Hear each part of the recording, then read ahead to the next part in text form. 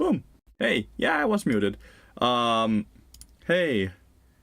Yeah, I was in training. I was actually not in queue. I was in training practice, whatever it's called. Because OBS have done an update which fixed the crunchy sound, right? That we used to have, which was a different fun bug. But now they broke the game capture window, meaning that we can't use the game capture window because it makes the entire game be like 1 frame per second if you use the game capture window. So we can't listen to sound, music and stuff like that on stream now because of that. So that's absolutely amazing. Very, very fun. You guys should be able to hear me now, right? Like, at least the thingy is going up. Well, that's not great. Nope, it's just OBS having a very rough month. OBS is not enjoying themselves right now.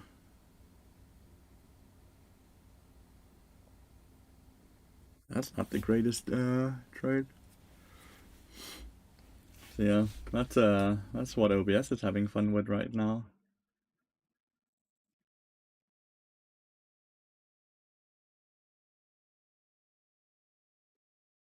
Good morning, Search for Luck. Good morning, good morning. I don't think I'll review the game yet, Pokalson. I think I'll wait a bit further into the day. While, like, there's a bit more people online as well, but I'll likely do it, like, in between a game.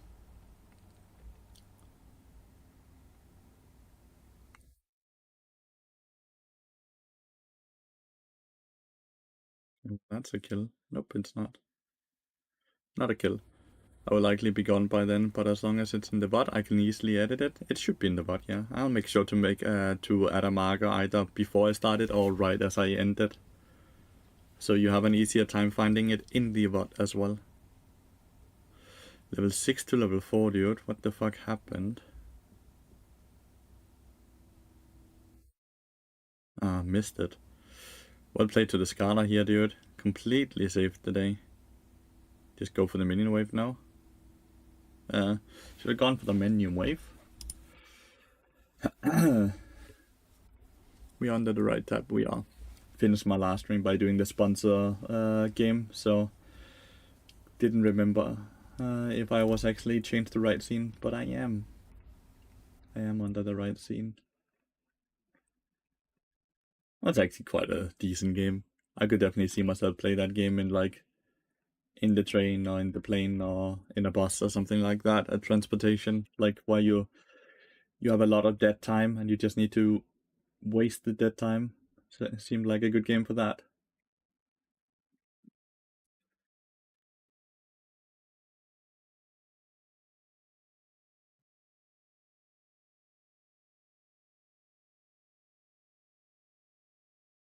I like playing a Balatro on the train, even though I already 100% the game on Steam with about 3 hours. I don't know what Balatro is. Let's see. Balatro. It's a mobile game. It's like a... Oh, I know exactly what game that is, yeah. It's the one with the jokers. It's the one with the jokers. That one looks good as well.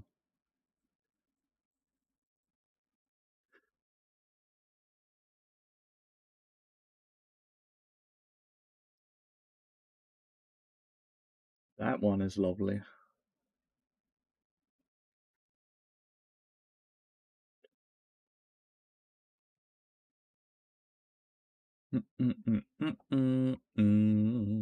Did you guys have a good weekend?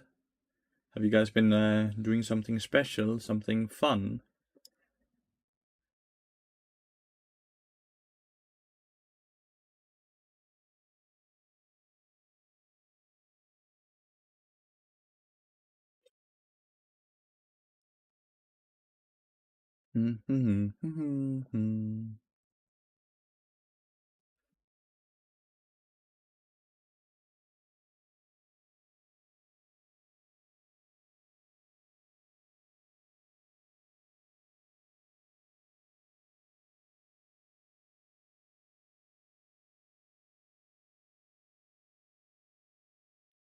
Been seeing out Christmas presents to request my girlfriend to buy. I can't decide between a game or some kind of a PC peripheral, like a stream deck to help with editing.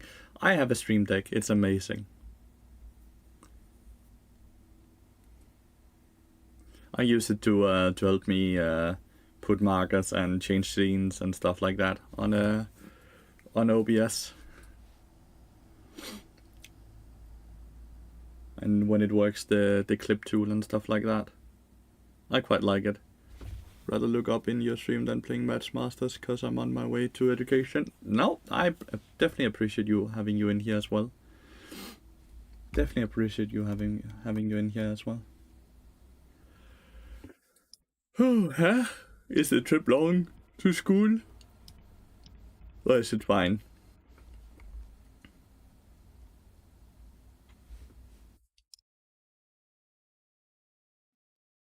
Is it a long journey? Then rank 1 has grown to 2k now. Ugh.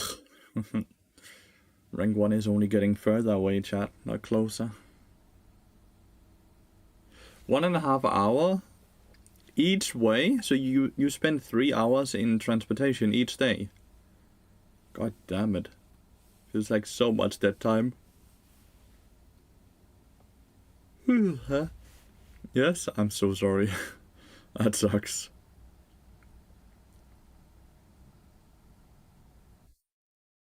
Nice leash.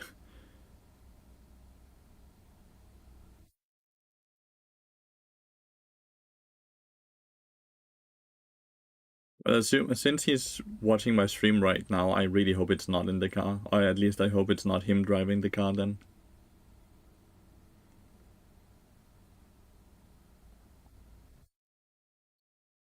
Dun, dun, dun, dun, dun, dun.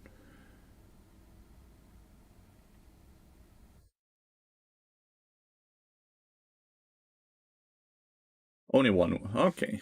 1 week in a month. Okay. Well, it could be a lot worse then, right? Could also still be better, but how long until you're done with that? Yo, John! 30 months now. Thank you so much, John. I really, really appreciate that. Hope you've had a good weekend, mate.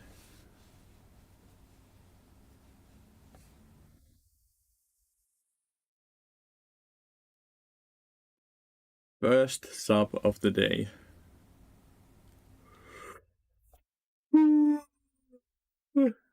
Fuck, I'm Vladimir Rome. Oh, and here comes Ghana as well. No. That's just crazy. At least his jungler ganked. Oh no, his mid laner ganked bot lane. So both mid laners just roamed here. That's crazy. Just recovering from a week of traveling and then work. Nice. It's a battle for the seat. Oh. German train system sucks. The shit is never on time.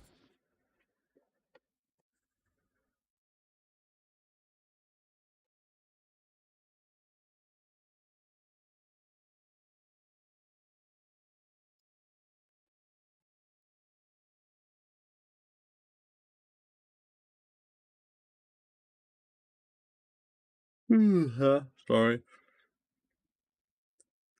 All the yawns, dude. I'm so sorry about that. I have to wake up. The bad band. Well, it's Monday and they know I'm streaming, so of course they're banning bot. Right? The fact they also banned out my jungler though when I'm not showing the stream at all is kind of crazy to me though. Didn't show the lobby whatsoever, so how the fuck did they also ban Karthus?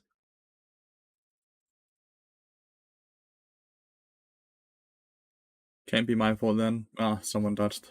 Probably the Karthus. Ooh, I don't know, man. I am the most feared bard player, I swear. I feel like I'm banned out so often, to a point where they just know my stream schedule. I think it's crazy. Like, it's not something I see very often that people are tagged to that degree. Absolutely insanity.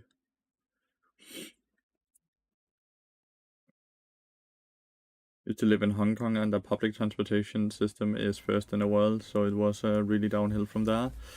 Dude, the 3 weeks I spent in Japan, well, that train system is great as well. Holy moly. Shit was always on the time, and I could get used to the Shinkansen, dude. Fuck, those trains are amazing. So fast. I was so efficient. I really miss the Shinkansen system. And the trains were just overall very nice as well. The seats were really good. So cheap too. It's so cheap. So fucking cheap. And that's after they have just basically doubled the price. It's still so cheap in my head because I'm comparing it to Danish prices. But they just doubled the price like a few years ago. But everything in Japan is extremely cheap right now because the yen is suffering a bit, right? So your own currency tends to have higher value in Japan than it normally would. Legit fucking money hack. I miss the 7-Elevens were great as well. Like, they were so good, the 7-Elevens.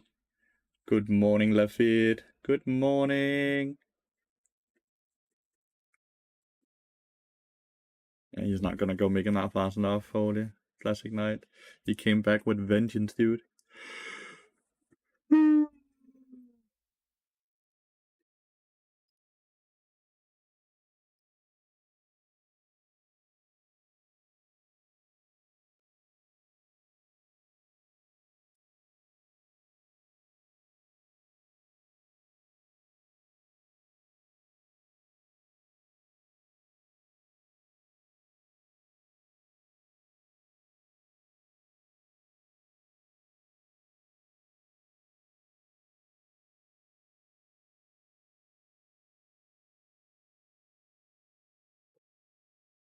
I'm kind of lucky because I'm like the 5th station, and it's quite empty, and I get a seat, and the trains are on time in the morning. It's more stressful in the afternoon.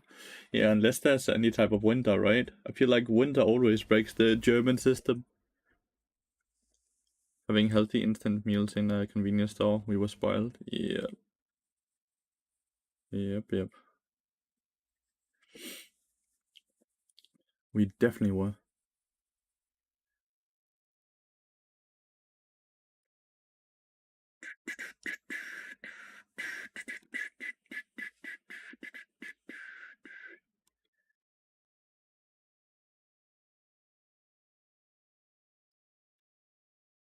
Oh, yeah. It's not that cold. No, it's not. It's actually quite warm. It's like 10 degrees. Like, these days in Denmark is so hot. Like, it's even like 10 degrees during night time in Denmark the last few days. 10 to 11. It's crazy. Fucking mid-December, and it's so hot.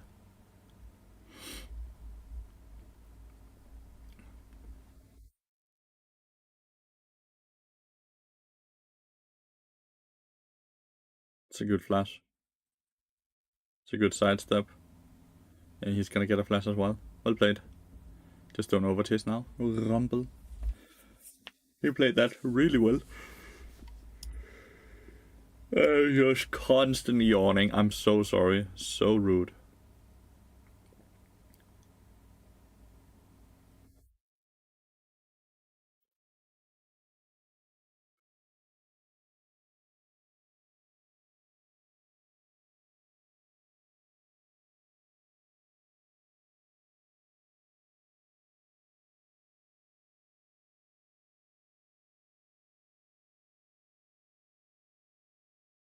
Oh. I feel like Witsin is like the worst magic resist item he can buy unless he needs the tenacity. And the team he's playing against is basically just knockups, right? So I don't know why he needed the tenacity at all. Yeah, you should have used your ult first.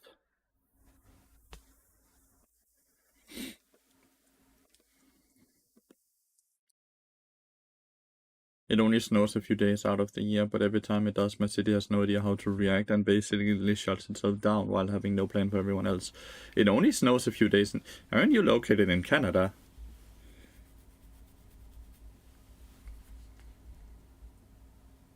Can't really remember the last time we had good snow, but like 10, 12 years ago. Good snow. Global warming, dude. We had snow for a week in Denmark in November, but we haven't had any snow or any like really cold weather in December at all.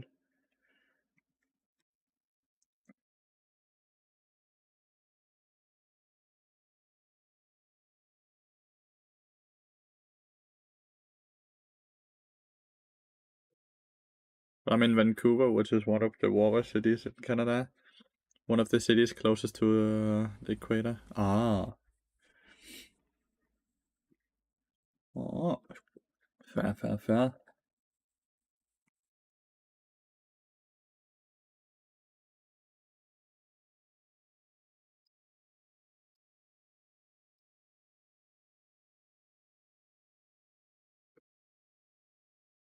Earth seems kind of fucked. Earth will be fine. I can guarantee you that much. If anything, it's us who's fucked. Like, Earth will just kill us like the parasites we are. The planet will survive.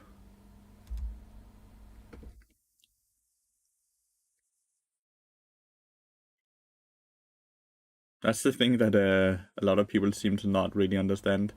It's not Earth that's fucked. It's us.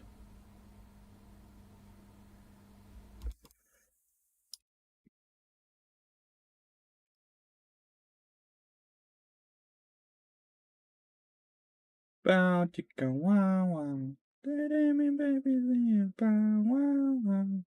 Yeah, pa pa pa pa pa pa ja. Og det bliver bedre. La la la la, jeg elsker dig. La la la la, baby, baby.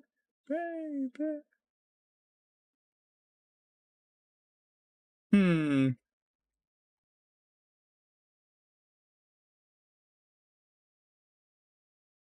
Also, every view here is likely going to be gone by the time the Earth is completely unlivable, I think. Yeah, would be the assumption, right?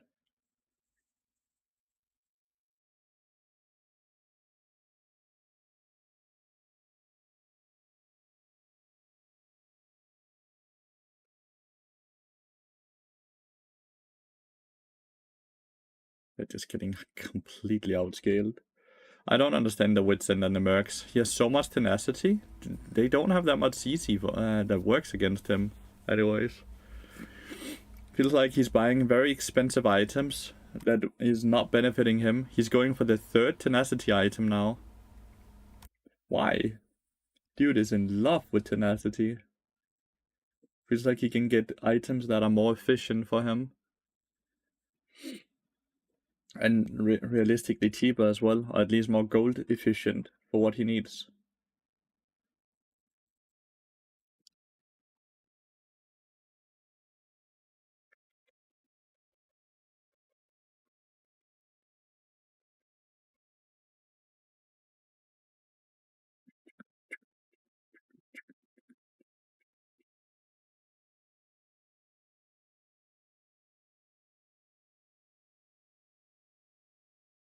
No, it's not. But there's no one in this forum specifically that can do anything about it. Sometimes it's better to just accept what is happening instead of living in agony and annoyance by something we can't control whatsoever. Like, we have absolutely zero control. It's not like like the world isn't fucked because Carlson is sitting and watching Netflix, right? Oof, that would have stolen it if it hit Listen.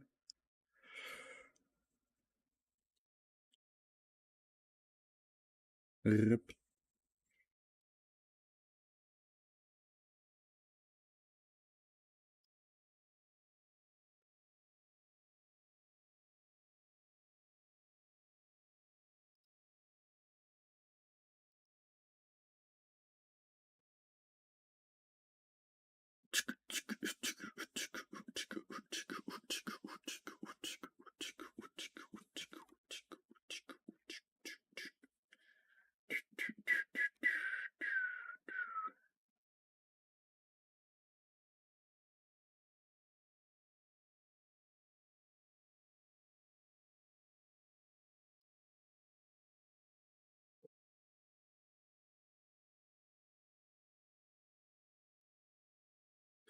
It's a deadly scan ult in the rumble ult.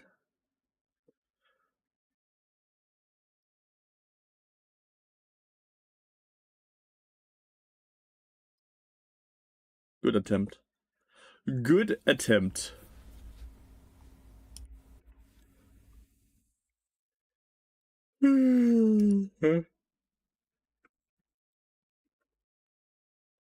But isn't Ben in this lobby, chat? Oh my god. But they got Victor and Skarner. Hi, Elijah. Elias. Hi, Elias. Oh. The Victor and Skarner pick. That's scary. That's very scary.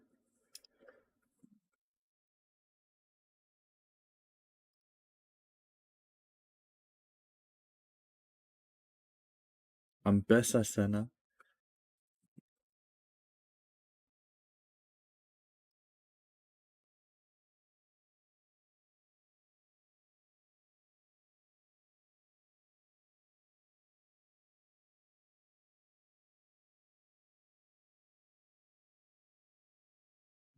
You can too. We have no front line though.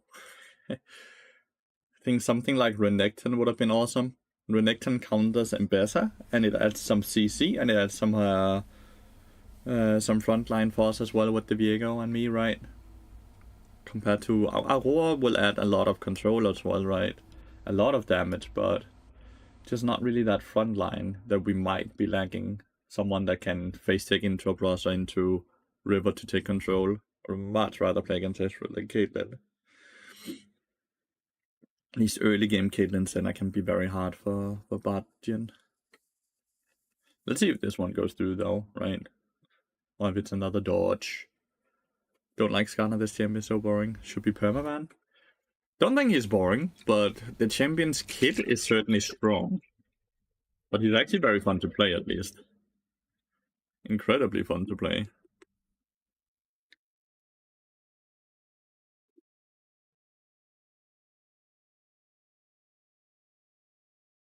Boom.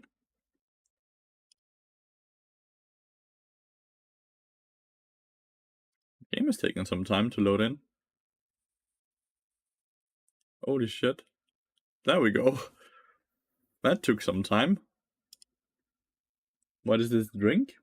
Some gamer subs or whatever they call it.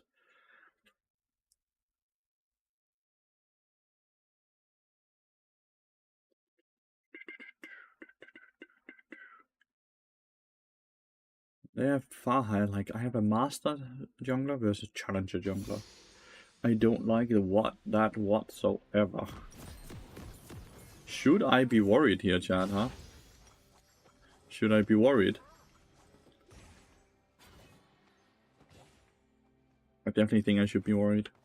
We also have Halo Blades, Echo Mid. What's your favorite AD carry to play with? Jhin is probably one of them, the ones. Yeah, I'll watch the game on stream, Flamud. I heard. Definitely want to watch that and see how that went. Definitely intriguing and interesting to see. What do you think about MVA? What is MVA?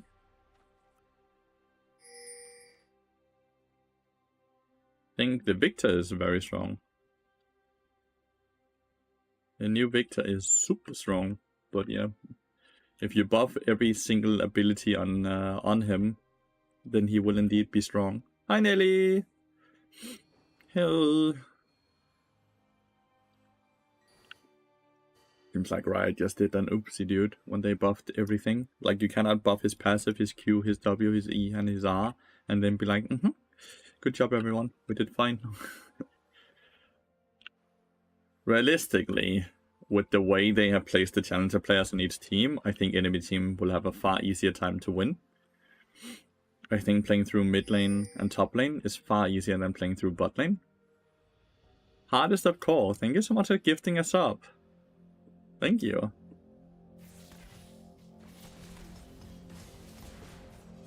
That's really kind of you, mate. Thank you so much.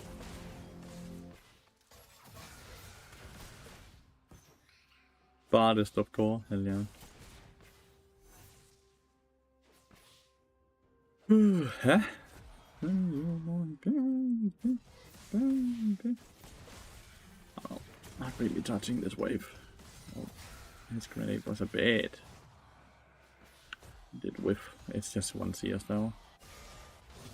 Ego's being very aggressive. That was bad trade by me. Okay. It's awarded. It's awarded. Didn't even charge it. The minute he saw they walked up, instead of walking towards them, he should honestly just have walked towards top, right? Nice, he leveled up at least.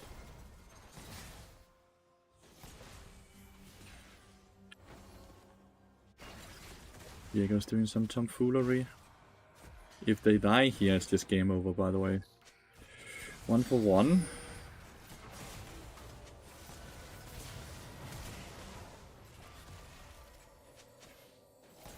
We got flash heal. That wasn't even close. So whenever Victor gets a kill or an assist, he gets 20 stacks, right, for his passive. Which means you never want to fight around Victor unless you're guaranteed to get the kills. You never want to go for a dive like you just did. So we know Skarner had only done topside as well before he did his gank, right? So we know he can only be bot side. So War killed him as he returned. But he still has TP, the Ambessa. So she will just TP back now. Be fucked. Had that hit, I would probably have flashed forward, but as we talked about, right?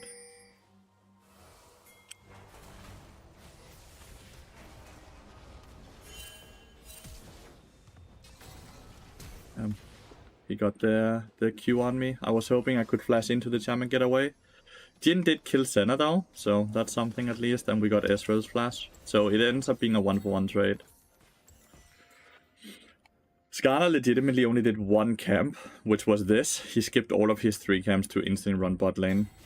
This wave is pushing into us. I should go top lane here. Bit autopilot-y from my side.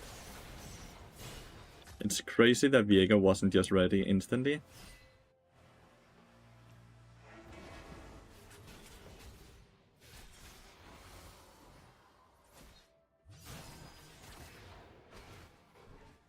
Good thing I went up here, else we would not have gotten that kill. Viego is still level 3. Both junglers are quite literally the least efficient players. Skarner gang? Yeah, I even hit the Q, right, and everything. Gets 1 at least. He actually gets 2. Really well played. He loses some minions, but he gets 2 kills, which is awesome. Well played to him. Why is he pinging mid lane? Like I can gank this. Look where the wave is. How is mid lane gankable, dude? Well, I guess I'm finally gonna ward this, right? So we at least can see when he decides to be here.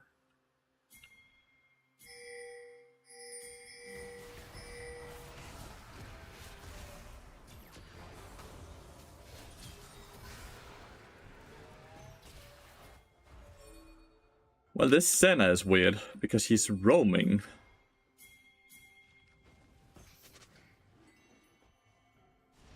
A lot.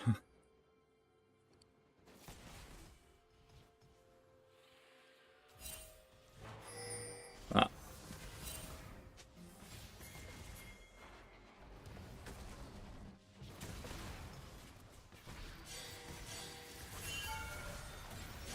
I shouldn't have auto-attacked the last one, my bad. I thought Viego would keep Skarner away for a bit longer, my bad. It wasn't a yoink. If I don't kill Ambessa here, no one kills Ambessa. Because Ambessa's shield would be up, so if Viego goes into kill, then Viego will die to Ambessa. So, I either get this kill or no one gets this kill. This was a big mistake from my end. After I missed my initial Q on Ezreal, right, I should just have backed off and said, yep, I fucked up, right? My Aurora is losing hard, the 1v1. Like, very hard. Dude, can I hate when the AD carries don't allow you to use your stacks.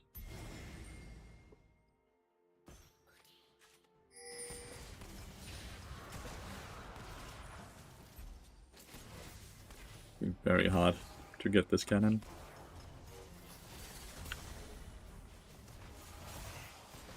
Yeah. Oh no, it's his own fault. He decided to step that far up, right? Completely own fault.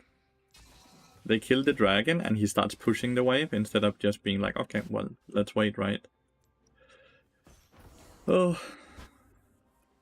But this is not even the biggest issue. I can nearly guarantee Ezreal is not gonna be the reason we end up losing this game. It's gonna be topside. The fact that I have a top laner who's ranged into melee, who's losing that matchup, is why we're gonna lose this game. Because he kind of fucked the draft by doing it, and then he's also not winning. Had he been Renekton instead, we would have been 10 times better off.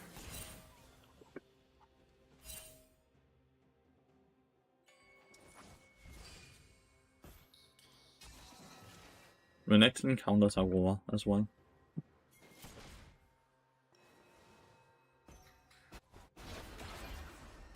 He doesn't know how to play Aurora. You see that? He actually went into his bubble again to end up behind. Why are you going in?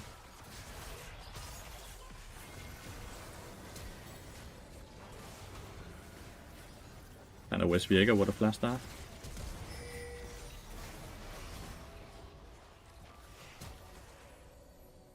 If you just flash W, you're right.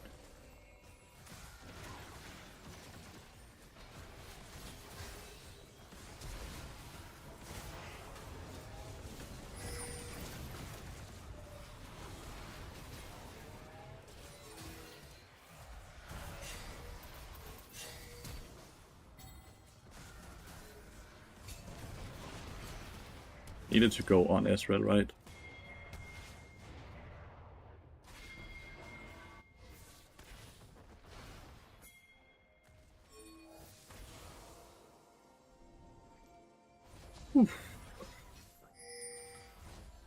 I'm not trying to bait in Ezreal to E over the wall. Nice, Echo killed himself.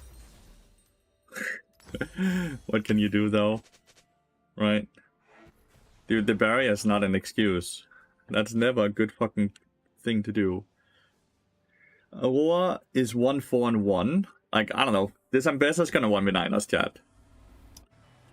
There's no chance. Like, it doesn't matter how fed Viego and Jin becomes, because we can't deal with Ambassador, sadly.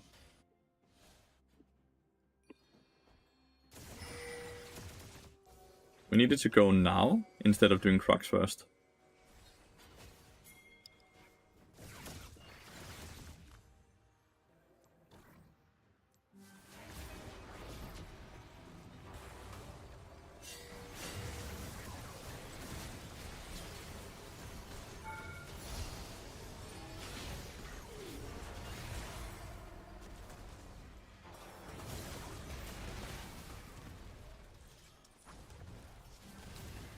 He actually dodged all the abilities. He might live because of that.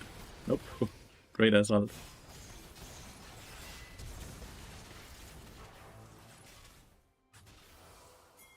Can't do shit about Skarner here. I have to block it.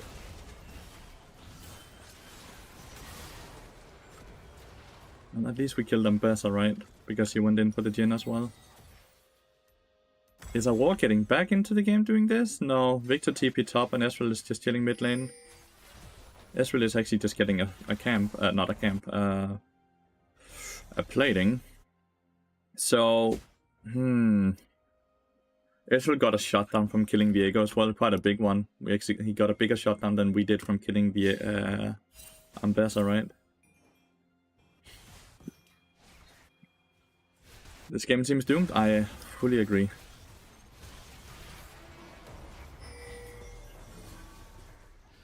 I fully agree. Like, it doesn't seem doomed, it is doomed. Realistically, there's no way for us to win.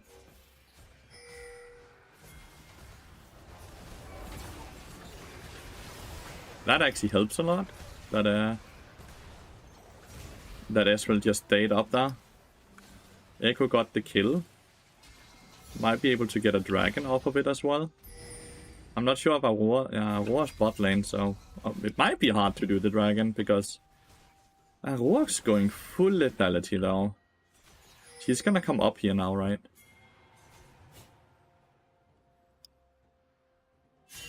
Yeah. She just went away.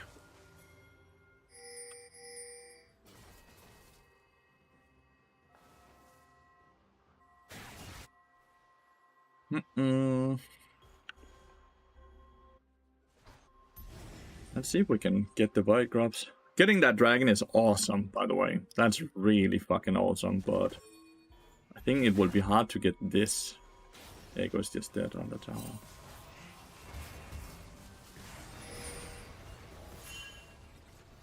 We don't have ults, right, on any of our teammates. We should have gone for the Aurora play, or not Aurora, Ambessa play.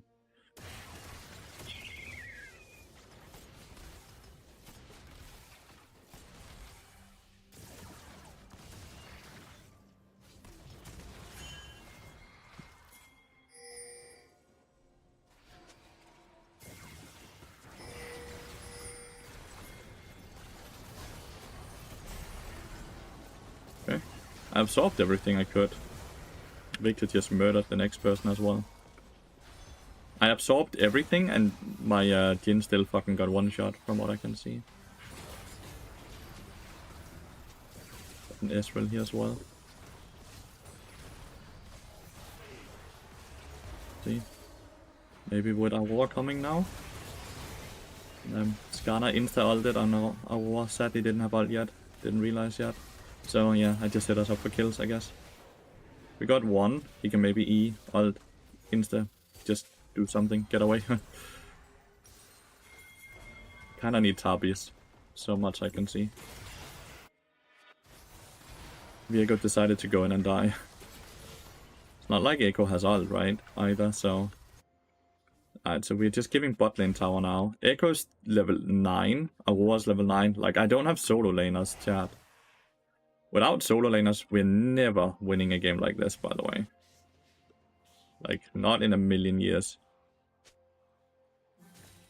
Like, there's 0 chance of winning this game. From this point out, there's no way to win it. We can never play side lanes, we can never play team fights. There's, unironically, sadly, 0% chance of winning now. What championship ban? Udyr.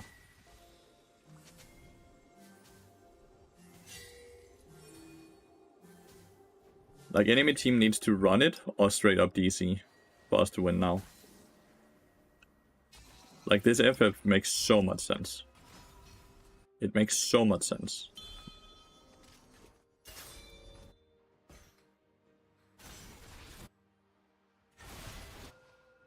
Like, there's no way for us to play. There's no way for us to win.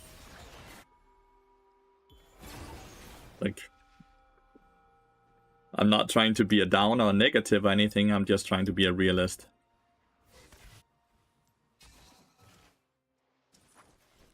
Like, my Echo is straight up FK from what I can see as well. He's not playing the lane at all. What do you build into double mage bot heavy? There's no such thing as double mage bot heavy.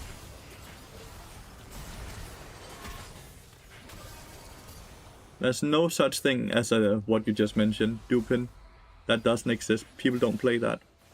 And you can see that on your OPG as well. If you sit and scroll down, you're never against double mage bot lane. It might be like 1 in 100.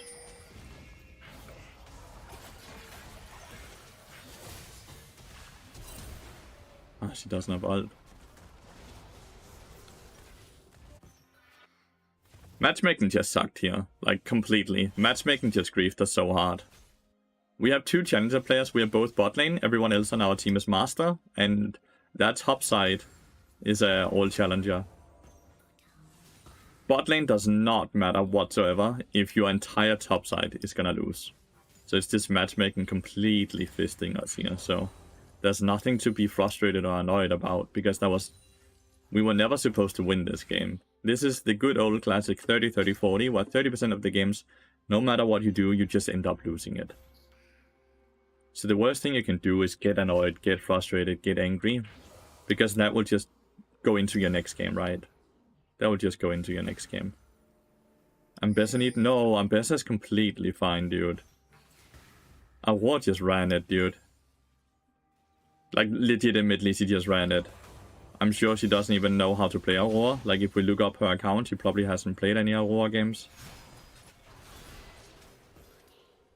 It's just a challenger top laner that got to play against master top laner. And that's what happens. It would be the exact same.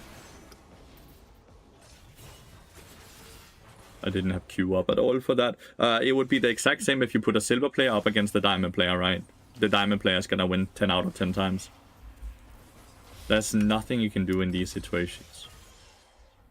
There's no reason to sit and blame the champion. There's no reason to sit and blame anything besides just matchmaking being a bit unlucky. And that shit happens very often when you're queuing in the morning because less people are gonna be online. The only thing you can really hope for is that your teammates want to surrender on the next vote, because you don't really want to spend too much time in a game like this. That's completely wasted, right?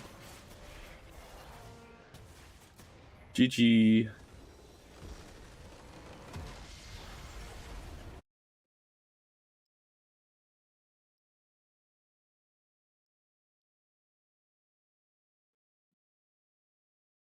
But yeah, Ambessa is like 48, 49% win rate now on the new patch, right? So she's completely fine. There's no reason to look to nerf her again, because then she's gonna be unplayable, which would be a bad thing.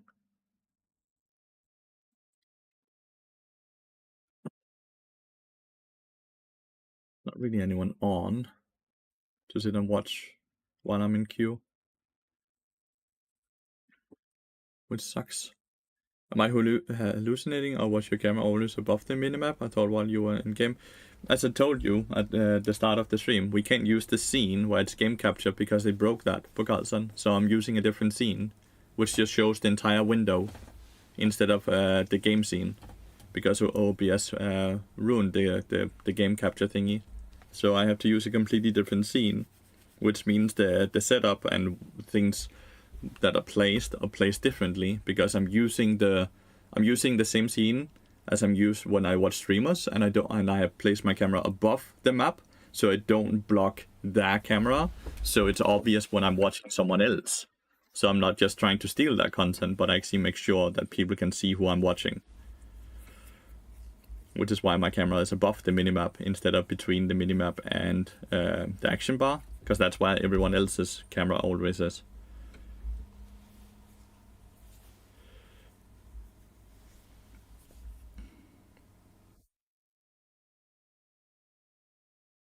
Good morning, Glenn. Good morning. Good old Aatrox support. Yeah. I feel more like that's just griefing, but I might be wrong.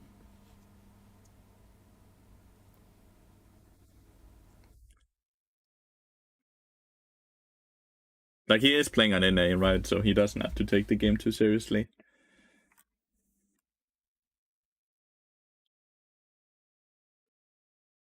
After a 2-3 year break of League of Legends, I decided to start playing again. Well, good, you're back into the game.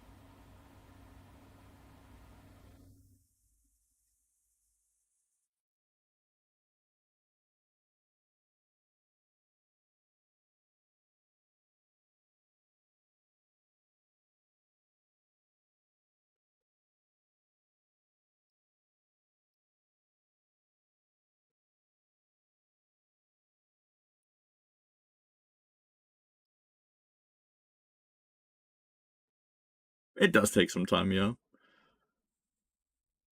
If you're still playing Bard, you should check out the classroom that we will have coming up here in January. It's a $5 classroom where I'll be reviewing a Bard game. Might be able to catch you up a lot as well.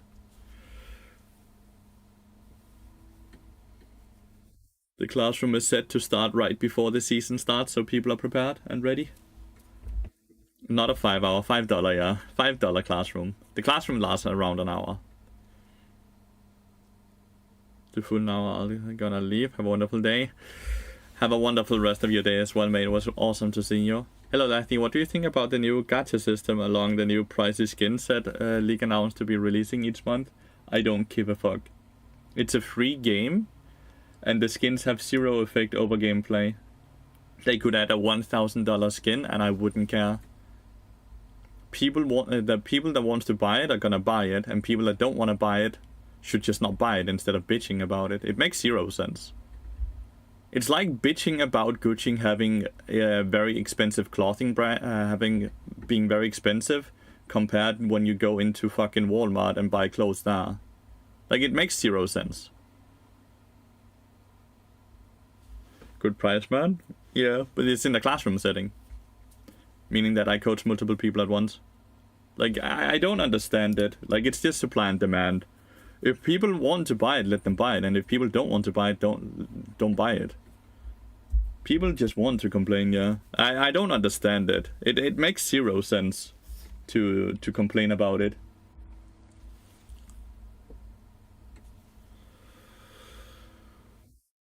I don't know why, but like, overall, people do like to complain, right? If the money they earn helps make the game better, I'm all for it, exactly. Like, exactly. ATAC support, why? It's stunned, right? I'm sure he's just having fun. He's playing on the North American server, so probably doesn't have to take the game too seriously. Don't think it's really a good pick in any way, but I think it's something he can make work, because he's either playing in low elo or he's just playing on NA. A lot of people complaining about it. Like, the thing is, I could understand the complaint if the skins gave you a better chance of winning, or if the skins or anything was locked behind something that would give a person an advantage. But it's straight up just cosmetic, and there's nothing you're not forced to buy it to do anything. But you have 17 other skins to play with, nobody. It's not like they're not allowing you to have a chance to play with other skins.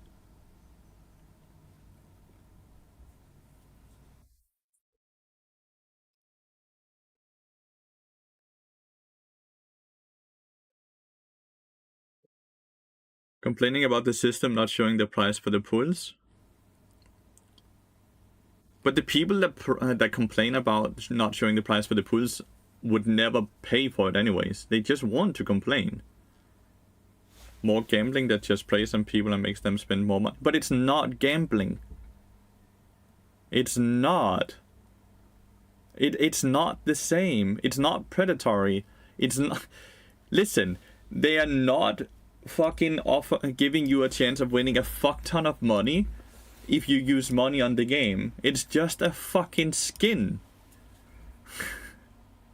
I hate that Twitch have moved the stream detail from bottom to the top. I hate it as a viewer. I don't like it at all. It's not the same.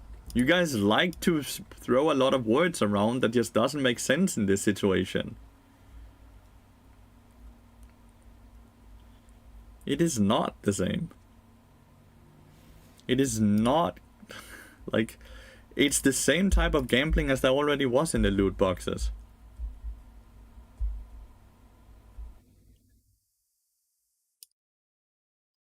But you can buy one of the other skins if you want to from the show.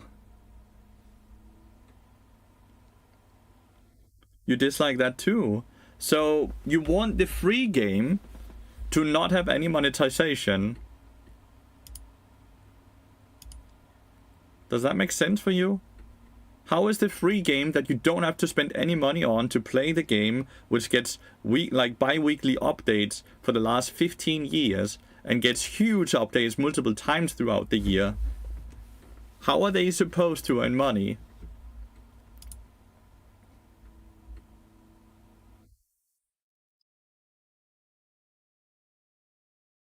You haven't paid for this game. It's completely free.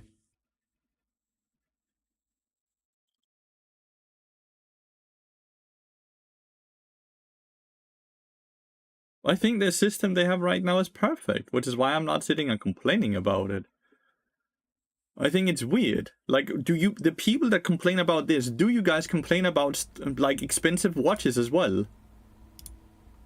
do you complain when Rolex does not sell you a Rolex watch for $20? Because you feel like they need to allow you to be able to afford this very expensive watch. Like, do you go into Rolex store as well and bitch about this? Like, I need to fucking try to get into your headspace.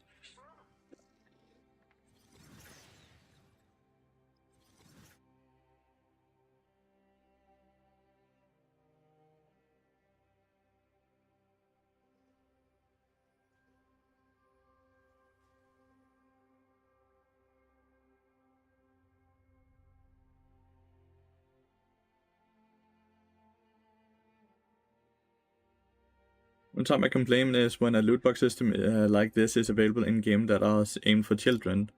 Yeah, but well, most games are aimed for children though.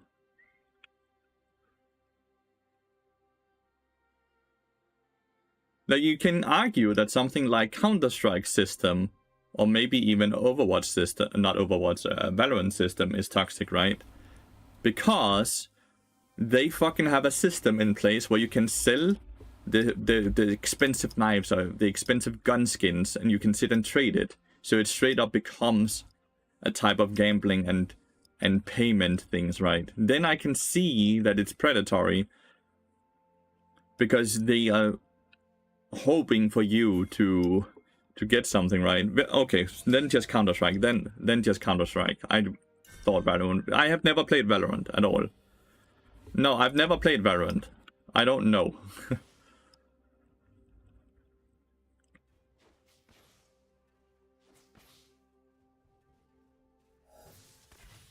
But yeah. But hopefully I've shut down the people that complain about that shit, and they can go to Reddit in the echo chamber and complain about it with the other Redditors.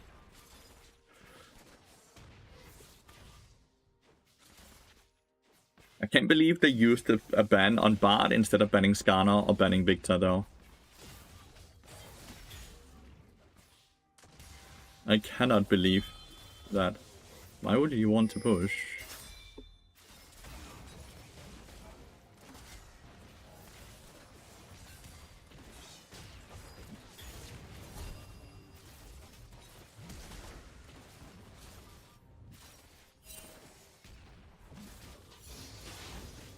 I don't know why you didn't just chill. Why did he want to desperately hit this? So we have a jungler who's clearing from top to bot, right? So why not just let him do his play?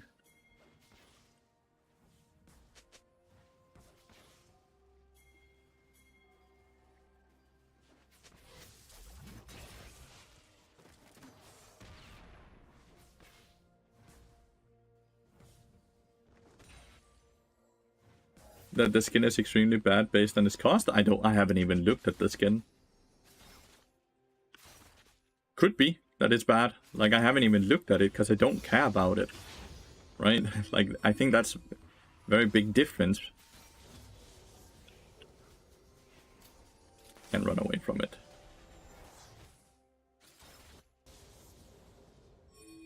Huh? Good morning, Power Blunder.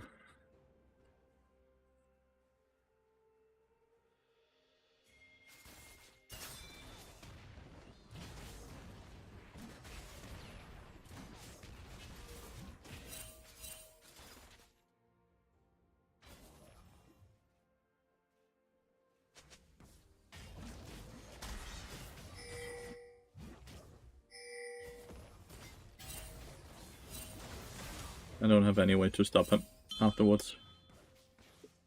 Did see that Jinx never recalled though, right? So they might still be here, so I am gonna pop a potion. And I'm not gonna use my Q to push in case that they actually come flying over the wall.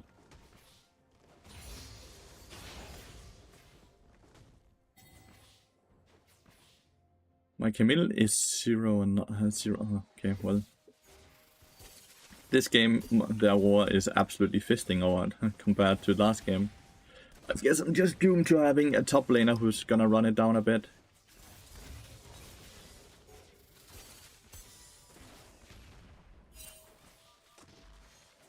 Zac doesn't realistically have to go bot lane, which is why I'm gonna sit and ping that he is missing. See? He's up here. We don't have the damage to kill her.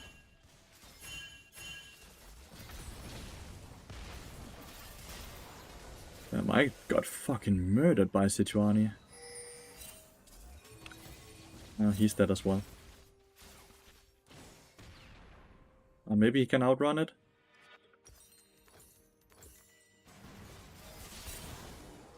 He gets one, right? No, he had never hit the Ezreal. I'm surprised Skarner didn't come there. Very surprised. Like, we can still gank right here, because he has no flash, but yeah. And they had to crash this cannon minion wave.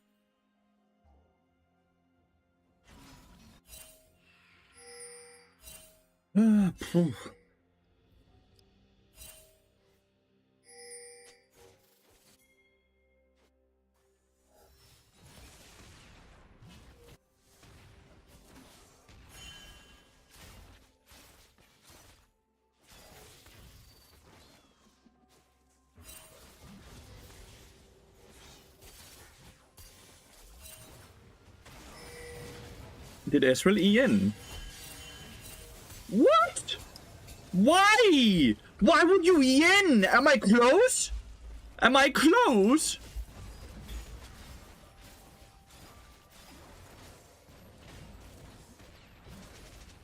He actually E'd in, didn't he? Oh my god, yeah, well, my fault, I guess, right?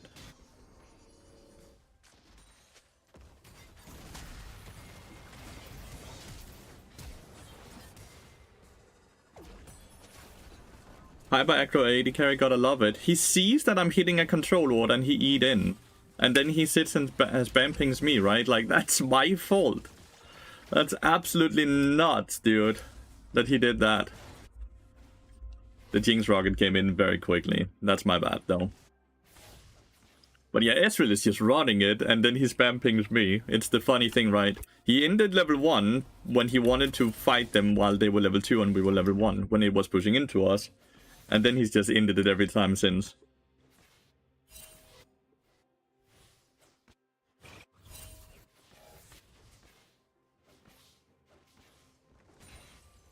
Fucking shit player. Look, control ward. I hit it. Don't E under the tier 2 turret now.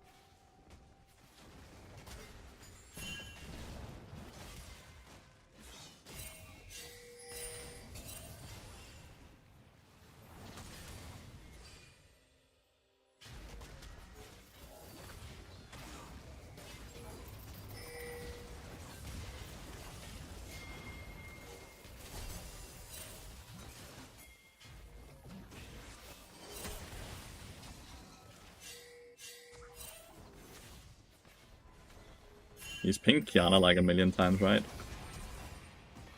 Like that Kiana's coming.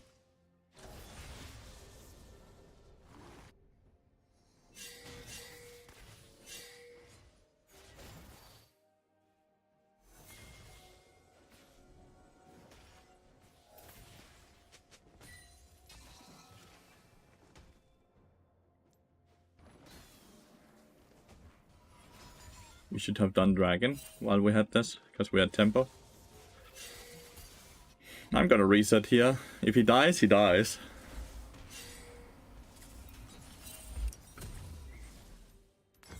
If he dies, he dies. He had a great reset tempo, by the way, but fucked it again. Gonna cancel his reset and he's gonna get dove realistically. Let's see. Oh, he's fine. Great. Good. Not even worried about us being 0-4, more so worried about everything else.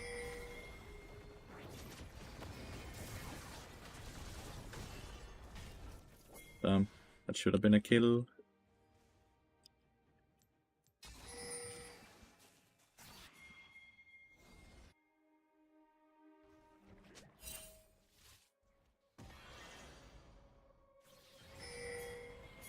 Go in.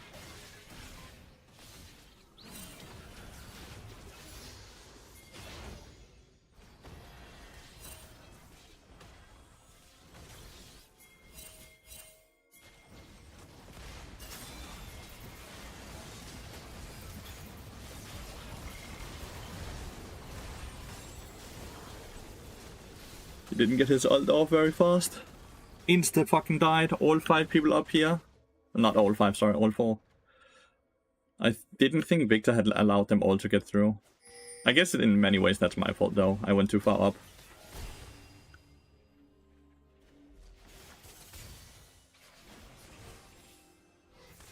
Nice. That was a good Q prediction.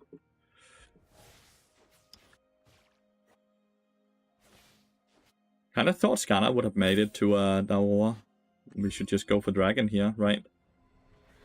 But instead we're doing Raptor Camp. But yeah, they're gonna do these, right? Which is fair. So we should be doing the Dragon instantly. Delaying it by doing our camps means that we are gonna not have tempo to do the Dragon.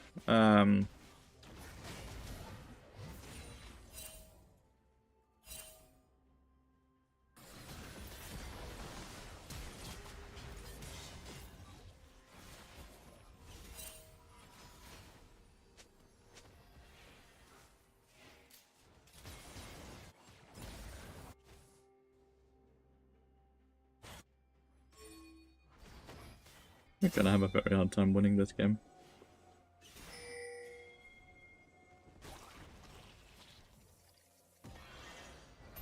We are gonna have a very hard time winning this game.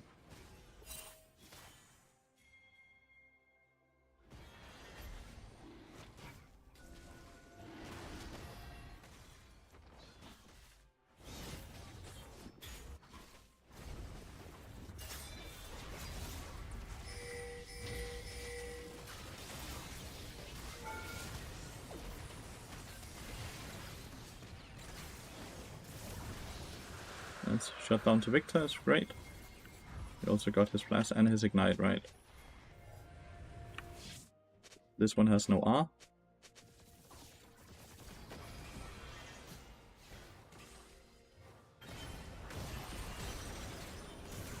Nice.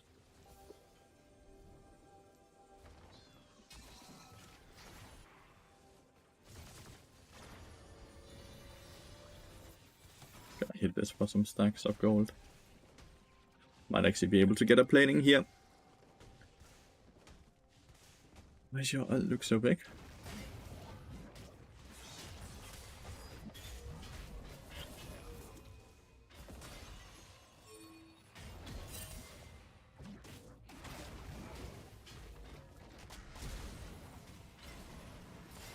Oh. Got my plating, got Sejuani ult. Probably shouldn't flash though. Didn't expect Sejuani to be bot side though, but Sejuani ult being down at least makes it a bit safer for Victor to be alive. To be down here.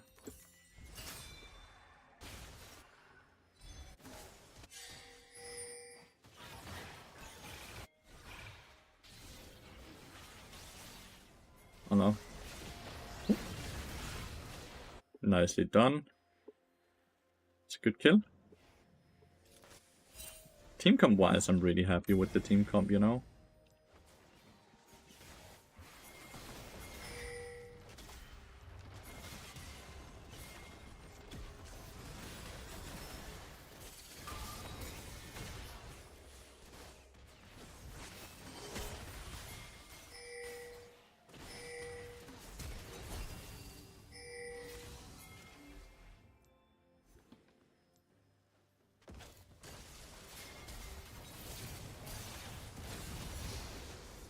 Oof.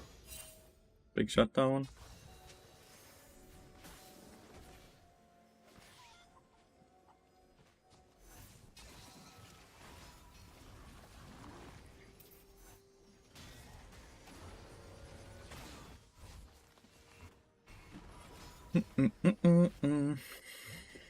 Hey, Kata.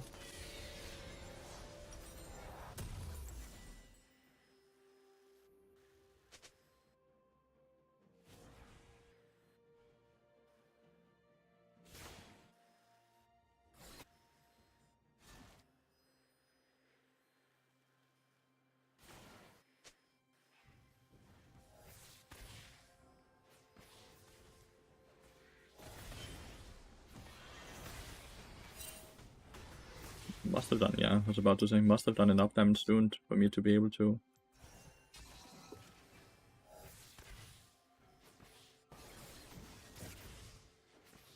Kiana's really low level.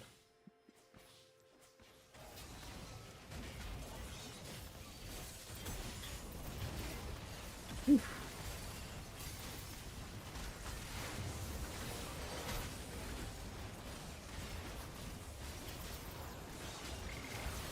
Dude, the amount of fucking things they just spent on us. It's kinda sad Ezreal ended up dying. If it was just me dying there, that would have been fine. Camille might be able to just go on her.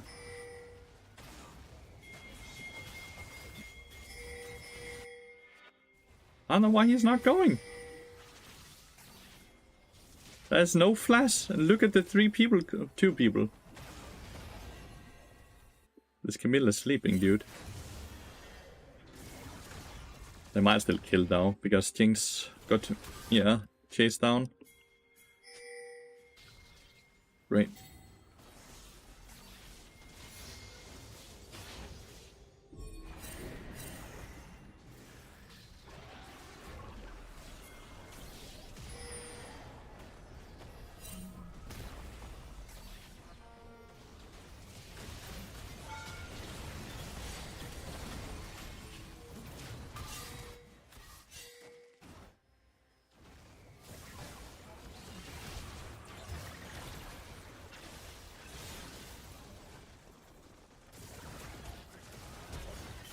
Damn. Well, my ult got a few.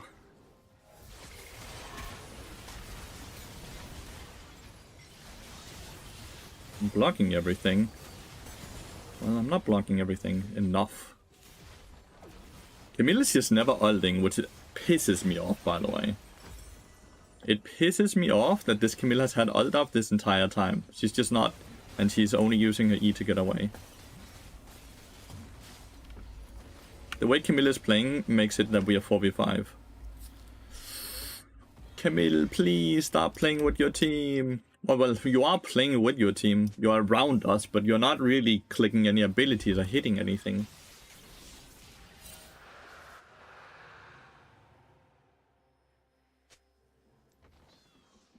Kind of fun to have double seeks. One item that you barely ever see. But they have 2 champions that can actually abuse it quite well. Abuse might be the wrong word, but use it quite well. We still have a very good team come to fight.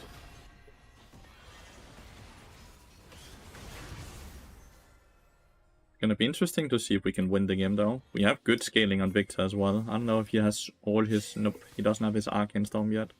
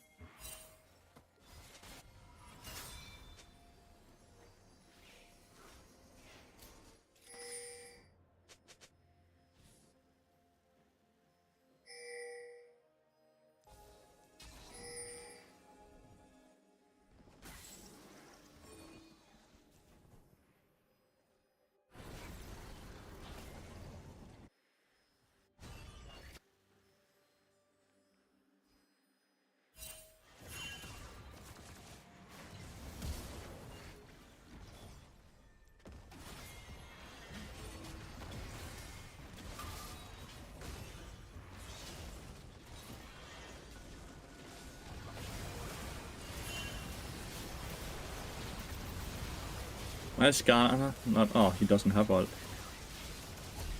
Camille still has ult. Oh, finally used it. Nearly got a kill though. Oh, they're all so low. Oh, nice Jinx. We actually got Jinx there. With us killing Jinx, I think it's harder for them to do Baron, which is why that was really good by Ezreal there. Really nicely done. We didn't have Skarner and we didn't have Victor, so we shouldn't have taken that fight. That's on me. Right, we had already spent both of those things up here. Without the Victor, we don't have enough damage. That's for sure. Yeah, the bot lane is quite strong because you sadly had a bit of a few oopsies early game, Mr. Ezreal, but it's okay. I think we can play around it still.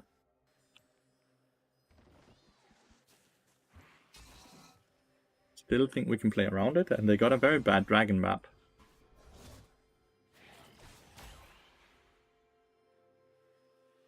Definitely need level 9 though.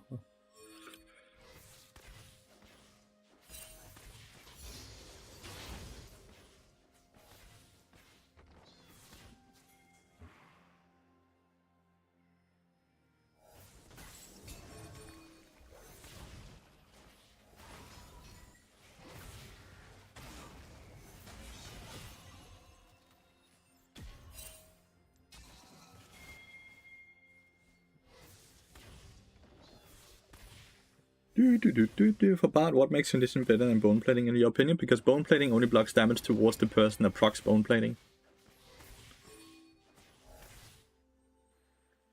Which means, realistically, it's always the support that procs it. Then everyone else do full damage.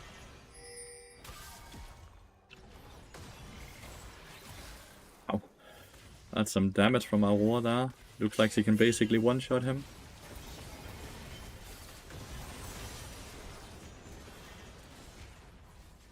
Nice.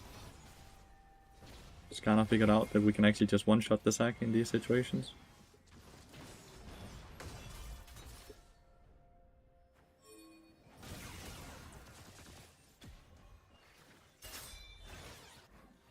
There's really any way for me to save Camille when she's walking that far up. Like, she decided to walk up instead of down, for whatever reason.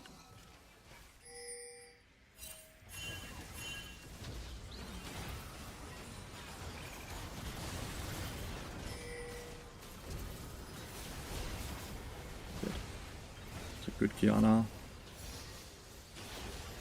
Nice, Ezreal actually managed to get both. They were both solo as well. Okay, not too bad, honestly.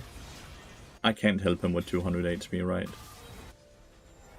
That was not bad at all.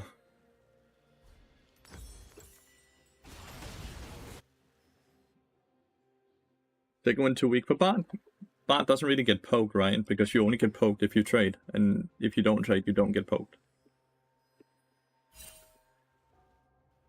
Also, just think conditioning is such a high value item, rune, right? Should realistically try to fight them here.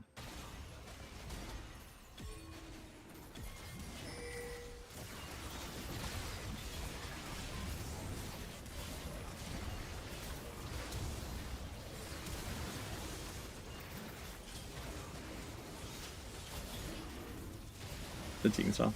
Nice. My trap actually killed. The Jinx are murdered my ass, dude. Camille got 1k, which is great that I didn't get it. They still get the dragon, by the way, and they're still at 3 for 2, which is not great, but the 1k kind of makes up for it, I would say.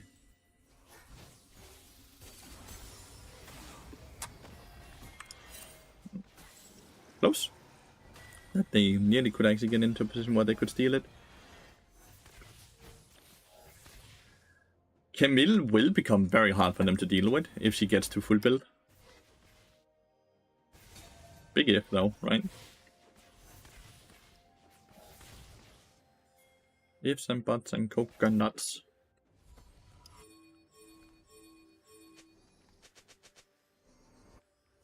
Bird Visage is a bit weird.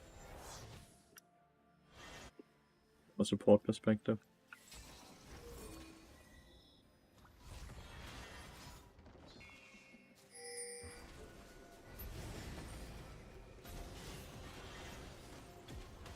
Is he starting it?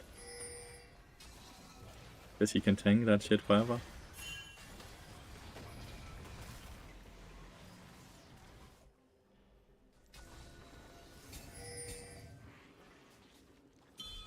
They forced 2 control wards, I guess, as well.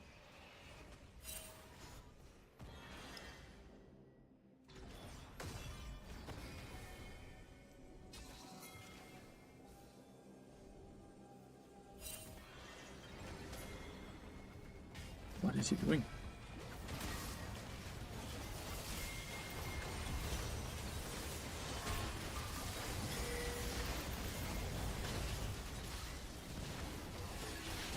I survived it.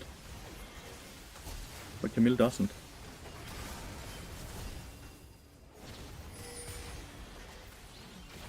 Oh! Aurora. That's a champion we had forgotten about.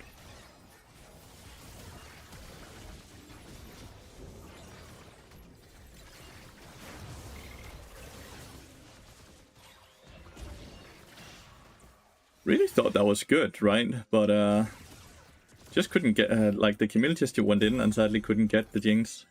Locket will help a bit. I think I'm gonna get a redemption as well. Victor did get 2 shutdowns, by the way. Which is really fucking great for us as well, because he's lacking a bit of damage right now. He has the Arcane Storm now. Thoughts on Bard versus Turek and how do you counter him? So laning phase wise can be a bit tricky in the sense that if you are in auto attack range of him, right? He's in the stun range for him. But if you just don't really walk too far up to him and you just look to ult his backline.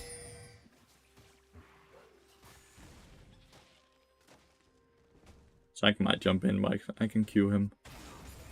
Like this.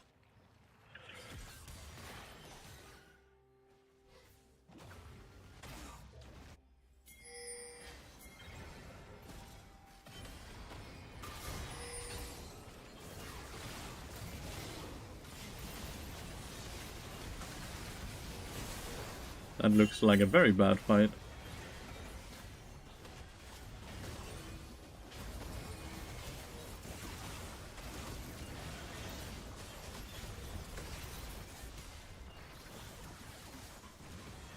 We need to get away, Skarner.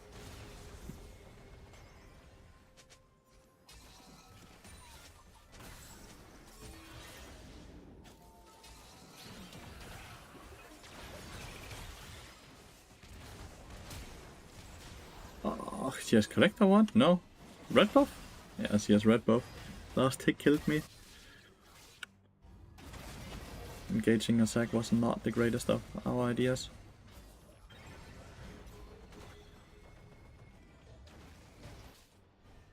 Well, there's 2 people. Is Jinx and Sejuani is just on it alone or what? Yep. That was close with this result. Good try. I think the game becomes very hard now off of this, by the way. Now the game becomes incredibly hard. They have too many damage sources. Like, with the Camille losing top lane, we don't have any... Like, Ezreal is actually doing a big amount of damage. But it's hard to do anything when we only have one person doing a lot of damage. Victor is not quite there yet. Because he can't deal with the front line. Because he just has burn damage and no magic pen, right? Like, he needs void staff, then I think he might start doing damage.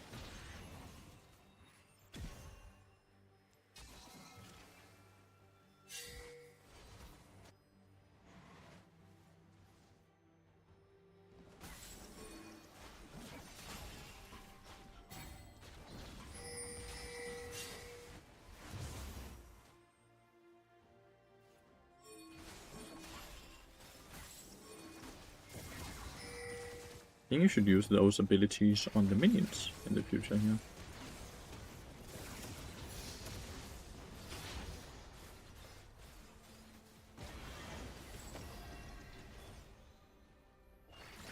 Oh, Camille died to Aurora. That's really bad.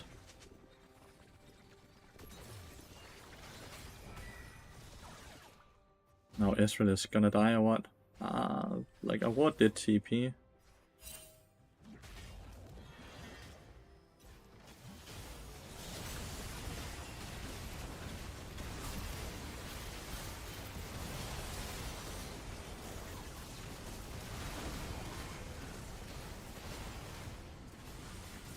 The storm is crazy, dude.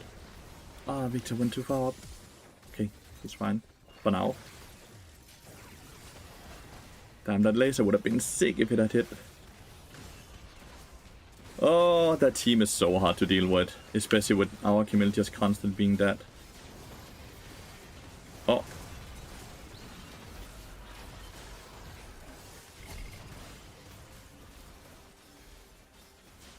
Why do I have 2 games in a row? A top laner who just loses to the point where they don't function as a champion whatsoever.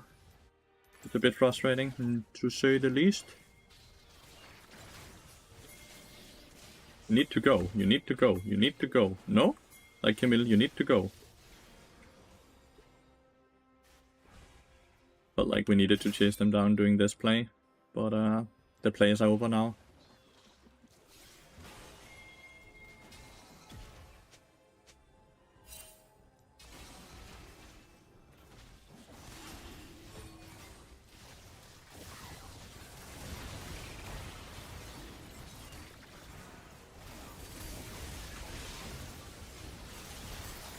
Damn. I'm trying to slow them down. Oh, it's easy.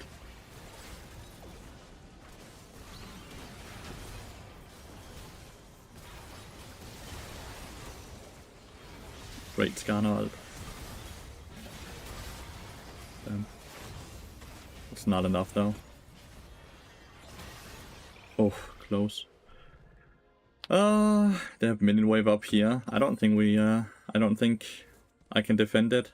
Like, I'm up in 10 seconds, right? And then there's another 10 seconds.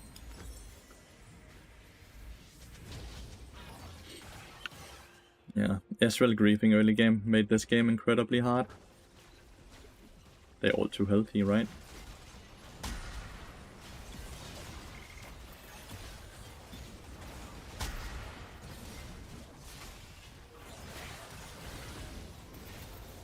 Tried to interrupt them as much as I could, but like, it's just not enough. Good morning, Kiwi. Do you think Bart could use Bloodletter's curse? They need to figure out what exactly they want to do with the item before I can answer that. It seems like they have changed it multiple times at this point, right? That kinda sucked though.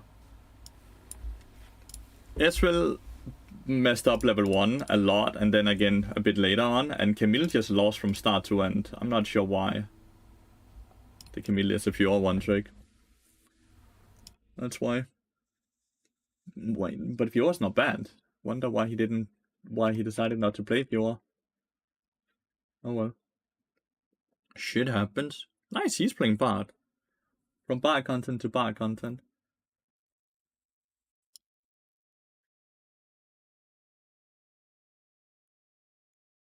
They've changed up Abyss Mass to 12% more magic damage as opposed to shredding 30%, not 12%, but yeah.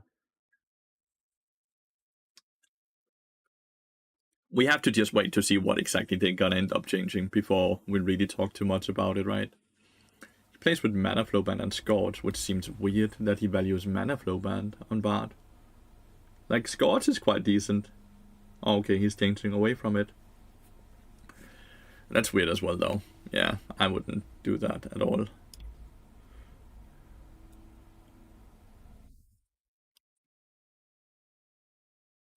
Zombie Ward and Relentless Hunter.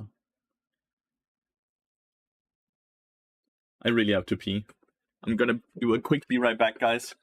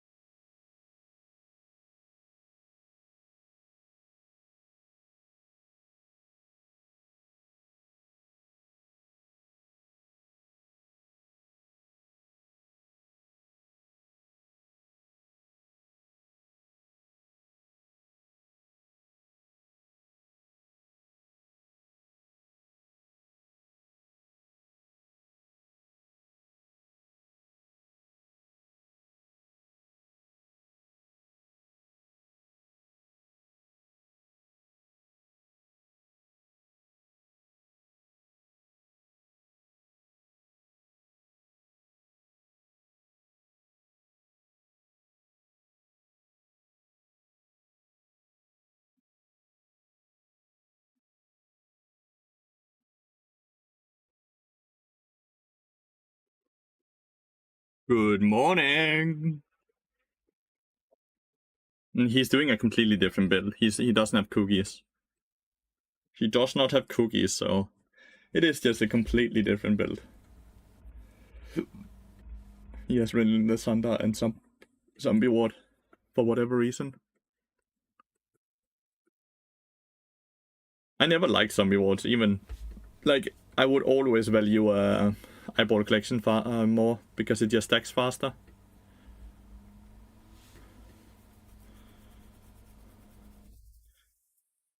It stacks too slow. Relentless Hunter makes 0 sense because you have plenty of movement. So anything that gives you out of combat movement speed doesn't make sense because we have our chimes for that. If Relentless Hunter gave us movement speed in fights, I could completely understand why you would want it, right? But out of combat movement speed it makes 0 sense on a champion like Bart. Because we get plenty of that already. And then Zombie Ward just scales incredibly slow. Well, we started off with 2 losses, so that's really a bummer. But hopefully we can get a few wins back in. Yeah, you're completely right then, Kiwi. Completely right. Also really dislike the Caitlyn lane. Caitlyn Bard is not strong until level 6, and by that time, she might be too far behind to actually be strong. Because Bard doesn't give her what she wants, he doesn't give her a poke lane that with a guaranteed push. And Bard is not extremely good early game at keeping you safe.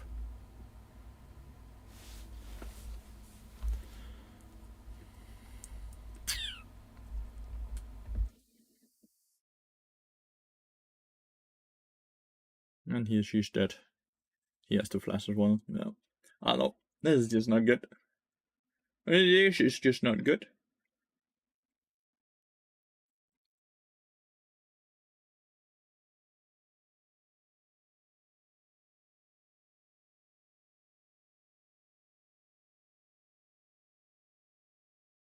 As a general rule of thumb, is it better to let enemies get their level 2 and shove you in early? Yeah, because your level 2 and 3 and 4 and 5 are shit.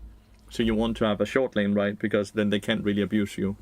You're okay with giving them a few play lanes in return.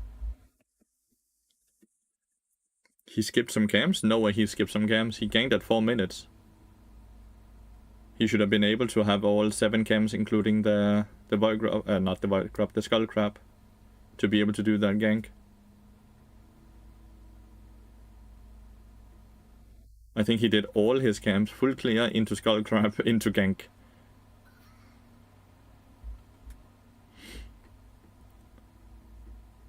Then he's just skipped 1 camp. That's just 1 camp then.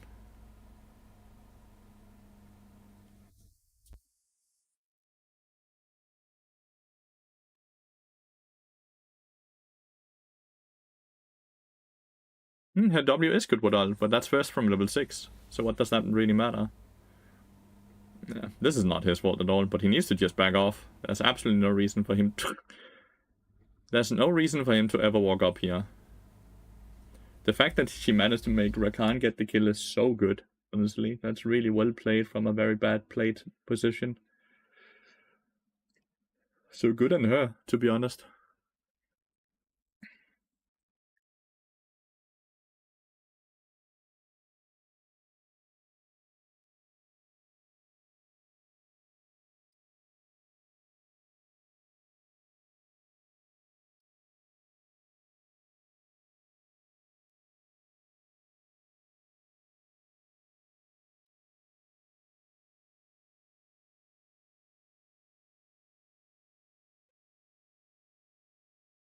This also doesn't make any sense.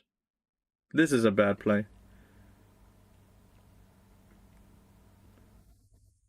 They're looking to reset, no? So now you have just chunked yourself. He bought a ferry. Is he going redemption first? Why?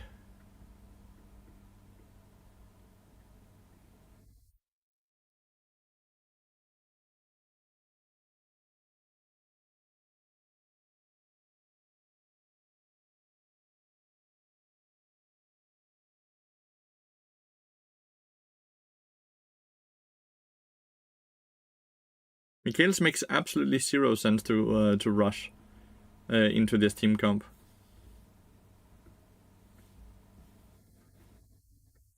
Like, what exactly are you supposed to Mikhail's? Syndra's ult? Not Syndra's, Seraphine's ult? Oh, you rushed Ionians and he bought a control ward in a losing game. Oh my god, he's doing everything I hate. He's legitimately doing everything I hate. He's wasting so much gold and things that's not gonna help him get back into this game.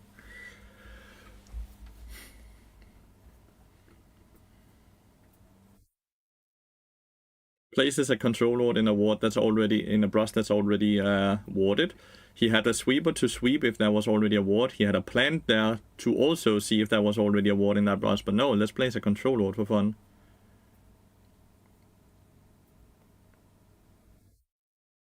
And now he has to like constantly ping, help, help, my ward.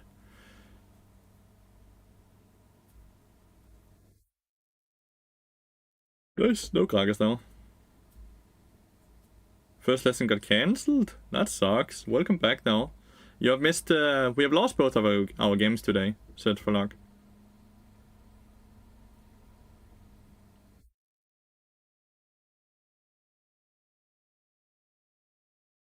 Why would he ult in?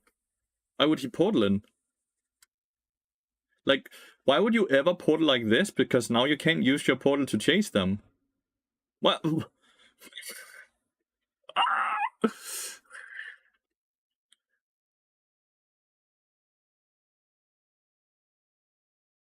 He has 2 potions all this time as well he doesn't use when he's in fights. Like, these potions need to be ticking when we start a fight. Stunt is a challenger player, but North American challenger player. I'm just seeing a million mistakes all the time right now.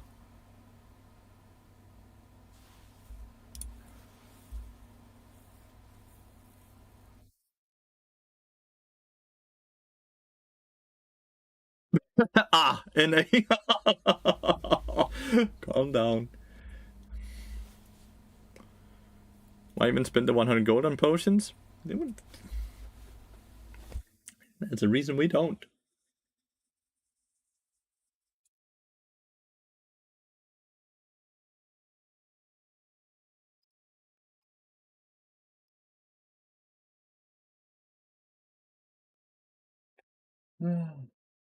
There's a reason we don't. Use before auto attacks. It's a mistake as well.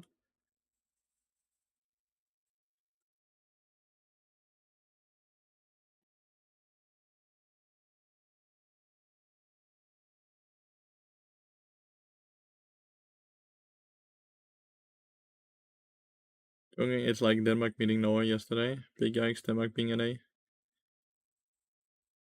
What happened yesterday between Denmark and Norway? Result is fine. Perfect. Good job. Does he need to be bot here? Yes, every time he has ult up, he needs to be bot lane. Handball file. Oh. Well.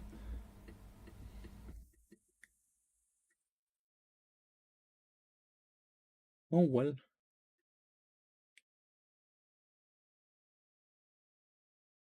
I don't really care about sports.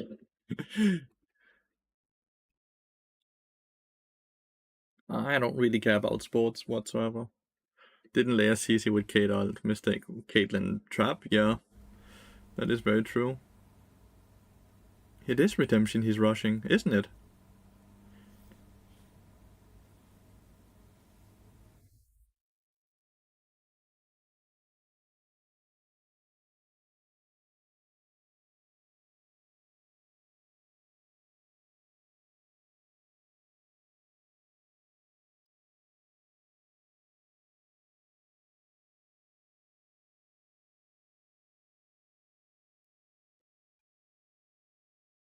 My top laner is a jungle main autofilled and he's hovering Yasuo.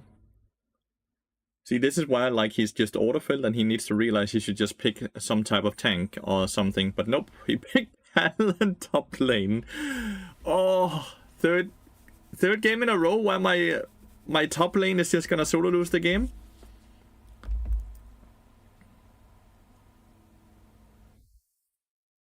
Legitimately, I think it's gonna be the third game in a row where top lane just annihilates me.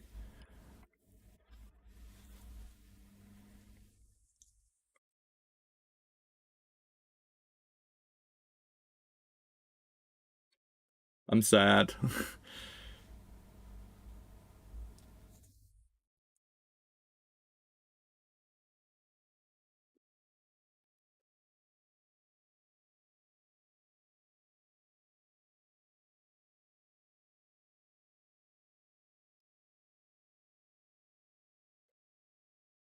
Who is their autofill player? Like, we have autofill top laners, so they need to have an autofill player as well, right? They don't have an autofill player at all. Awesome. That's good. Good matchmaking. I'm just getting fisted today, chat. Like, legitimately, we're just getting fisted today.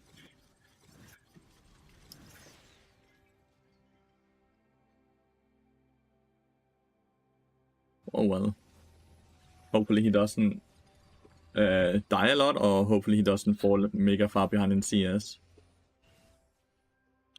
Like, he's still a great champion in the sense that he can do a lot of havoc on them if he's not too far behind. But if he doesn't, if he gets denied a lot of experience or CS, he's gonna be useless, right?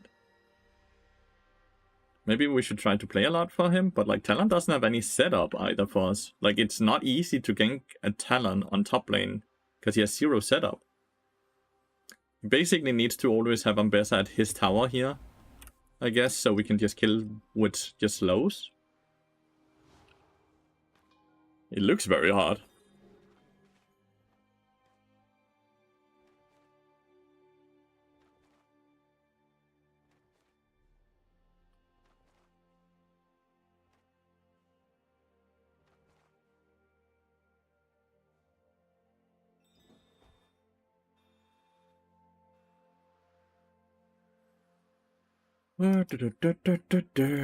Oh well.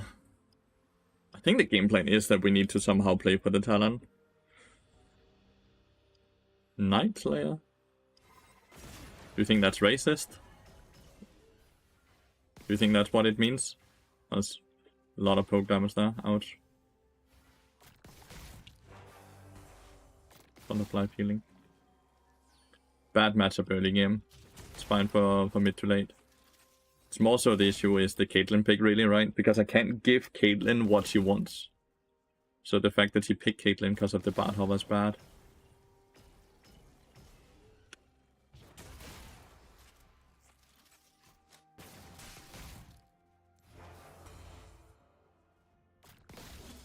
Just using my Q here for the Thunderfly healing to try to give any type of sustain for her. Okay! Talon with the first blood somehow.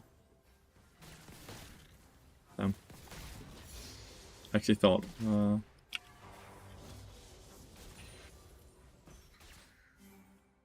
Right, we have lost 8 out of 12 CS.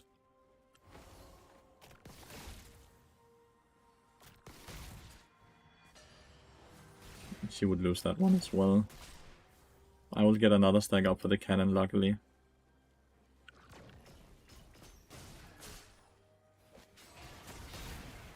I don't know why she's now trying to fight. She's losing CS when she's doing this, and a lot of HP. For no apparent reason, right? Now she's starting to just fully auto-attack the minions as well, so she's pushing further away from us, even though we have Lee Sin right behind, that we would realistically want to try to get into a gank position.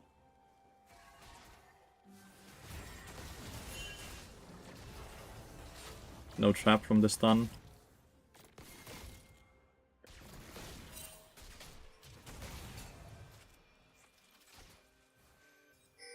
Viego's already on it.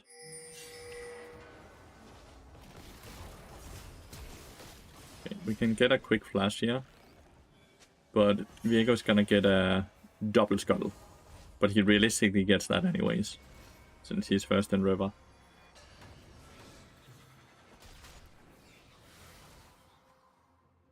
I don't know why she needed to ward here.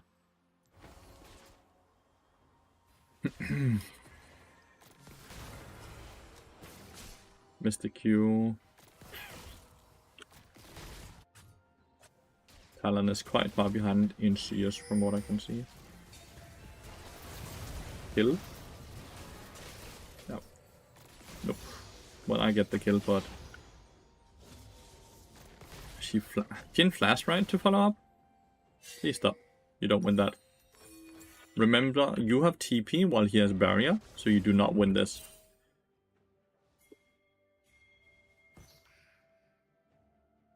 The Caitlyn is purple rank, which is very, like, she's not a very good player then, right? When she's purple rank. Nice, yoink all the small ones, dude.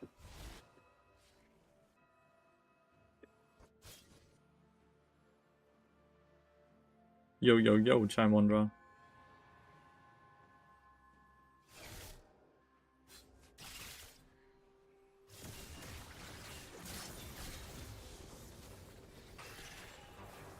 Ah.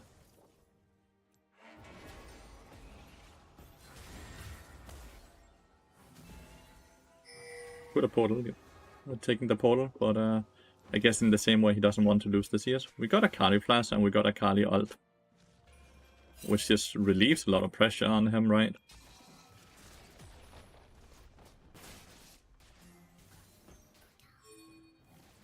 A Viego down here. A Karma in here. Oh no, she left. This ward doesn't see when she's hogging the corner, which is why if you guys are thinking, why the fuck can't we see her? Shit, control ward. Her just right here. The minute they start pushing, they get control over the river, and they'll just remove it instantly. There's no way we can use the control ward to gain us a kill either, or anything else.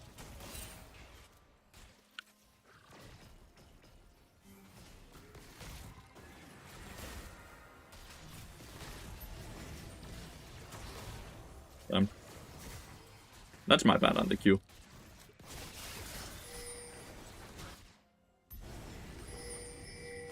Let's Talon killed Ambassador again. I definitely owe him an apology, huh? But like, you see this?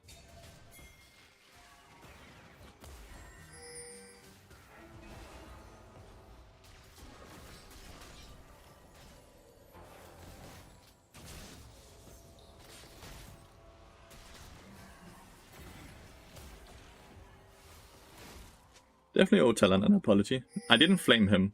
He was auto-filled and I was sad that he picked an assassin top lane into Ambassador instead of just picking a tank. But no, I've not flamed him whatsoever. I was just more so annoyed by auto-filled players picking ego picks instead of just picking for their team.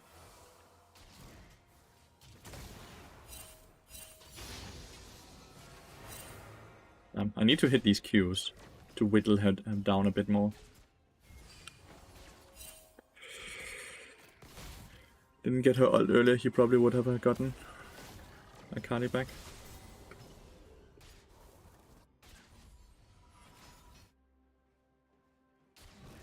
Yeah, me getting the ult there and the flash was really good for us. Certainly.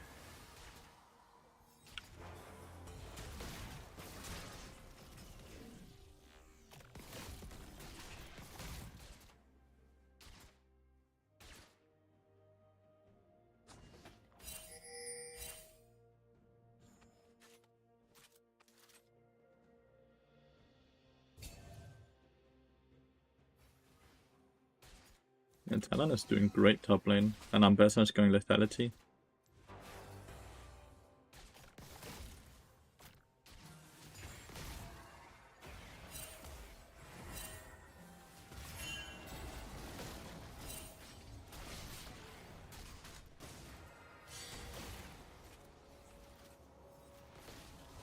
No real objectives have been taken so far.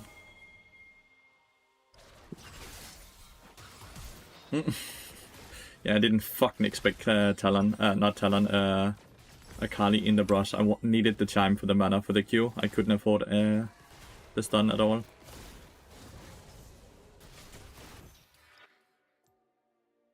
My fucking bad. I Kali got a kill. My bad, my bad.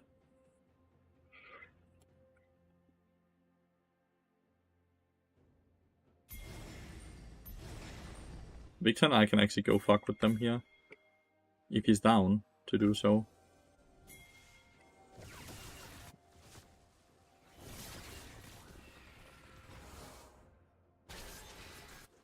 Akali are. Need to see. Okay, he's not on it. Good. Just needed to see if he was on it. Horrible flash from my end.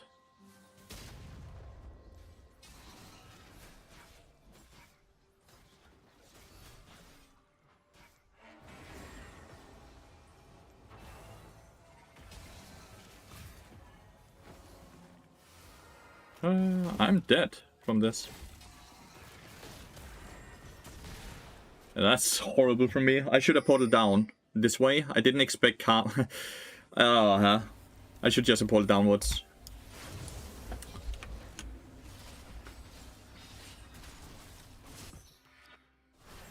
Caitlyn fucking outplayed that so hard. I'm playing like shit, chat. Oh, shit, missed the Q. Let's see if Karma also ended.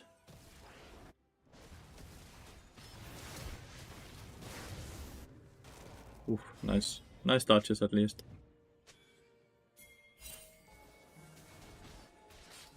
Really sad that Lee Sin just missed.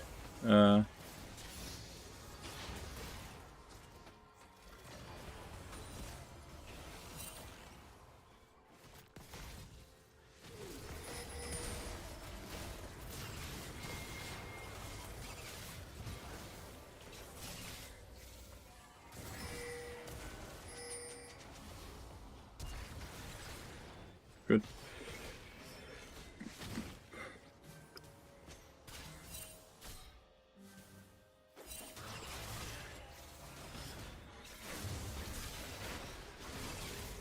You actually had ult up again? Lee Sin Q just came out. Never. No, holy. The shutdowns is ours? Yes, sir. We got Dead Man's Plate, which is awesome. Might want to build a tiny bit of magic resist. Like 20 or 45 magic resist before we finish. Let's shut down for Caitlyn.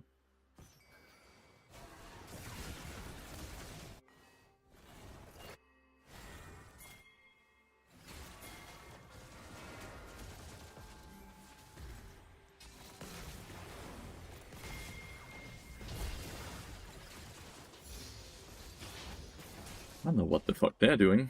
Ah, Viego's down here as well. So that's what they're doing.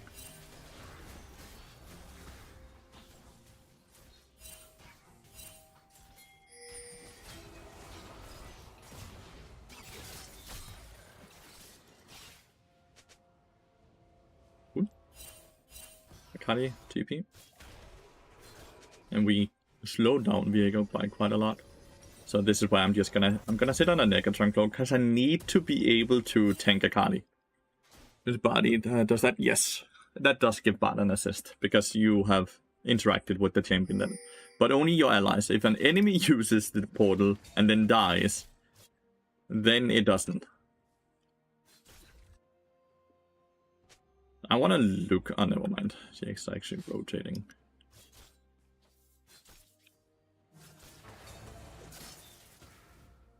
Save the control ward. I would definitely have breathed to hit that one more time.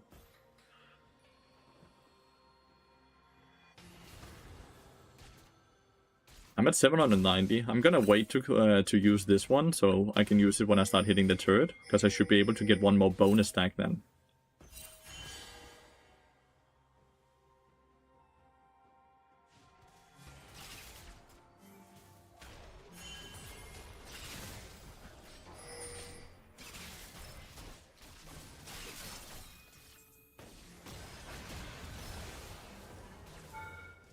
See, so far I've gotten 2 bonus stacks, 840. Oh. Hitting the minions to stay in combat. So I can get another stack. It's like the small things, but so far 70 bonus gold, right? It's fucking awesome. On a support that doesn't get a lot of gold, getting what is equivalent of a cannon, more in gold, is awesome. And I can keep it going as long as I keep an... Right, then I should be able to get one more stack off of the minions here. The 100 bonus gold is what we end up with. 96, I believe. Amazing. place a ward here. Should rotate towards... What? Why can't I type here? Rotate to mid now. This might be a victory, chat. It might be a victory. That would be fucking amazing. Considering we started with a few losses. Never liked the mandate build on Karma.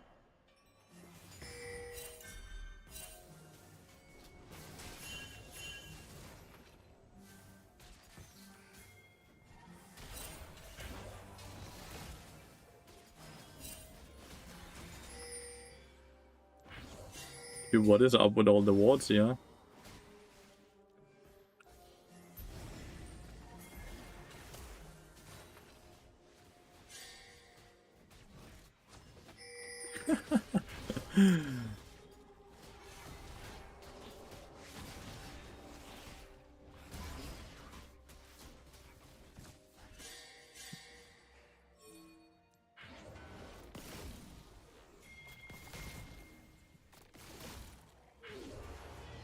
Oh, I did actually hit it.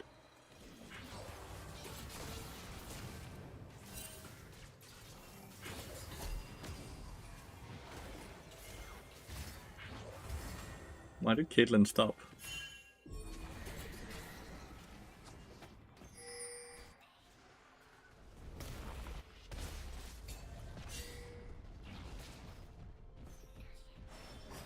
I'm not sure if I'm really going for rank 1, but I'm playing the game.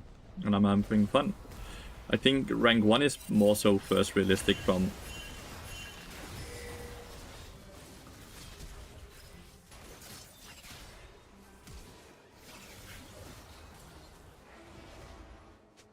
more so realistic from next year, like season 15.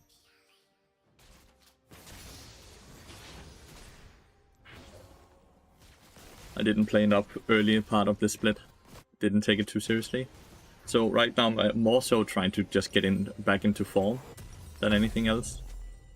Be in the right form and all that. Season 1 and Season 15, Season 1. Because there's 3 seasons during Season 15. Because they don't want to call it splits anymore either. Because that's associated with the resets.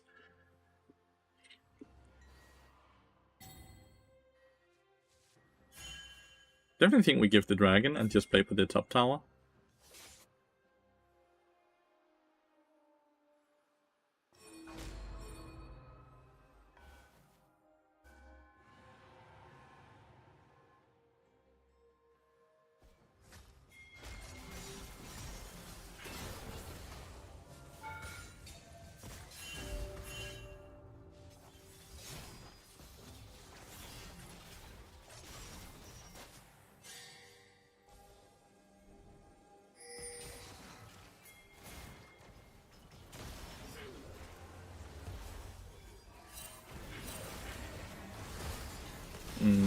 Can I get in?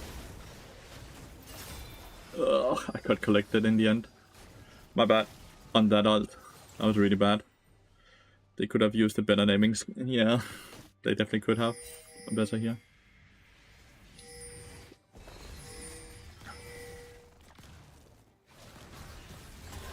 Oh, Caitlyn is fucked, dude. That's actually a really good flash, but she's still gonna die.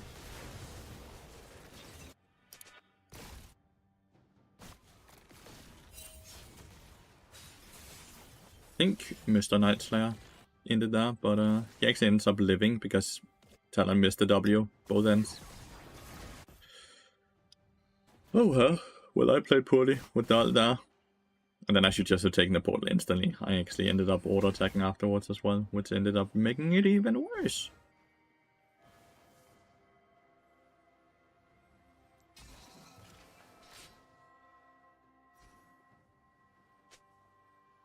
Oh shit.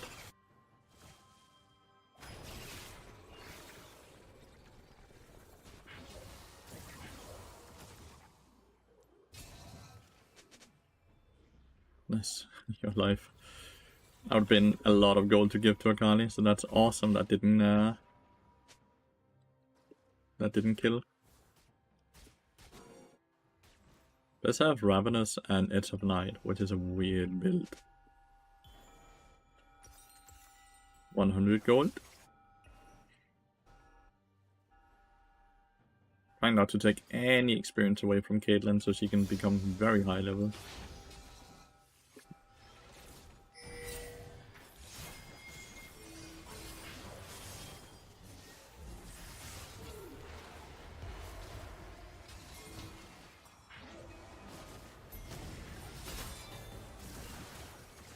Nice.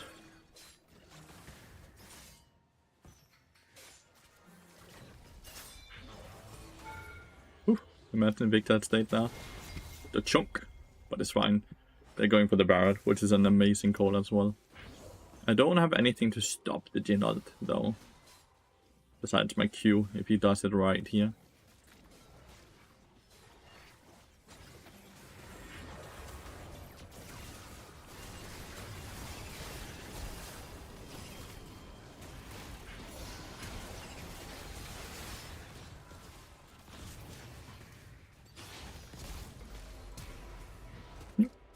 Victor survived as well. Oh, they FF'd. Jinx ending!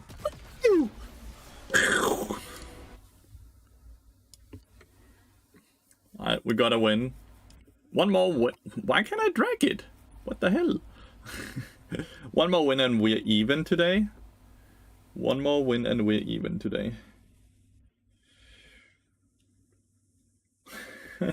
Lee Sin actually didn't get to do a lot in this game. He did the least. He also has no KP at all. Lee Sin actually had a horrible game. Now that you look at it like that. Shit happens though. Jinx Rocket Nexus, yeah. It's the finisher. One of the things they have added to the game. You can buy finishers for your Mythic Essence now.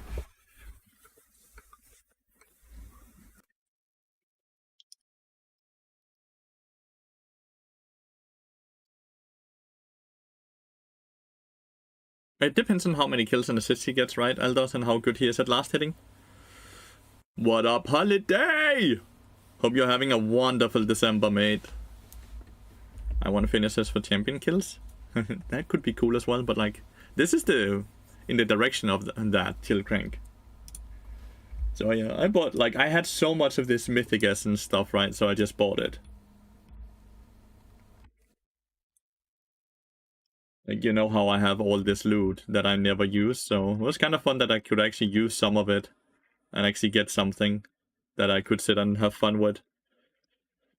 So I finally have something I can use all the free shit the game is giving me. Like, imagine people sitting and complaining about skin prices and stuff like that when you get all of this for free over a few years. Like, all of this is free shit I've not spent a penny on over the last few years. And people complain about the game.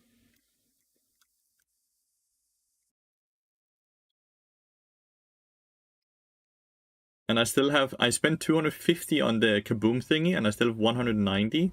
And I still have so many more of the Mythic Essence, because there's like 30 Mythic Essence for every 25 you open of these. Yeah, all of it is gonna be champion shots and skin shots. What skins? His bar game finished. No one has really gotten online. These free shit next season, I think, nope. You're still gonna get like 9 skins for free or more each year till Crank. Minimum of 9 skins a year.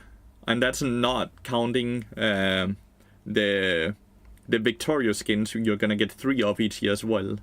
So at minimum, you're gonna get 12 skins a year. If you play the game. And that's just skins. They're gonna give you so many other things that also account towards that. Right.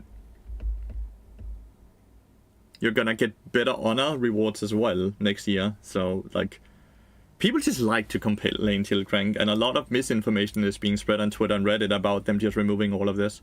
This is Malice. He's a cool dude if you know who he is, but if you don't know who he is, he can seem very, very, very toxic. Just to give him a proper. I played a bit of Dark and Darker with him, so I know that he just becomes very toxic from the game, and he's actually not a toxic person. He's just a toxic player.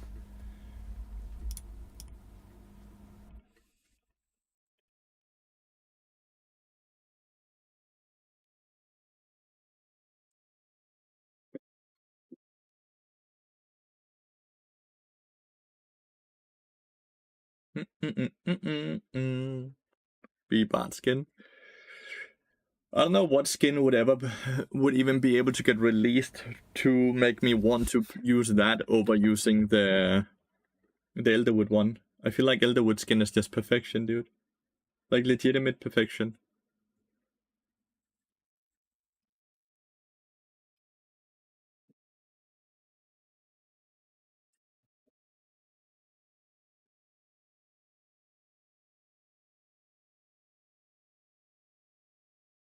Elderwood is also part of my brand at this point. It feels like it's part of my brand at least, right? It feels like they know, even when I'm playing on a Smurf, if it's an Elderwood bard in high elo, it's a good chance it's me.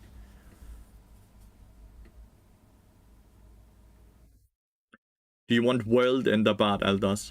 Like, imagine that. World Ender Bard. Ooh. Just the name of it sounds so cool. Evil Bard.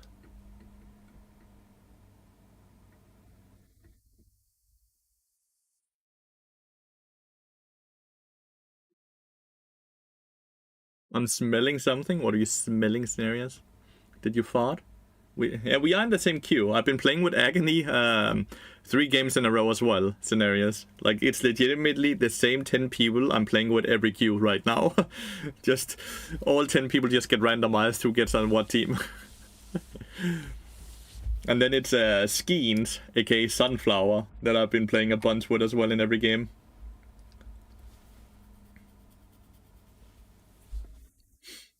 It's kind of fun. It's been the exact same people over and over and over.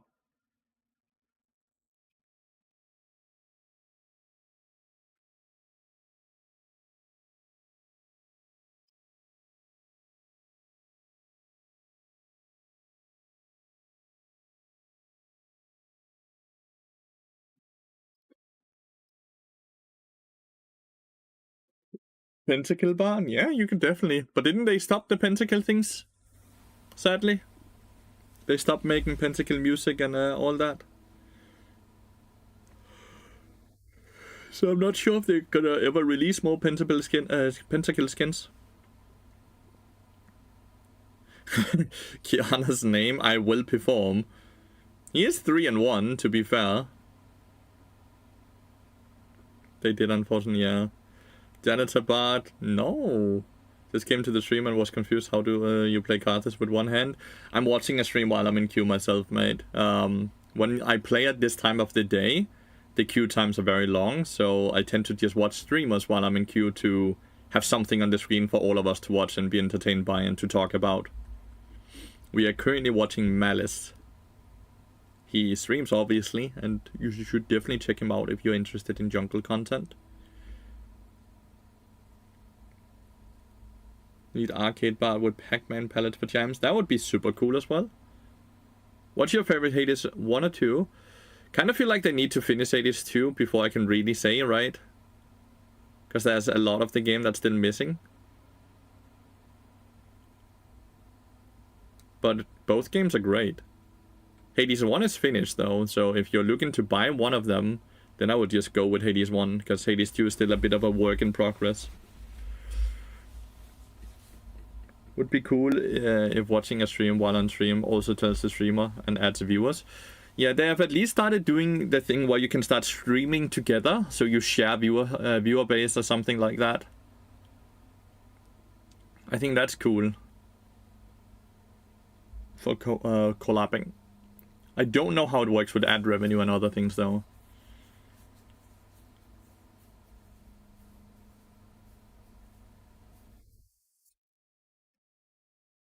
Bounty wow wow. Did it mean babies here? Bow wow wow. Yeah, det hopper up. Ba ba ba ba ba ja.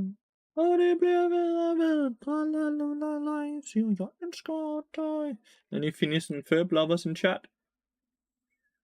Singing it in Danish now, so you guys probably don't fucking understand it.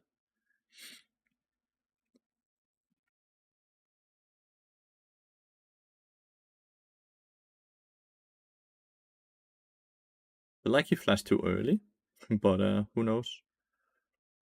Who knows?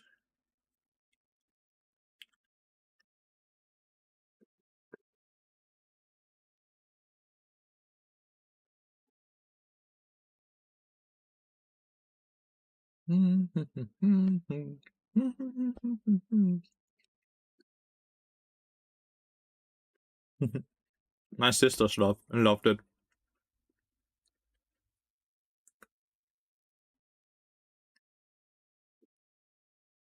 I did not, but I'm gonna watch this game on stream because Vega apparently played Bard. So that's something I'm gonna do a bit later today.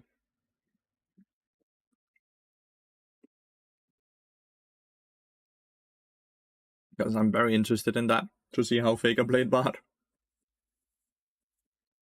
It's the GOAT on the GOATed champion, you know? On stream? Yeah, on stream. Can I sit and talk about it and review the game and stuff like that?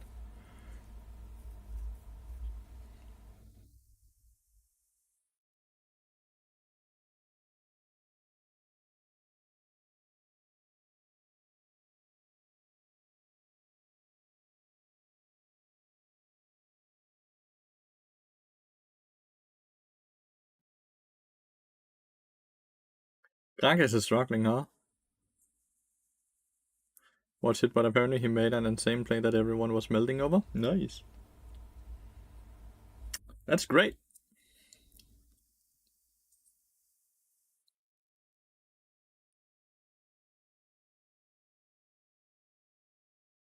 He killed the Gnar, so... But, they lost 2 for it, kinda.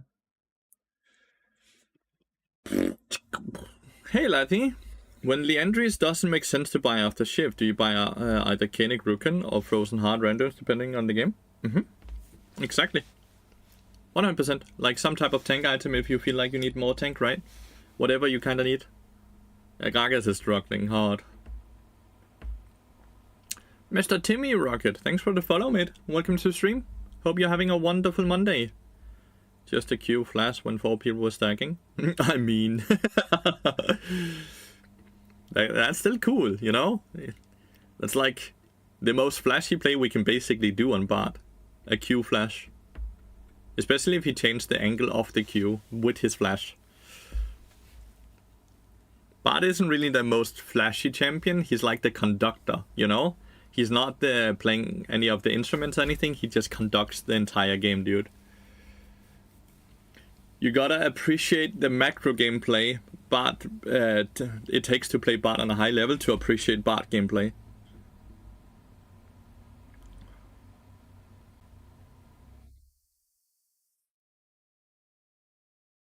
I know, I heard all of that, and I think that's very nice. It's a proper send-off.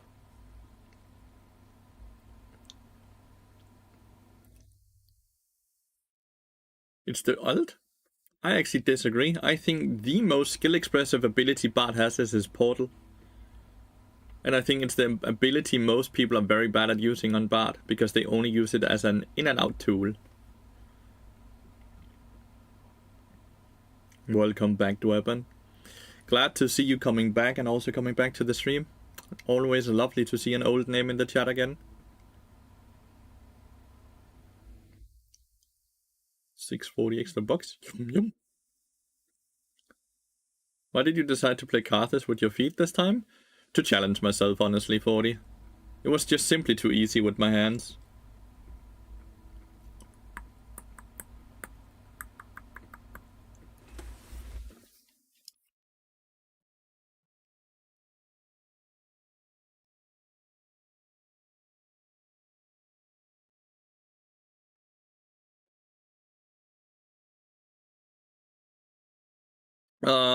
Two losses and 1 win, so not the greatest, Noah.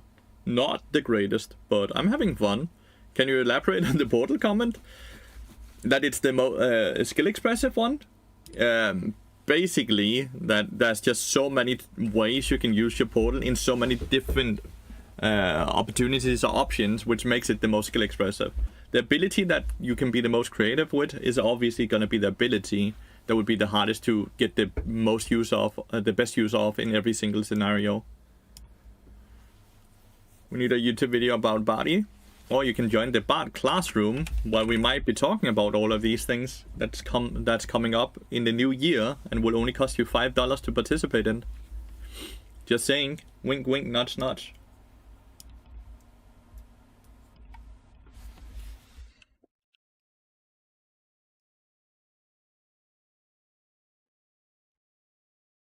I hit Diamond 2 with 70% win rate.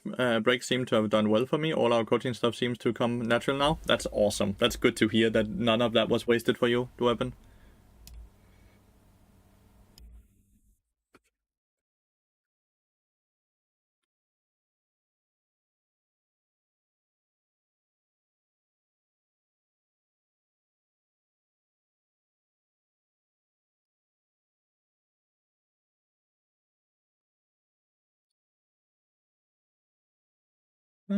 Wow.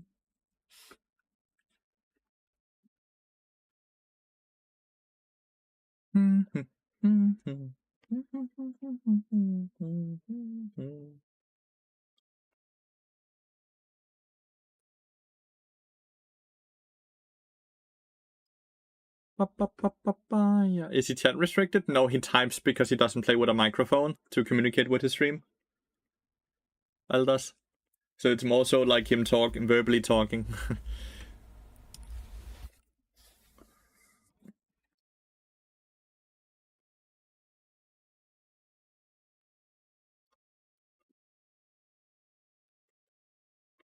He might be chat restricted as well, by the way, but that's not why he's doing that specifically.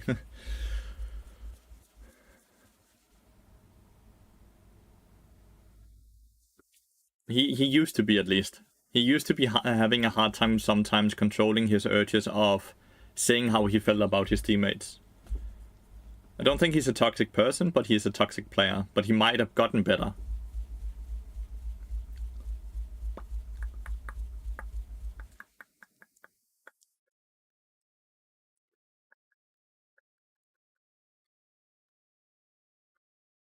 Wow, chicken, wow, wow. Did it mean baby see a bow, wow, wow.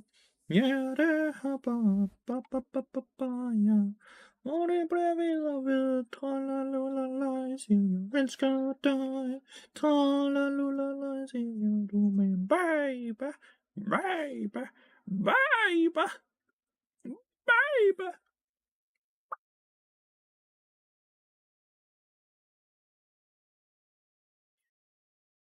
What are you singing? Finish and verb.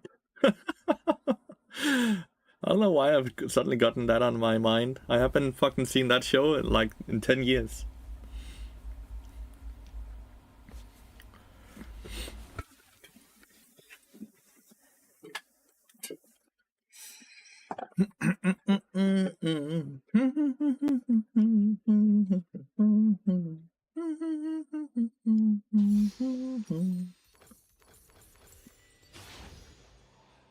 No blades.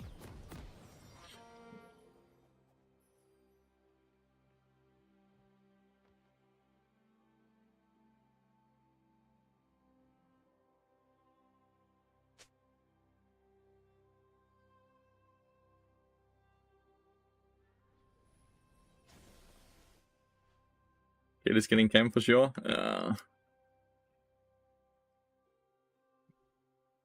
Gonna be hard not to, I guess.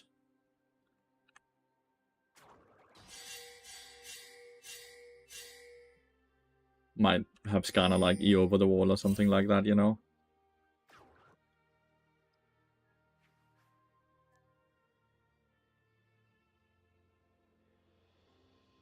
When the bad guy doesn't get bad. It's so often, 40, it's so often. They have the entire server straight up adapted to the fact that they know when I stream, and they just ban bad in that period of time. I think it's crazy.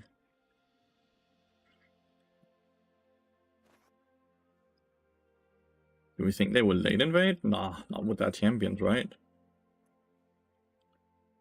I hope they don't. That's crazy, it's just how it is, mate. adapt and overcome. Either become good at other champions as well, or drop in rank, and then I certainly never really belonged in the elo I was in anyways, right? If I could only get to that elo by only playing one specific champion.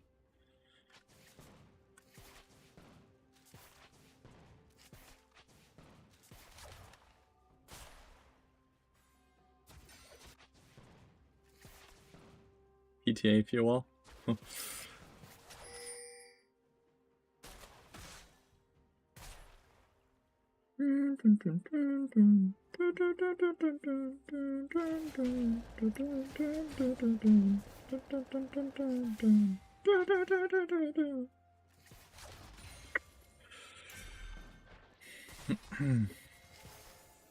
I know why he would ward it.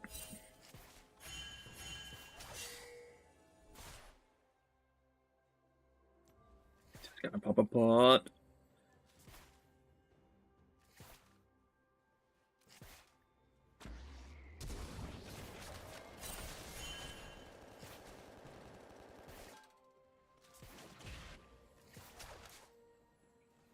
Not level 2 yet.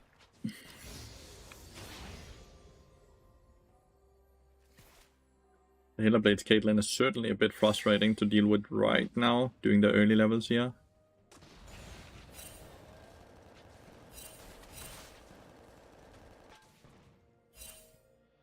He didn't lose too much, he lost 3 CS at most.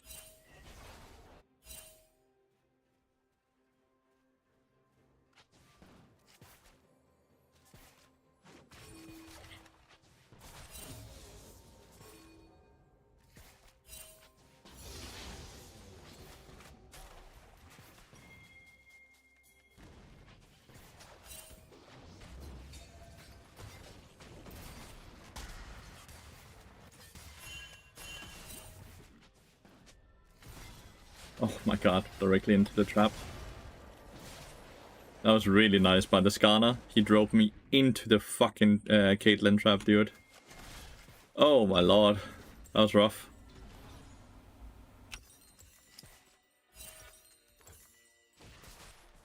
Corgi has to respect Skarner here. Skarner has nothing to do right, so...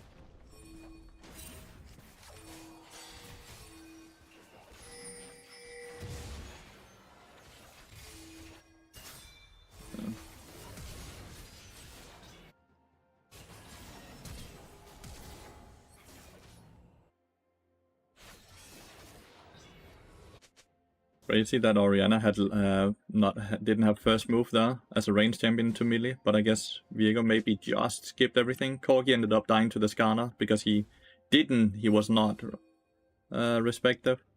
I don't know why he's pinging the sack. Maybe he's just pinging that he's missing. Skeens did get the camp. Like, we lost 2v3 up here, which is the worst thing, by the way. Right? We got ganked by Skarner, so we lost the 3v2 down here because we were outnumbered. But we lost the one up here as well while we outnumbered. Which is by far the worst thing that can happen. Can't really roam while the wave is pushing away from my Corgi. Caitlyn has gotten 2 kills, so that's horrible as well.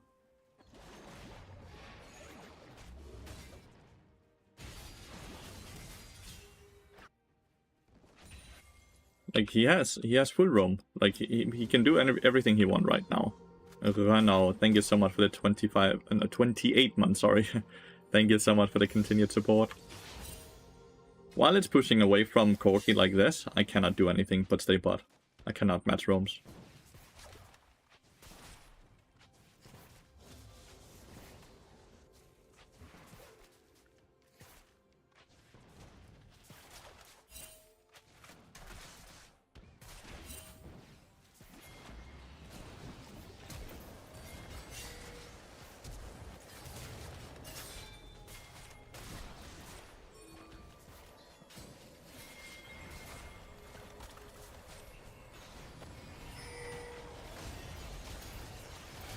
Damn, I didn't get my W on Skarner.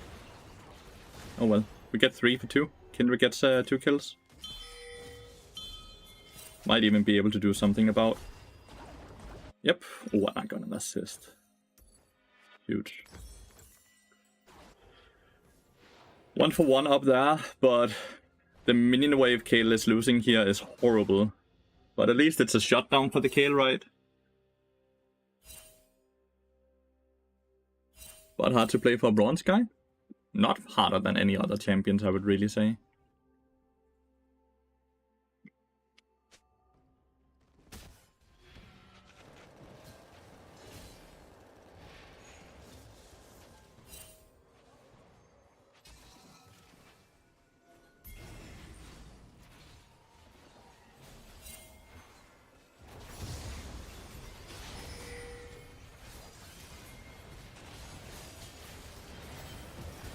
Need to ult.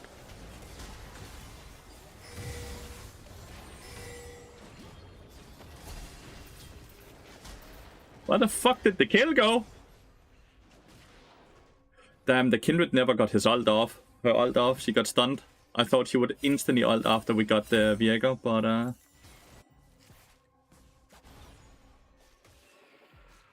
that's not great at all. You're a fan of Slay of the Spire? Yeah, that was a great game. I played it a lot. Kindred had ult, yeah. That entire time she was level 6.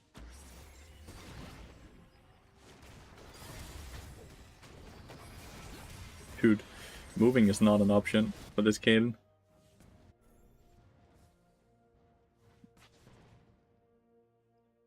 Kayle just kinda dipped, yeah.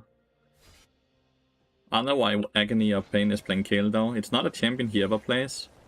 But he is just filled top lane, so maybe he just doesn't have any top lane champions to play at all.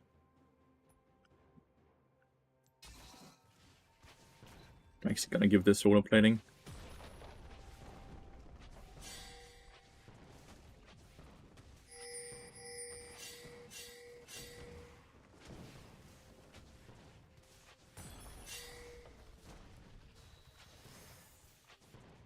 It's gonna be a very hard game, huh? When it comes to like playing side lanes and stuff like that, because of how strong Fiora is and how weak Caitlyn is. Not Caitlyn, sorry. Kayle. Caitlyn is not weak. This dude already has item.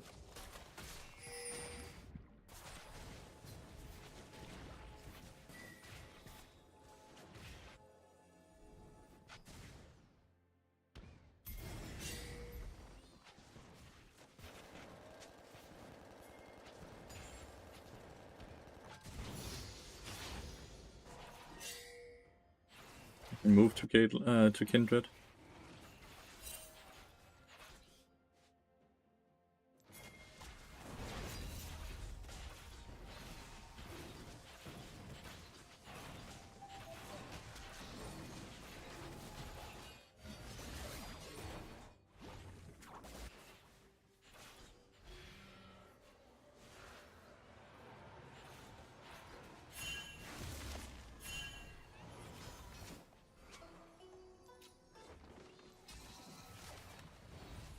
Nice. Okay, and that's good, at least. How the fuck do they know? I guess there's a ward behind him. Right? Like, there must be a ward here for them to know that he's recalling there. Caitlyn can really kill. Kinda hard. Yeah. In many ways.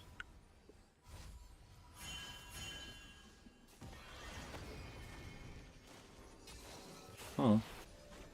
1 for 1 at least. But Kayle once again gets killed, right? Which means even harder. And so we lose our number advantage again, and Porgy and I can't play.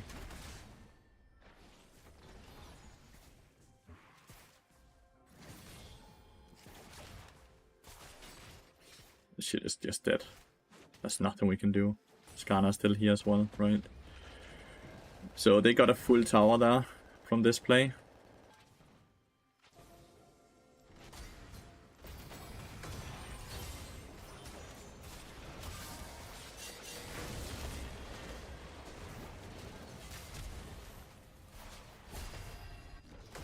Fucking TP as well. Didn't expect the Skarner ult.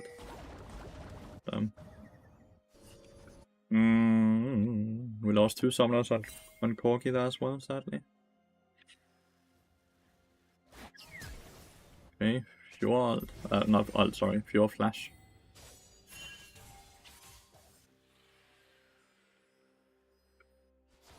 It's just enough. You just get run over.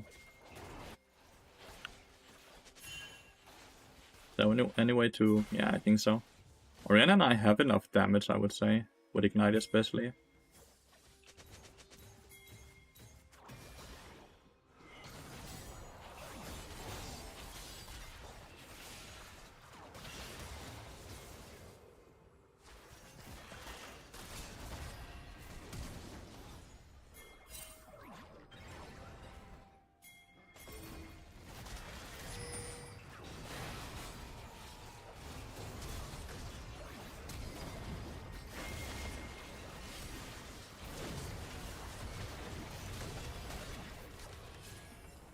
Dude, we're just outnumbered.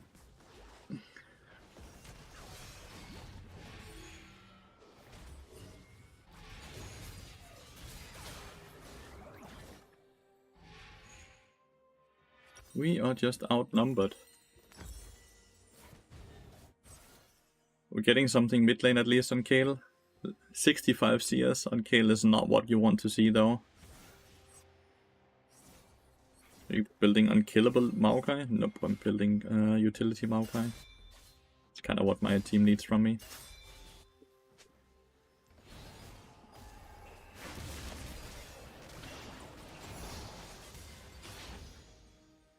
I know what my team needs from me more so than anything, right? They need for me to be able to get into range to W, and then Locket Redemption, stuff like that feels like it's have a higher value.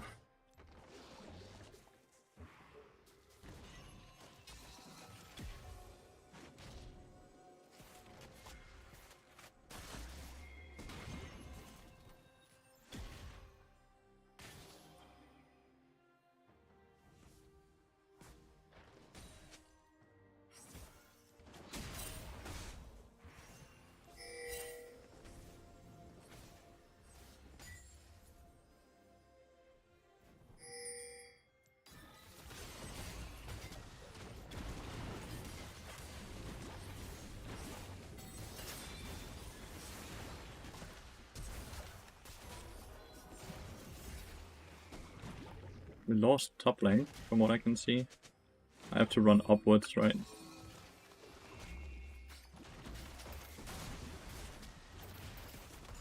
Damn, my ult didn't hit her. I was hoping my ult would hit her, so it would root her in the tower. But nope. I know, so we once again, we went for play topside and we got killed. Like, we are constantly losing the matchups while we're outnumbering them. Which makes it super hard for us to win, if that's the case, right?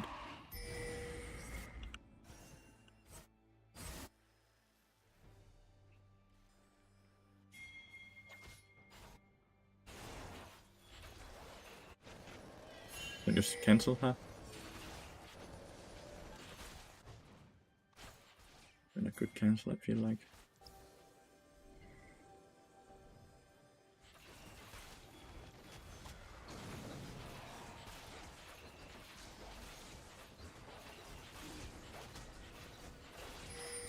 Faster, faster, faster, faster, faster, faster, faster.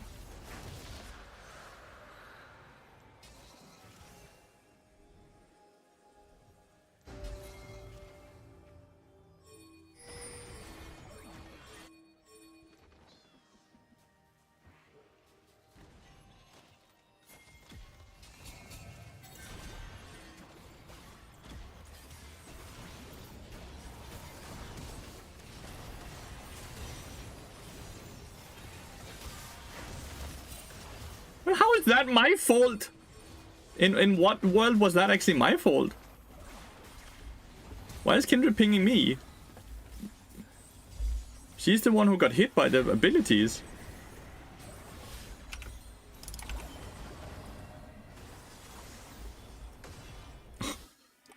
Well, at least Zac missed his Herald.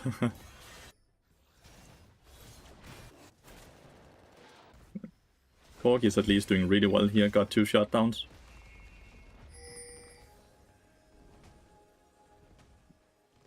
I'm not sure in what world that was my fault.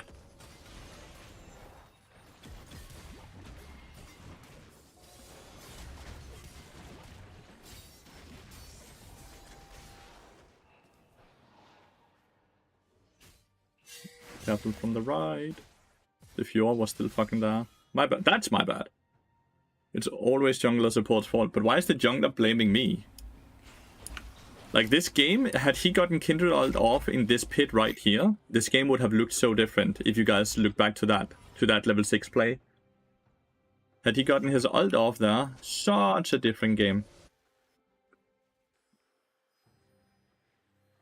I'm gonna start banning the Zac one trick, who's constantly sitting and banning the Bard, by the way. So we can both sit and play autofill champions. Because he's just sitting and stream sniping and banning Zac, banning Bard. For whatever reason. So I'll just start banning Zac as well, so we can be on the same foot. That needs to be fair.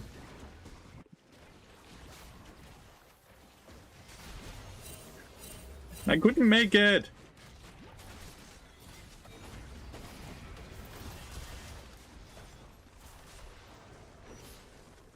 Caitlyn is dead.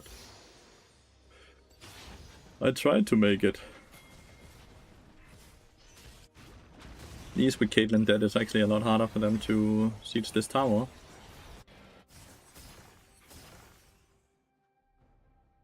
Did Kayle kill the viewer in a 1v1? Because if that's the case, that's fucking awesome.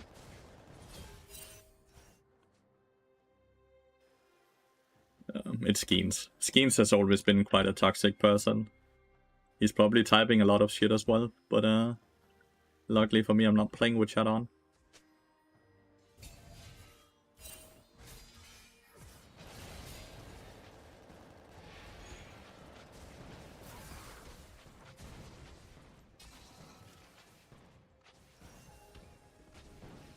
Good thing is, I'm not really afraid of dying, so I'll just continuously play aggressive and be the front liner my team needs. I don't care really how many deaths I end up having. Just need to play for my team, more so than anything.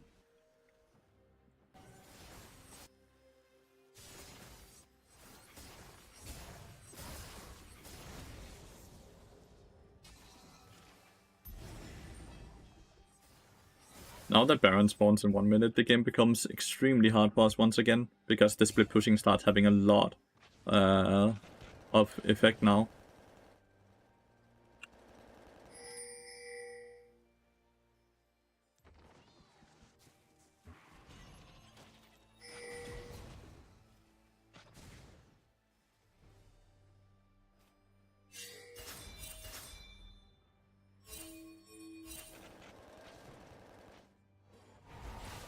Guess they're all moving up here.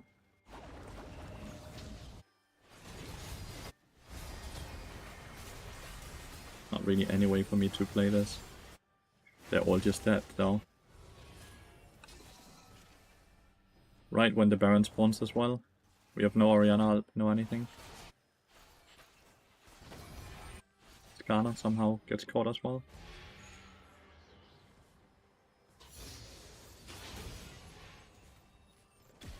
I don't know. They tried to go for a play on the Viego, which is the least important character, I would say. Damn. I was hoping I had it enough down. I did not.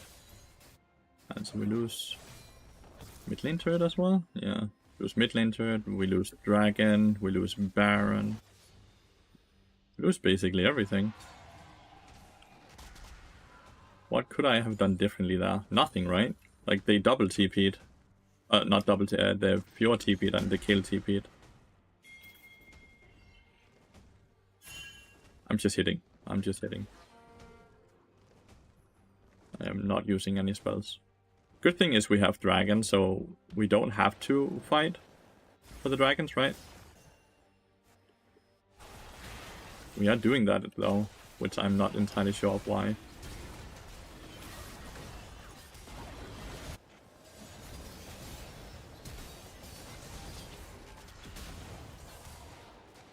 I am not sure why. That seems grief once again, right? The Kindred is just griefing a bit at this point. But it all stems from tilt, I assume. Like, we have Kayle top lane with no TP. You don't have Kindred all, like... They have Baron, they have Tempo for it, because we were waiting for Corgi to live as well, right? Like, there was absolutely no reason to ever play there, but we did play there.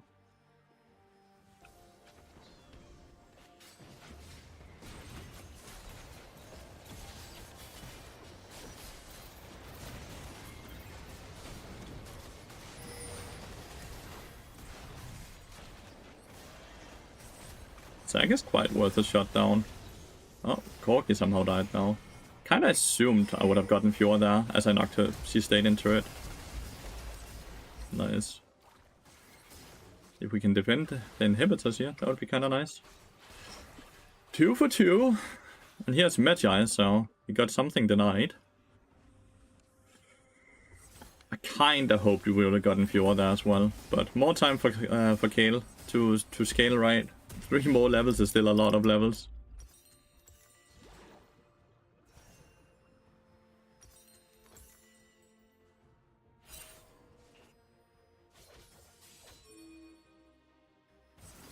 I'm gonna stay topside here, because you all might go for this. Kale actually fucking got a kill. So that's a level as well. So much experience from getting kills.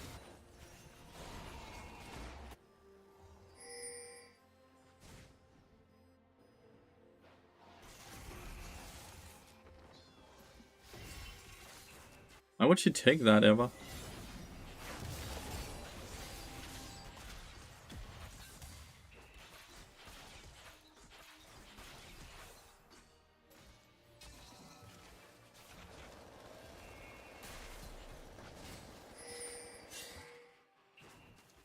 The fact that Oriana died over here, so we have no one defending base right now.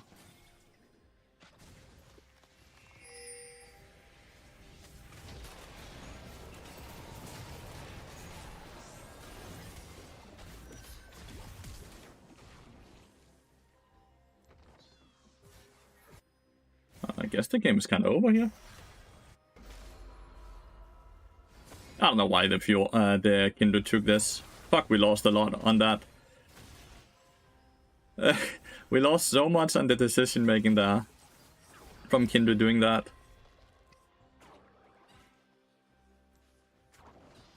Trying to understand the reasoning and the thought process, but I cannot. I cannot see a reason. Can you guys see something I'm not seeing here? Like what she was hoping for? It's your boyfriend's Phil's birthday today. He's one of your many students. Would mean the world if you wished him. Happy birthday, Phil. I hope you have a wonderful rest of your day. And I hope you get a lot of cake and presents. Another loss. Sucks. Back to being 2 losses away from going even. Oh well.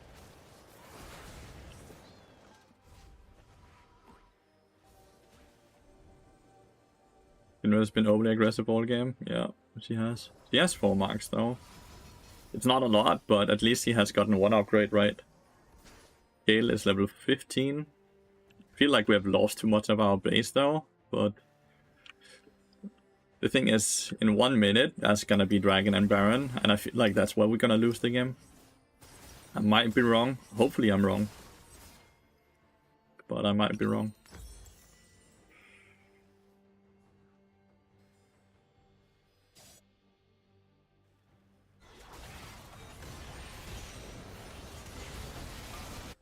Crazy. The thing is, Fjord's just gonna end here.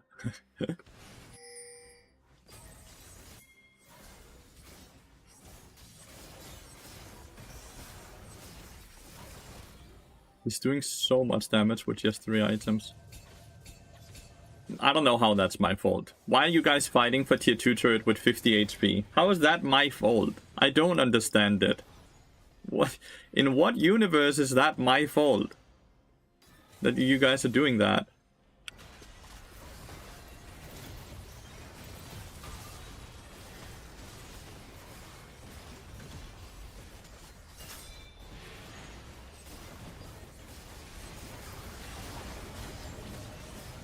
I do not understand in what universe that's my fault.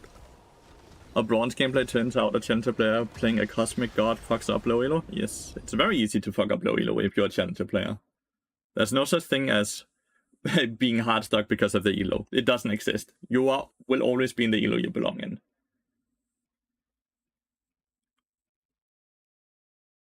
Effe, thank you so much for subbing, by the way. $5 for the whole course. It's a classroom, so it's gonna be 1 hour, and that 1 hour is just $5. It's a classroom coaching. If you're curious about it, you can read more about it here. But yeah, thank you so much for subbing on YouTube. Really appreciate it. I'm gonna go pee real quick. Be right back.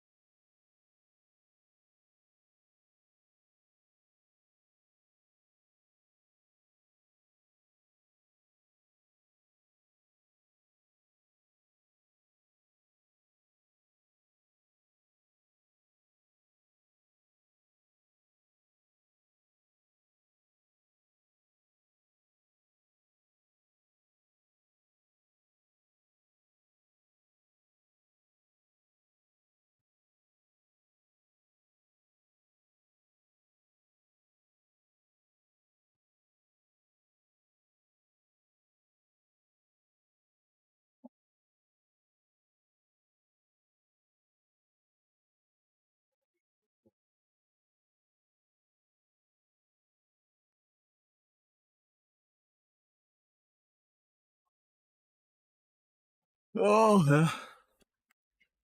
Well, I'm gonna stop banning Psych though.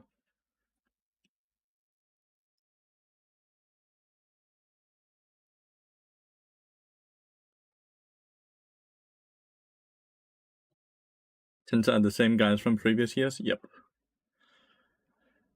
Master and Grandmaster, everyone can make it to that. Challenger, everyone can make it to that elo as well, but it takes a lot more determination and a lot more time.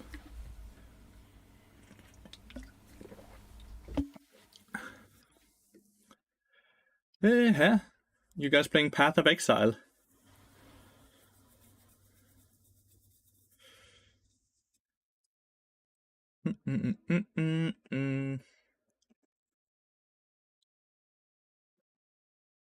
Yamato's death. Playing World of Warcraft. What level has he made it to? Why can I see his level? Level 56. Holy. He's nearly 60 then. Maybe also young hands? No. Unless you're like 40 plus, age has nothing to do with it. It seems like people like Path of Exile, yeah. It definitely seems like it. Would you consider banning Caitlyn? Nope, since everyone takes it without knowing how.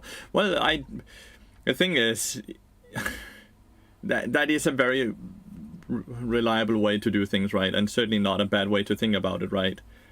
To ban something that you don't want your teammates to play.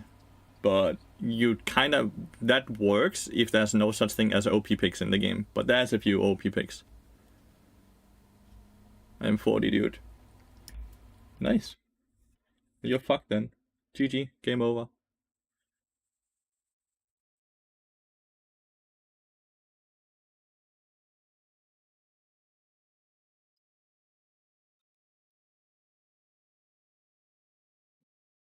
Did you see Faker playing? Nope, but we actually have the game open. I'm gonna review the game later on stream today. So it is something I'm gonna look at.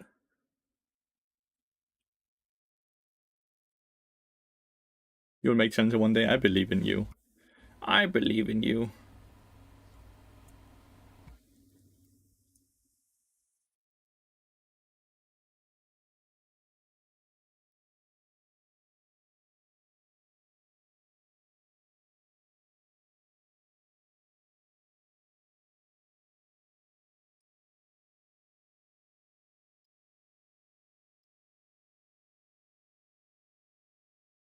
I get to play Bard. Seems the sack didn't queue up. He likely heard that I said I wanted to ban Bard, so he didn't actually queue up this time.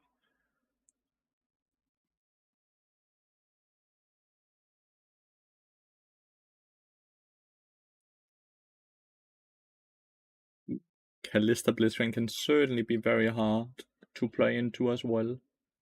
That can be very hard. If they played well, or if I make any type of mistakes, you're just kinda instantly dead, right?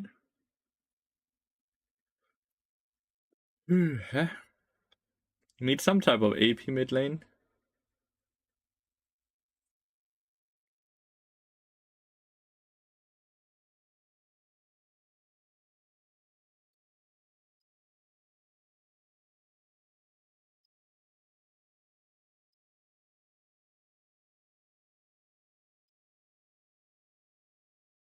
Learning Bard's Portland, it is so much fun. It really is. Bard is the most fun champion in the game, and I am not biased.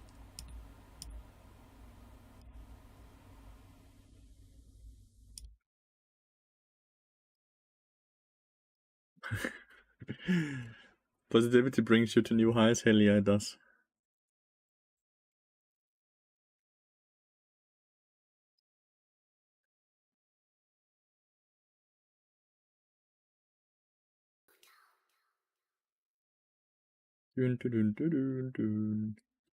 So Brand is jungle, right? Corki is mid, Kanan is top. It's quite a squishy team they have going.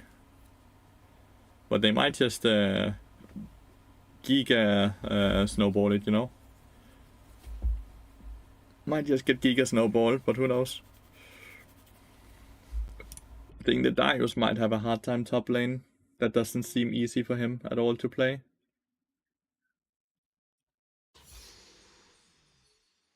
Alright, let's make it a 2 wins and 3 losses day, and instead of 1 win and 4 losses day. Shago is the best? Okay. It's very brave of you to say so. There's no way they invade in this elo, right? Like, if they invade here, but like into our team, they got stomped. They could go with Blitzcrank over here and just hook over the wall though, right? That would be very smart to do. It's a bit of a flip, because it only works if we're in here. But if they watch the stream, they can see we're in here.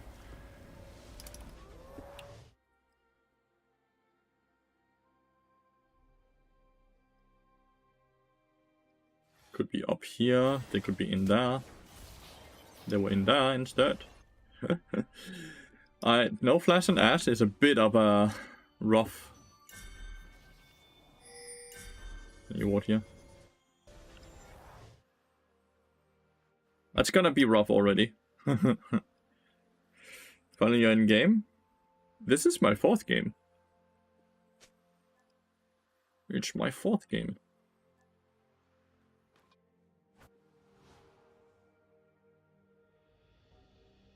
I'm gonna go further than this, because there's a very small chance they're in here, the Blitzcrank and Kalista, and want to go for a kill. Okay, never mind, we see them over here. Blitzcrank is in here.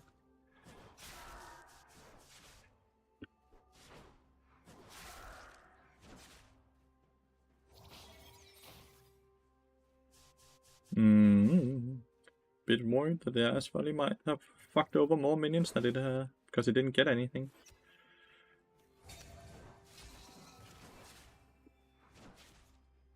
Just what just pressures him a bit up. Not that it actually did anything, to be fair. Damn, the minions are blocking all of it. It's kinda unlucky. It's kinda unlucky.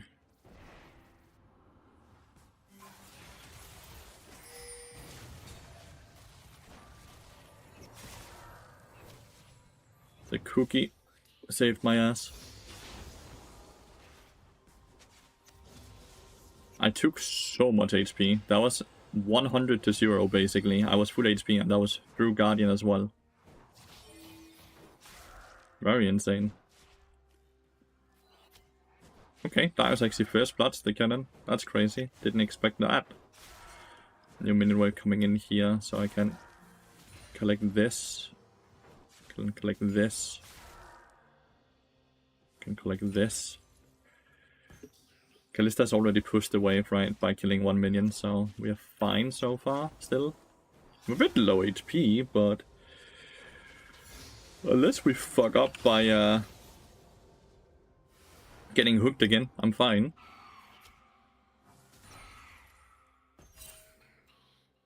We just need to not play for this skull crab, which it seems he understands.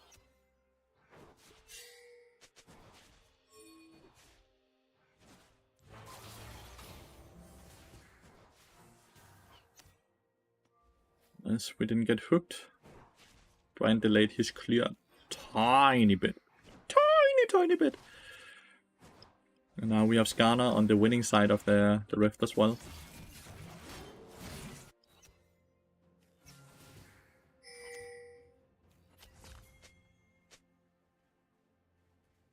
Don't know if Kennen TP'd.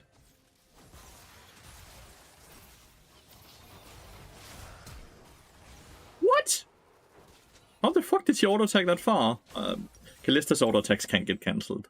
I thought they recalled, my bad. My bad. I was paying too little attention. Bran cannot win the 1v1 here. Skarner always wins it.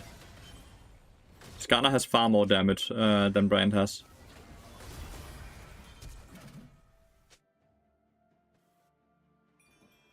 Damn, that was close.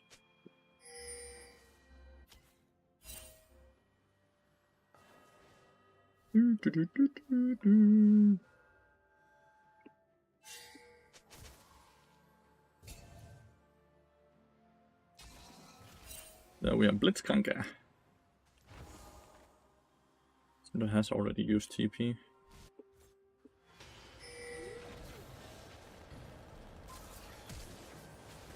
Are you flashing so early?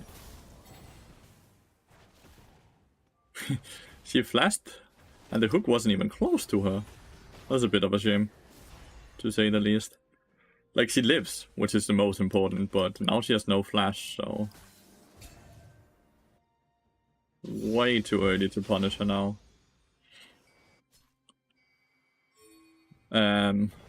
Fun part about Darius top lane is that he's winning in the sense that he's killed Kennen twice, but he's down 20 CS. So I don't even think that's the biggest gold difference between them. This is a big wave pushing towards us. I have no flash. Brand is down here as well. We might get dove here. It would be very easy to dive us here with Blitzcrank just Wing and then running into EOS.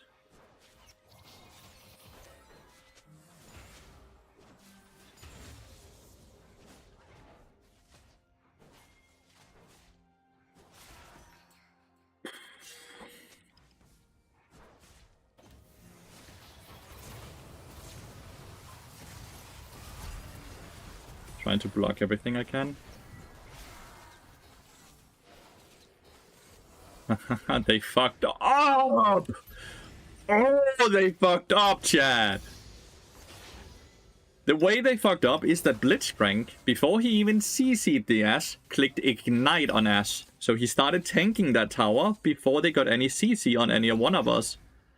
So he took so much damage before anything. That is horrible for them, Chad.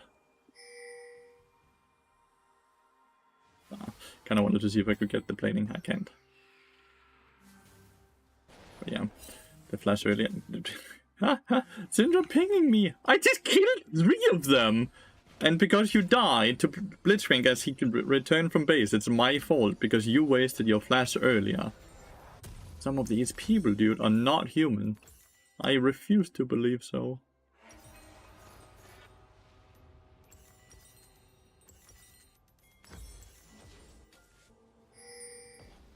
Is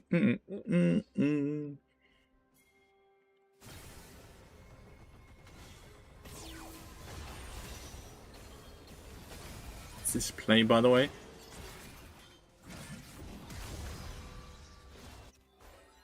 is this play?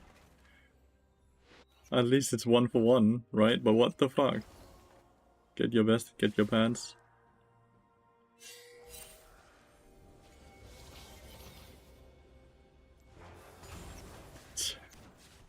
That somehow didn't hit.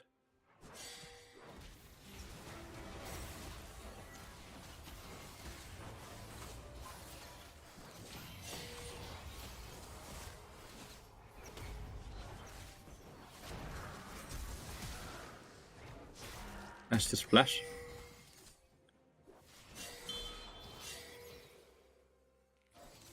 Nice.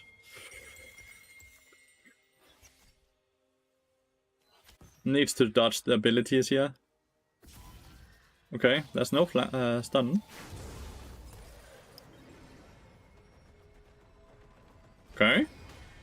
Just let's Ghana do it. This is why I'm just let's Ghana do it. You stupid 80 carry. Chad! Why did she do that? Why did she do that?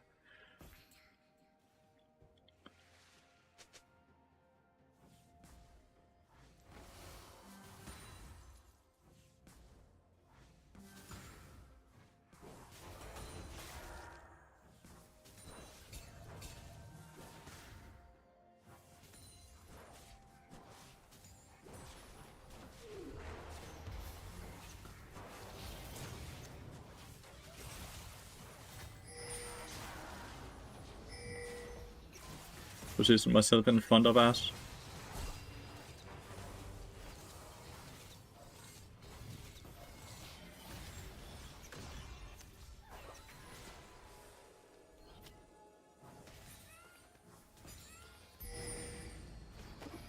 Ball.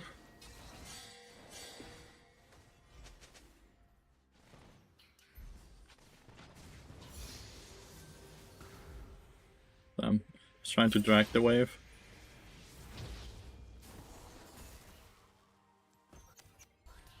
Okay, Ash is 5 kills now. Should be starting to win that bot lane now, right?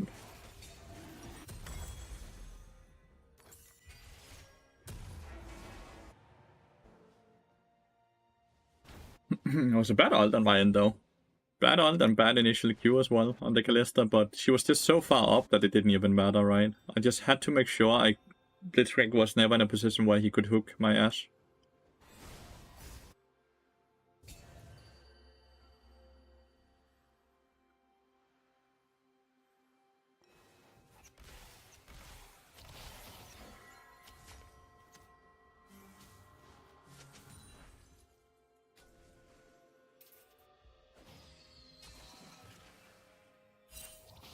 I just want to push here. I don't want to rotate. I think in the middle of her jump. Pretty much, yeah. But that's always a delay on the cast, so it's never going to be centered by the time it goes off.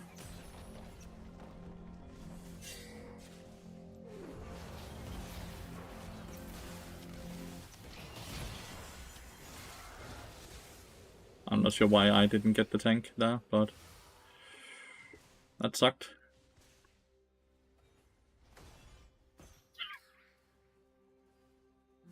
Guess he just has more attack speed than me, right? If anyone is wondering how I'm doing this, like executing the minions, because Ash is still lying dead next to me. So I can still use my stacks. So I get to execute minions. Master Rio Vontour, thank you so much for the tier 1 sub. I really fucking appreciate it. Much, much love.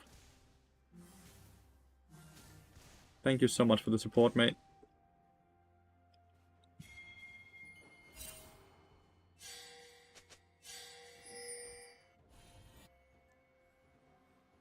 Where's Kalista? She should be back by now.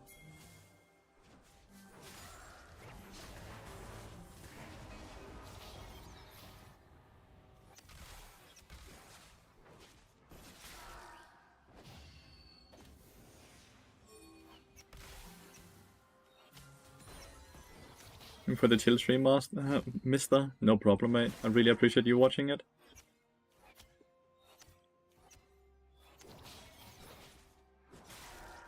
With Brand behind, I don't really want to walk too far up. Kinda wish this ward was further up as well.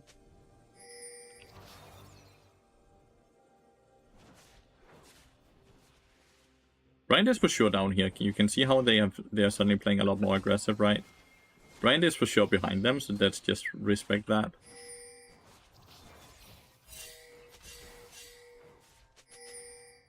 Oh, never mind, they're not.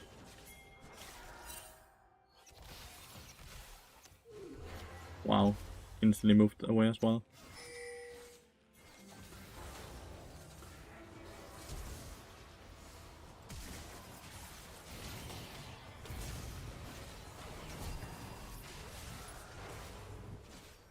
Oh no, she sadly ulted the wrong person, right? So that didn't work. I did everything correctly, though, right?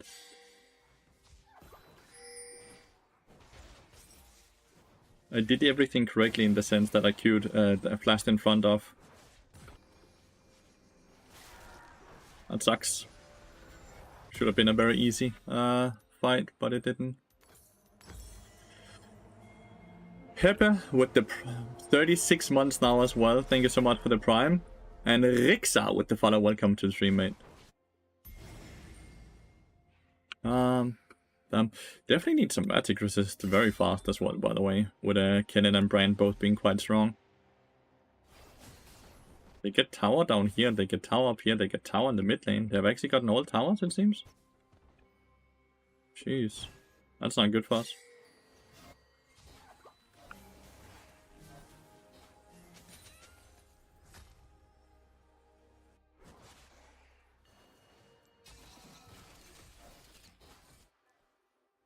Got nothing.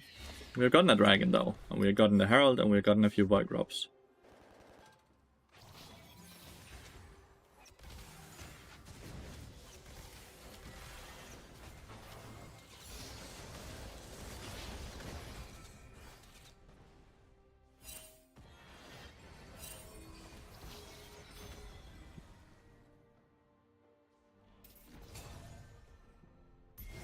Everything got taken.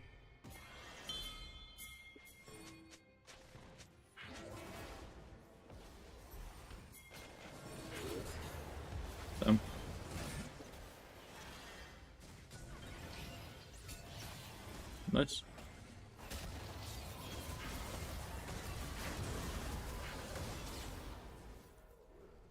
I don't think he dies to the burn. I'd be very shocked. Corki is dead as well.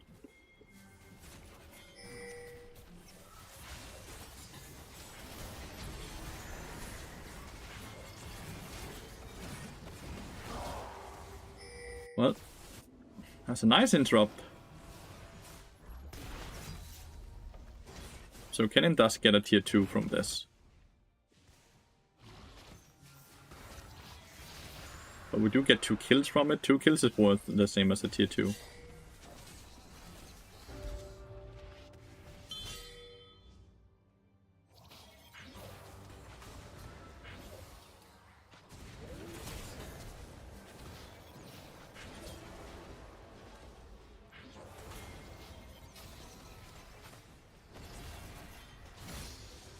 Flash and TP on Corki. That's a bit tilting moment for him. We definitely take those. We definitely take those, right, chat? Holy.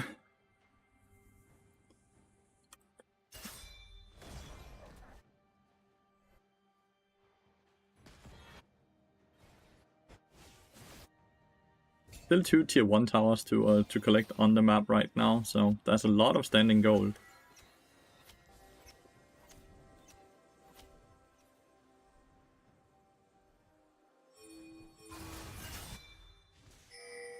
Then I should hit this.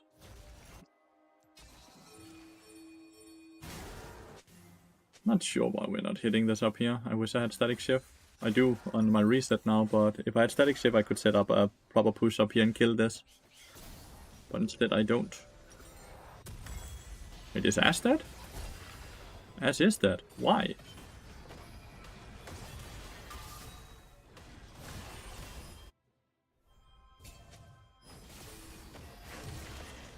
Have to hit it. Or, you know, flash.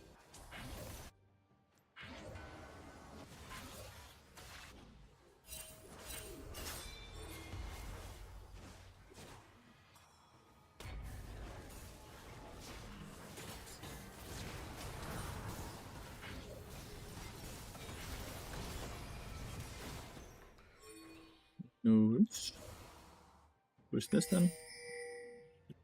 Skarner's as a champion, full assassin. And to be fair, Kennen also didn't have any cooldowns, right? Else Kennen can also explode the Skarner. All cooldowns was just used on Ash, right? And he connected every single one of his ability, so...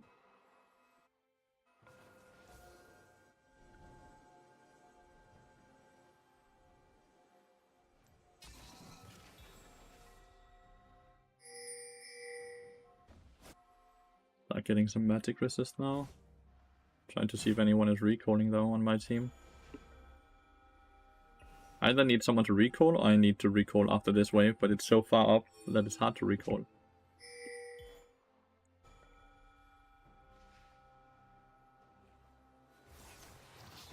What the fuck?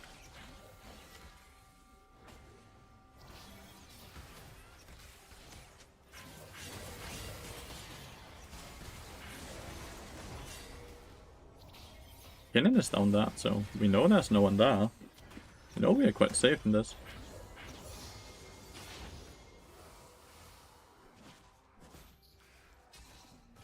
Could realistically just have sieged the tier 2. But we're gonna siege tier 1. I'm gonna reset with that in mind then.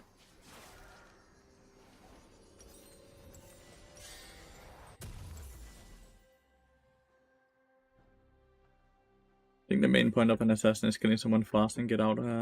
Yeah, Skarner doesn't kill people fast. He kills people. And it's a kind of guaranteed as well, but it's not fast.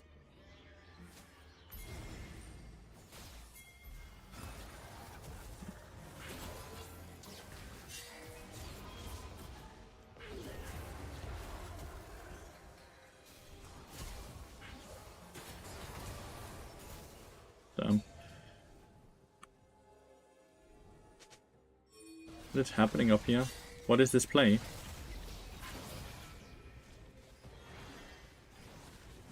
There is no Bryant, he's quite low as well.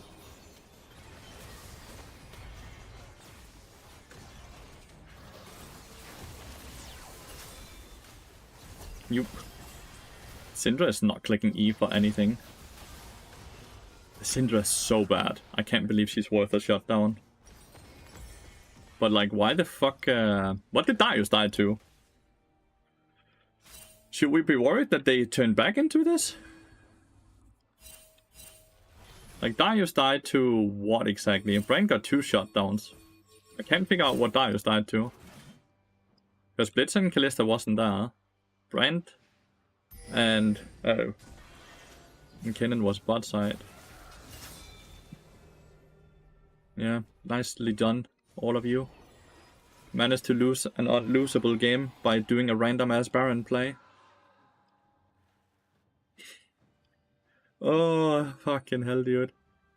Okay, I'm not sure how Darius died, though. Like, what he died to.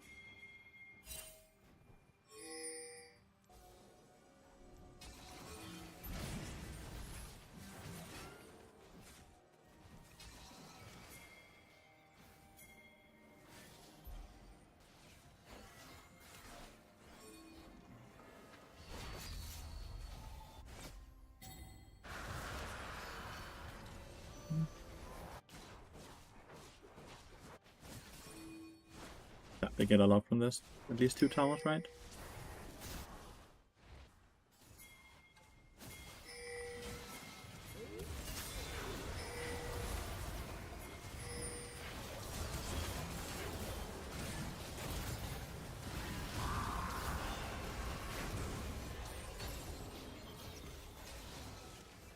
Three for 1. We take those. They did get 2 towers though.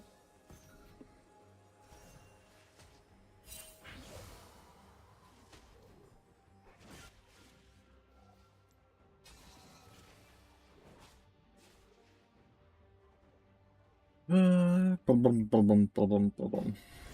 feel like we actually have plenty of damage. We just need Darius to get more magic resist. And we need the Skarner to get any magic resist. Like, he's sitting at 64.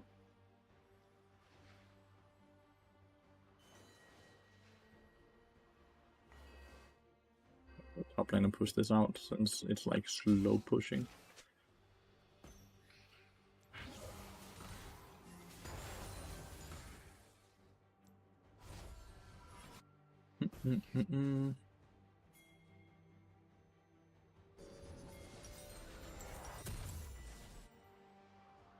I hit level 12 here, which is awesome, and lots of stats. We have Soul Point now. Kennen has a really good flank on them right now.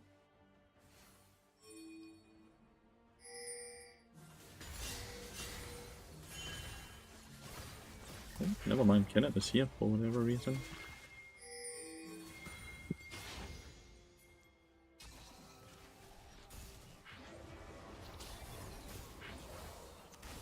Why is Kennen there?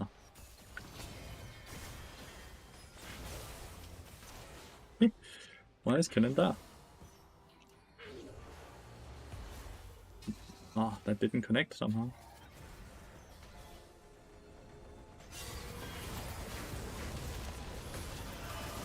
Okay. Well, I die, but that's okay. Oh.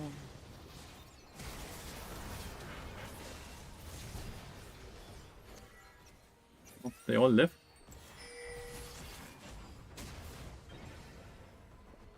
You need to not go in here. Skarner's dead as well now, I think. They did miss the hook. I do think I want the tenacity actually, even though it delays the Koenig. The fucking flash mac. Is there any TPs coming in?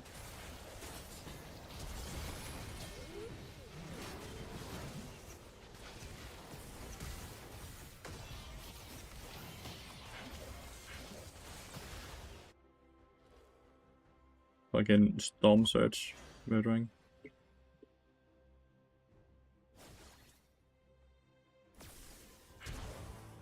Ah, he's too fast. Or is he? Oh, you lightning red.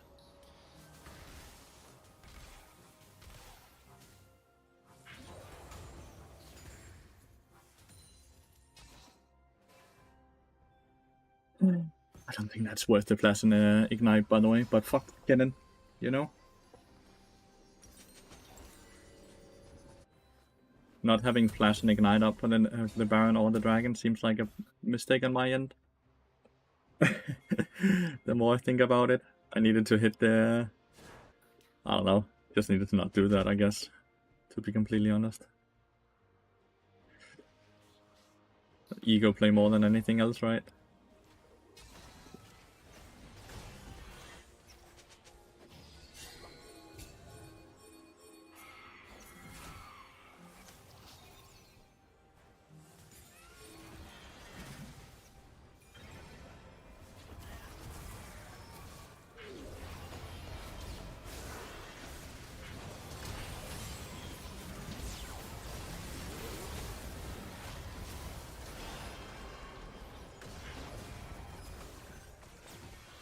Might lose here as instead as well.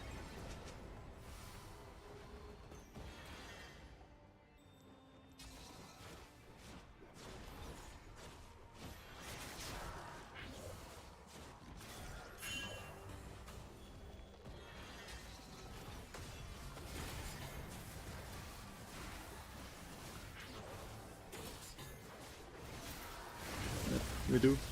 I do think we lose. I'm trying to fucking delay them, but Skarner also died. How did we lose that fight? Kennen didn't really do a good ult, right?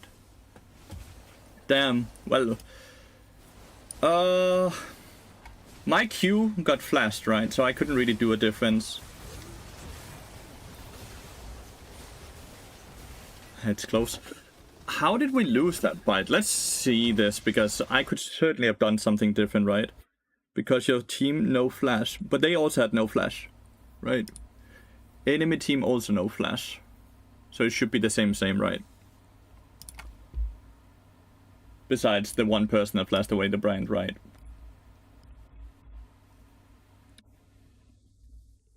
Syndra doing the same damage as me, and Syndra just did no damage. No, it wasn't.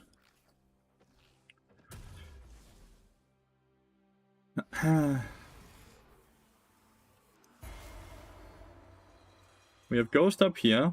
You're right, no other flashes. But they have Flash and Kalista, Brand, and Kennen. But Kennen is not using the flash, right? So you see, Brand flashes backwards. Kennen comes in and solo ults Darius.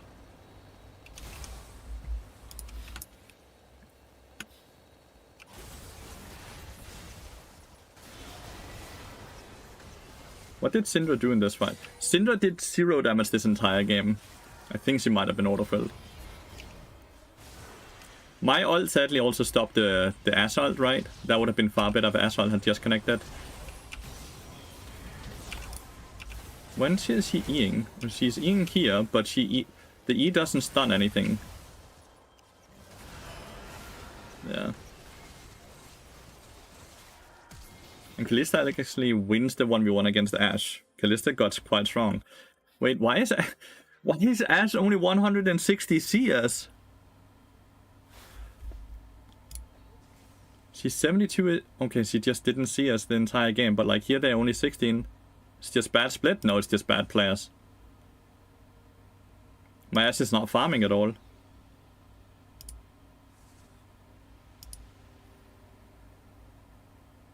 But no, the fight is actually fine. Because we are getting the drop on them. And we have our 2 millies in melee on them. They are way more split than we are, right? Like, it's 3v3 and 2v2.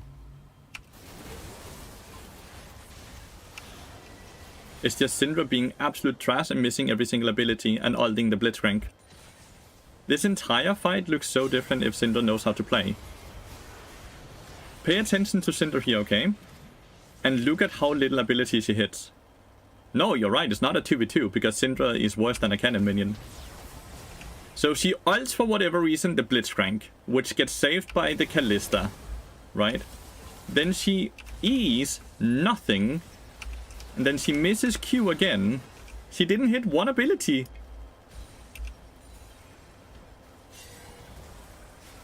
She did not hit one ability.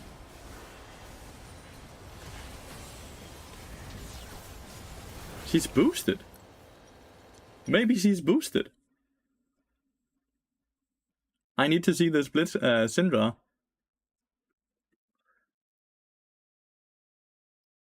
Boosted or first Syndra?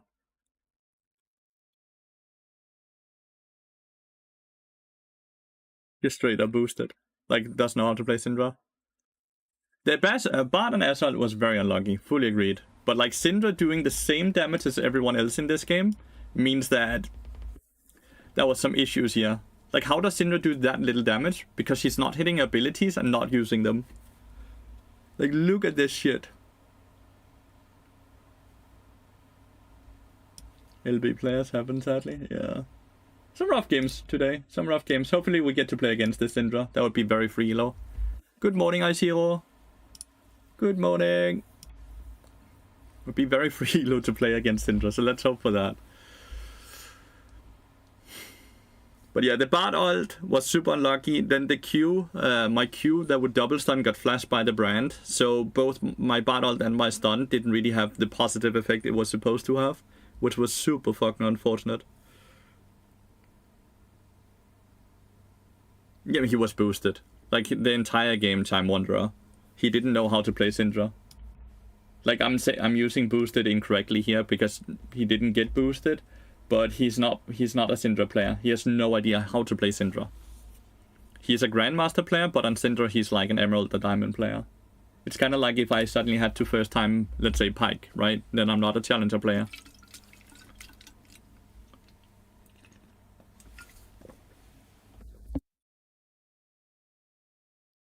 So he sadly just played a champion he didn't know how to play.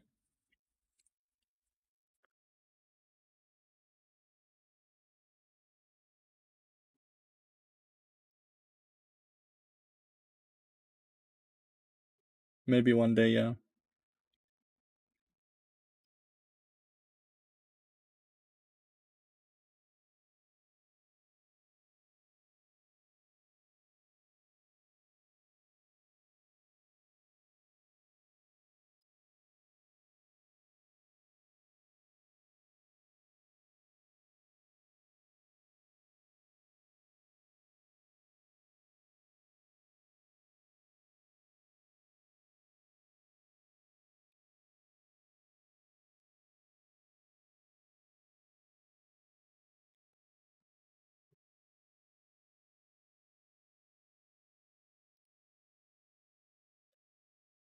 We need a win streak, chat.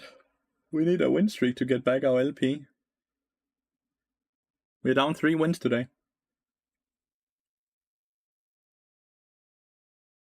Down 3 wins. This game should have been a win. No music today. No OBS is bugged right now. So I can't play with music.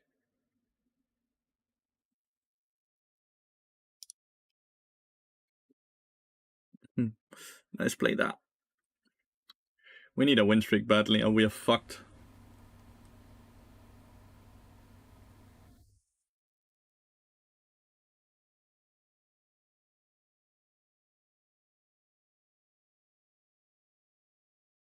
Lost 6 out of my last 7 games too. Oof, we're kind of the same boat. I don't want to be in this boat. I'm jumping out. I'm jumping out.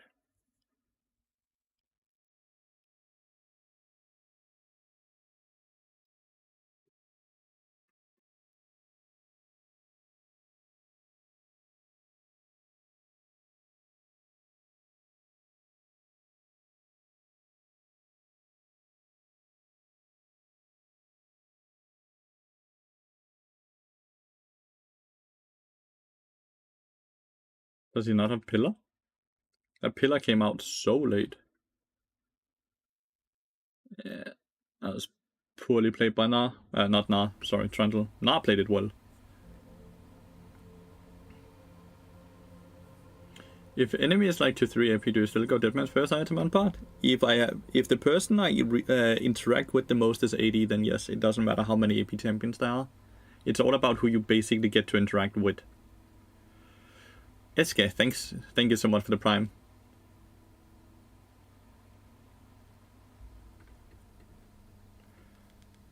Also, how Locket is good into AoE team comps. Locket is horrible against burst comps where they try to only kill one person first. We've seen the tank Deadman's Akali mid yet, lad? Deadman's is best in slot on basically every melee champion in the game, whether they are assassins or bruiser or tanks. Deadman's Blade is one of the best items in the game since the nerf of all other items and that item getting buffed. There's so many champions that can use it that are not using it yet.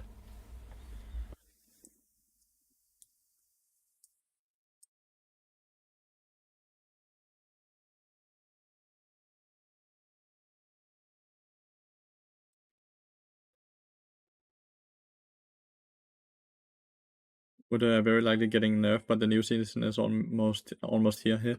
Yeah, I'm curious. I really hope they're changing a bit more items and stuff like that besides the few items they have shown, because I feel like it's very lackluster otherwise.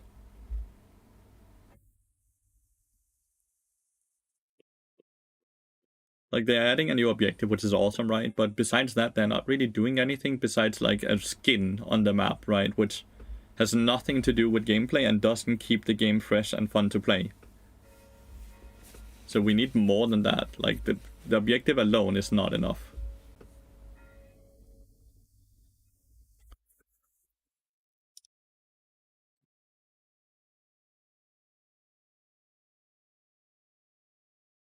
Not necessarily the whole meta. We just need something new, fun to play with. Something new for people to experiment with, right? Things need to change. The objective doesn't really change that much. The boots are first, like, way later into the game as well, right? It's not something you really build towards as well. Do you build support items on part in silver? No. But I don't play in silver. But yeah, I would do the exact same build and I would like drop 20 kills a game if I played in silver. It would be magnificent and amazing.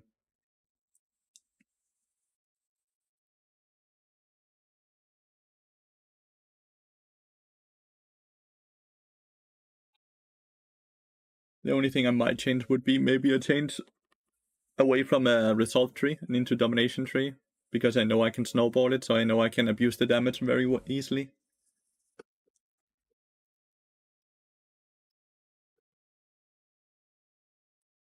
Support is broken, yeah. Support and jungle are the best roles in the game, and it's not even close. It's not even close.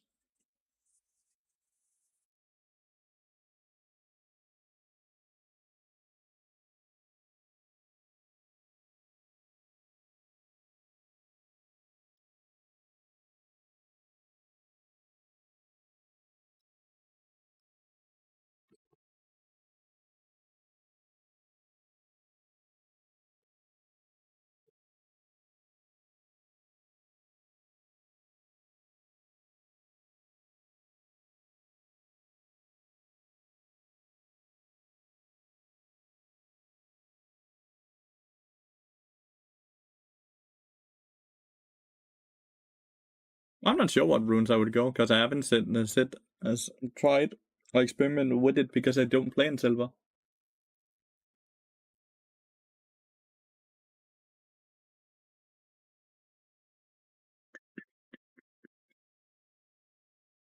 Why do I have a top laner who's only hovering 80 carry champions? And asking if I'm a bard one trick, like he's the 80 carry player.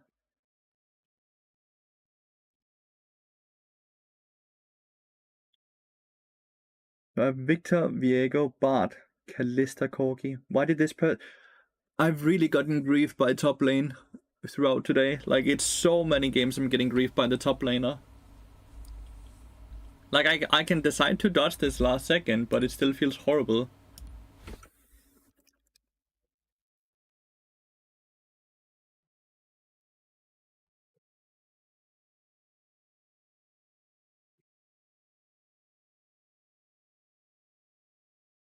Without making the player base drop.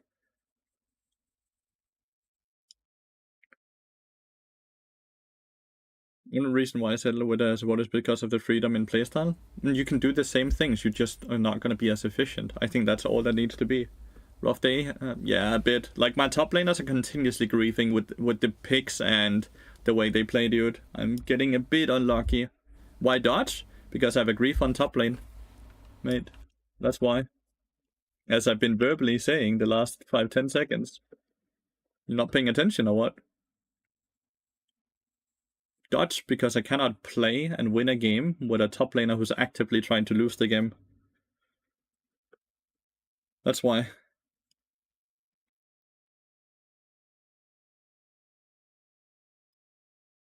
Are the queues still as random as Friday? There's a lot of things that's random, sadly. Game is just not really, like, I'm getting like, matchmaking is just very random, yeah. And today it's just fisting me. Getting completely fucked by matchmaking. Sadly, not a lot I can do about it. Suska, thank you so much for the 17 months now, mate. I really appreciate it. Hope you're having a wonderful day.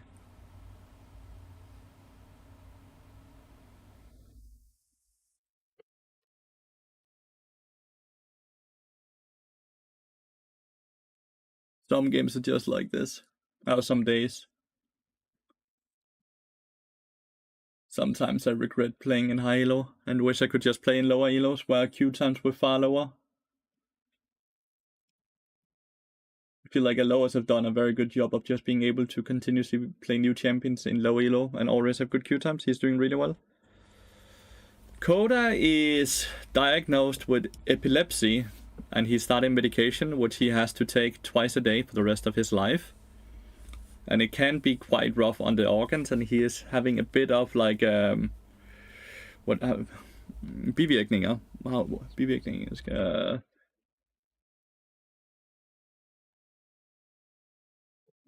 he's having a bit of side effects from the drugs as well. So he's a bit dizzy, so it's very sad for him.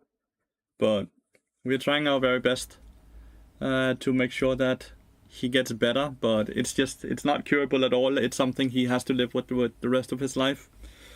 But hopefully the drugs should make it so either his seizures completely stop or they become a lot more manageable. Medication, we haven't had a seizure since he started it, but it's also only since Wednesday, right? He should get used to the meds. The doctor seems very positive about it. Most dogs will have these side effects at first, but it's always hard to see him like that and not very fun. But since he had his cluster seizures last week, we had to start doing them.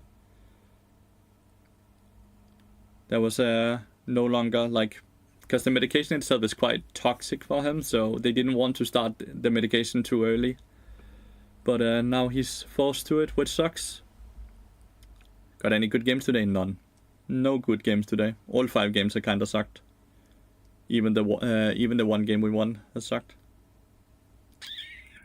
So yeah, that's a bit sad, and it's certainly having a bit of a annoyance.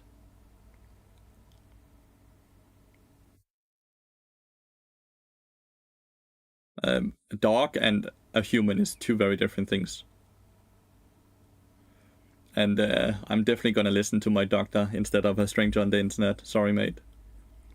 Believe the person that has gone to school for many years knows far better than random human beings, including your friend that doesn't believe in medication. I'm sorry to tell you.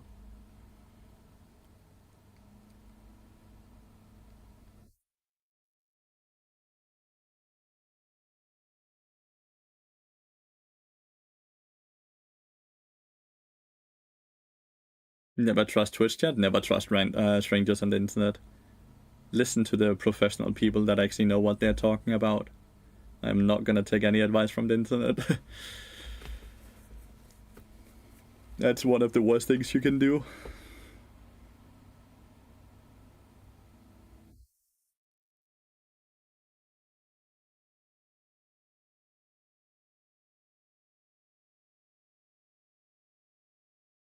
Yeah, that's wild mindset to have. Very wild mindset to have.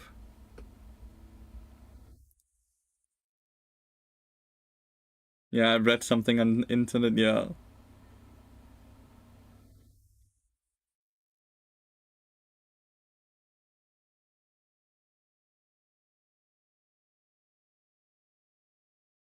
Is in those Telegram groups, you can imagine what she thinks about doctors. Oh my god, I don't know. Such a fucking. It's such a disease. Some people should not be allowed to be on the internet because they're too gullible. And they just believe too many different things strangers tell them.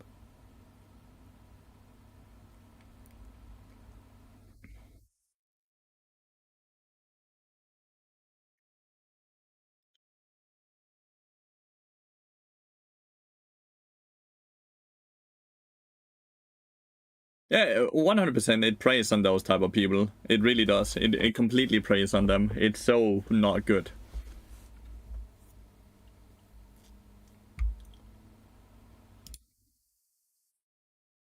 It is really, really bad.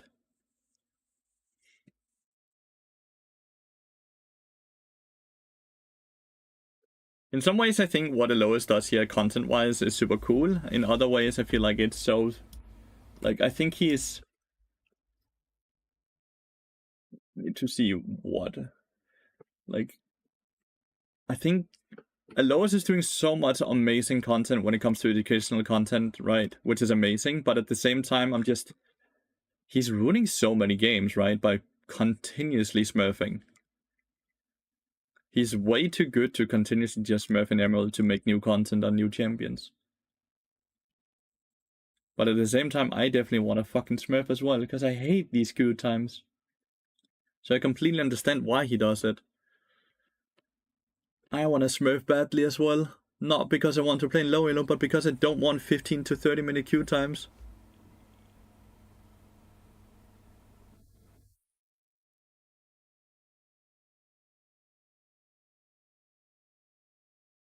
I hate the queue time. I hate the downtime. It's mega boring to me, and it must be mega boring to you guys as well. But at the same time, it just doesn't feel fun playing an elo you don't belong in because the games are just not competitive. Yeah, he had 2 wins and 9 losses on Ilaoi somehow. And now another FK. Yeah, I had to dodge a Kalista top laner as well. Find something to play while in queue.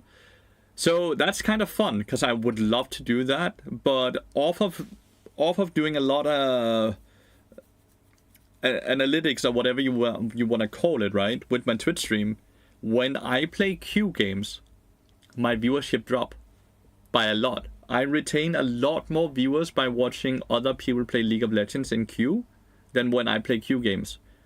And that's even with like big fat letters on the top side, filling out like 50% of the entire screen saying, I am in queue for League of Legends, right? People see that I'm not playing League of Legends and will instantly click on to the next stream. They do, like, people don't read, people don't really take too much time to see what's going on. They just see, oh, not League of Legends, on to the next stream. So I cannot do it. I've tried with a lot of different queue games like Slay the Spire, Hades, Cult of the Lamb, which even interacts with the Twitch stream, right? I've tried so many different queue games to play that can be paused and overall of fun and interactive to play as well, right? But like my viewership, like you can see right now, right? I have 230 viewers, which is insane. That's so many viewers for me. And I'm not playing, and I'm losing maturity of my games. And it's just, and I'm losing, and I'm not losing any viewers. But if I was sitting and playing a viewer game, I can guarantee you I would be down to at least 130, 140 viewers. It's that big of a drop. And I know this by doing it enough times and trying it enough times to know that I just drop like 30-40% viewership the minute I play my queue game. And I want to. Like, don't get me wrong. I want to play queue games because I would be less bored then, right? I personally don't want to review games because it's quite draining. Continuously reviewing games and thinking about what next. The one good thing about the queue time is that you at least kinda get a break, you know? You kinda get a break.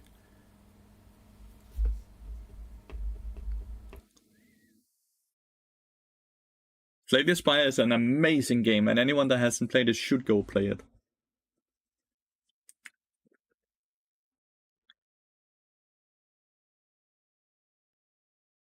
So yeah, that's why I'm not playing queue games. That's why I'm just sitting here and chilling with you guys, looking at the queue timer go up, up, up, and then go through plenty of dodges. But yeah.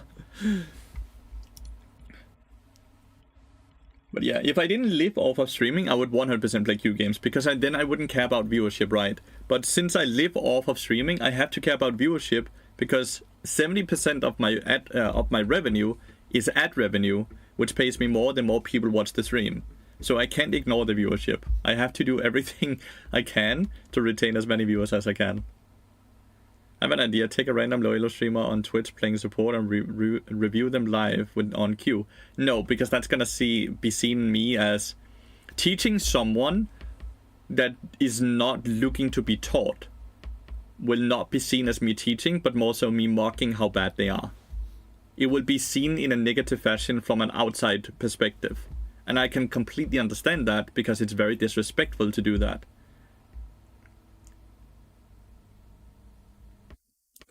What do you think of Volkovo? I have no idea who that even is. Is that a player? A streamer? A league player?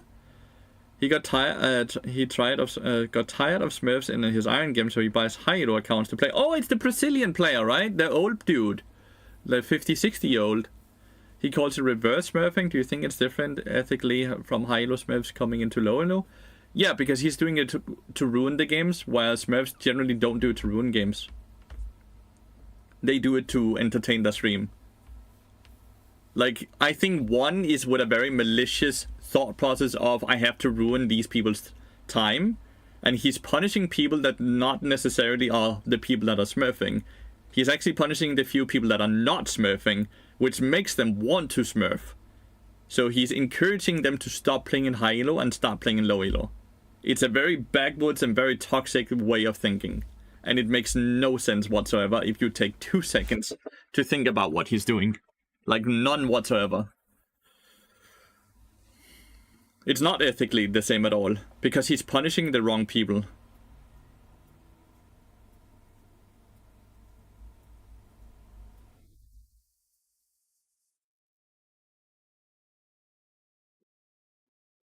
He plays Yuumi as well.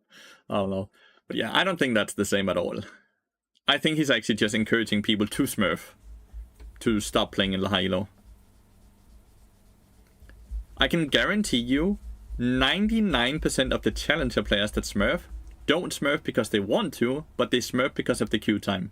They smurf because of them being content creators, and it makes no sense financially to stream high elo because of the amount of dead time that is between each game. I have a very hard time blaming people doing it. I just hate smurfing myself, but I do it a lot. I do it from time to time because it just becomes too much.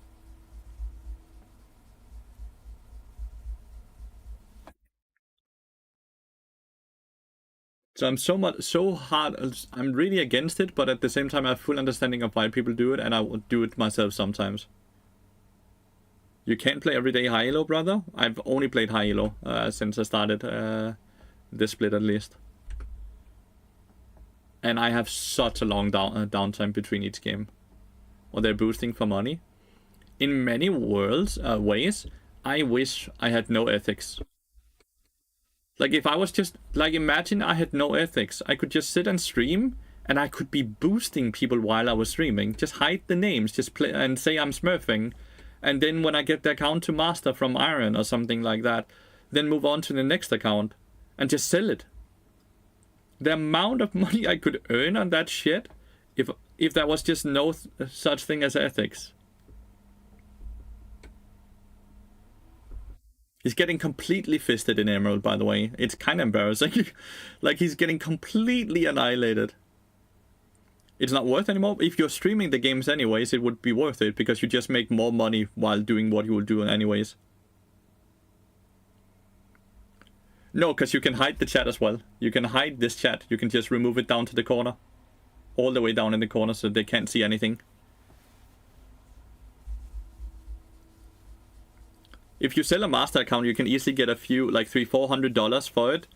And it takes me less than a week to get up to master. So I could do 4 or 5 accounts a month. And let's say I just earn another $1,000 a month from doing something I would do anyways. That's just extra money on top of the stream, on top of everything else, right?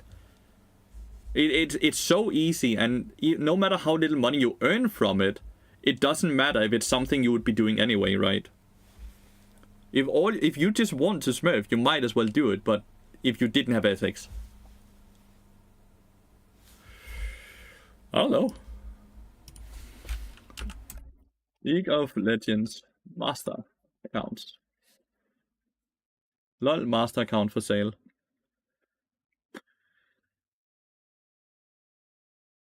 This is fresh accounts. Master. It still doesn't show master accounts though. Why does this website not work? It's fresh account. Why this website sucks? $73, yeah.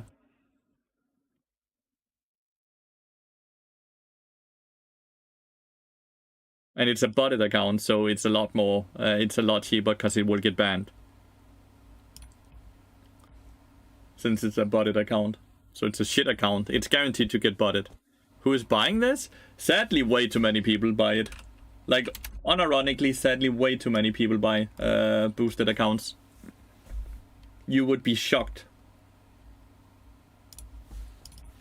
You would be shocked how many people buy boosted accounts.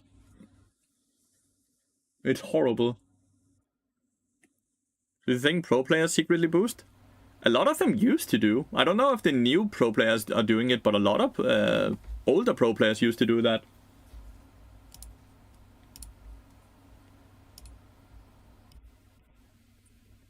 Why they buy it?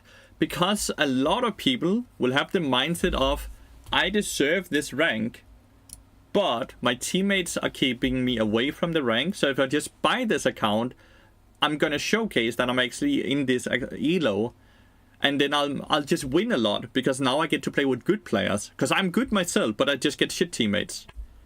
And you might laugh, but there's so many people with this mindset. So many people.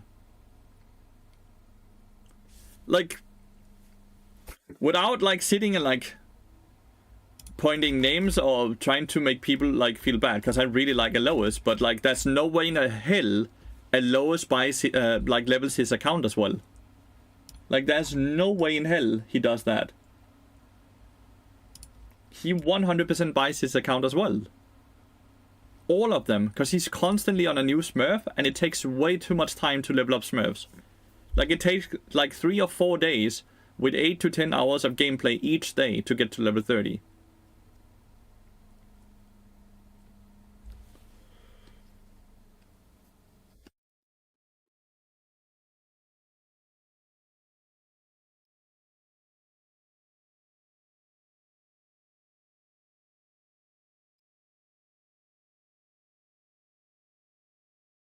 So yeah, a lot of people sadly do it.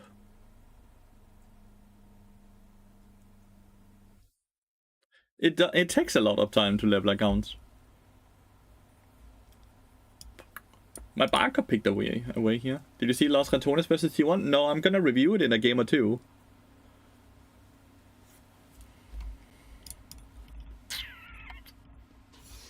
Is it just a bot mid lane? Like, surely they swapped, but like, Karma mid lane would ignite doesn't sound right either.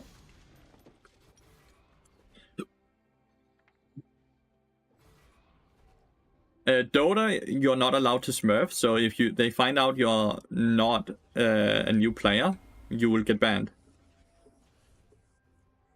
But yeah, botted accounts get banned 100% of the time. They just get banned in waves, so they don't get banned instantly. They will take like a few months, and then they ban all botted accounts from a known source at once.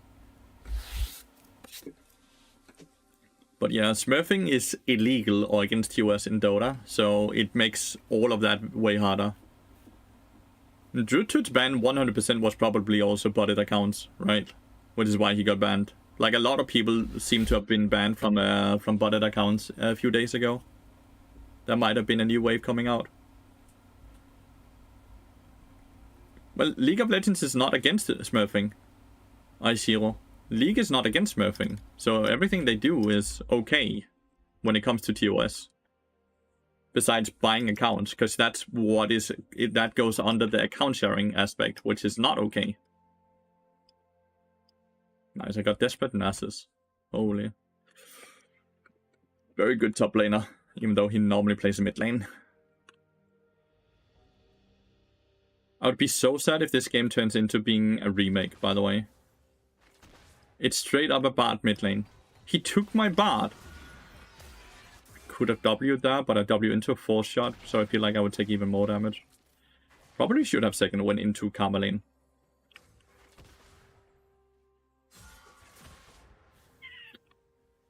We just don't really win. Farfetch, they have so many support players. That's a support main as well, right? Dude, I'm taking so much damage trying to get the experience, and I'm not even getting the experience. I'm just sucking. Yeah. Hopefully Salo doesn't lose to that, right? Riven Flash Ignite. Gale survived it, so he can just TP back.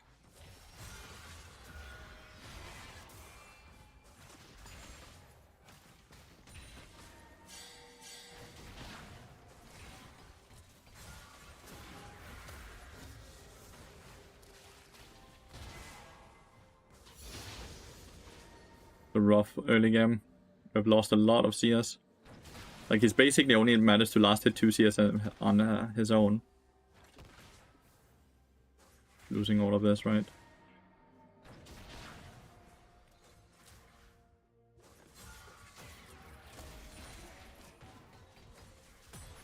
He's just not farming as well. Like, he's not auto-attacking the minions. There's nothing pressuring him from auto-attacking these minions, but he's just not doing it. And I'm not sure, but I'm starting to get tilted. This again, here, right? Not auto-attacking. He just Qs it randomly, and that's it. This one doesn't go up for it. He's only lasted 3 CS. This one doesn't go for it.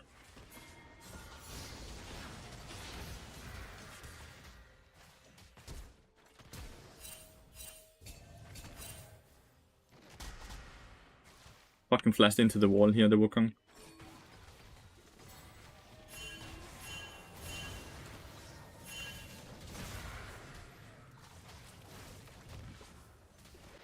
Bart got first blood.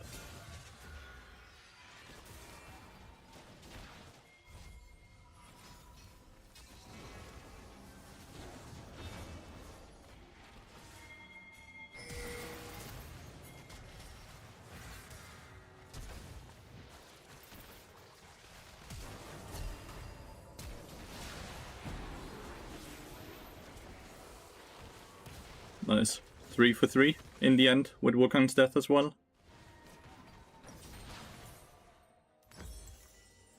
Victor gets a lot of solo experience in gold. Shouldn't you use pots early and just get more cookie value though? I should definitely use the pots here. Earlier I did. Else I can't walk up and auto attack the minions if I didn't use the pots at the time I did.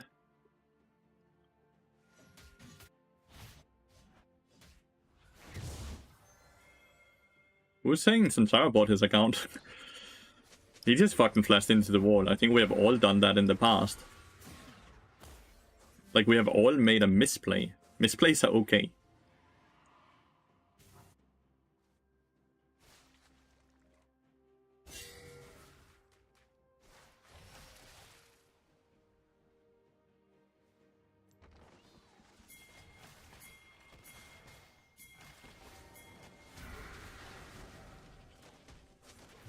Crazy he couldn't fucking walk up.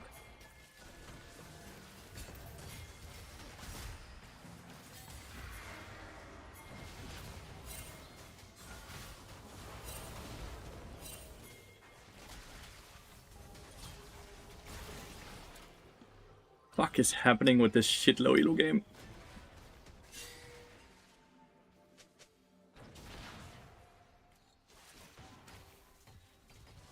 Wow.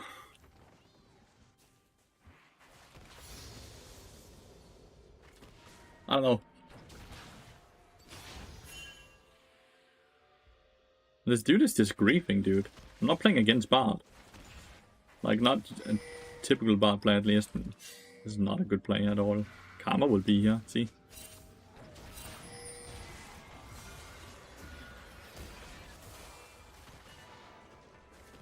He didn't go mid lane, he went directly bot lane again. Kinda wanna see, is he also a support main? The Bard? Do they have 3 support players on that team?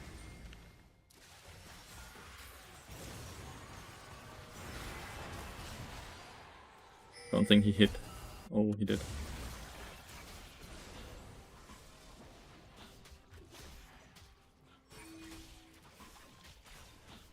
He's a support player as well. They just have 3 support mains.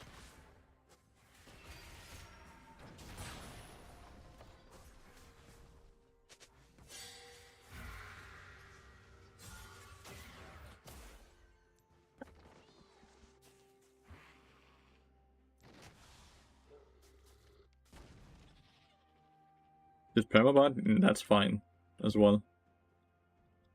That doesn't really matter.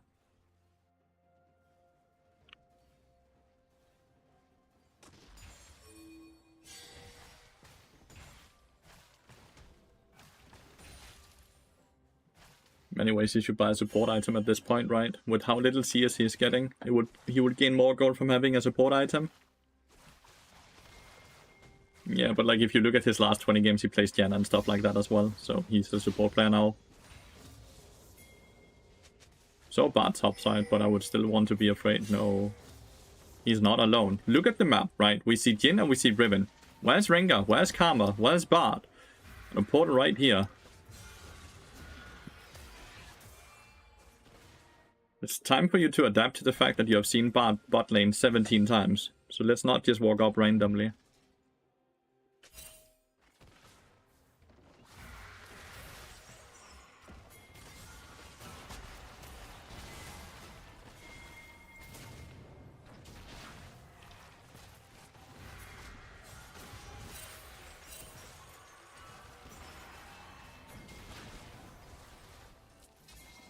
Ooh.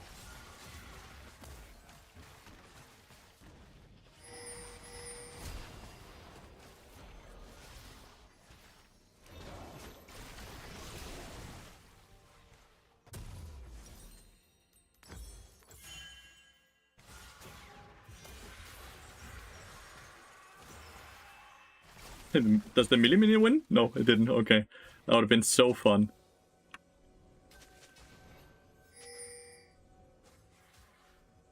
I feel like the Rengar might be here.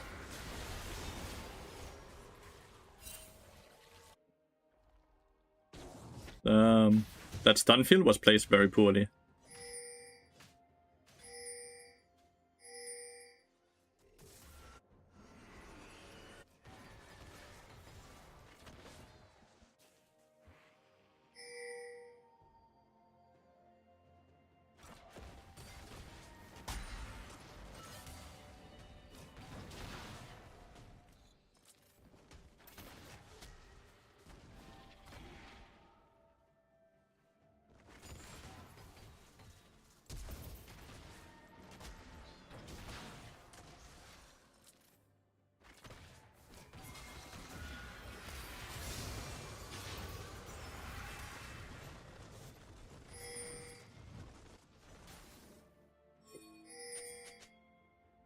Support is not balanced.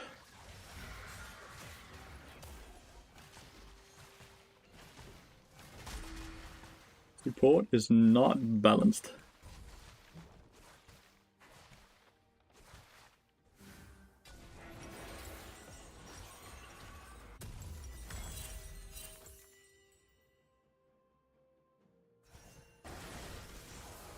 I don't know what the fuck Wukong is doing. Samsara is having a horrible game, making what should be an extremely easy game very hard. He is 0-3-3, level 6. Rengar is level 8 with 5 kills. 6 kills. How is Samsara making this game so incredibly hard? Yeah, we have all been there, bad. We have all been there.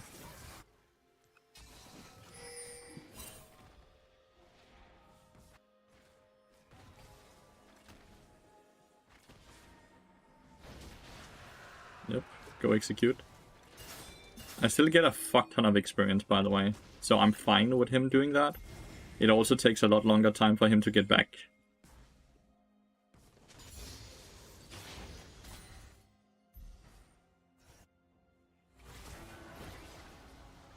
Don't take it. Makes 0 sense to take it. You're not gonna catch up on him.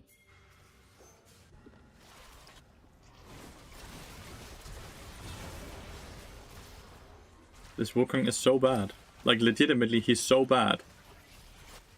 How fucking hard can it be to just run to the Void Grubs? Apparently very hard.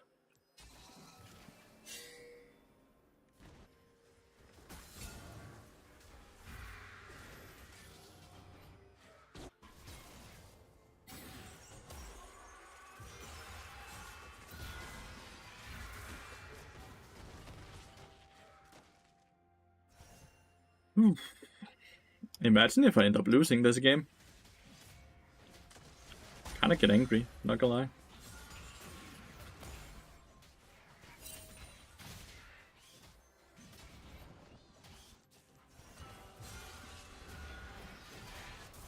Oh well, they don't really have any AP damage, right? Meaning that Tarpies have insane value. Kog'Maw just decided to grief. For whatever reason. So many people dying so many times. I have Desperateness since I have one good player, by the way. I have at least one. The Kale is really good. And she hasn't died against the Riven with Ignite. And she has a plate advantage, she has farm advantage.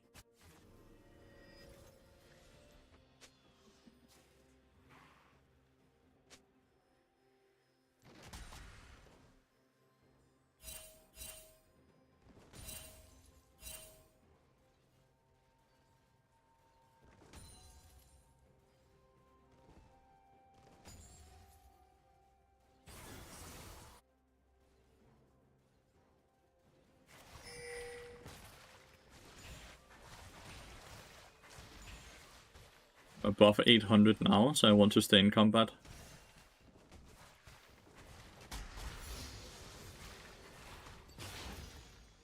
Take 1 tower shot to stay in combat here again, so it doesn't upgrade. Auto attack once, so it doesn't upgrade.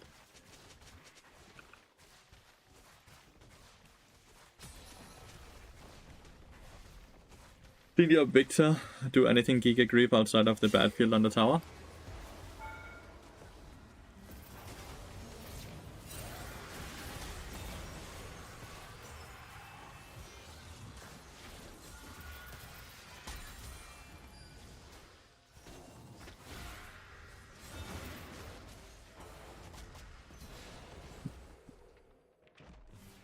We got the tower.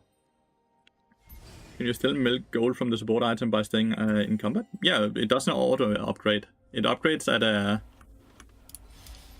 It upgrades at 800. After 800, when you're then out of combat. So if you stay in combat while above 800, it never upgrades, and it keeps giving you more stacks.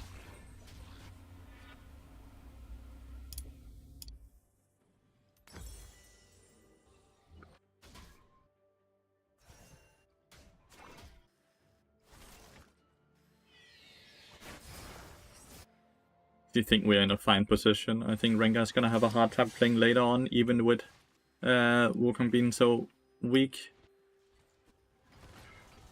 Might be complete copium though. But they have only gotten 1 dragon. We have a Kale that can completely stop Rengar one-shotting anyone, right?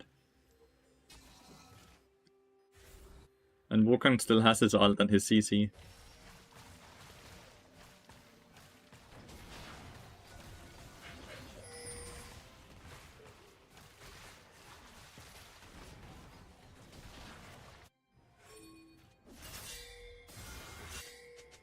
Just cross map here.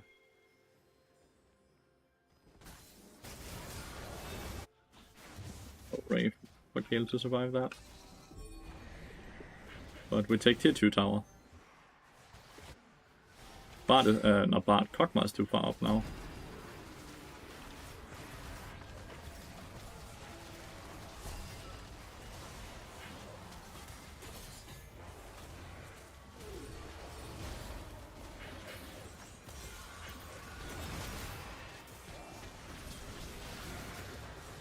Why would Wukong go in to die?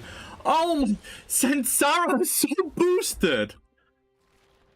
The fucking chalice healing, by the way. That's crazy. But why would he run in to die?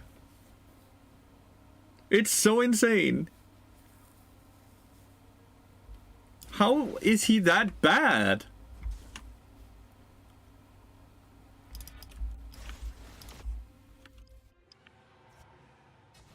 Nice, very lucky dragon map for us as well.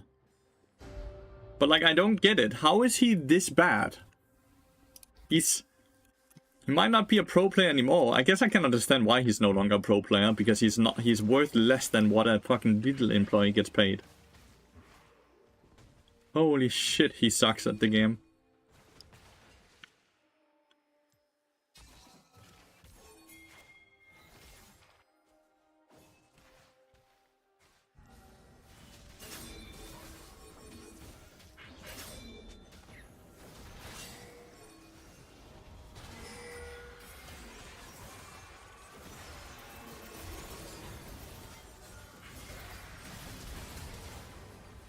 Nice.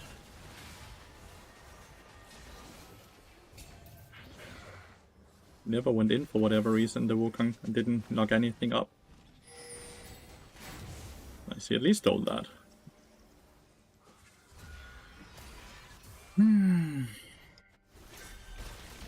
Victor's just side laning. The side laning on the only lane that why we have already gotten all their towers. And he's our wave clear.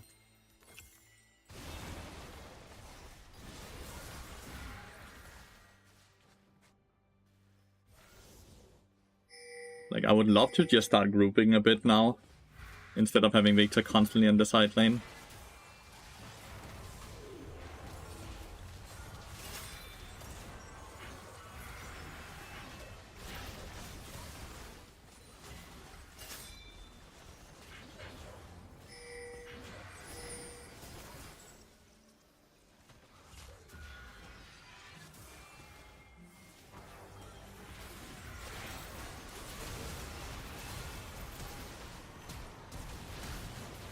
Oh, the Wukong took the 1000 gold.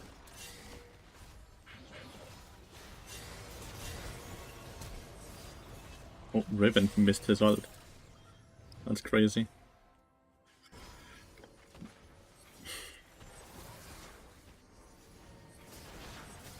Wukong took the 1k. Maybe it's fine. He got a lot of experience from it, and maybe that can make him worth something for us. Like, I don't know. He's buying magic resist over armor, even though no one is doing magic damage on enemy team. Karma and Bard are both full-on utility enchanter. Maybe he's just getting mercs, right? It might just be mercs.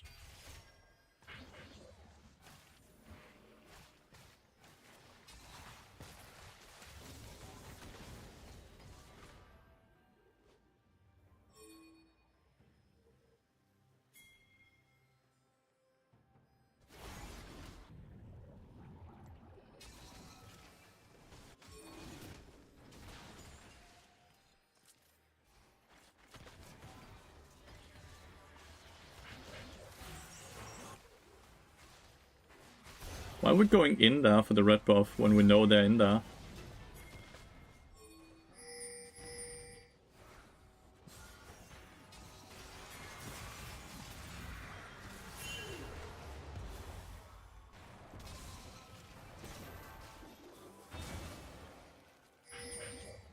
Victor just went in to take the red buff to die.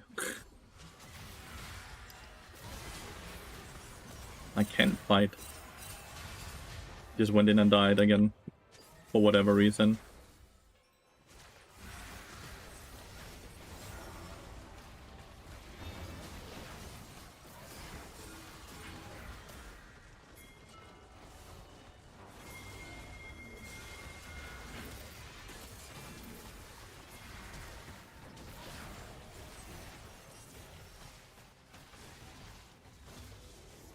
Where is Rengar? They took the tier 2 turret. Rengar's up here, okay.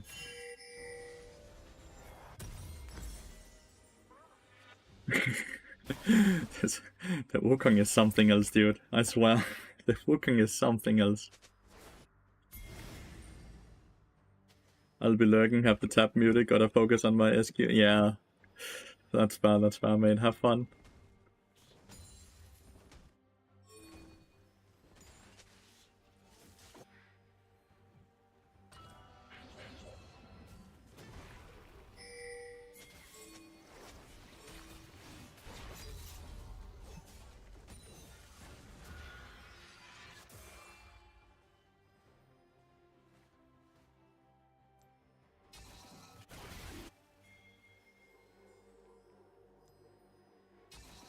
Oh, I made a mistake. I made a mistake by not being down here.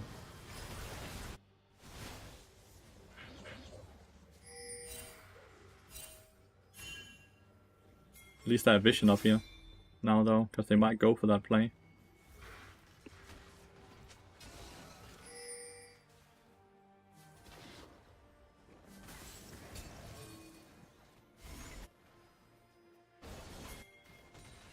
I need Kill to come.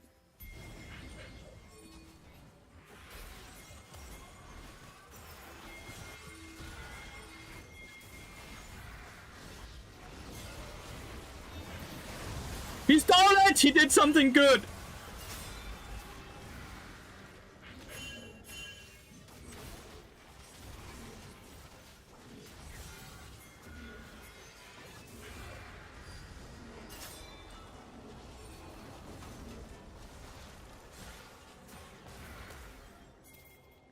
He did something good. Let's go.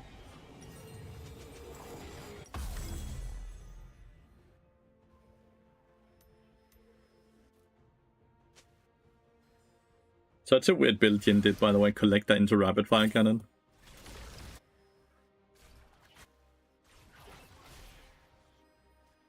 No, because I don't need Magic Resist, so that would be super silly to buy.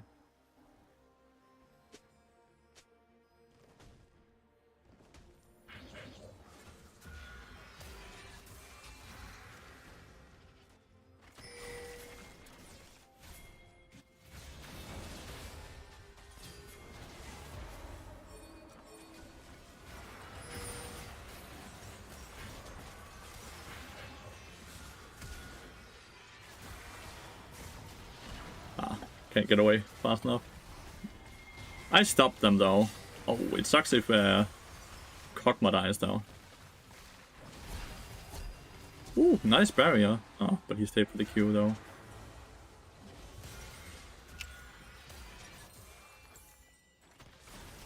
Oh, missed the laser.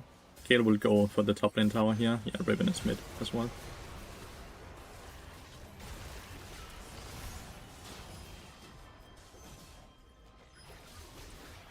Fading 1-for-1 there is fine as well, when we also get top lane tower. Should be good as Jhin and Rengar crit. Yeah, but I don't need that. I'm gonna buy Redemption here. This is Redemption right here. Huh? Oh. It is 15. Getting to a point where I don't think we can lose anymore.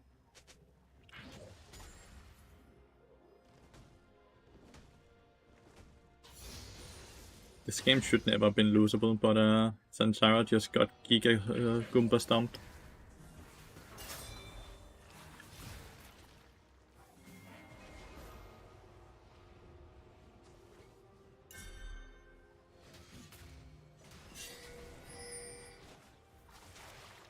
Like, I only fight if Kayle is around, by the way. I don't fight otherwise. There's no way in hell. I ain't stupid.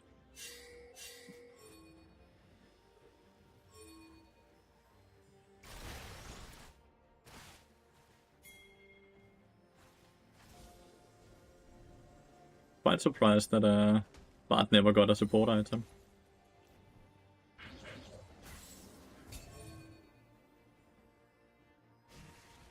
And Sarah caught? Yeah, he is, once again.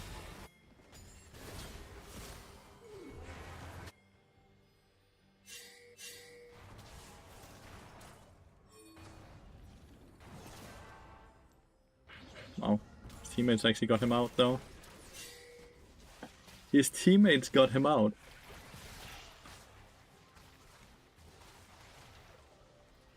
What is Bart building? Enchanter. This is mandate, right? With that being built, we might need magic resist though.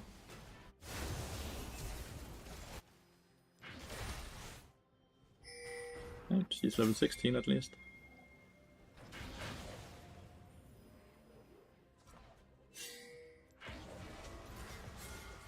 Haha.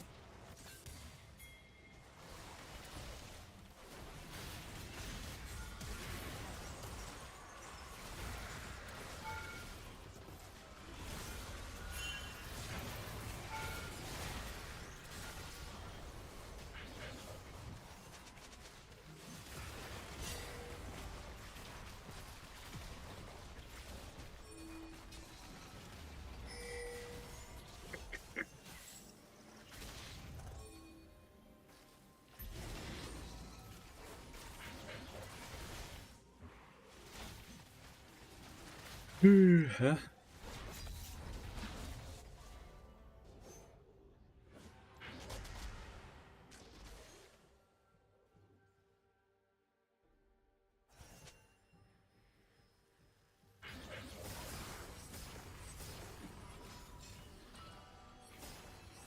How freaking ass is unending Pimple Spirit? How freaking ass? Quite. Business Mask also increases unending, the spare damage increases healing. Might be last item. No, if I ever need magic resist, dude. Not buying an item just to increase damage.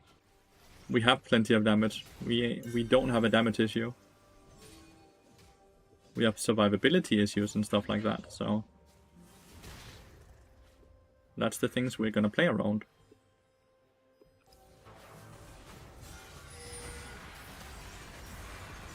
Can someone stand in front of me?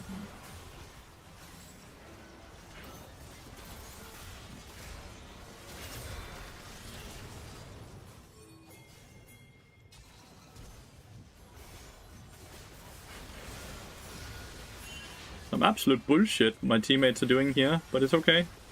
I lived by dodging abilities, but my teammates are just complete and utter cowards. Fucking cowards is what they are, chat.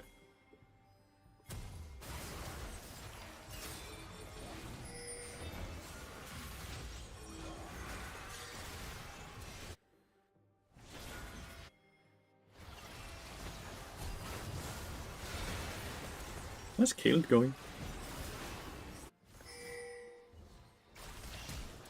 Uh-oh.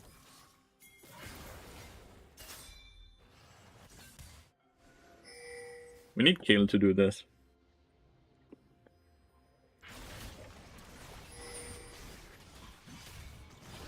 You Chris? Morgana? Morgana?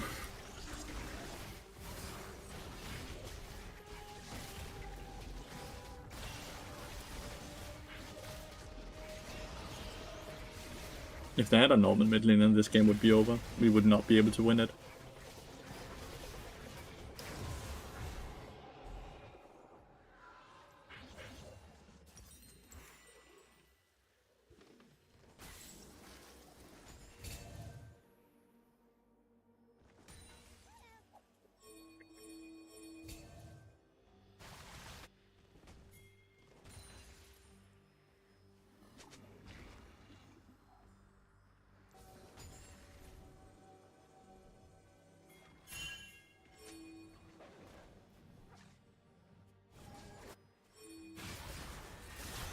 Victor is incredibly broken right now, yes.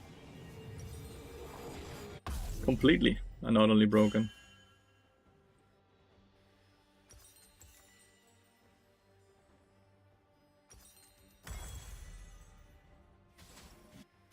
Kinda weird we're only pushing one lane.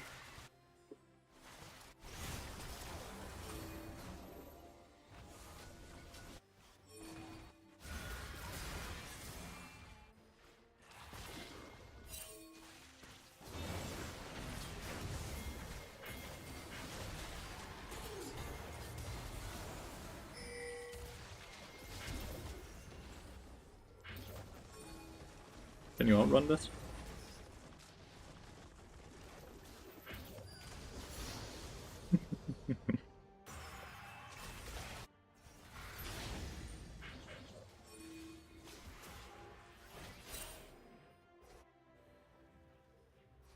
Got buffed because of Arcane? Got Giga buffed because of Arcane, yeah.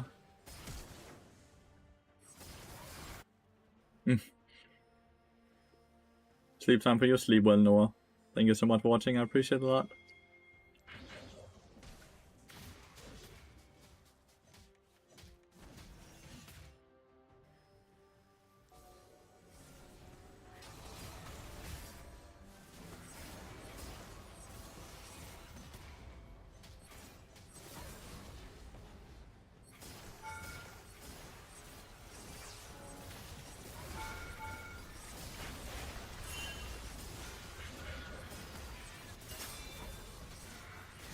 We can end. No?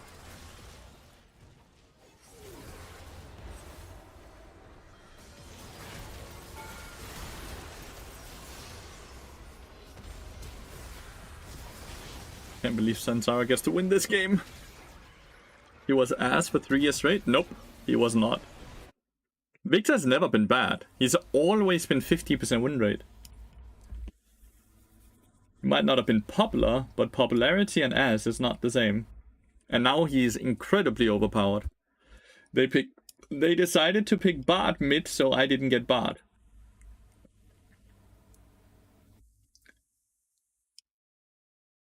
For whatever reason. They decided to pick Bard mid. He's legitimately running it on, like on every Bard, it seems. Unlucky for him. Not having a good time. Right, there's some high-low players on now, hopefully. I don't want to watch more Smurf content by Lathyrus. They are all in fucking queue or what? Yeah, they are all in queue. Trade ton. Yeah, there's no one on. Never mind.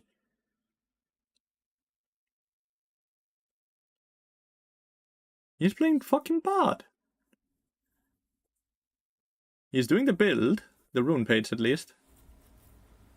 Holy.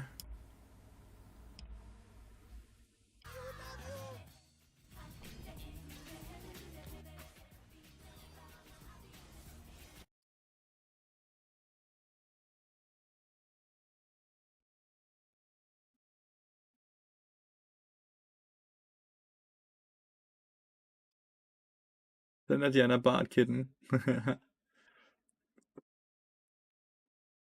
Bard is overpowered. I understand why he's playing it. I think this is a good time with a different, like, there's gonna be a lot of Bard banners and players in stream right now. Yeah, it sucks. Shit change, Elite. Shit change. I'm gonna review this we'll see game. If this one is one where they can make it possible. Obviously, the roll swaps is on even footing for both sides. Last match, there's no roll swaps. I'm gonna review this game. While Faker play Bard. Let's make no odds. Let's not mince words here. Like, I think that could be very, very fun. Are fun for T1. They're on holiday here in Paris. They're having a good time on Some this stage. players seem to be having a lot of fun. Some could go in any sort of direction. I don't want to see why they pick Bard. What their thought process is. What lane just In what order is Bard picked? Yeah, he's used as a counter. I'm gonna be honest, they lock that in. I mean, Diana Yasuo. You can Bard all the Diana Yasuo combo quite easily as well. 6 is very easy to ult as well. There's a super safe AD carry as well. He can just doesn't need.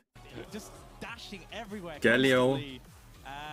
Could be support. If it's Galio support, then I really like Bard as well. I think it is going to be caps with the Yasuo top lane.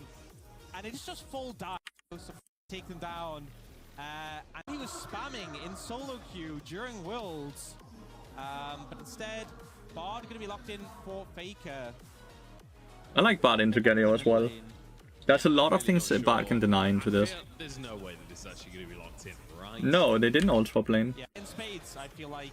Now, Reckless is just the AD carry. And Reckless played for T1 in this game. So they could have the Galio support, the Ziggs mid, and then it looks like they're picking up an AD carry here, which is a bit of a curveball. I mean, it could also be the Ash. Una's mid? Didn't they just swap around?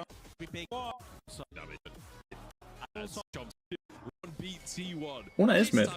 We're asking a question. Can T1 win themselves Yeah, okay, they swapped a lot around, yeah. Faker on support, Reckless on AD carry, Una in mid lane, Doran in the jungle, and Gumayushi on top lane. They all fucking swapped. But so did G2, right? Yeah. Well, we did it for a minute there, until Faker Q3 did. Yeah, he's looking for it. Don't do it, Faker. Wanna see how Faker plays Bard? He's not one for messing about, okay? Like, The exhaust makes a lot of sense since he's playing into Diana and Yasuo. Diana, big AoE, very, like, she's in that type of champion, so you want to be able to exhaust her combo. If you do that and she gets no one, then she's kind of shut down. It's the same thought process of having exhaust into Kiana or exhaust into Kennen. They're all very reliant on getting these plays, you know? G2, I love the comp. The circles absolutely everywhere. Caps in the side lane on the So, trundle. I quite like the exhaust pick here. I'm assuming he's gonna go utility Bard, which is just far better in pro play because you have lower gold income. So he's gonna do like lock and redemption type of stuff. Don't think you wanna go Chalice in this game, right? The cleanse item. Don't think that makes sense to do. And it's just going to be fist fights on the top lane constantly. Both Galio and Bard roaming up to make that happen. So I think the Fierce Grubs is going to be an absolute slugfest. I do quite like Bard into Galio. I hope you're right. Because like the minute Galio wants to go in, you can just ult the backline and then you can deal with Galio. And there's nothing Galio can do because he has committed at that point, right? G2 on early game is a little bit more serious. I don't think we're going I assume he has domination in the secondary rune page, but I'm not sure. Chaotic energy is really done well. I know it's roll swaps, but it just keeps like hitting my brain when I'm looking top and I'm seeing like there instead. That was getting me in the first couple of games today. Was you're so used to seeing T1 and then that you don't like read the name, you just know it's the top The lane. wind shitters mid lane as well. Well, Doran now. The utility build is very boring, but it's about like gold efficiency when you don't have a lot of gold. It's definitely up there as the best thing you can do. It's also just the most consistent, right? Because it will always have value, no matter if you're ahead or behind. Shield and healing will have a lot of value. That cinematic was one of the that came out in 2020 when I was first on LPL, and that was really had a decent game on Rakan just to have it ruined by the stupid Maokai build that doesn't die. Maokai support or Maokai top? Bad Bad flash. But Caps can't quite close the gap. Bad Guma flash. survives. And this is kind of the thing with Trundle. Those extended Stop, fights, yeah. you stack up the lethal tempo, you keep doing damage. And Besser does have cooldowns. Sometimes it doesn't seem like it, but you can run out of them. But now Doran coming in, this should be an easy dive. Very easy dive with the flash being down. Missed the dash though, still doesn't matter. Happy to tank it. Broken Blade wants to answer in the mid lane. Skumon there, trying to set it up. The knock-up, it's buffered by Ona. The flash comes on through, but the damage isn't there to follow. And Ona survives. Good move from Ona to avoid that one, and wasn't the cleanest in the top lane from T1. Doran not connecting the Q, but it didn't really matter. No flash on Caps meant that was an easy pickup. He doesn't have aftershock up yet, this is Johnny, so I understand why she's not going for this. Makes sense. Makes sense. We're watching the game with T1 versus Ratona's fucking cinema. Yeah. Does Ricky speak English with his teammates? I assume so. I don't know how much Korean he managed to learn in the year he spent in Korea. The portal, yeah, he has normal boots, so he doesn't have the free boots, so he definitely has domination secondary. Poor Caps is just getting camped, dude. Yeah, 231 gold. I believe he speaks Korean. That's awesome. That's really cool. Guma definitely be happy with that, and you know we talked a little bit about how Ambessa was super broken. And Reckless shouldn't be able to get dove here. Realistically, shouldn't be able to get dove. Because he's just too safe on Silver, right? They don't have a lot of burst damage either to burst him under turret, and he has plenty of wave clear. Curious to see. I'm assuming it's gonna be Ionian boots first, since it's utility bar. You go Ionian boots first. They're cheap, and you're kind of summoners reliant as well, right? That's a bad Q. Just need more patience. The Bard portal is still up. I think the portal is placed a bit too early though.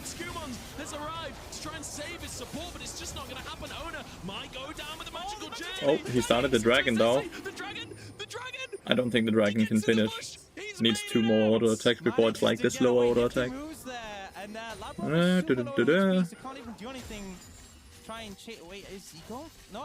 Yeah, so far it's quite classic. Decent Bard gameplay, right? I think he placed the portal too early, and I think he panic queued. He just needed more patience, to be honest. I feel like both top laners watched last game and they want to be the boss. You know, Guma is proxying, Caps is dying a lot. Combine them both, that's what the boss does. I love just watching that matchup as well. It's so incredibly Season 1 versus Season 14. Reckless, Taunted, Hans Sama. I don't think Hans Sama has the damage. Will he get Q up? Oh, he does. Holy. Well done. Hans Sama is destroying them. Like, that's awesome, but it doesn't really do anything. Reckless doesn't fall behind from this kill. And it's not like Galio can use that goal very efficiently. But yeah, take a look at how he uses the portal and Q here, right? He auto attack, which is correct. Then he also just double W's, which I think is just always a waste.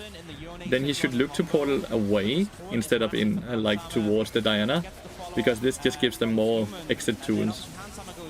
I think having the portal towards the left here is so much better. He gets to live and he can rotate around and actually do another Q if he feels he finds him safe enough for that. I don't like going bone plating on Bard. Bone plating on range champions kinda suck, because whoever procs the bone plating is who will do reduced damage. So in this instance, right, Galio might E in, and then that procs bone plating, which then means Sixta still does full damage on the Bard. It makes no sense to go bone plating. I don't think you ever really get proper value from it. There's a long history of successful swaps from AD carry to support. Maybe Hans Sama is just having a glimpse into his future in a couple of years. The wasted movement speed? I want to use the W's on my allies for the movement speed, because it heals himself 20. Like 2 W's doesn't even save him from 1 auto attack, right? So it doesn't do anything. Way better to proc it on a teammate to get Guardian out faster, and to get movement speed to get your teammates faster close to you.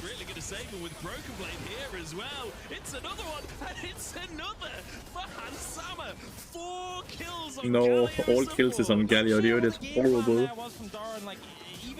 without Broken Blade there, he was definitely getting He has a gold. very early log get, but Now again, with a that's super I don't feel like that's gonna 1v9 for them. necessarily want the gold on. Rob in trouble. They don't have the damage to do this. Rob, but with no wave, Reckless has to back away. And again, these bot lane dives. It has nothing to do with the wave. Sivir was already tanking it, right? There's just no way to do that dive. They don't have the damage. Obliterating the waves, making moves elsewhere is going to be the valuable thing. And Hans Hammer really making that work for his team. I mean, the goal's not that far in favor of G2, but it's a pretty good start. Just look at the support gold difference. And Summer's over 1,000 gold up individually. He's already got his locket there. I mean, you know, it's actually a crazy thing to say, but like obviously going like, late in the game, having all that golden support isn't ideal. But this early, him having the You can take locket, Hans like, off the curve, but you can't stop him from stealing the kills. Yeah. There's only one of the kills he didn't steal, right? The one that was straight up a solo kill on the server. Oh, he went with symbiotic boots. moves up to the top side now to try and stop Kuma. For me, I dislike any items that give a lot of out of combat movement speed on boots and runes. I really dislike it because you get so much out of combat movement speed from your chimes. Dead Man's Blade is not even built for the movement speed either. It's built for the damage and the speed reduction and how efficient it actually is for the gold it costs. You could completely remove the 20 movement speed and it would still be good. So I think it's a bit weird going symbiotics. I think when you go the utility build, which I assume he's doing, I assume he's buying Locket right now, then I think Ionians is just way better. I don't think symbiotic boots does anything for him whatsoever. Because you don't want to recall that often anyways. Don't play in a bard, clearly. Oh, he cheated, he got it from the lane minion. He soaked so much speed there. But level 5 now. Reckless in trouble. Reckless. He's been solo killed once this game, and Caps looking. Great flash. Take out his old lady carry, won't quite find it. His owner knocked. Vega is completely lost on the map here, by the way. He's been pathing back and front down here in River, between mid lane and bot lane, not being able to make a decision where he needs to be. He's way too indecisive, which has made it so he didn't really end up being anywhere. The classic Bard portal. This is why we play Bard not with Smartcast on, so we can actually aim the portal so we don't do these portals. I think we have all been there. Okay. Happens to the best of us. It really does. It really does. Literally the best of us. He's the GOAT. Yeah. If that doesn't prove it happens to the best of us, I don't know what. I mean, I've never seen Carrier do that, but you know, it is what it is. Oh, phenomenal. Okay, G2 though, feeling pretty good in this game. Over 1,000 gold up. Feels like they've got the pressure right now. Faker's moving over. Hans Sama, again with that level advantage. I would love to see how Little Bone Thing has done. The 1v1, Reckless a little bit too far up the lane, doesn't have the flash available, and you're just not winning that 1v1 as Sivir Caps takes down his own. I don't know why he's placed in a 1v1 lane against Trundle. Not working for T1. They are trying to fight these grubs though. Sivir should be mid lane, right? And one of the people with TP should be bot lane. The Torn off still has that locket and does set up with a knockup. He goes down in the end. It's a shutdown into Guma's pocket. They're chasing Skumond as well. Owner gets out with his life. Doran dodging, ducking, dipping, diving. Broken Blade finds one, but it's in trade Good for portal so here. much for T1. The owner should not take the portal. Labrov as well. Labrov trying to get away. Faker still not level 6. He should be more patient with his Q. He's queuing only for slows. He never waits for them to be closer to minions and towers. He should always place his ult on the tower here, because whether 6 flashes or not, ulting the tower means that Yone can just go under the turret, right, and kill the 6. Ulting for 6 here makes no sense.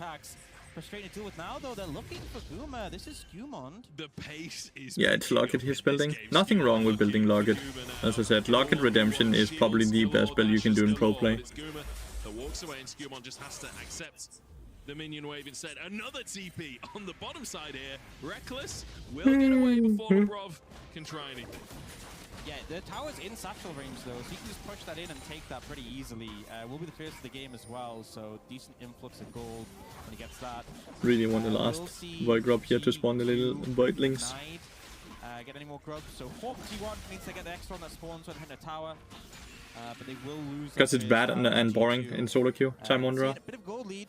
You know, we obviously But in pro play it's completely different. In pro play you have way less gold, and you want to go for the most consistent builds that are good whether you're ahead or behind.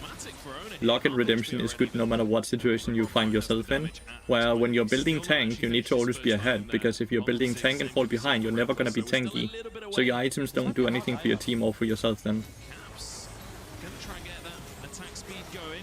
He's just gonna survive it. He's not even lost HP under the tower. He's literally full health. There's no mechanics in Pyke either. You're both talking about champions that have very low mechanical aspects. Not actually take aftershock, because with the passive and the aftershock, he got so much resist. Doran didn't get the memo, and Caps just he took seemingly no damage there. They also picked up the mid tier 1 thanks to the Ziggs. The pressure there. You gotta be a bit careful. Yeah, I don't know if that's a fight that even Ambessa can win. The pillar, didn't quite block. If it's just a couple of pixels close to the wall, could be a kill angle there, or at least a flash. Assume he gets Redemption now. That would be my assumption. I think Redemption is really good into this entire game here, because it's just a big ass fucking AoE cluster fight. Saw that in the last one. Really impactful one. Mountain coming up next. So 2 pretty powerful souls off the cards already. T1's just going to move to this Herald. Don't think any contest is coming through. We can see resets from Skewmond and Caps. Blazering King picked up by Skewmond. Going to be pretty strong there. And, you know, to no surprise, Caps has got the Ravenous Hydra. He's going damage. Yeah. I mean, you gotta. Yeah. You just gotta. It's a show match at the end of the day. Why would you Double Locket, it's just the most consistent. Caps now in trouble. Faker with the magical journey to move him, Doran, and Reckless up. Slingshotting. Always auto attack before you Q to increase the accuracy. So, always auto attack into Q. Don't Q at the start of a fight like that. Will satchel away. Oh, actually, commitment from Ona. Broken Blade is waiting at the other end, though. Ona dodges some of the damage from the Moonfall, but he will fall himself shut down into the pocket of Broken Blade, who is quietly getting pretty big. Yeah, I mean, you look at the farm lead in the jungle. He is strong already. A lot of damage available. Skewmon going to get a bit of damage on his tower, but not too much to come from Lathyrus, though. Oh, that was a Always auto attack before you Q or ult for anything. Just gonna chase him, and Lathyrus somehow still walking away with his life. It never makes sense to just do these spells if you're in auto attack range. How did they get away with that? I thought he would have needed to satchel over the wall to survive. Apparently not. The team move in to protect him, and he won. Confidence is very important on champions like that, Town Wanderer. I agree. I agree. Broken as Ambessa can be. You know, the nerfs definitely, she's not as strong as she was. Guma is fed, but G2, it feels like they're in a pretty strong position right now. The question now, can Guma do what Faust has been doing in the Lost Ratoni scrims with this Ambessa? He went for Celestial opposition. I guess he wants it so he can face take things. I think Slay is better when you're doing this build, but who knows. Absolute ridiculousness later on. Yeah. I assume the Ruby Crystal buys into Redemption. It's one of those things where, you know, we always make jokes about the length of, like, the text that champions have, but, like, the stuff she gets from her ult, just, like, the passive armor pen and healing is kind of absurd. Now, looking potentially again for Caps here, and they found him. Well, he's gonna go in. We're in Q right now, right? No, we are reviewing Faker playing Bard, then we play more League afterwards. Vampire. Hi, TNDD.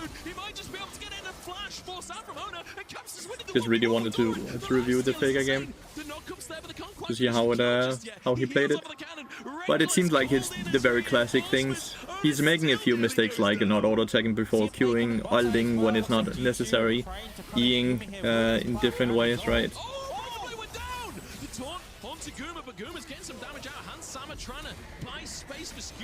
Like, again here, right, his portal is too early, he ends up placing portal for his enemy team rather for himself. He has Bard ult, which should be used. Yep. Good. Sets it up, and Reckless looks for the damage. Skewmond down. Huge cleanup there from T1. Guma managing to catch Broken Blade, the critical factor. And then Faker's I think Rakan, Pyke, and Bard are all very forgiving champions because they have tools to get out of every fight very easily. A bunch of dashes and stuff like that. They're all incredibly forgiving. If you die a lot on any of those champions, you are messing up. Both T1 and G2 are like comeback teams. You know, these these are two of the teams that you're always watching the scoreboard. You're always thinking, just maybe they can make it happen because they've done it so many times before. When you got two of them in the same game, maybe it's a disadvantage then to have the lead, you know, because they're always looking to be the underdogs to make the comeback, and it's like Galio is also doing the redemption, but it's just a classic, right? It's just such a classic, good build, no matter what you're behind up ahead. Right? It's always good, no matter what. But Pyke on a time clock doesn't mean he's not forgiving. He is incredibly forgiving. Just because he stops being mega overpowered after 15 minutes in the game doesn't mean he's not incredibly forgiving. Anything else is just straight up a lie, you know? He died to the red buff.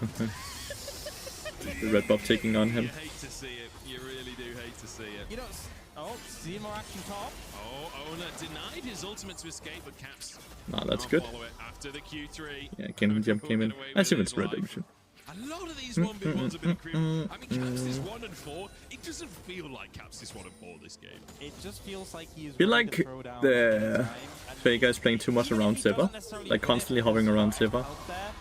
Again here, right, if you want to run down the Yasuo, it's way better for them to just ult the tower instead of trying to ult the Yasuo, because there's not gonna be any insane follow-up on this, because instantly after the ult time's out, Yasuo is gonna win wall whatever comes thrown out from Bard or Sejuani, right?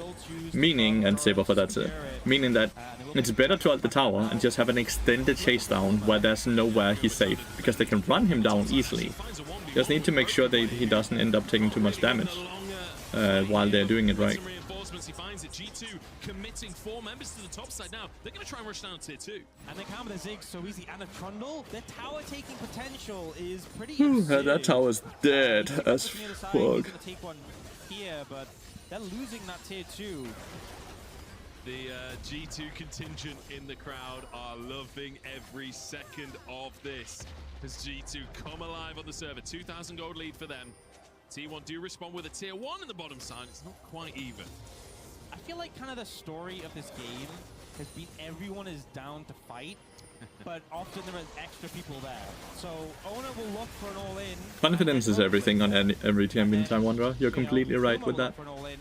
And then Hansama is there. It's just a lot of fighting, and then Caps' recall is denied. Owner looking for the 1v1 as the TP comes in. Faker arrives. Caps should start with the W instead of the auto attack to proc the Guardian instantly on Owner, right? To make sure it's not a 1-for-1 trade or anything. You know, Faker does as Faker does, right? He feels like he deserves it. Fair play.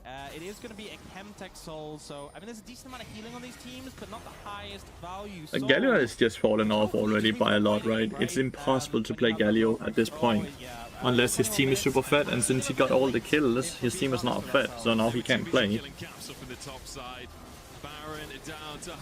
Bard should look to ult Diana here, or the 6, and go on them. He wants to engage on them, or to to deny them entrance, or it's a good exhaust on the Diana. The ult is quite good here as well.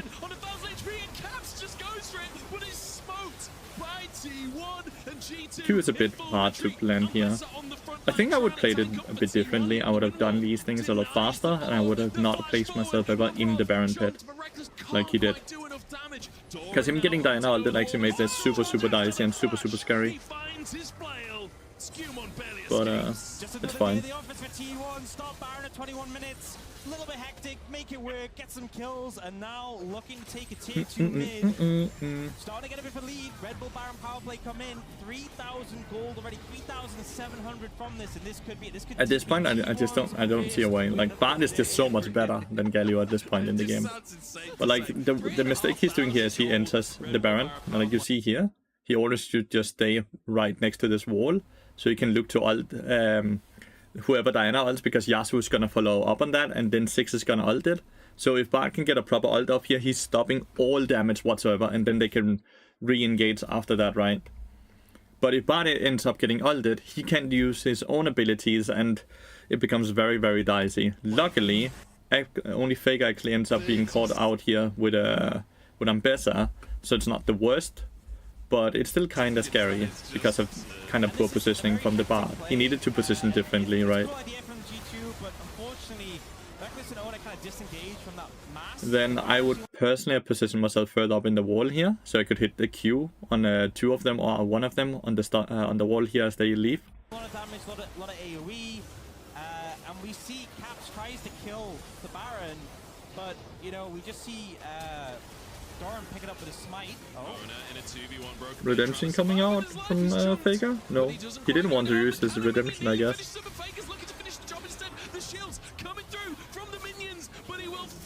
Not sure why he didn't use his redemption, but nonetheless. That's 4 kills on the board as Reckless is chasing for Caps here. Tempered Fate will disable the tower, but not going to be enough. Yeah, I know it's a fun match, but these players have to play together beyond this. And Faker taking all the kills, there might be some That's a fun play. He doesn't really have ult, so they can't really go for an extended play here. The redemption here is weird, the locket here is weird. I feel like he's just wasting cooldowns now. Doran just... No, he's fine actually. He had his own locket as well. Double locket on that team. He is pretty tanky. Doran definitely doing a little bit of limit testing there. Wait, so Poppy is actually quite decent into Bart, right? Because her W stops Bart portal, and her E, obviously, whenever Bart wants a portal, he would place himself next to a wall. So, quite like. I think Poppy is good into Bart. I do think the Maokai matchup is better. Like, Maokai into Bart is a bit better if you're looking for counters to Bart. But Poppy is really strong and just a very good champion right now, so definitely a good way to play it. I'm the boss here, okay? I'm the guy. You guys are around, like... He is the guy. Faker and 4 wards. I don't think that's particularly the case with his other part. Here we go, Guma. Oh, what a great flash. Good ult into flash from Gumayusi there to completely get out. Yes, look, Human's here. Holy. He has to get the knock-up if he wants to keep the fight going. While you're watching them? I'm watching Faker play Bart. That's all I'm interested in here, Carlos. If you don't understand why that's interesting, then I don't know what to say. Like, Faker is obviously a very popular player and a very good player, so it's always interesting to see him play a champion you have played a lot. It's always super fun. He's going Mandate now, I think, with the Bend Glass Mirror. I think Mandate is fine here. Like, it's just a full-on utility build. I don't think there's anything wrong with what he's doing. I don't like the build per se, but I don't think it's bad. I'm fairly sure you could actually replace Static Shift with Mandate and have the exact same success as you have with Static Shift. Like, that wouldn't surprise me at all. I dislike the stats on Mandate compared to Static Shift, and you don't get the exact same, like, opportunities with the 1v1s and all that, but if we look at a pure 2v, like 5v5, then I think Mandate is just better. Couple of heavy weeks on the Rift. I'm just happy that something is going right. No, I think it's completely fine. I think it's fine, Time Wanderer. Yeah, I think it's good when people share their success. Nothing wrong with that whatsoever. You're not gonna get anything from my side here. Just chunking through the wave as well. Guma now arriving. Doran looking to try and get some CC into play. Caps gets himself some healing to sustain from the ultimate. The lifesteal coming into play as well. Finally falls down. Has the whole break it. Now the Triforce. I think they know the new game plan for G2 right now. And I think T1 after last game are probably a bit sick of that. I'm gonna be real. They do have at least champions who can clear waves effectively with the Sivir. We played that Baron and Yuso in mid lane? When? When? It didn't just happen, I guess. Onus got a lot of damage, but not when he's CC'd up for the entire fight. Easy pickup for G2. Been watching the other monitor there, sorry. On the map. Caps not for another 20 seconds, but there's not really a lot T1 can do right now. If you have a timer on it, I could look into it. Dare I say it, the coveted LCK lull state for a few seconds. Potentially, but it hasn't felt like that in this game. It feels like whenever you think you have time to talk, something happens. Someone decides they're going to fight. Owner, unfortunately, feels like he hasn't had a fair fight this game. It feels like there's always someone there trying to turn it around. Speaking of always someone... Not a mana pen ever since they removed the movement speed from it. Wait, they removed all movement speed from Mandate? To be honest, I thought he was just going to get one tapped. I didn't even see oh, they did? Yeah! Actually, then I don't like Mandate at all. You're completely right. Then I don't really like Mandate either. It's pure damage now. There's no utility in it. I never knew they removed all movement speed like that. Not exactly damage machines on either side of the board there. away with their lives. Yeah, I don't like it either then. You're completely right, Jerky. I feel like it's been high action. It's not necessarily been outright just memes. Like, I feel like these Game has slowed down quite a lot here. Today. Gumi, you see in the 1v1 against Caps Season 1 versus Season 14. Caps trying to get the sustain. Looks like Gumi Ambassador just wins this. Or is he? The sustain comes back up through. Reckless has arrived. Faker has arrived. Caps just I feel like Faker should use his redemption a lot more on high range. He's chased down by hundreds of players, and in the meantime, the rest of G2 They're just doing Baron now, yeah. It's a weird flash from Caps. Very weird flash. It's a 50-50 no matter what, right? Should use the redemption just for vision now. Ooh. I don't know why Faker is sitting on redemption for so long. He has so many uses. It's also 10% damage, right? 12% true damage. One very, very cool thing you can do with Bard that Faker doesn't realize here is redemption and ult has the exact same cooldown on it, or like how long it lasts. So the minute he hits this ult, right, he should instantly cast redemption because it's guaranteed to instantly heal Sejuani and it's guaranteed to do the damage on Diana and 6, I assume it is. Yeah, Diana and 6. So always want to, if you are going this build, that's one of the things that redemption is really, really great with, because you're guaranteed to hit the damage, you're guaranteed to hit the healing when you do it like that. Because you can see how he's using it way later now, right? And it doesn't even end up having any value. The exhaust comes in too late as well. The Q gets always auto attack before your Q. Always auto attack before your Q. If you can't hit your auto attack, I can guarantee you your Q is not gonna hit either, because people are gonna move away from you fast enough. When the game started to feel like it was slipping out of control, they make a bit of a comeback one. Unfortunately, though, Caps won't get that Baron buff. I think that's the pivotal thing. The fact that he was down, he's not going to be able to receive that. This, I hate these replays. We just saw it. It's not like we missed anything. Replay makes sense if you missed something because you were watching something else, right? On a different side of the map, because there was multiple plays. And then this Tempered Fate from Faker was beautiful just to keep the action going. Yeah, really, really nice. And then Owner can obviously follow up. Faker's there to look for the stun as well. Broken Blade Just a few years ago, yeah. Burst damage of the exhaust a little bit later. Yeah, a little bit. The exhaust came late, the redemption came late, so many things. Then the Q here is bad because it's too early, just auto attack first, right? There's a lot of like small things he's just not doing correct, but it's quite understandable as well, as I assume he does not have the most bar games under his belt. Right, so it makes a lot of sense. Oh dear, this game has been hectic, but T1 seem to have taken control despite G2 getting the Baron. Oh, he bought a Cerelius instead of Mandate. I think that's even worse. I think Mandate is better than Cerelius. I really dislike Cerelius as an item. We already have Siva ult as well, right? So we already have that burst of movement speed. We don't need more movement speed. Face taking with W here is always good. That's good to see. He should just ult here, right? But he might just portal into. I like the ult into portal a lot more because it guarantees a stun. You can see how he's just doing it very backwards, right? Can they kill him is the question. Reckless trying to get those autos out. The spell shield comes on through and Caps just can't get autos against the spell shield and blocks the chomp. Very well played by the T1 bot lane, and Owner now in trouble. Is G2 trying to make a play on the opposite side of the map, but the CC is just too much for them. They don't seem to be able to turn it around. And Sama slams down an Owner. Owner played that quite well, actually. Oh, the Q flash. The double stun. He has red buff, so he's doing quite a lot of damage. Is he gonna get a triple? Just needs to hit Q. Yeah. Oh! And nice portal here as well. That's a really nice Q flash. The only thing like I'm sitting and thinking that's a bit of a shame is that he didn't use his Cerelius during that entire fight, right? That movement speed could have done a bit of difference for him to auto space the Yone, right? So that's a bit of a shame, but he hit the Q flash, he had the right target selection and all that, right? So all of that was great.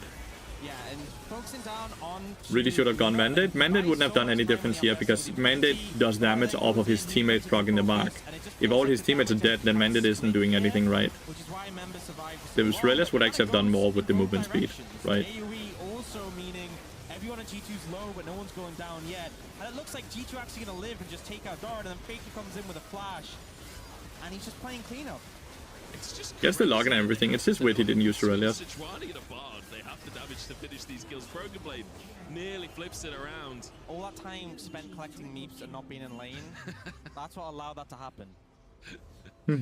Nice triple kill nonetheless though. Nice to see. Looks like he's having a lot of fun, which is awesome. Looks like he's actually having so much fun. That's what Bart does. Oh, he bought the dreaded control water item. Stat-wise, it's very cheap, and if he assumes the game is over very soon, it's probably the best. It's probably the best power spark item he can buy, but I hate that item. The more of the map they control, the controllers also have less and less value, right? Because it's not like he's gonna control all that base, and they have control over the entirety of their jungle. There's nowhere to place a control lord that's gonna give them any type of benefits. Which you can see in the sense that he has 3 control lords, and he's not placing them, because he knows that there's nowhere he can place the control lords. So he just holds them or what? Everyone else has been just fighting the whole game. Reckless has just been like, he's the Teletubbies Nunu, you know? He's just charging around, sucking up the farm around the map. Well, he is good. And Caps, for the 10th time this game, will be found in the side lane and will be taken out. Just starting to pick up these kills. They know they have the damage now. Reckless to start pushing in this top tower. G2 need to move Skumond over if they want to come. He control ordered. I guess this for the vision. The Ziggs, you can clear the wave out pretty well. Owner taunted. I think we might be looking at potentially the end of the game if T1 feel like but push for more it's close. Didn't center it. Portal is good for Sejuani. A good redemption this time around. But Guma survives, he gets out, the inhibitor is taken, and Reckless will walk free as well. Yeah, and at this point, I think G2 definitely, you can see that they're feeling the pressure. Caps are struggling to get out on the maps, apply that split push pressure, and with the build he has, with the Hull Breaker as well, not really built for team fights as such, so struggling a bit in that department. Right now, Byron coming up in 10 seconds. Looks like T1 going to head over there. The Dragon kind of on the wayside. You know, there's not really anything else for him to buy. I don't really like the Celestial. I don't think it's giving him any value. I think Slayer would be better with this build, right? Getting that burst of movement speed for you and someone else, and a bit of healing, right? Just does way more. Bardold is not quite up yet. Redemption is not quite up yet. His Bardold is gonna come up very soon. Should be up now. Should look to ult the Yasuo here. Yeah. The aim is a bit bad, but like the way he's using it is correctly. Redemption is gonna be up very soon, so then he can just use that to reseed, but they might also just go for Baron. Oh, it's not quite up yet. Yeah. Well, I know with Broken Blade dead, no smite, they will just be able to take the Baron, so they got what they wanted, although obviously looking for a bit more. Hola, Lathi, ¿cómo estás? Muy bien. Last year, G2 the only team to win against them. Could it be G2 the only team to lose? Patricio. I mean, look, the script writers are not lazy. I'll give them that. Flip the script entirely. Another, I think, the 3rd Red Bull Baron power play of this game.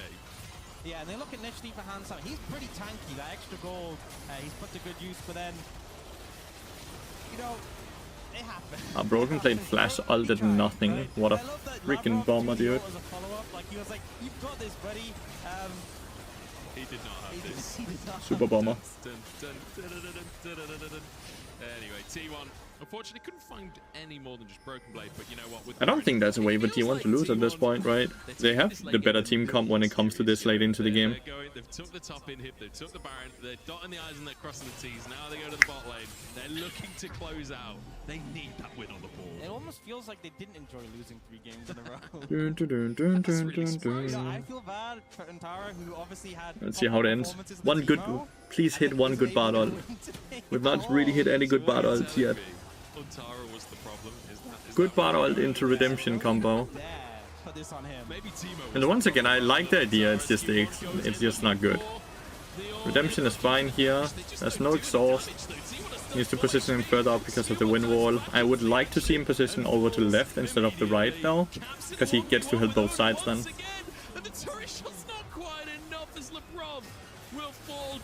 He's good in solo queue. That's all I know. Time 1 round.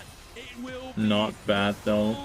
GG to T1. The triple Vega looked like he had a lot of fun with Bart. It was cool to see the triple kill. very much in the league of And he did their get to do a own. Q Their flash. first win But of yeah, the league of its that was own. fun to watch.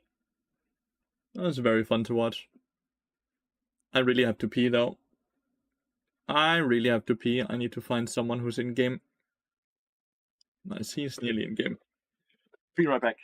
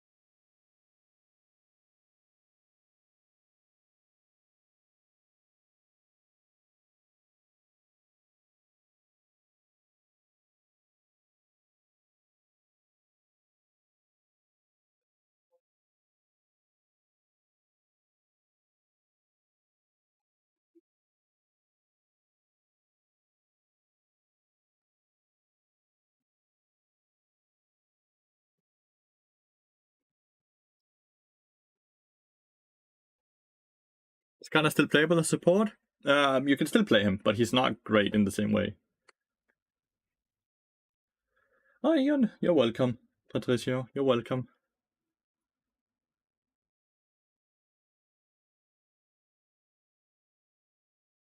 De nada, de nada. De nada.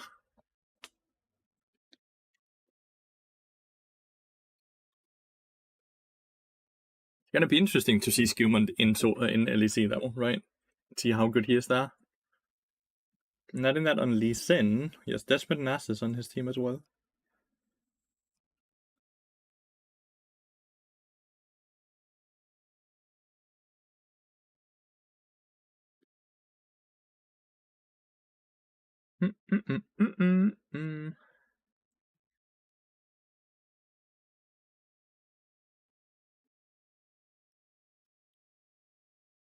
Dun, dun, dun, dun, dun, dun. And we are 2 wins and 4 losses today, so we need to win 2 more games to go even. How sad is that? We played 3 bad games and 3 Maokai games.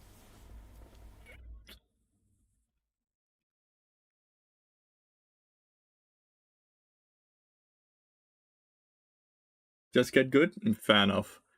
Been a bit unlucky with top laners, but I also have not played perfect myself, so I could definitely have done better.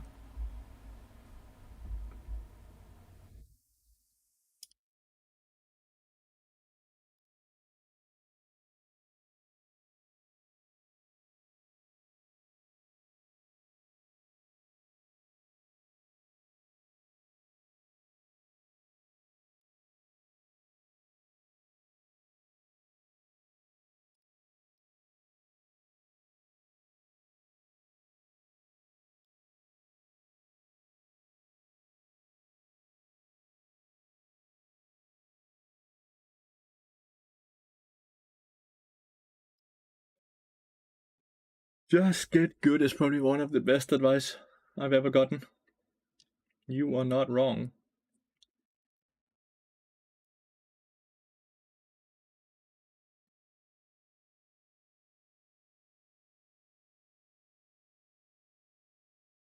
Should I open it or should I keep it sealed? Dun, dun, dun, dun, dun, dun, dun, dun, dun, dun, dun.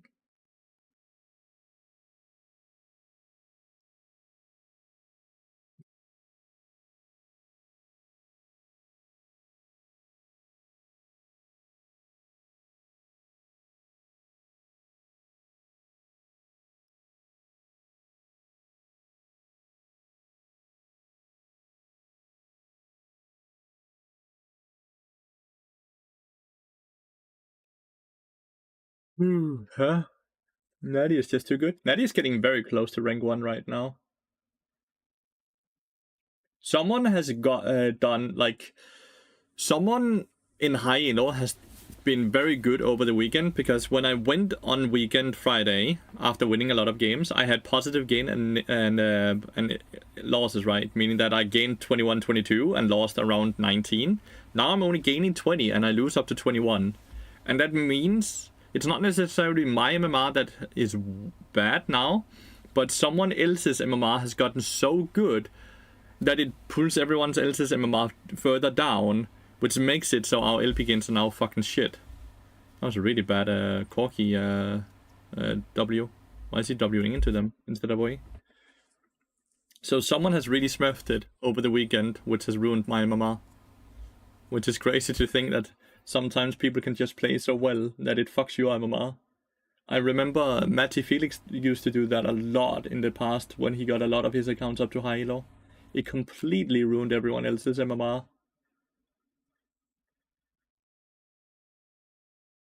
Yeah, I should definitely. That would have been very good. I would definitely not have ruined the MMR even further if I did that. I had a very good time though. We brought Coda as well because, well, we need to give him medication often now. So Coda kind of just gets to travel with us everywhere we go now. He was very tired by the end of it because there was a lot of people and there was one other dog as well. So he had a wonderful time as well. This Corgi is just not having a fun game. 41 gold from an assist there. That is horrible.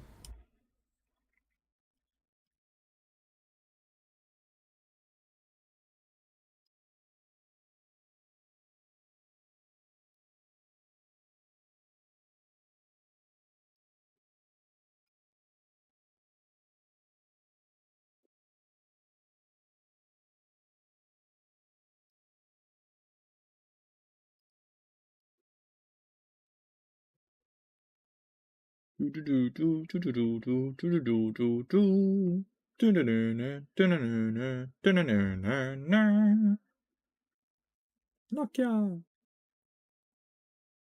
Banana, banana, banana, no. Do do do do do do do do do do do do do.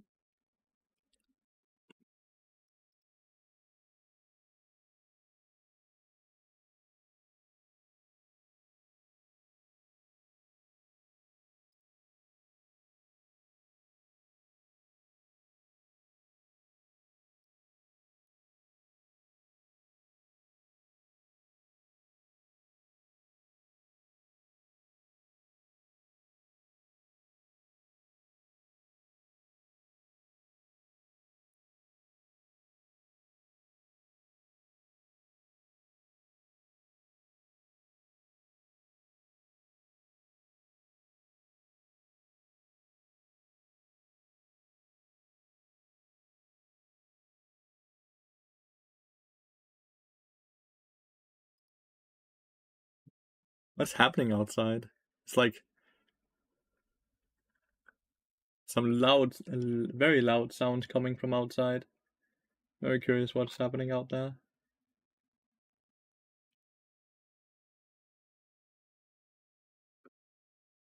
They have a very AP heavy team comp. Caitlyn Karma is very hard, and I have a Draven that wants to play aggressive, which is also super hard. We might be in for a bit of trouble here. Might be in a bit of trouble.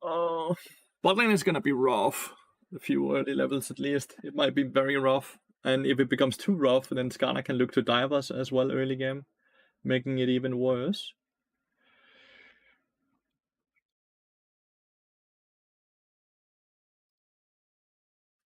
I think it's gonna be a hard game.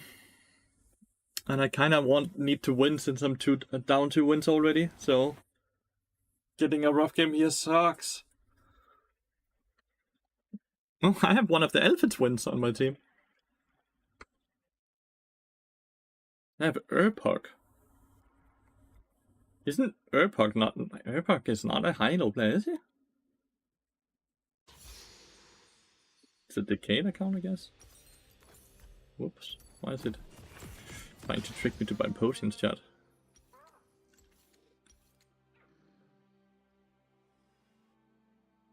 Why is Centurion in this game? He's playing on a rank 8 account, chat.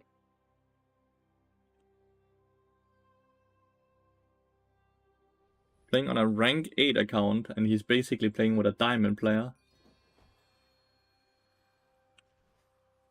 That's crazy. They have a really good bot lane, and we have a very weak bot lane.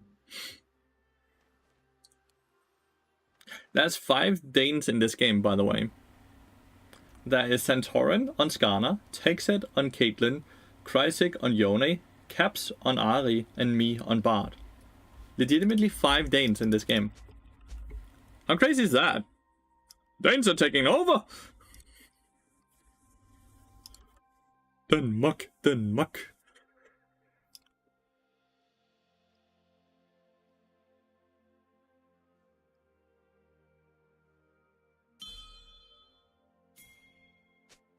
We're not gonna sit and push up anyways. Danes are gonna run it, let's go. That's a good... That's also one Swede, with Theo being the Swede. Not sure where Urpok is from. I think Britain, right? We don't win the 2v2, so we don't play the 2v2 whatsoever. I need to... Well, I didn't get to block it. I was like, I need to block it.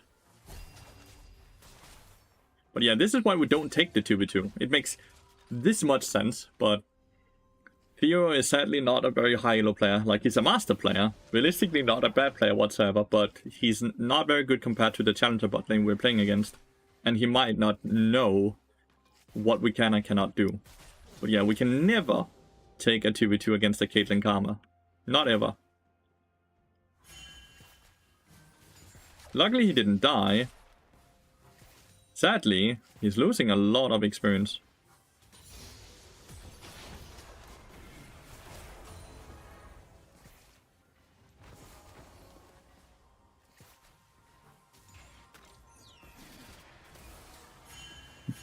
Not only that, he's also lost 11 CS. At least I caught a lot of them right.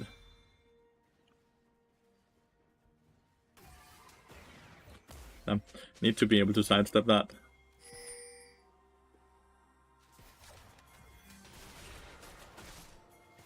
Need to be able to sidestep that as well. And Karma just went to ward.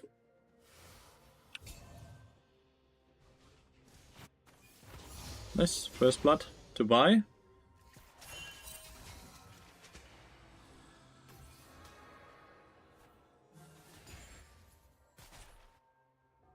Definitely would have preferred that on Ari, but nonetheless, first blood, right? I think you should use all your mana on just getting the minions right now, Theo. Oh, she never warded actually. Yep, I know. Ouch. Hit both of us because we're clumped up. My bad as well. This trap makes it so we can't go last hit through the wall, which sucks.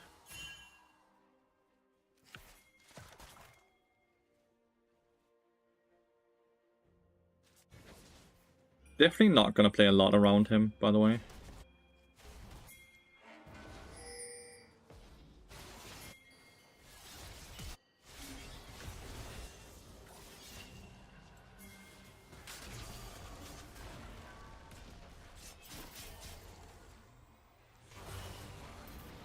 What is the Vi doing? Huh.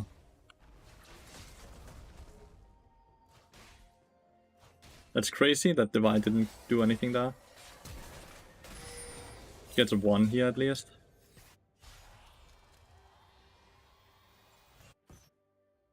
I feel like a Vi just left me to die. Which is crazy to me. I don't think there's a world where I can kill her, but there might be a world where I can stop her. Skarner got another thing.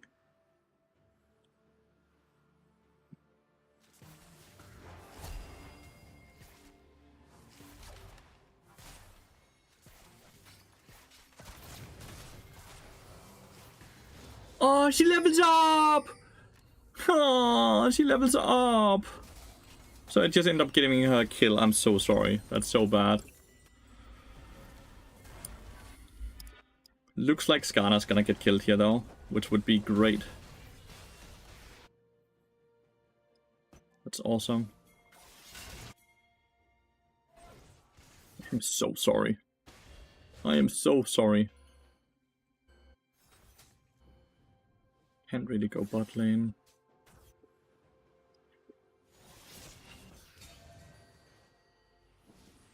Maybe he queues in?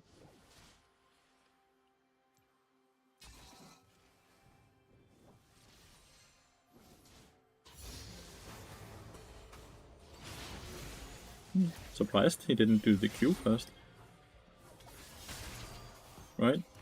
Not the Q first, the E first.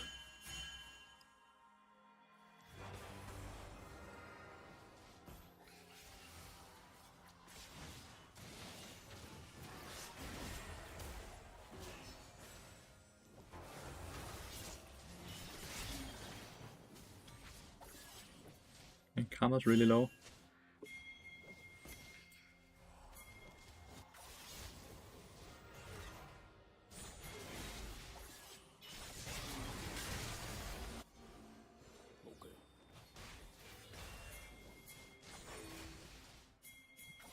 Karma.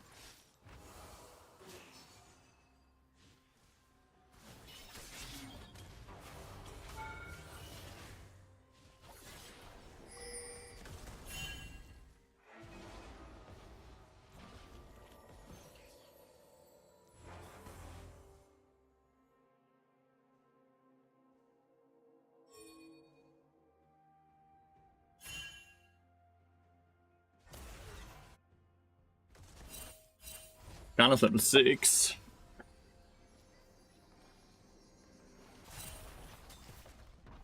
Huh, 28 CS. It's definitely the right call to go for these roams and just play around caps and the Vi. Like, I'm not gonna be able to make a difference down here. Did we lose that? Yeah, we did. Shit. But this tower is just dying way too quick.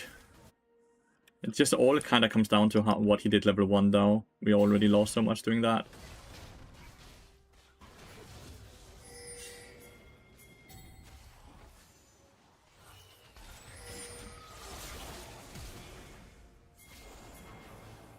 He's too fast.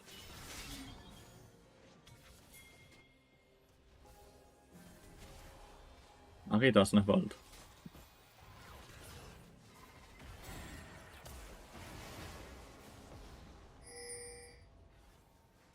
Know what we are playing for down here. Varus doesn't even have ult either.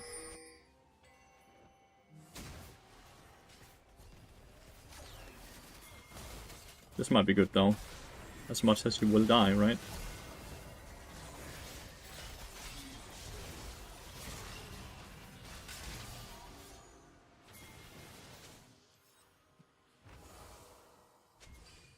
Ari ult is up. I don't know if she's used it.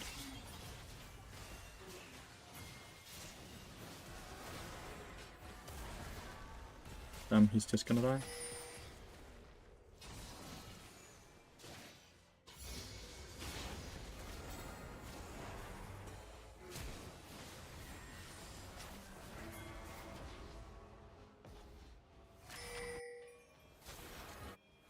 Oh! It stopped the Caitlyn ult.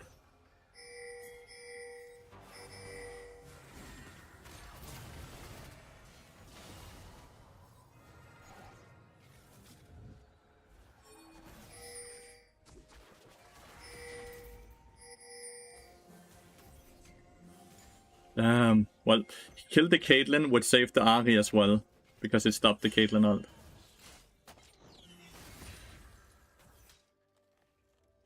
Are you on wrong scene? No, I'm on the only scene that works because OBS is bugged right now, which sucks.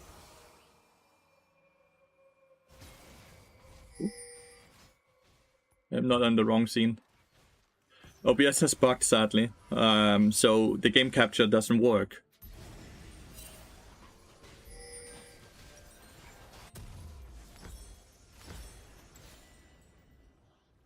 The gold lead they have must be insane right now, though, in bot lane. Because, like, we have an AD carry with 30 CS, and they have already killed our tower.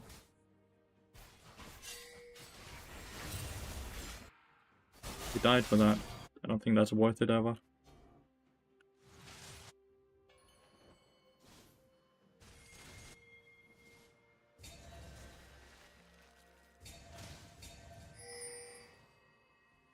Should I be top lane right now?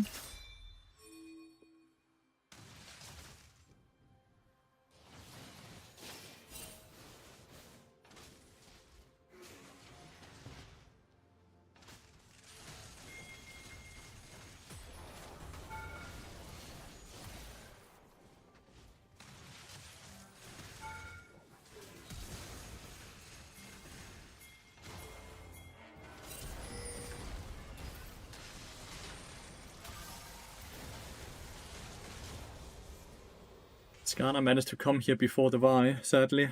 Wow. Ahri didn't use ult at all, because she didn't see him, I guess. There was vision though, so... 1 for 1 at least. Centaurian is very good at Skarner.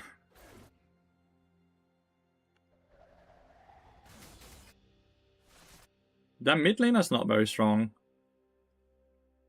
But everyone else on that team is quite strong, right?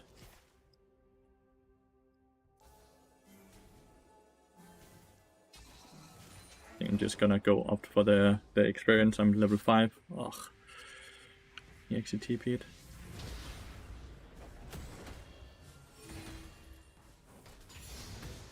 We'll get the level 6 though.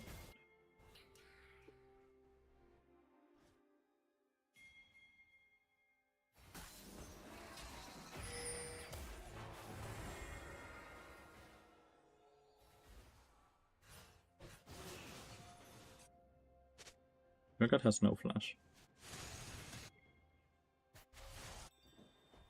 Urgot is just very hard to dive though, right? Like, it's not like he's squishy.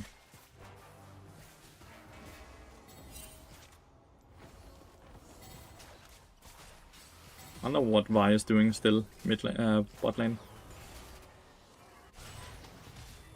Like, I don't know, she's just spending so much time bot lane. Why?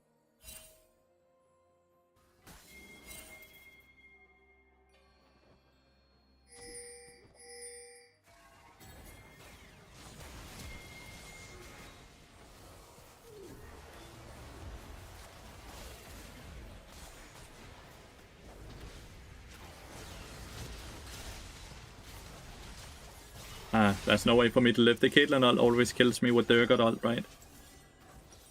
Sadly, we missed the Arya E. I don't know why the Vi. Vi spent way too much time around the Urgot there, right? Seen playing bard support with your build? I've heard about it, yeah. I've definitely heard about it. Ult. Nice. Damn, Vega's just instantly getting fucked. So, we get the Varus R, but no one actually follows up on it fast enough. I don't know. My Vi seems very lost, sadly. Right.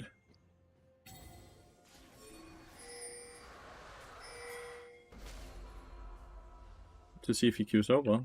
Why does he know? There's no wards. How does he know? You see this? How does he know? There's no wards. I sweeped it. You cheating son of a cunt. Because control wards are a waste of gold. You either have control over an area or you don't. Control Lord is not gonna change that. The Skarner is by far the person that does the most damage on enemy team, which is horrible for us because we have no one to kill him. And we have a Lethality Varus who sadly griefed level 1, so he's just so far behind now.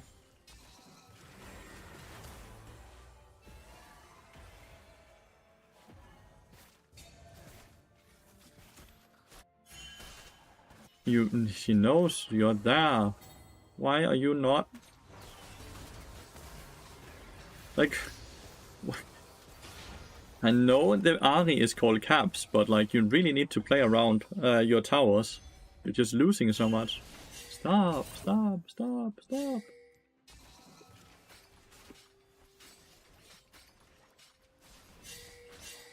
We do not have the strength to win this. Not in a 4v4. Stop, stop, stop.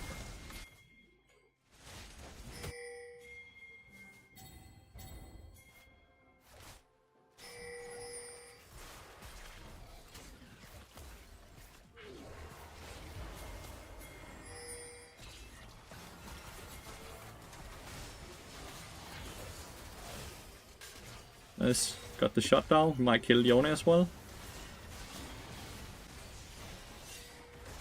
Damn, it's close. It's close though.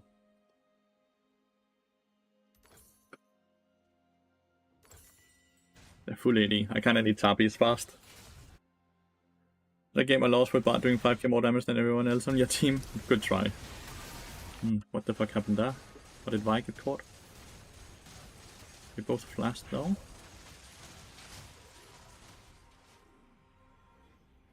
Cassandra has not really been able to get into any fight so far. Where the Urgot has been able to do that with 5 KP versus 2.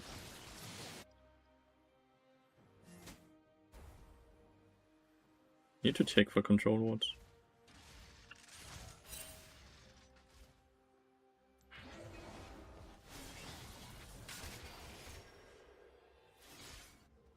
Yeah, he got solo killed, I guess.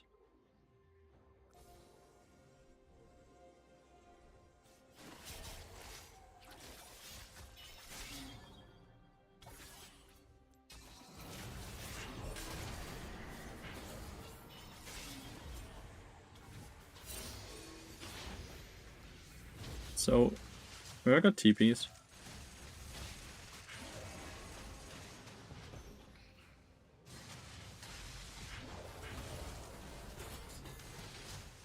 How the fuck did my Cassandra die mid lane?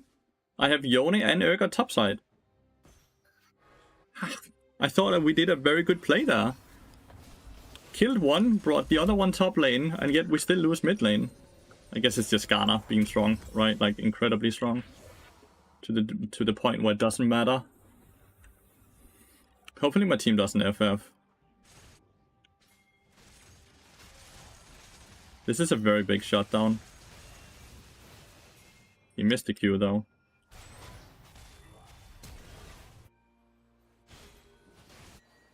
Okay. Really important, I think Ahri gets this though. Damn. I think that was very important. Ahri got it.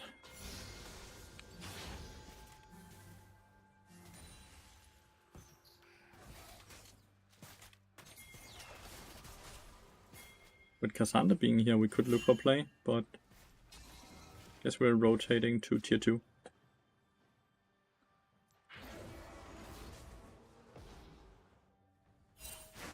Hard to know where exactly Skarner was on the map though, right?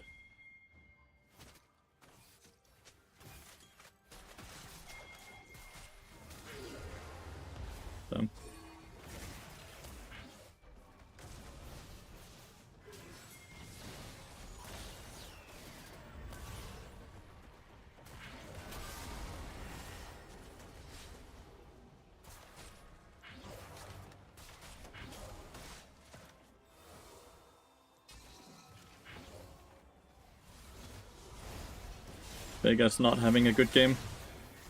The Cassandra's not having a good game either. Like, they all look so... Like, Vega is not useless in any way, but the Cassandra looks completely useless to me. Like, I haven't even seen him go all out yet. My ban right now is Udyr.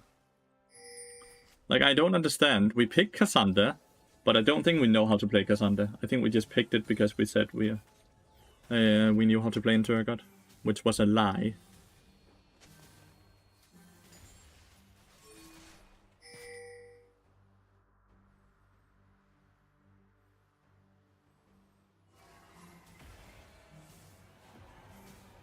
Some very unlucky games. Like, Cassandra is just not playing at all, from what I can see.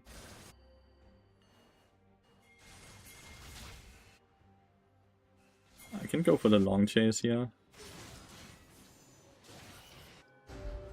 Vi is wasting ult for no reason, sadly.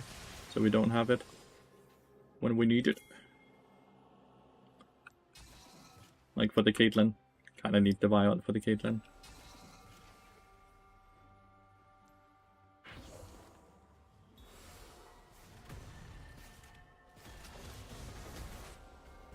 Getting a lot of chimes here, which is awesome.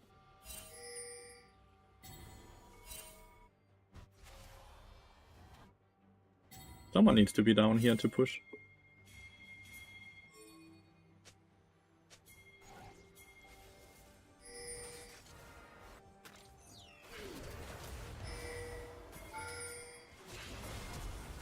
That was a very effective flash. Cassandra is dead again.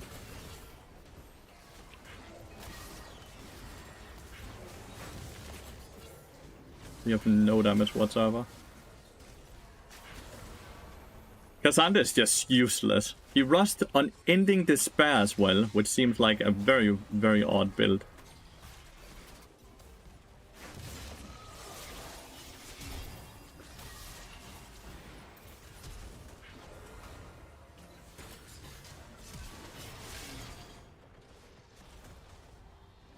Like, how the fuck is the fucking Cassandra so useless to us? He's not doing anything. Like, he's not tanking anything, but he's also not doing damage. I cannot wait to see his his damage after this game, because it must be 0.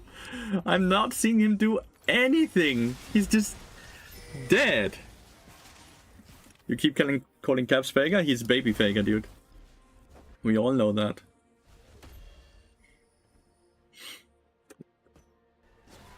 Oh well. Realistically, I should always vote yes on a vote like this at this point, but there's no reason to. Might as well try to win the game. If I don't win the game, it's over in less than 10 minutes anyways. The queue time is so long that it's better to just get some gameplay, whether it's being a win or loss.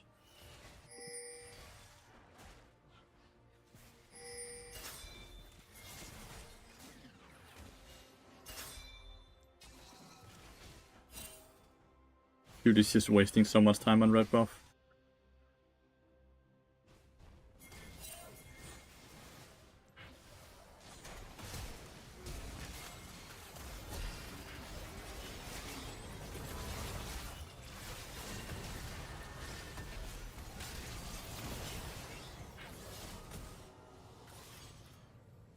We got one, that's it.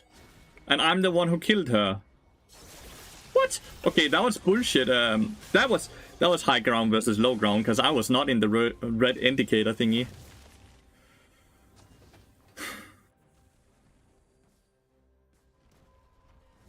Shit matchmaking, not gonna lie.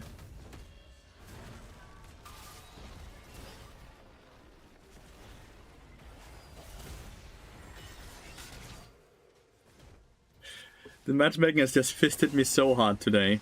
It's fisted me so hard today. It's crazy. I have a Vi who's first timing Vi. I have a Cassandra who doesn't know how to play Cassandra. I have a straight up just a low elo AD carry. That's not his fault for being low elo though.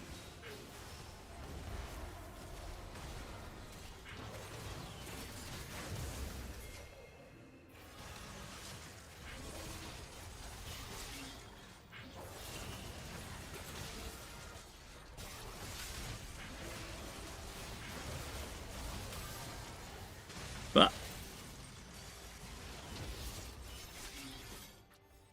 I think Cassandra is doing 5k. Urgot is diamond, I probably screwed it. Urgot is just demoted. Not demoted, decayed account though.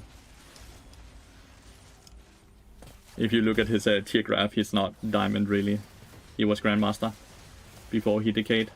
So it's just a decayed account. And the MMR doesn't decay, just the visual rank. So he's the exact same rank as the Cassandra, if not higher, right? This dude is only Master, this dude is only Master, this dude was decayed from Grandmaster. At this point we should just let them end. Like, legitimately just let them end. Guys, just let them end. What a waste of time trying to kill them here at Nexus with it having 1 HP left. Like, just let them end at that point. Matchmaking is fucking me in the ass today. I am unbelievably annoyed by the matchmaking. It's absolutely fisting me in the ass. It's not very fun to play games that are lost before they start. Can we please do some balanced matchmaking? Thank you very much. Like, I lose level 1 because people just don't know how to play from the start, right? Like, no offense to the twin. He's an amazing content creator, and it's not his fault that he's even in against the challenger bot lane, because obviously he's gonna lose to a challenger bot lane. But like, he just overtrades level 1, and then we have already lost laning phase, and there's nothing I can do. It's just so frustrating.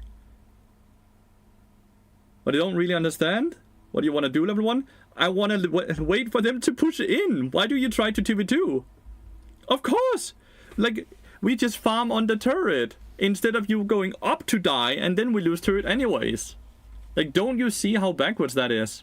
We never get prio in this lane. It's Caitlyn Karma. We don't get we never. We can press ability and wave. No, because it needs to push into us. If we press ability and wave, it pushes the other way. Meaning they get to freeze, and then we never get experience as well. Like, I'll gladly coach you, but you have to pay for the coaching. Like, no offense. But if you don't understand it, you just have to pay for coaching. Just can't do it? No, we can't do anything. It's a 0 prio bot lane. You're Varus with Comet, meaning it's lethality, right? Meaning that you don't do damage on auto attacks whatsoever. Where they have range advantage and they have damage advantage. Meaning we don't do anything. We do stuff from level 6. If we don't die until level 6 and they just get a few platings, then we start killing them from level 6, because that's when we are stronger than them. Because they don't get stronger at level 6 in the 2v2. Because Caitlyn can't use ult in the middle of the 2v2, and Karma ult doesn't really do anything. But if you try to play into when they are strong, we lose every time of the day. Which is exactly what you did. Right? And again, I'm not trying to blame you whatsoever. You were placed into a challenger bot lane. It's not fair. There is no way in fucking hell you ever get to win it. It's Riot Games I'm annoyed by. It's not you in any way. In no way is it ever your fault. It's just Riot Games being shit with the matchmaking, because queue times are so bad that at some point you just get thrown into random ass games so a game can start because they think that's better.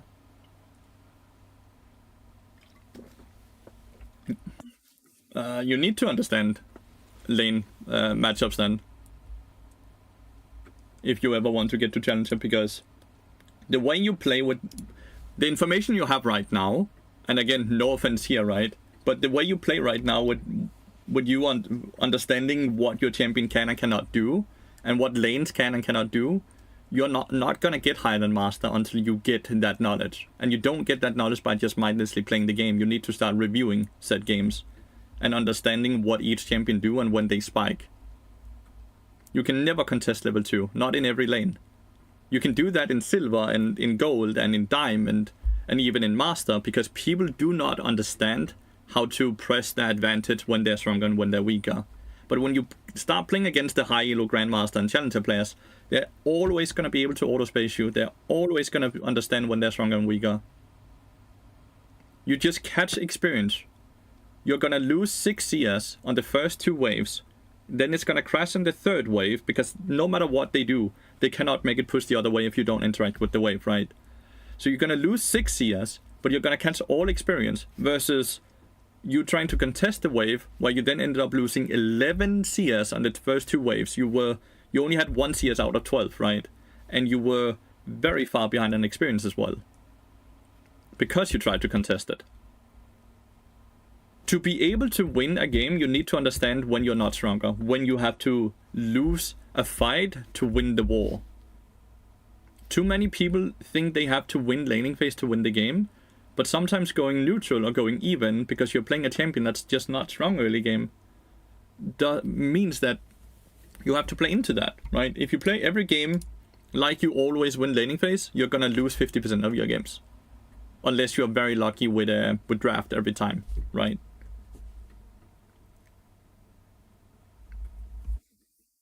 Like, you really need to get into that mindset of understanding when you can do something and when you cannot do something.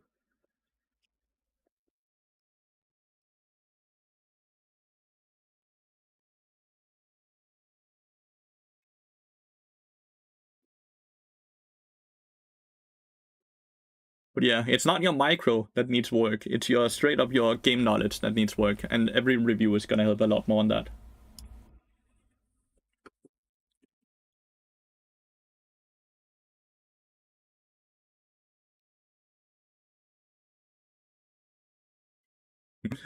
I have a Kane top hopper chat. Today is just cursed. Today is legitimately just cursed. It feels like I'm just getting a lot of autofill players on my team that doesn't know how to play their champions. Like, if he picks Kane top lane, it will be the 3rd time in a row I'm getting griefed.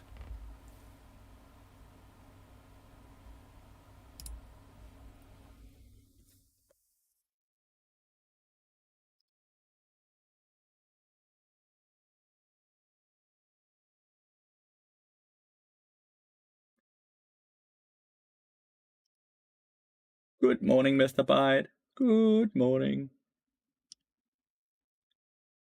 Having to play against Victor is how rough. That champion is very good right now. Certainly deserves a nerf.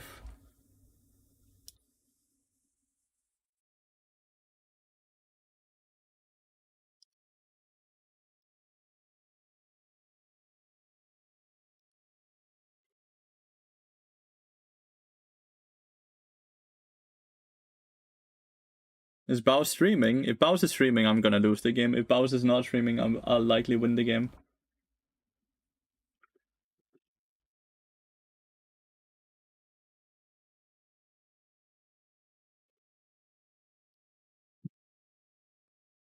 Cass in mid lane.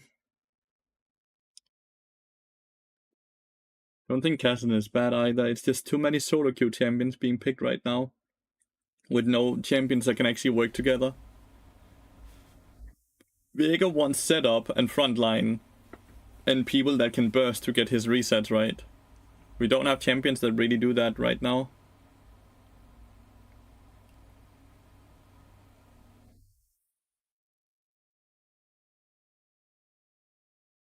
Kane into Cassandra. Like, look at my solo queue team here. At least it's Kane into a melee matchup, right? So he gets his red orbs very quickly. Varus? Like, Varus has ult, sure. But, like, that doesn't set up for the Viego. Because Viego can't go in alone. Generally speaking, Viego wants to go in after second person has gone in. Because if he goes in first, he gets one shot, right? Emerald lobby comp. It's the entire day has been like this, Manu. It's crazy. It's Caps completely griefing. It's straight up Caps playing Kane top lane. We don't know if he's griefing yet, but it just feels so insane. He didn't play Ari very well either, but like Caps in solo queue is always horrible. Caps in solo queue is always horrible, dude. They have really good jungler.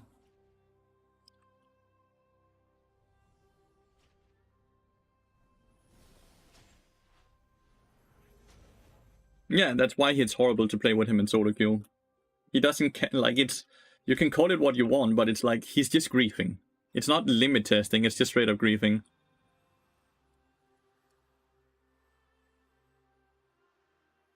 We have Genghis in the jungle, so Might be good, might be bad, I'm not sure. It's a very high elo game, right? Everyone is challenger, so that's very fun. There's no one where like it feels like you're just unlucky with having a low elo player versus a high elo player, where it feels unfair from a matchmaking perspective. Realistically, there's nothing really wrong with this matchmaking, because they have 2 mid laners, and we have 2 mid laners, right? This is a mid lane, this is a mid lane, this is a mid lane, this is a mid lane. So they have autofill 80 carry, we have autofill top lane. So all of that seems super fair in that sense. It's just... Caps have a tendency of doing a lot of stupid shit in solo queue. Without trying to be offensive, because he's a far better player than I am. I'm not trying to say anything of that. He's a far better player than I am. He's just also a fucking griefer. Nothing wrong with proxying. Nothing wrong with that.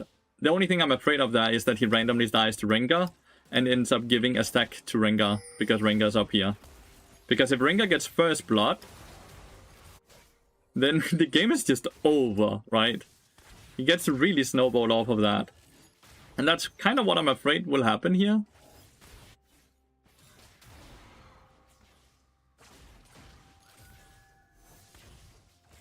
But let's see if he can outplay it. Because Rengar does have to farm his camps as well. Meaning that he can't just chase after him.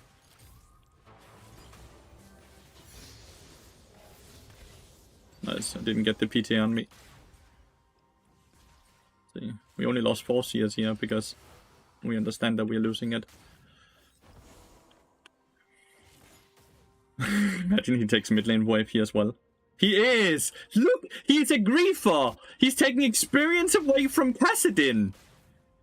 He is a griefer! This is what I mean! He's such a dumbass! We have a fucking Kassadin, and he's taking the minions away from him!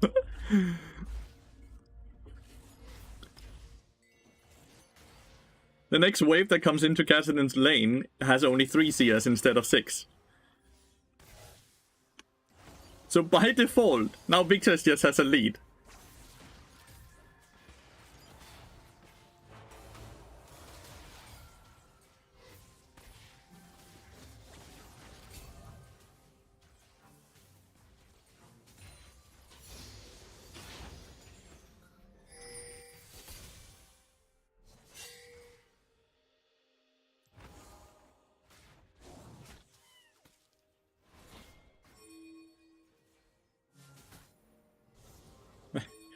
And Victor is now on a freeze as well.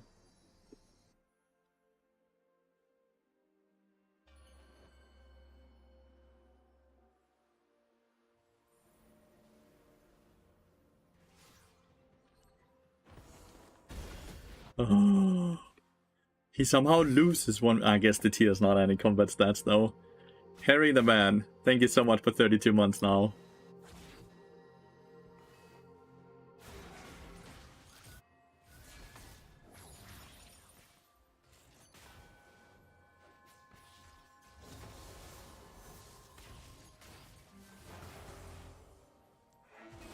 Gonna E away here so I don't take Q damage. Well, he has to trade with the Cassandra to get the orbs, right? It just sucks that he lost. Had he won that trade, he would look like a fucking smurf, by the way.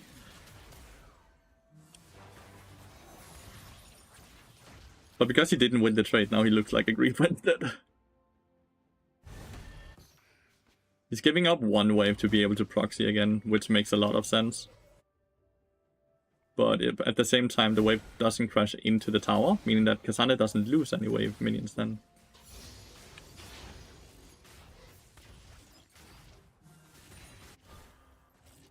Well, he is actually losing a bit. This is why you don't generally chase people that are proxying.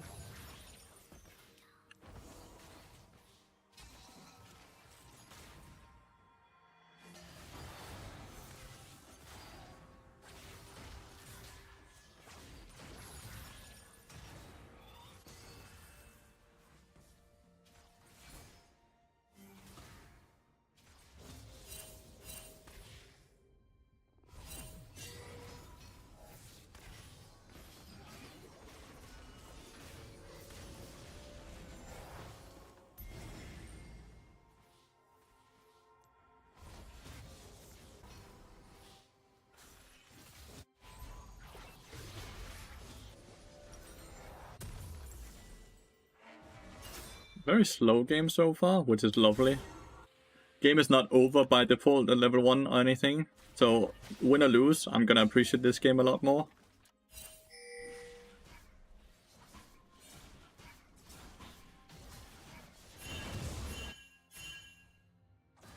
They claimed that one.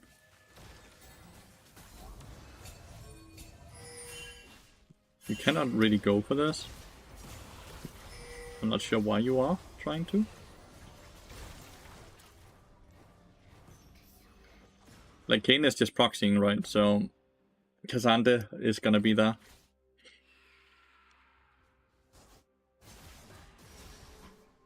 I swear, Caps and Baus talked yesterday, and now Caps is griefing with Kane top lane because of Baus. This is a wave that's pushing away. Like, I can move with you. Like, that's completely fair, but Varus is very likely gonna get punished from this.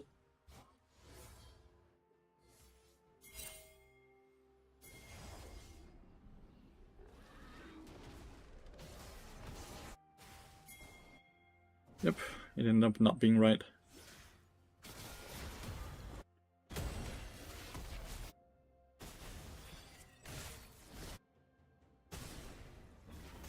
Yes, he lives at least. Varus should be able to snipe the cannon.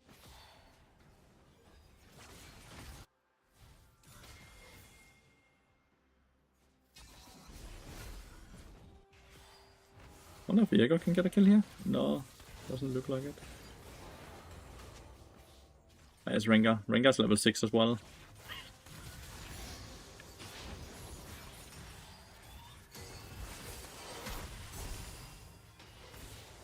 Guardian and Barrier barely blocked it.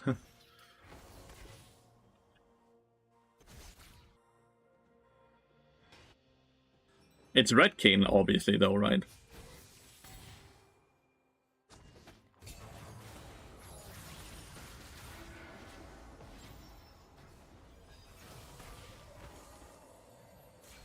Oh, sure, yeah, the camera is quite small.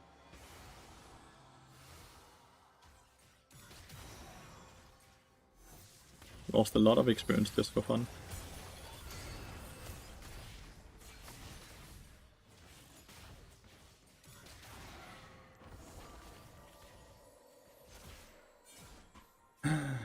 That team scales better, no?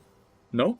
Like, no matter how I look at it, like, Cass and obviously scale, maybe at level 16 we scale better, but like, mid-game wise, they certainly have the better mid-game. Feel like Rengar is likely in here, right? So like, Eing in doesn't do anything. Like, I don't like this. Rengar's gonna be here, right?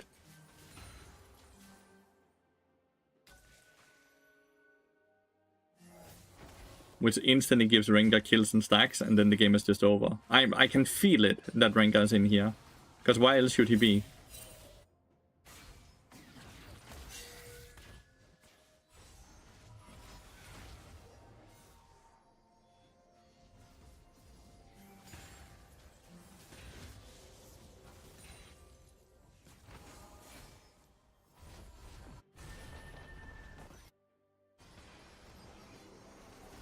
You need to snowball mid-game? No, they need to snowball mid-game.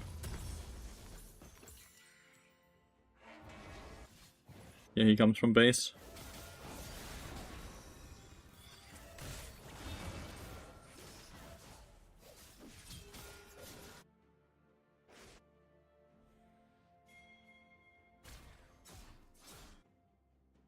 He came directly from base, so he was bot lane, I can nearly guarantee it. He has TP up, which is nice.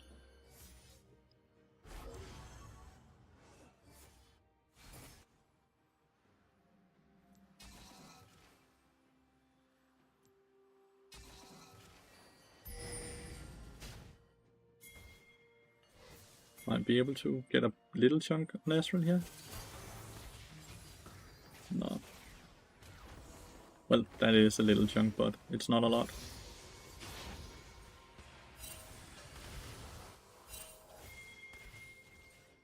I think that's a setup behind.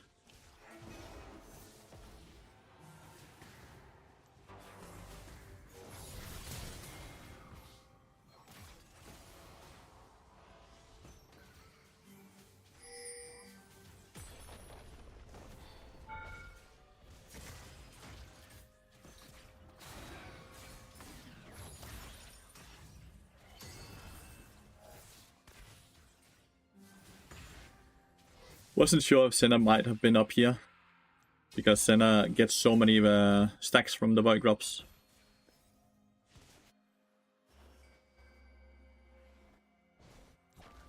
Okay, proc the last cookie so I get all the HP I can get. Cassandra's nearly killed the tower now.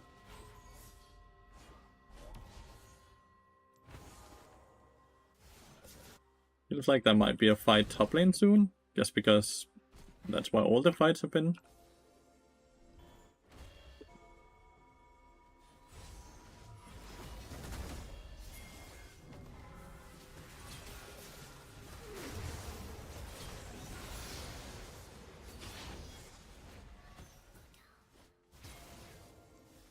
Bring the spot side. He might be coming here. Yeah.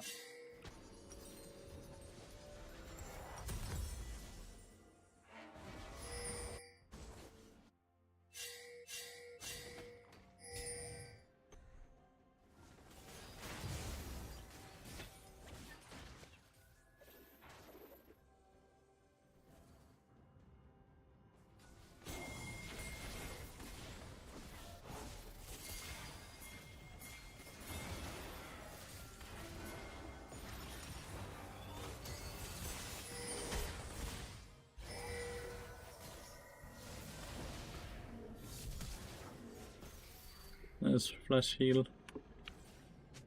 And Regald. Too bad Victor is actually getting quite a lot, right?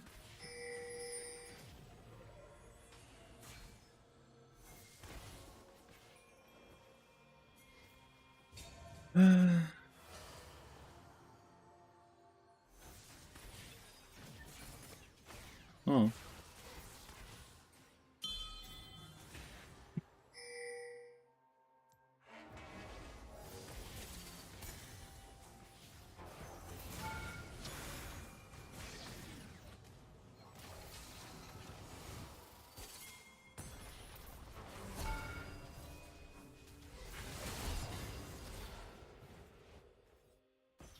That sucks.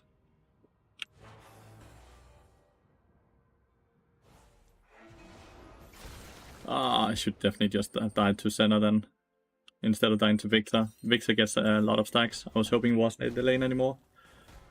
They get first tower top lane as well.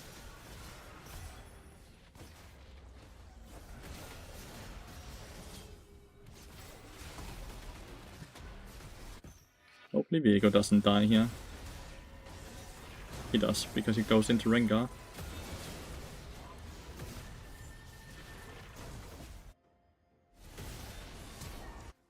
Another tower.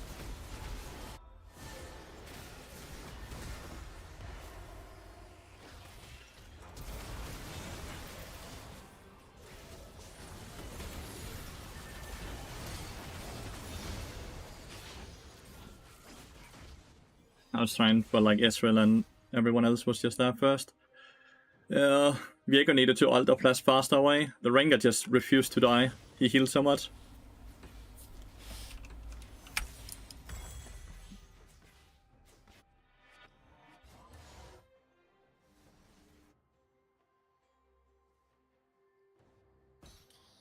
Well, Rengar just basically got all his stacks, I think. I think the only stacks he doesn't have now is Varus. So Rengar's fucking strong.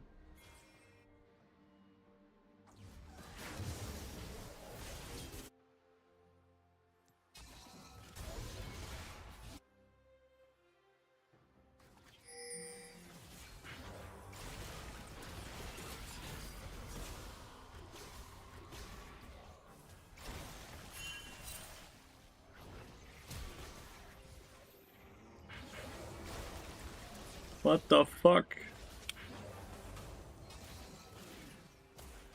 The portal pushed me out for whatever reason. Stupid bug, dude.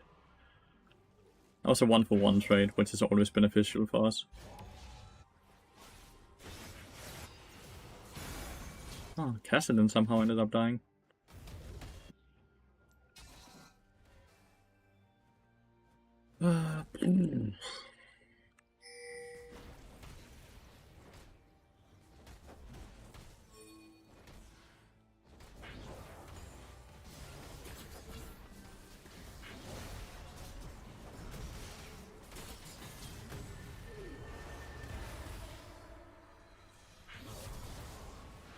Wow.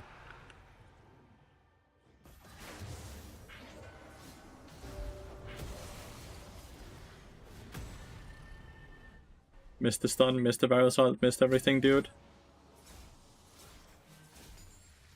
Absolutely amazing. And Kane is just farming all minions. Like, he's doing nothing for our team, and he's just farming both mid lane and top lane, right? So how are we exactly supposed to win when our own teammate is playing so hard against us to the point where we can't play? Because we can't farm, because there's no minions.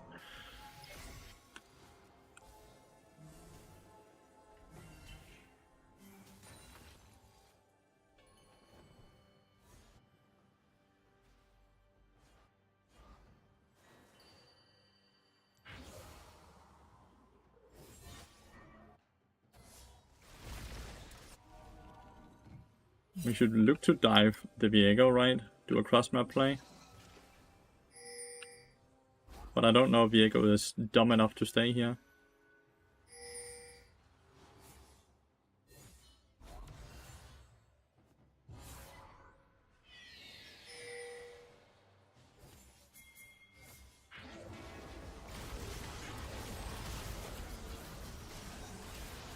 Nice. And they nearly died.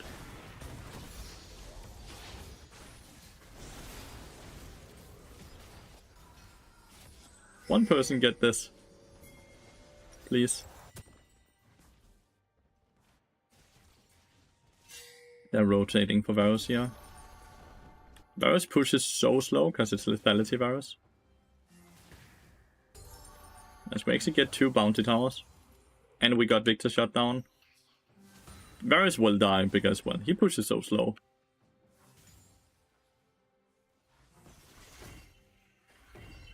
Never mind, he didn't die.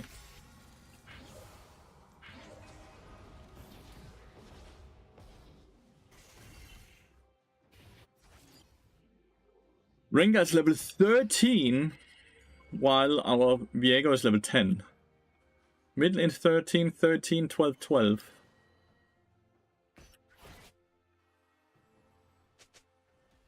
Definitely need that shutdown to win this game, huh? But how are we supposed to collect it? That's the thing.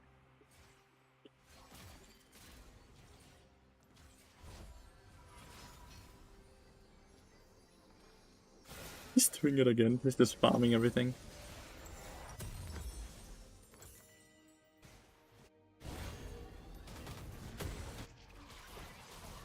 And then he dies. 082. When does this become reportable gameplay? Because he's just taking all our minions. And then he's just dying to the enemy team. Well, realistically, normally yes, but like there are 3 items on Rengar already. I'm gonna get one shot by Rengar, regardless.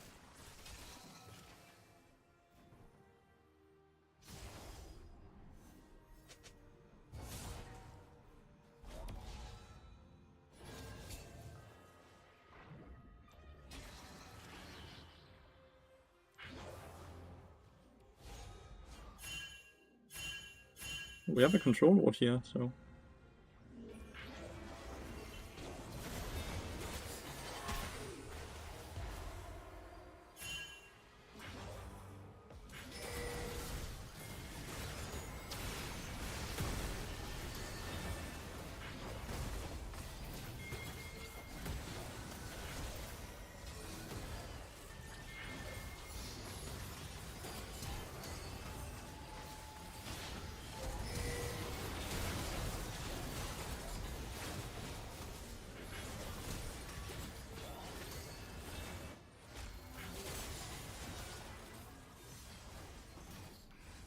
Okay, Viego got the 1k.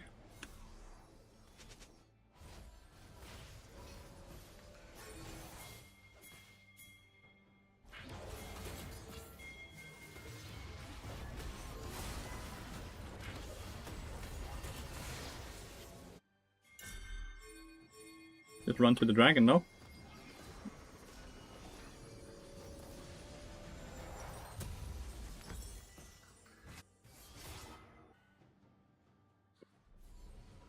going redemption. Like, I'm just trying to get any type of, like, I'm quite poor, right? Anything that helps my team seems to be the best here. He bought a lot of time there, by the way, and he did a lot of damage. Gonna give him that.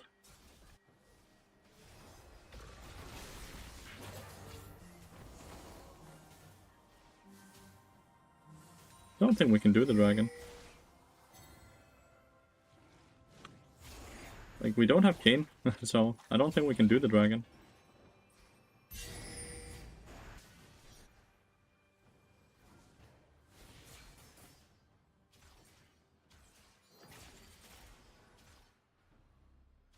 I think my Q flash on the Kane was on the Rengar was really good.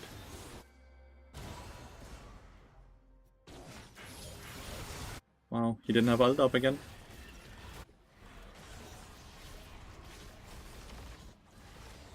They have Herald, but they don't have minion wave, so they can Herald if they want to, but I can ult that. They might also just want to go for Dragon, for Baron. They're heralding here. Might run it into mid lane now.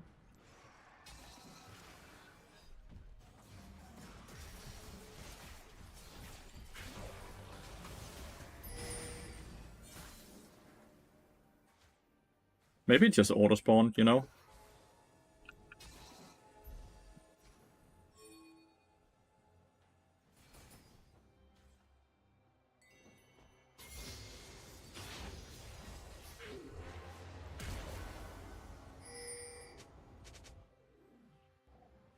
I'm not sure that would even have been a good play, by the way, to go for Ezreal there. You'll go log it here? Okay, they don't really have AoE damage though, so why would you go log it? Why are they fighting randomly in the mid lane? Maybe Rengar just went with an ult.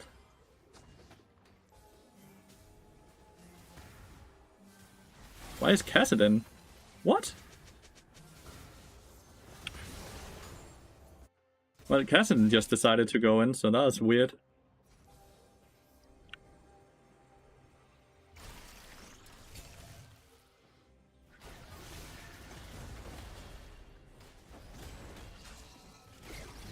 Kane instantly died.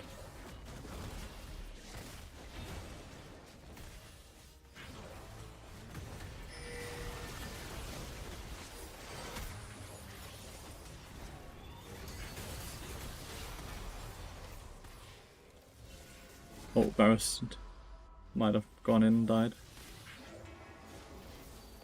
Okay. Well, my teammates are fucking griefing it now. My teammates are starting to grief hardcore, like especially the Kassadin, right? Like the Kane has been griefing for a long time at this point, so that's kind of given, but the Kassadin is also starting to grief now, just randomly dying instead of just collecting that level 16, which we desperately need. He needs to hit 16 before the 4th dragon spawns. So he has 7 minutes to hit it, right? And him dying a few times here slows that down by a lot.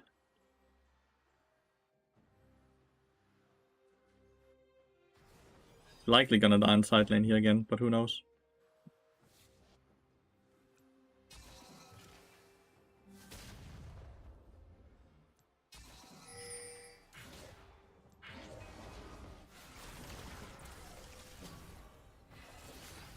Don't see a world where we end up defending this. There's no one close to you. You don't know where Rengar is. We're just giving the entire bot. I guess so, because Kane left as well. Oh, yeah. Well, my teammates are certainly playing to win, that's for sure. And then Kassadin died on the side lane, and I still have 2 people just chasing the Ezreal. Are we just gonna kill the Ezreal but lose the game?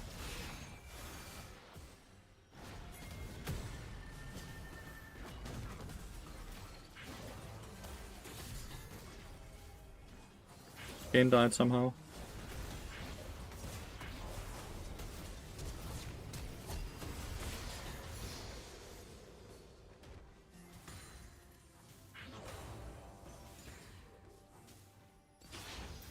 Oh!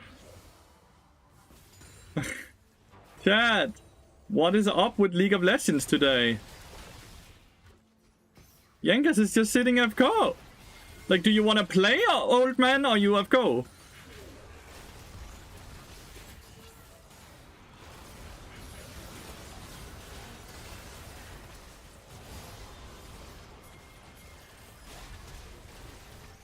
Yeah, nah, they're just griefing, dude. They're just griefing. I can't believe it. It's pro players griefing my games. They're paid so much money to play this game for a living, and this is how they play it.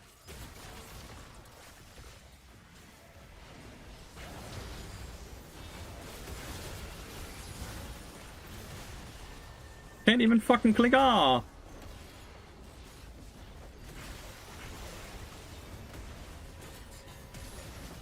Dude, I'm waiting so long between each game just to get ended by caps over and over.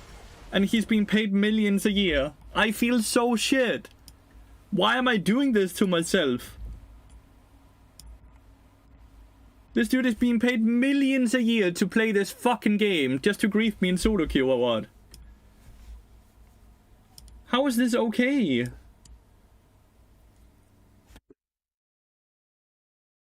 And I consider report him, but like he cannot get banned in any way.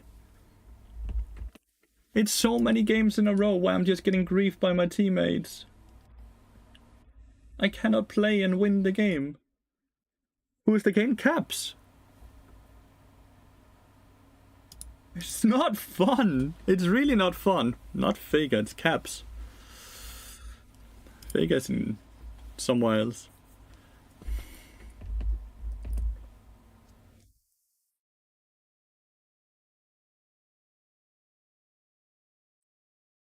Yes, really. This is the LOL pros. The Viega was Yankas, also pro player, just sitting AFK and waiting for us to lose the game. And the fucking Kane was Caps.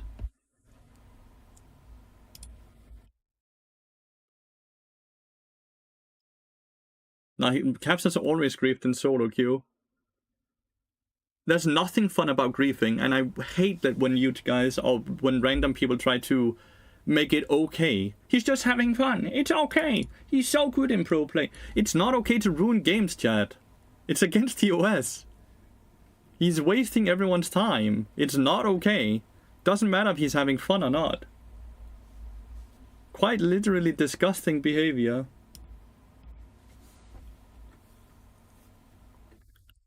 He legitimately farmed our mid laner's wave, so Kassadin was also shit.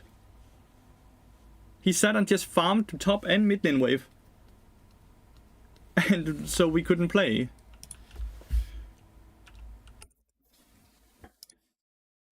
And then he just kept dying to give gold to the enemy team.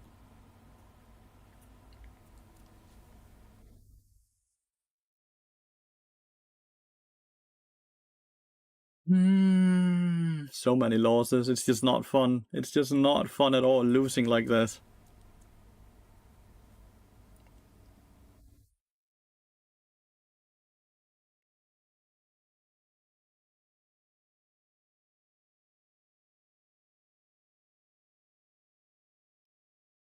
It ain't fun losing like this. It's not fun. It's not fun.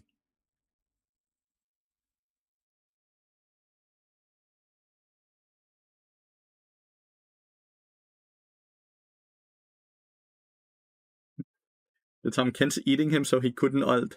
Why is he just... Tom Kent's griefed it so hard. Why did Tom Kent not allow him to ult? They still won. That's crazy. Okay, 37 to 15. Never mind, it's not that crazy. It's not that crazy. It's quite understandable. I was about to say. It's Jarvan support.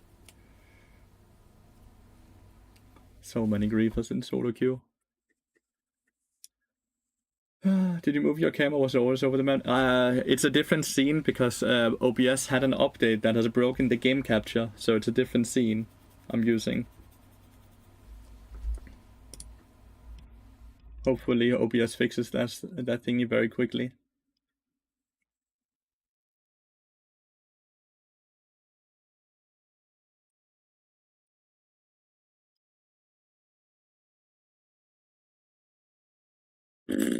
Please just give me a fun game where people are not griefing. Please.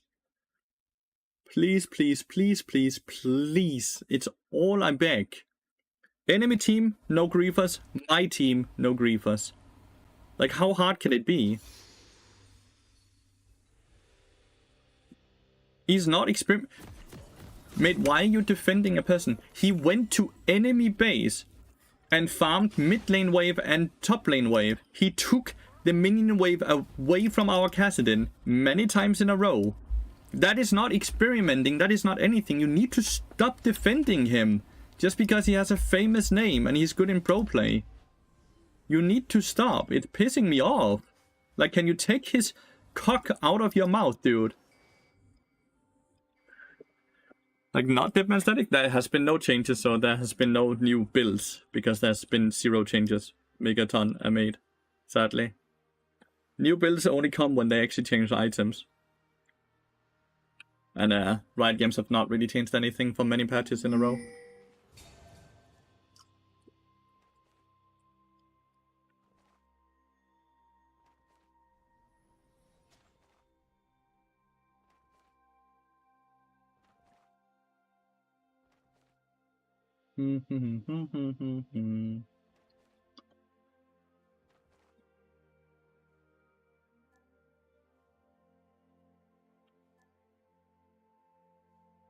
It's a rough lane, it's another Caitlyn lane. Will Heartsteel be valid after the patch? You mean in the new season? Let's wait and see what exactly they end up doing with Heartsteel, but maybe, perhaps.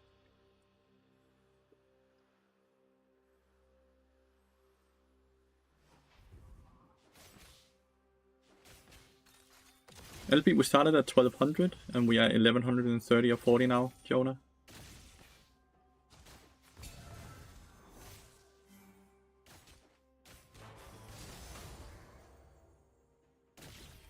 ETA on Ezreal, so he's playing to kill for whatever reason. Just not hitting our Qs, both me and Ezreal, so it's not so good. Hitting level 2 very soon, right? Yeah, he's just, every Q just flies to the moon. That Q is just aimed for the minion to get the gold for Ezreal and the experience for Ezreal. With a Q we might kill this.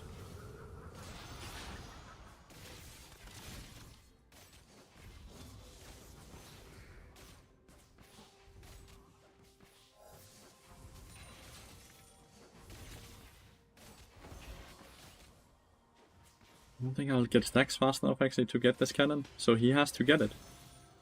Which, yeah, he does get.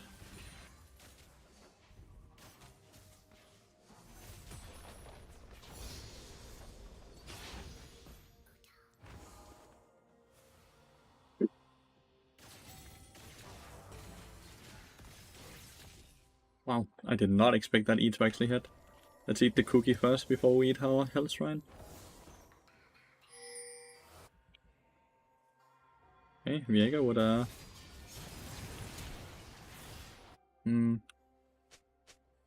They didn't even have to use any summoners.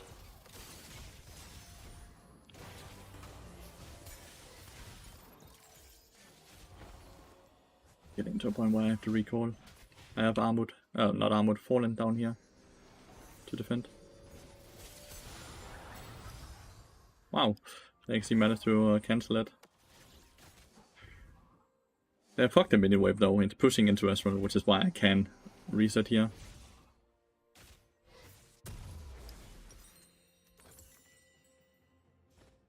We are playing red side right now though, Jonah. This up here is red side, this down here is blue side. You're just always the blue color.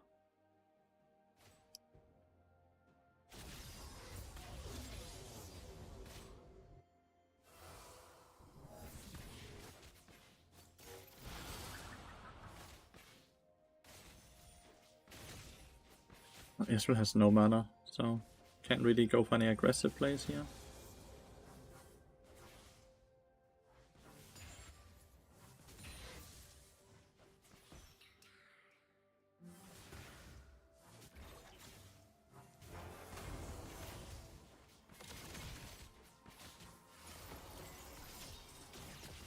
That's fine. I can just always look to reset after this wave. Surprised that she reset, but Yana, she didn't reset, but Yana did reset. Guess she was healthy enough, she felt. We're very exposed to a Viego gank here.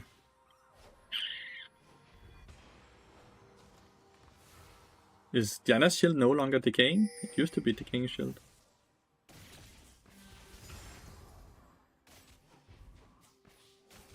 Completely full clear jungle on the Wukong right now.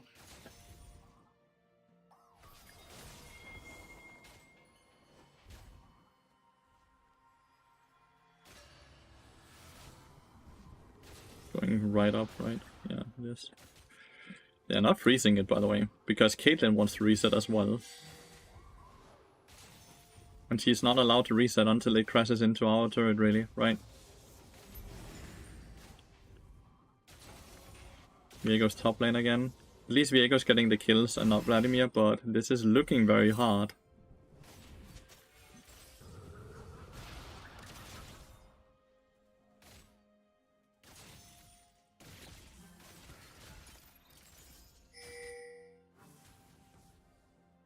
Why did the cannon not want to get angry at me?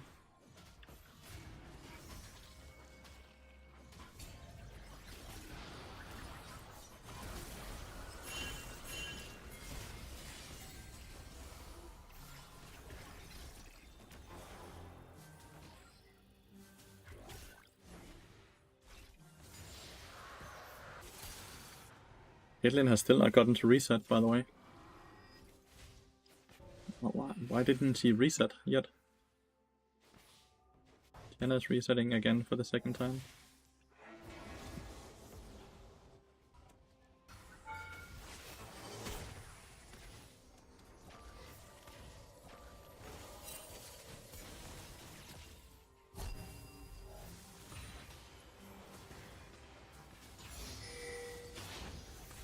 Viego's top.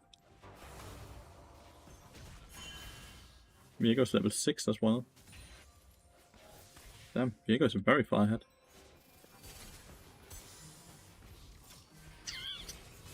Viego got another successful gank. It's a very fed Viego at this point.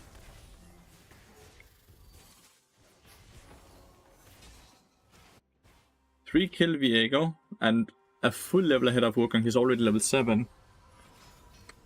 78 months is crazy to me. Absolutely insanity.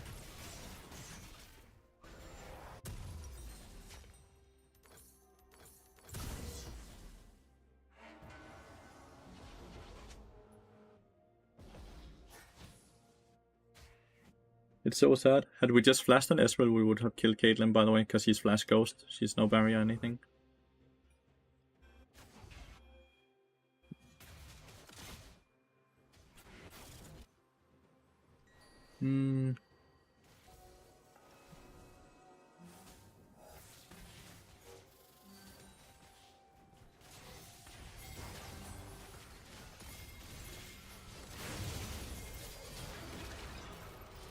Oh my god.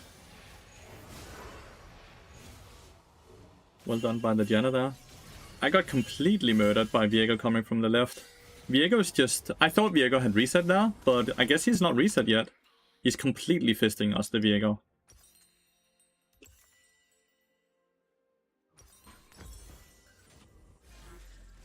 He is completely fisting us, this Viego. He's just ganking everywhere, and it's always working. And we just don't have a jungler ourselves. Like, he's... Even though he's not ganked a single lane yet, he is still behind the Viego on farm as well. I'm not sure how that's possible, but it is. Okay, I can cover you. Is that all you want?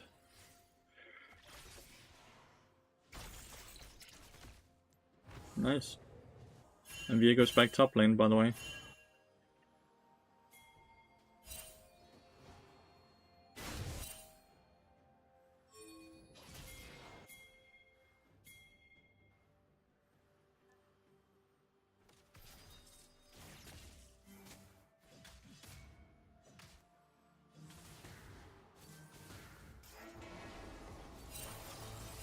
Dude is just going into every trap, dude. Oh my god, he's just playing for the enemy team. I refuse to believe anything else. What are you doing? He's playing for enemy team 100%.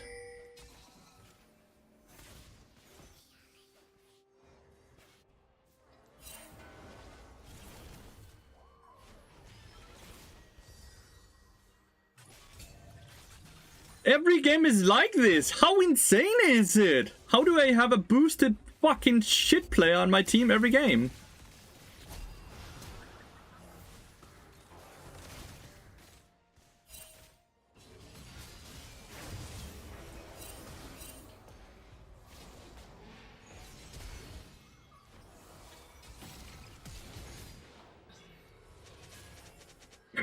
It's just crazy to me, dude.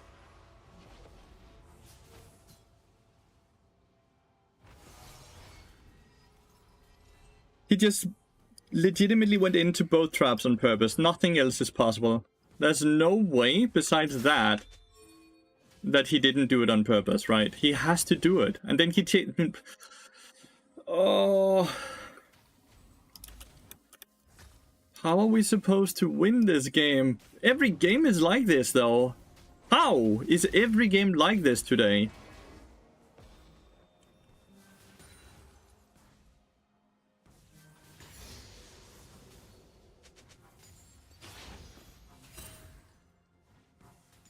At least he hopefully plays Dragon instantly, right? Seems to be the only thing he knows to do to play objectives.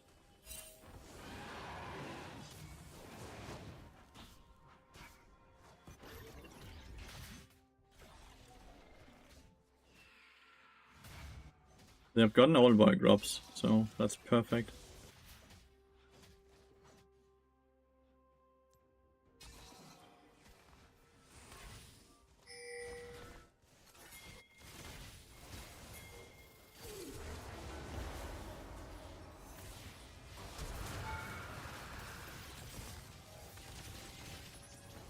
Wow, well, my bad there. Somehow she got 3 tower shots on me? I didn't think the last tower shot would hit. But she also had flash. I actually thought she had used it. Well, I'm so tilted. I am so tilted from all of these games, that are being played now. So I'm playing like so shit. It's a nice interrupt.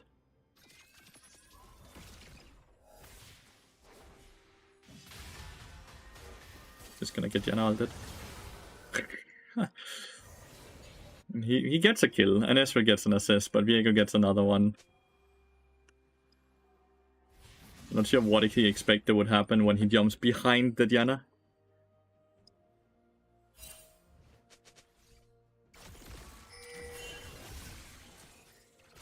Uh-oh.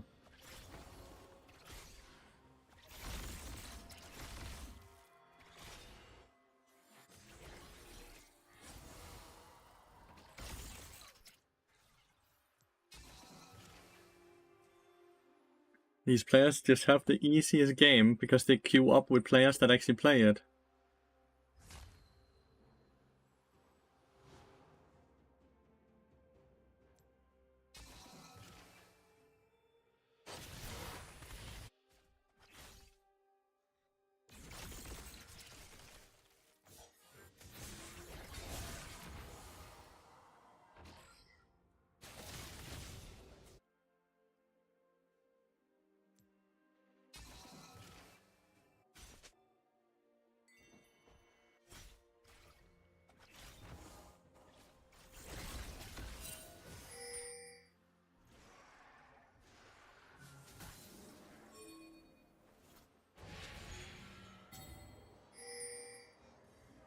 Vulcan has no flash, ult or flash.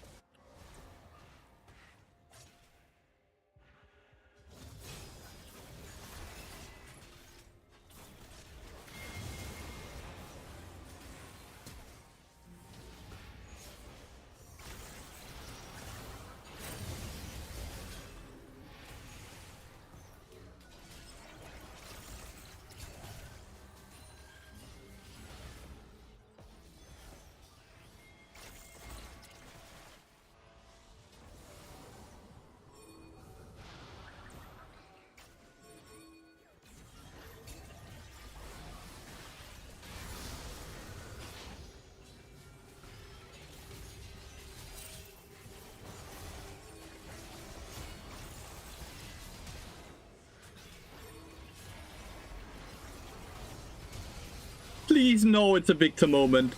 How did the Wukong and the rest of them lose with Viego up here, though? It's a fucking Viego moment, though. But how did we lose? If we kill Vladimir instantly, I should have ulted myself. Did I have ult? I'm not sure. Ezreal killed Caitlyn, which is so smurfed, by the way. 2 bots is OP as fuck? Yeah. I thought they had them up here, but apparently they died.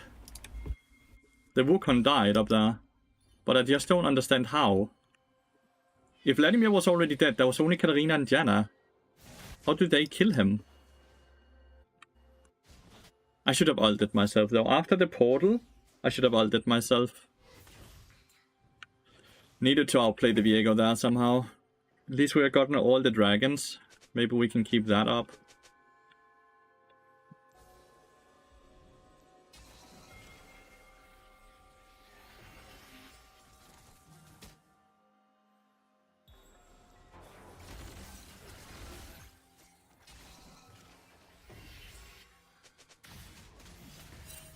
Trying to stay in combat so I can get more gold.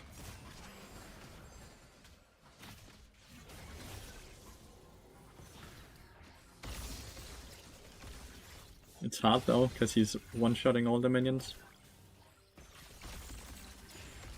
There we go.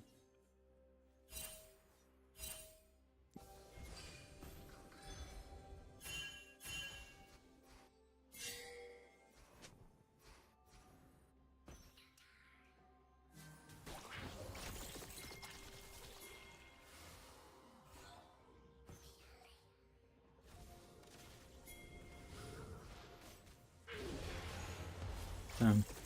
Barely missed it.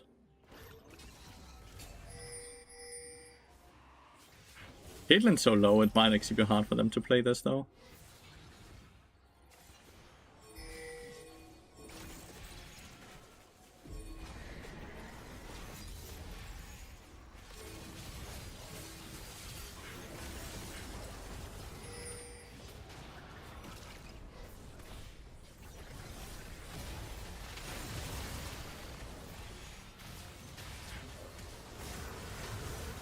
Bastion. Isn't he just gonna die though? Yeah, he is. He's just gonna die. Why would he finish it in like that? He's just playing for enemy team, giving Katarina a reset there.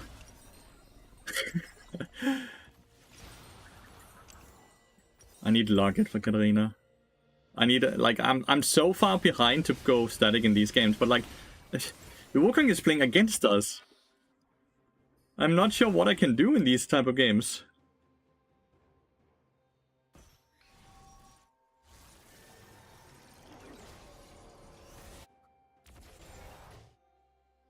Katarina's suddenly ahead of the Victor as well, which is super fucking insane.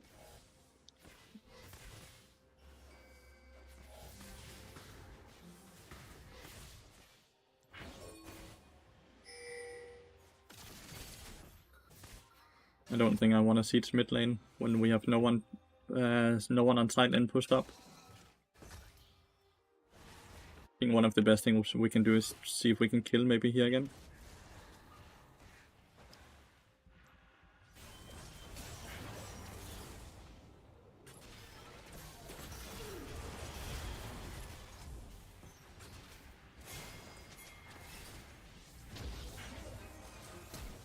Yeah, I can't survive it.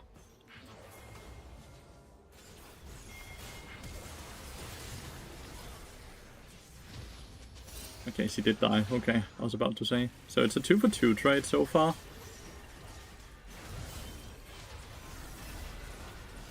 Nice. We actually get so much now. Holy shit. I don't think Vegeta can make a difference for Wukong, like having a jungler who was pissed of cold maturity of the game and then just didn't really play at all.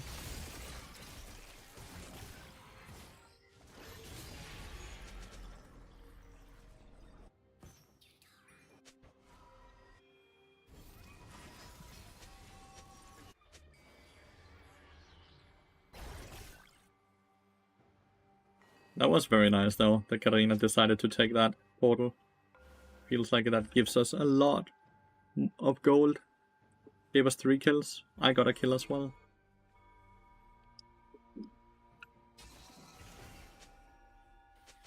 It's like this is water, right? She went back the minute she saw me. You have to be worried that they don't just take Baron. This is warded.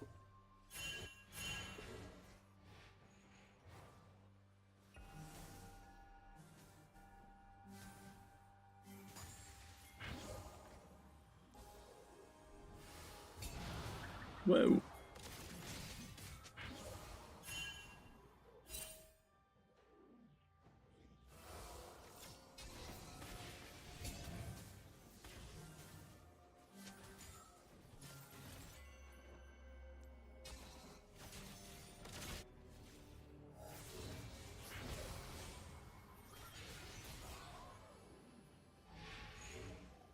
We have Ambessa scaling though, which is awesome.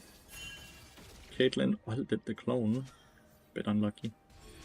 Don't think we're looking to fight here, right? No Ambessa ult. And Victor's not really in a position to fight. Kinda want to push out top lane, right? Don't think a fight here would benefit us. It's gonna be a bit weird build. It's just gonna be utility bard from here on out. I don't think I like Redemption though, because Katarina's ult is anti-heal. Meaning Redemption doesn't do too much. Locket is lovely, because they don't have a shield cut. Not sure what I do third item. Probably just getting boots first.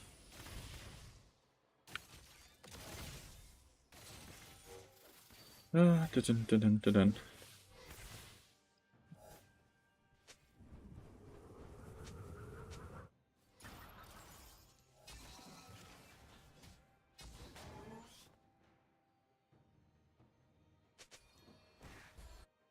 Nothing on the map right now. Let's reset, get Kindle Gem. Tarpies could actually be good as well, but let's get Locket first. That's the first thing. Let's get Locket first.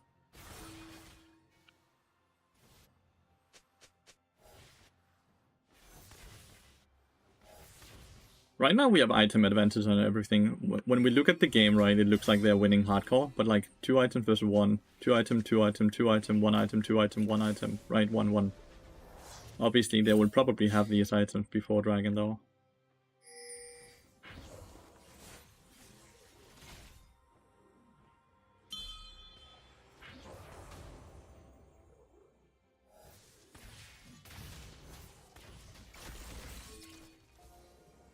The arena showing here actually gives us a lot of information.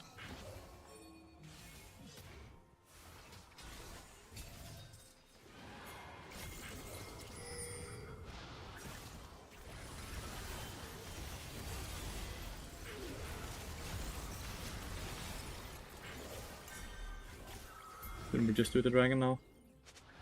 I barely missed the Caitlyn, which sucked.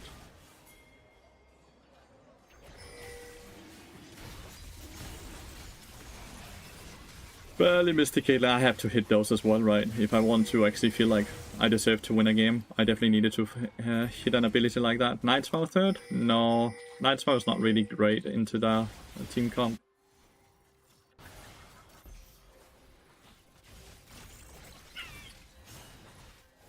The issue here for Viego is that he's actually gotten all kills and he doesn't have anyone to play for.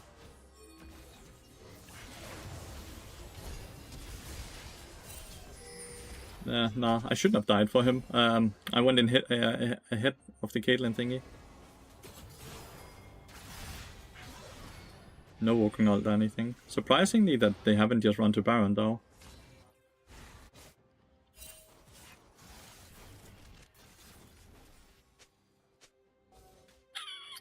Ezreal was just too far up. Maybe he should have flashed, I don't know. I blocked the stun from Viego and the Caitlyn, which is the correct thing to do. Normally I assume I just die here, but Ezreal lives, but we both died, so... But it didn't actually cost us anything, which is surprising. I'm very surprised they didn't attempt to do Baron.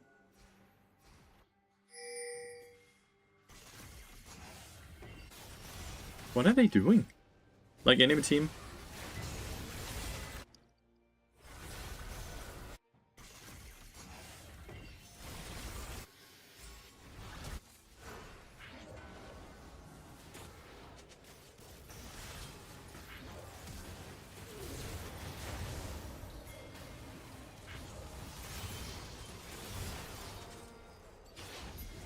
What the fuck are they doing?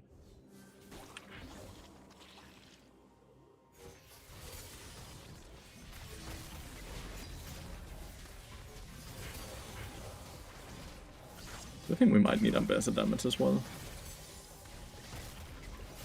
That's awesome. Enemy team kinda griefed it.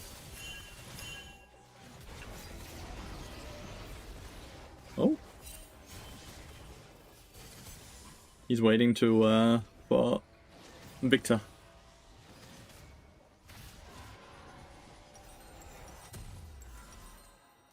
Feels like Tabi is a good purchase here, right? I think I'm gonna get more magic resist now. Maybe just Gainic Rukan.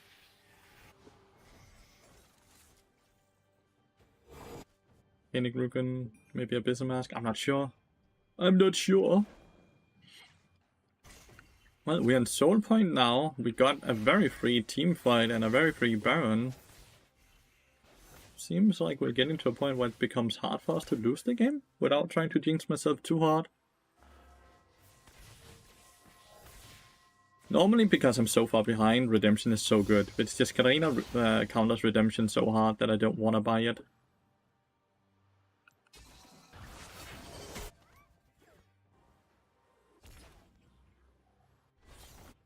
Gonna go help up here.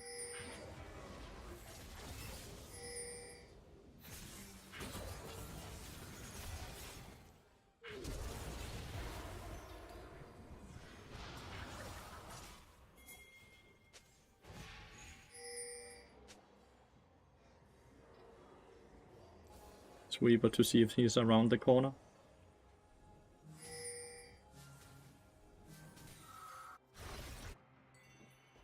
W to face check.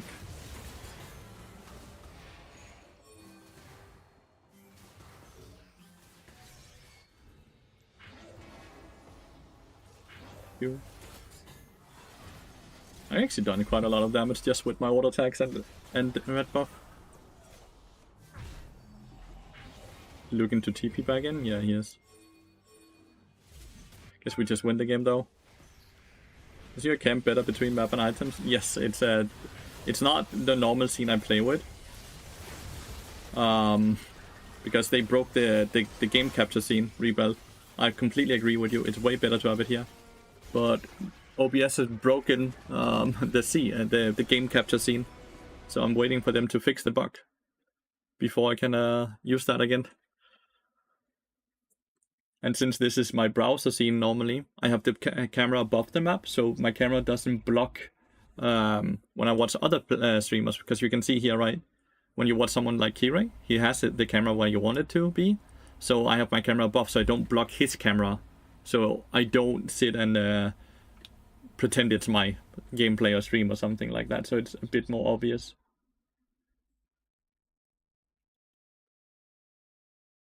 No static shift anymore. As I explained, static shift is amazing. I was just tens of thousand gold behind. I couldn't go static shift. I needed to log it to stay alive. Thank you, Thomas. Do you think Kate is balanced? Kate is really good into Bard if she gets like an aggressive laner next to her, like Karma, stuff, champions that get to push and win on their own, right? Then Caitlyn is really strong.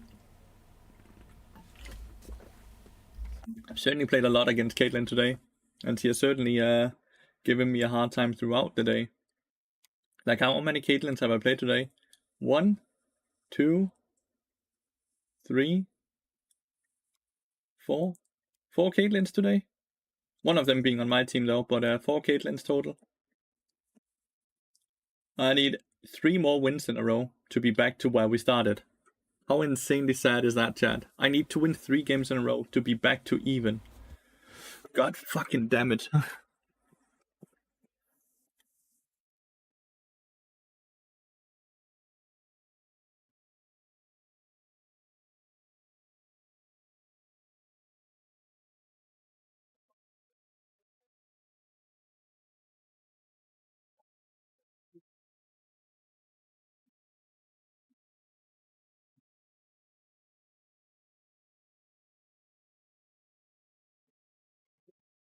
You got this, bro. Rank 1 A West.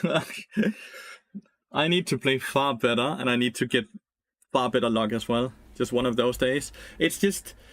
I don't think I'm playing very well, but it's also a combination of matchmaking being incredibly unlucky with a lot of autofill or very... Like, why they place a master player versus a challenger player in a role that just makes it incredibly hard to win that, right?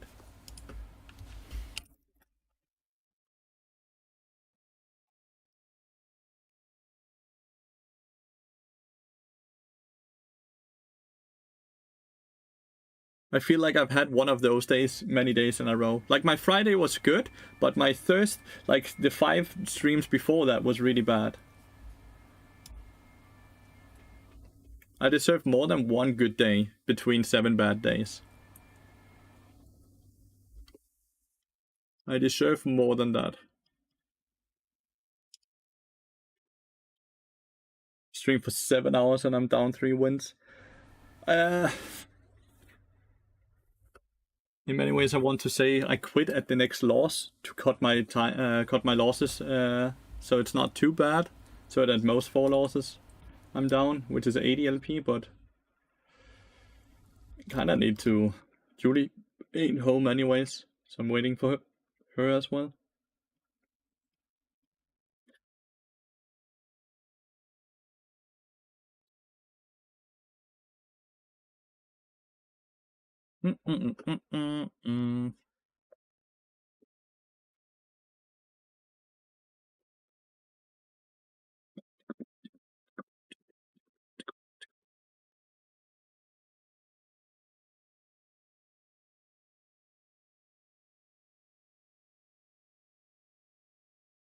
And the Gnar did well.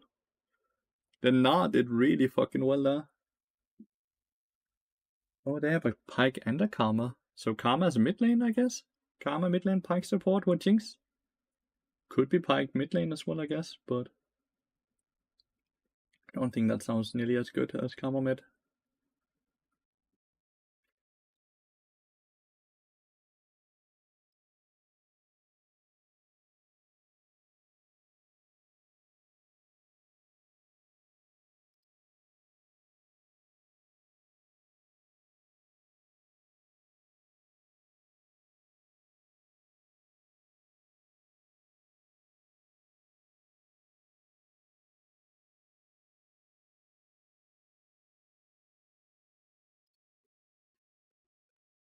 I have to play against Ambessa though, which is always a bit hard, right? Because that's the strong champion, especially mid to late game. Don't actually think she's the best early game champion though. It's Armut on Ambessa again.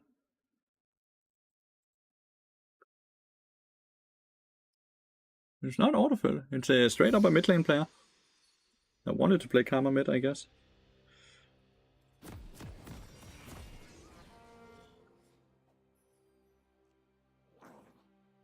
Oof, that did not help. That actually made it worse.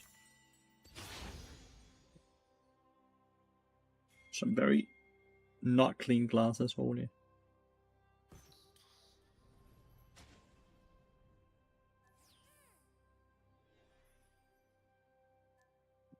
That was better. Oh, meanwhile my team is fucking invading and I'm cleaning my glasses, dude. I'm so sorry. I was blind. Let's see if there is anyone. There's not.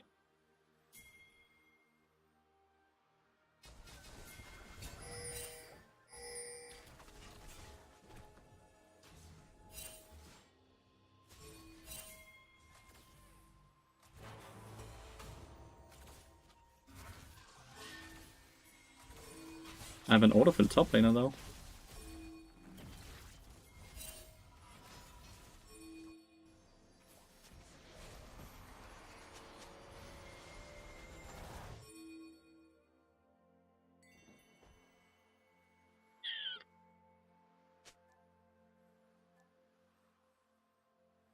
This dude is 80 carry main, right?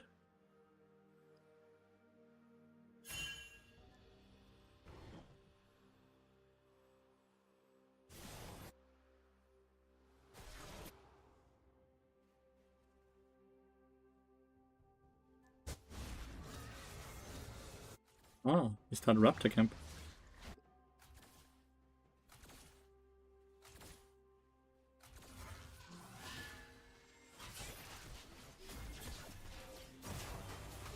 Oh, the greatest just didn't want to auto attack, I guess.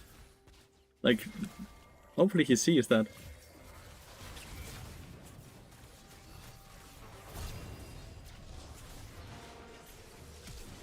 That's a fucking karma down here. Why would he not just auto attack? But why the fuck is there karma down here? And why is VX... Ah! How is every game like this? At least we got one. And my top laner gets solo killed because he's auto-filled. It's not his fault that he's losing to a pro player when he's auto-filled. But why do they not have an autofill? If we have an autofill, they should have an autofill.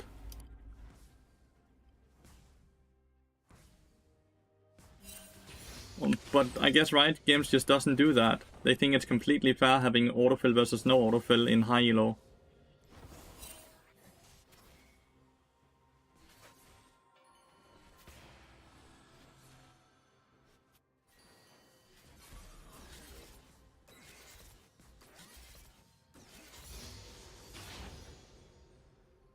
Really felt like Ash and I could have done a lot on the Pike initially on the first stun, but he just backed off for whatever reason.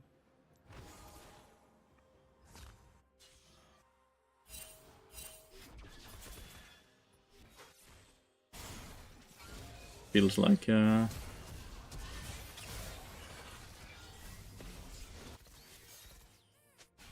like Camilla's just gonna get towered off.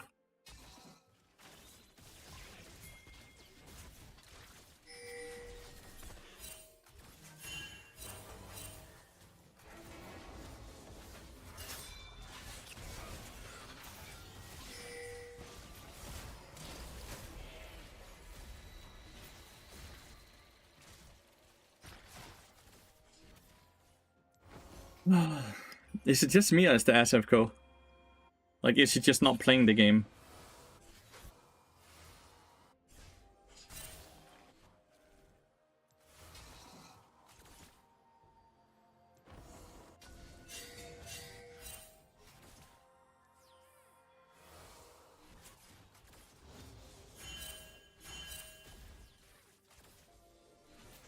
Camille dies again top lane.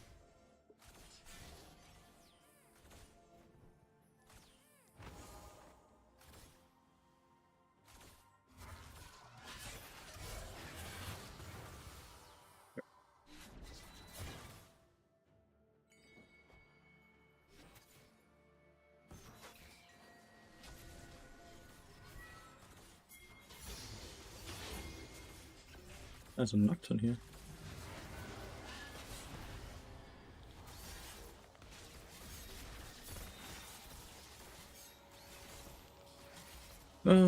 I don't feel like I can win this game, right? Because top lane is just gonna, like, Ambessa is gonna be unkillable, I feel. Am I wrong with that assumption? Like, what exactly are we gonna do about Ambessa?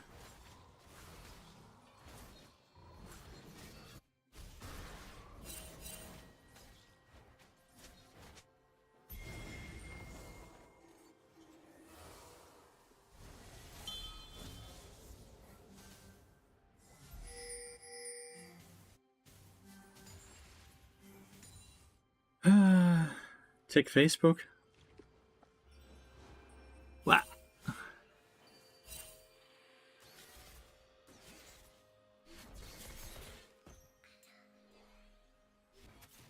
Kun din far or the entire family? But yeah, sure, of course.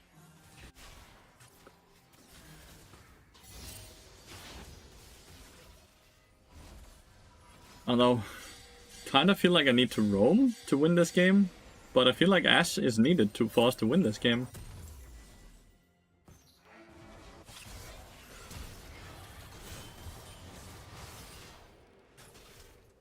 Otherwise she would flash away from the tower.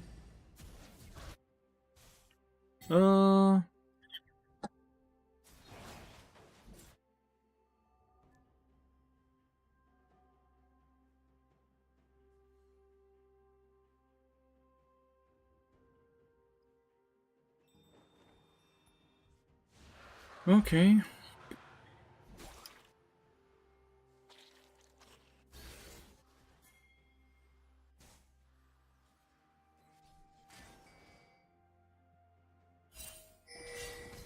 Just misses a person auto-pathing.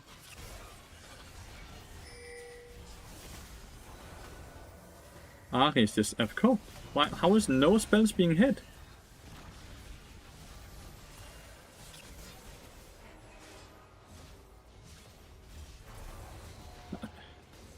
How do I stun Karma and Ari does nothing? She has eyed up and everything.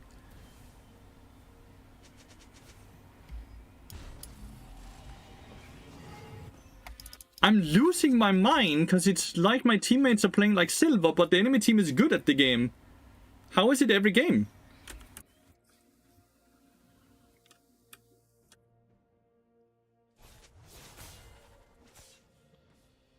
What do you guys think? Am I just overreacting or does it look weird?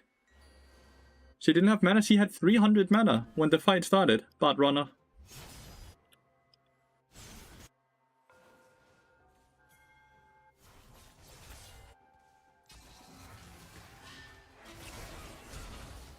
Have to do the flash star.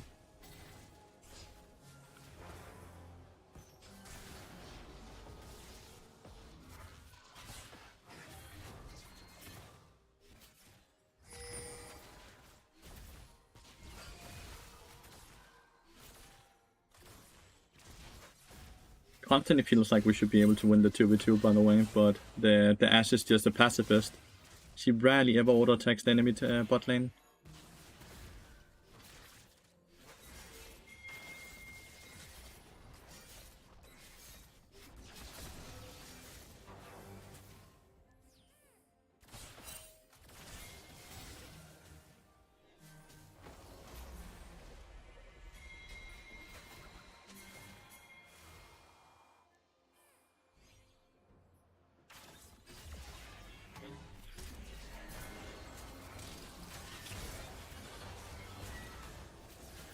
Look again, not using abilities. There's a stun parked in front of her, and she's not using her ability. What's happening? Good ass arrow though, really good ass arrow. It's too many games in a row where I feel like people are so bad at the game. I really try to not be toxic and not get annoyed and frustrated. It's just every single game today I've been like this. I think it's crazy.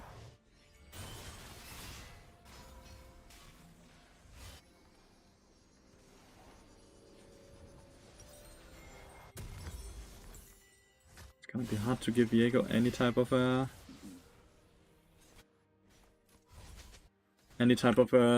resets when everyone on our team is so weak. Can't even stay on the turret, dude.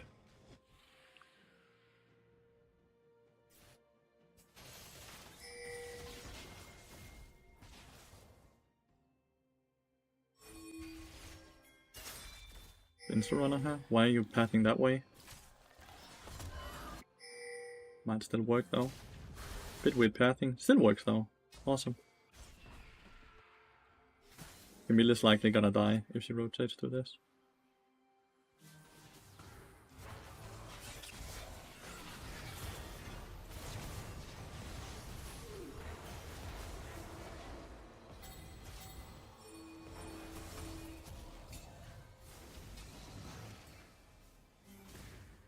Can someone help me? Just a stun. We are in a 3v3 and we are refusing to fight. We also have Ari ult up. So it was a good sidestep though. And at least we hit a double stun after the sidestep and then they decided to help me. But like, why am I just being left?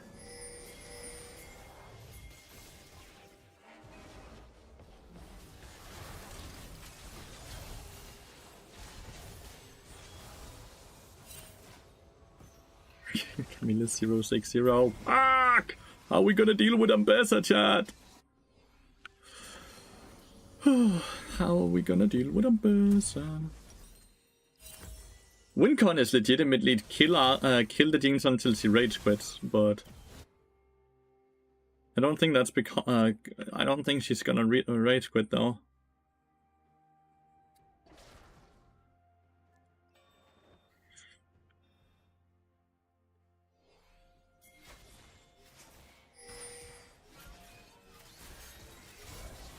What the fuck? Did he not have E up earlier?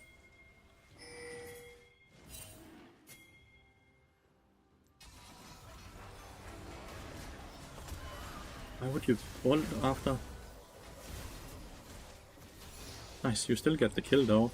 So normally you take the portal first, right? And then you ult if she flashes, or so he has ult to dodge out on the CC and stuff like that. But hey, it worked. It worked, it worked.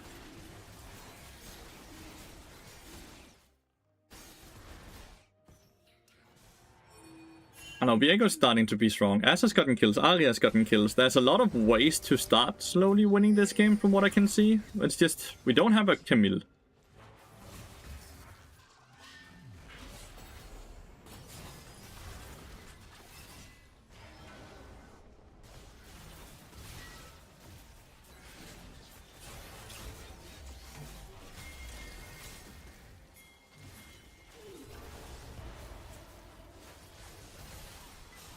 Missed skill shots.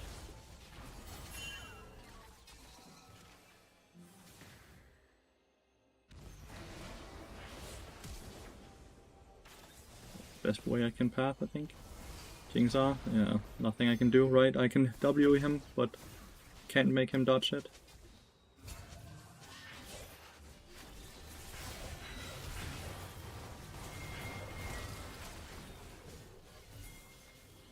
Not sure why Ash had to flash there. Like, she's not low enough for Pygar, right? Yeah, Ari whiffed both her charm and her Q, right? So she basically just whiffed all her damage. Which sucks because that's quite the shutdown to be able to get if we just played it correctly, but it just feels like people don't know how to play their champions, which is crazy to say when you're playing on a challenger account. Like, these people are supposed to be the best players.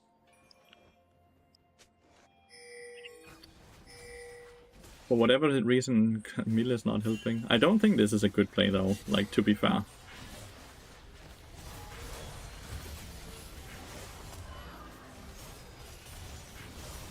Did Viego not help? So he can't... couldn't take the corpse or whatever Viego's passive is called.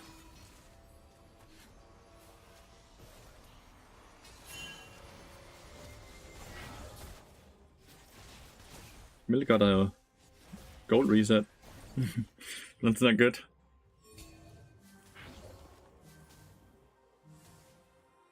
Viego went from 2-2 to 2-4 now again. Gotten a tower, we've gotten a few dragons.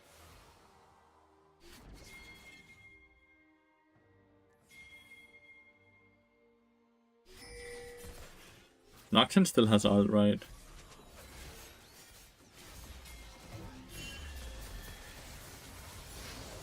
Nicely done. There's no Viego ult, there's no Camille ult, so we shouldn't look for Ambessa. Realistically, right? Like...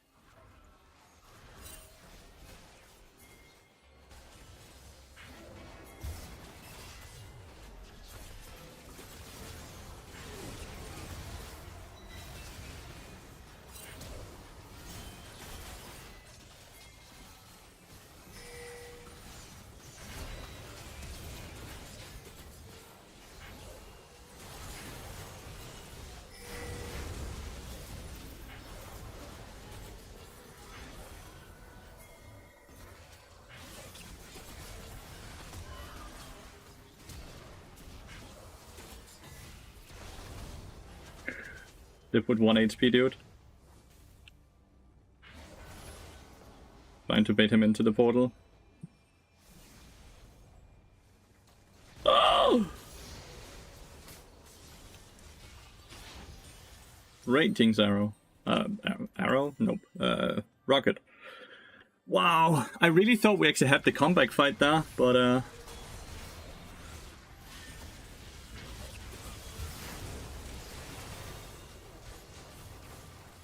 Need to ult one more time to get your reset.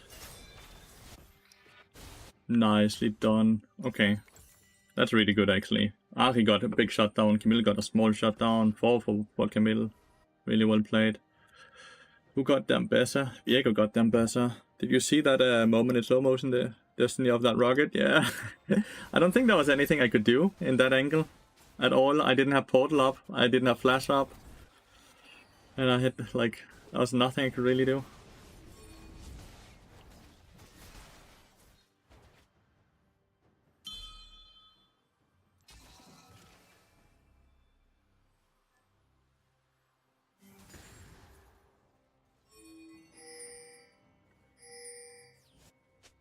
I have to be careful with my Bard ult against Nocturne, right?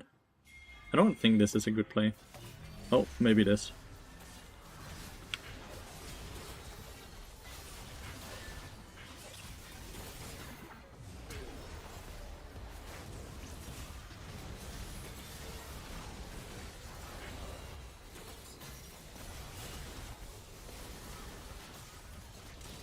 Where's Pyke? Oh, Pyke is behind.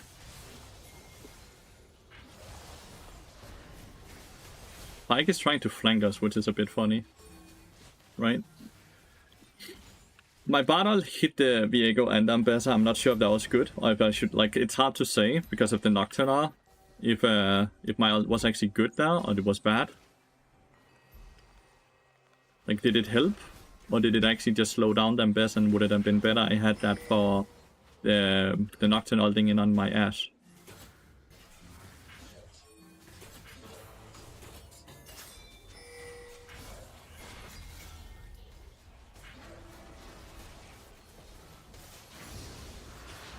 Well, Ambessa TP'd. Kinda cancelled out the Pyke completely, what he wanted to do. Let us reset. Let us reset, brother. Well, Ambessa's farming like shit, which is probably the best thing here, right? Like, she's not great farm. None of them are, by the way. Like, Ares is the closest to okay farm, but it's still very bad farm, right? It's kind of interesting how bad everyone are farming. Like 100, 100, 132, 120, 150, 160 in a game while we're 20 minutes in.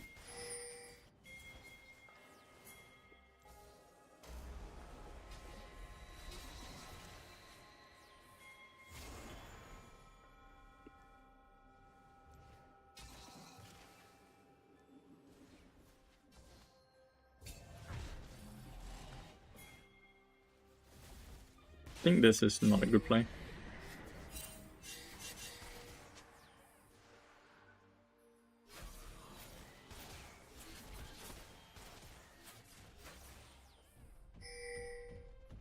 Stun it here.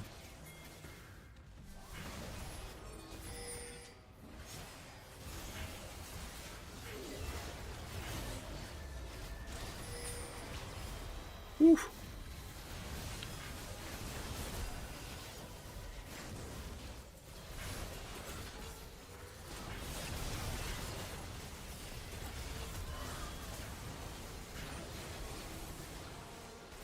Yeah.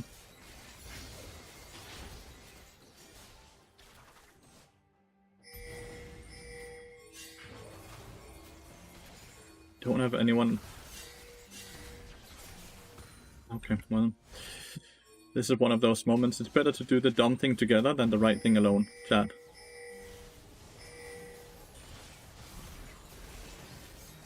Just don't nearly have the damage they're hoping for, I think. Maybe we do. Let's see.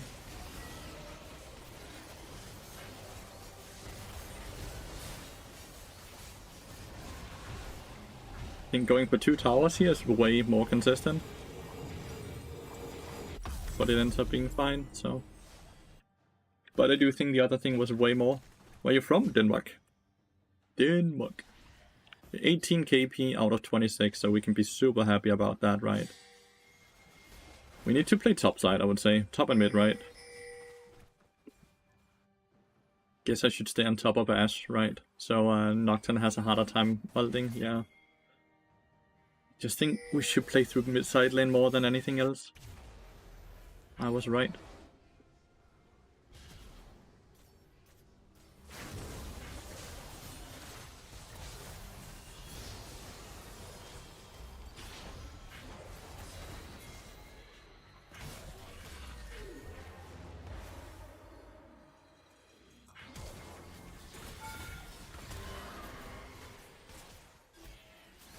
Yeah, no, this game. So I'm gonna go push mid lane here with the static shift.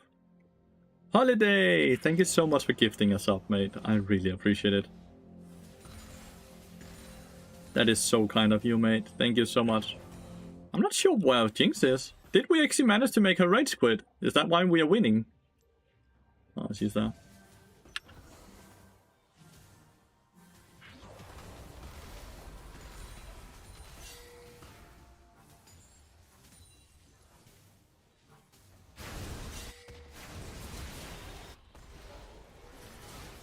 Need to get out.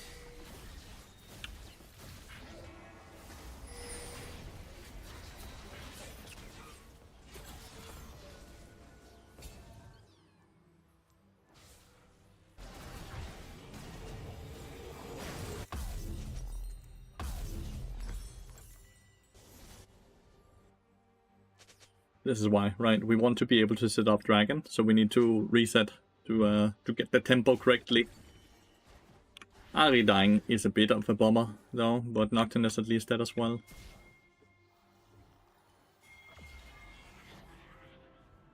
What are we holding here, exactly?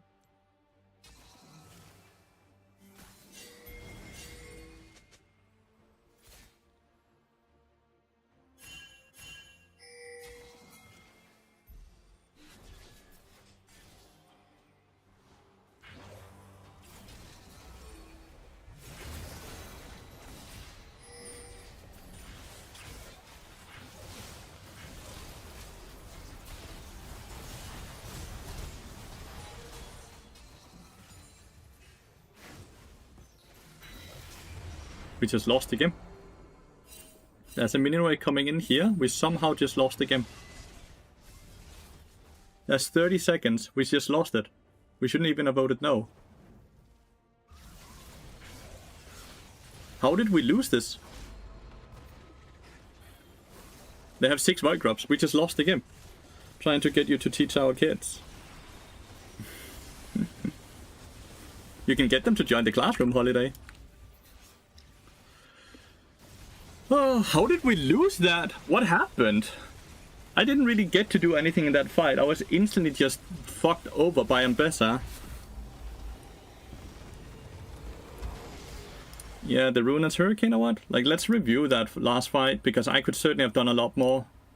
But, like, how did my teammates get shot completely down as well?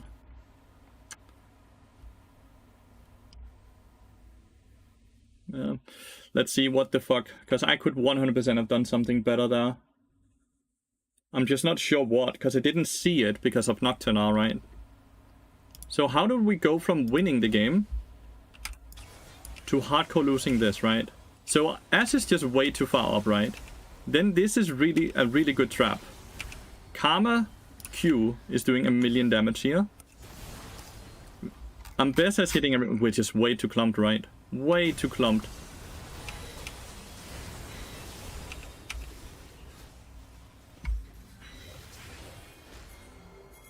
Way too fucking clumped. That's crazy. It's just a horrible team fight by all 5 of us, me included. Perfect team fight by enemy team, though.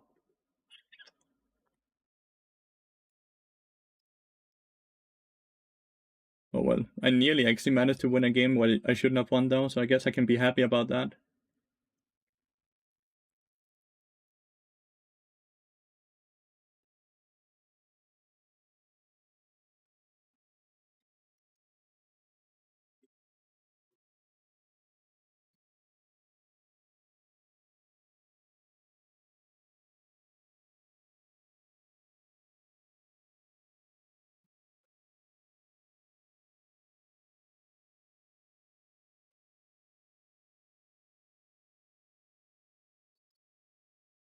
Oh, horrible games today. At this point, next loss, I'm gonna end the stream, chat. I'm gonna give myself one more chance to get back my LP, but next loss, I give up for today. Is the game for tablet too? It's mobile only, which is, I guess a tablet is a mobile, basically, when it comes to those type of things, right? Because it goes through App Store 7. So I would assume so, that a tablet counts as a mobile game. It's just not on PC, so it doesn't count for PC emulators and stuff like that.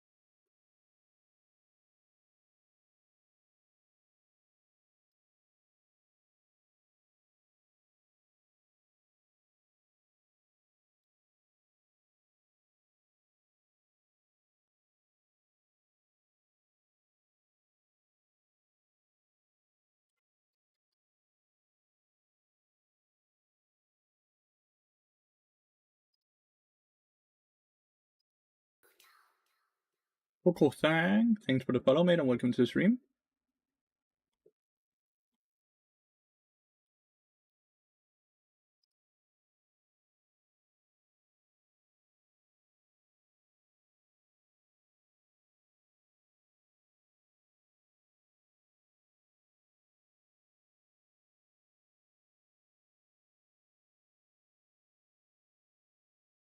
That jump scared you? What jump scared you?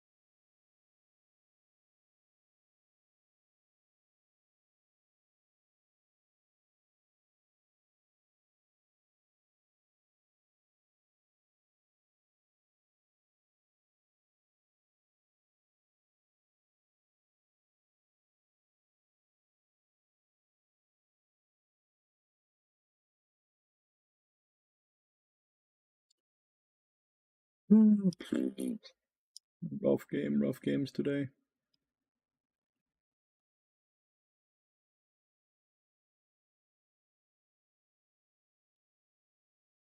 I've won 3 games today and lost 7. I'm 3-7. Holy shit, that sucks. That sucks.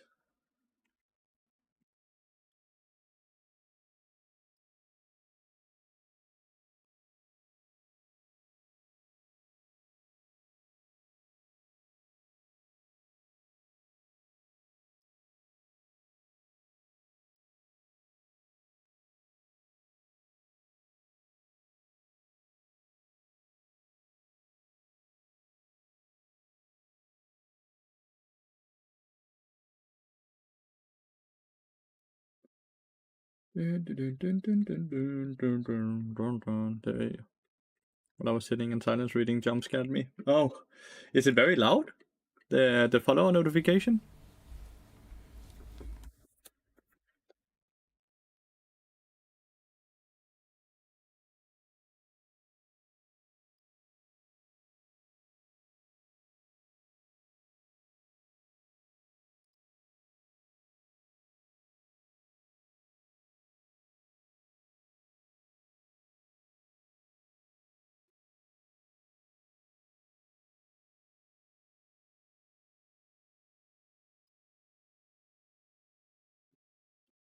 If you had 5 bans at game, who do you think you would pick? A lot of youngers, I guess. A lot of youngers, I guess, but no idea, like Udio at least. Probably also ban Caitlyn though. Probably ban Udio and Caitlyn. And then I will start banning champions like Viego and Wukong and those that are incredibly OP. Oh, and I would be banning Victor. So I will be banning Udio, Victor, Caitlyn, Viego, and then Skarner likely. That would probably be my 5 bans.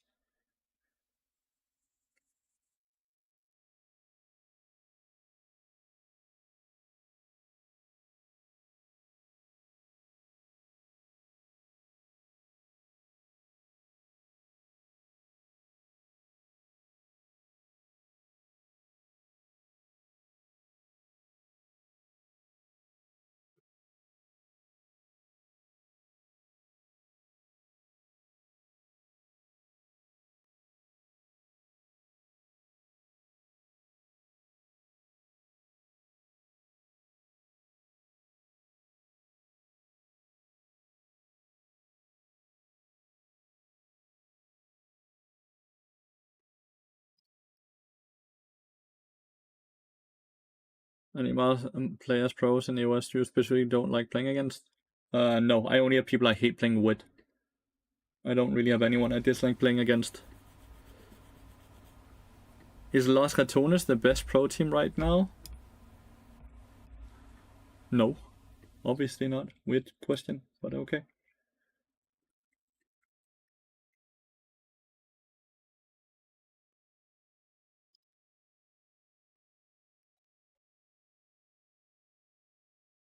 I just struggle with autofill the most. Like, majority of my games can just be tracked down to me having an autofill. They played well yesterday? No, they didn't.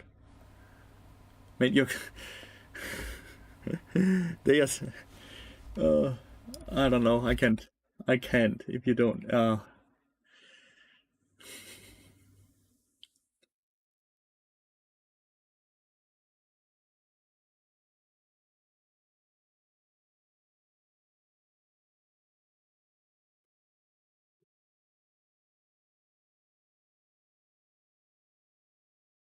They would indeed, Ghetto. Thank you for being reasonable.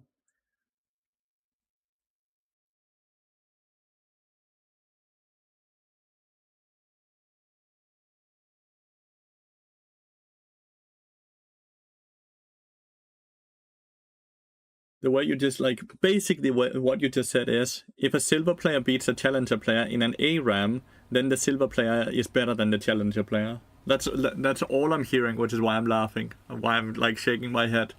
Because that's legitimately the mindset.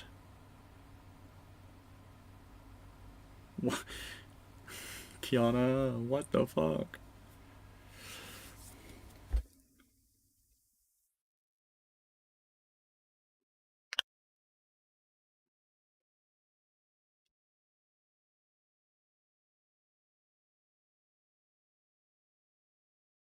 The comeback king.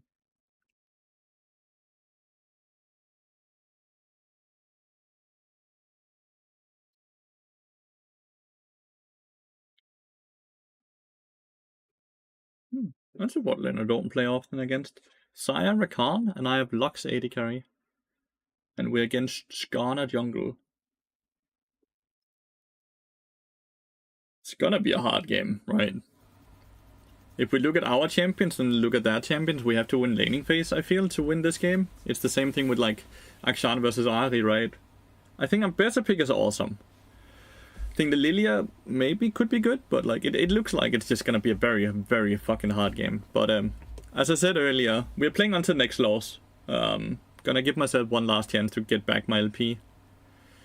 Why do I have, like, Master, Grandmaster? Oh, and it's the first time I'm best as well. Like, I'm just getting fisted by matchmaking. All day today, I've been fisted by matchmaking.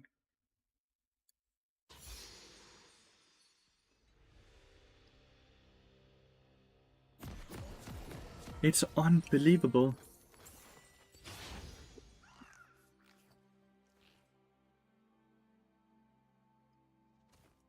You can trade into her. You just have to not stand in the same place, because the feathers happen to end up behind you, right?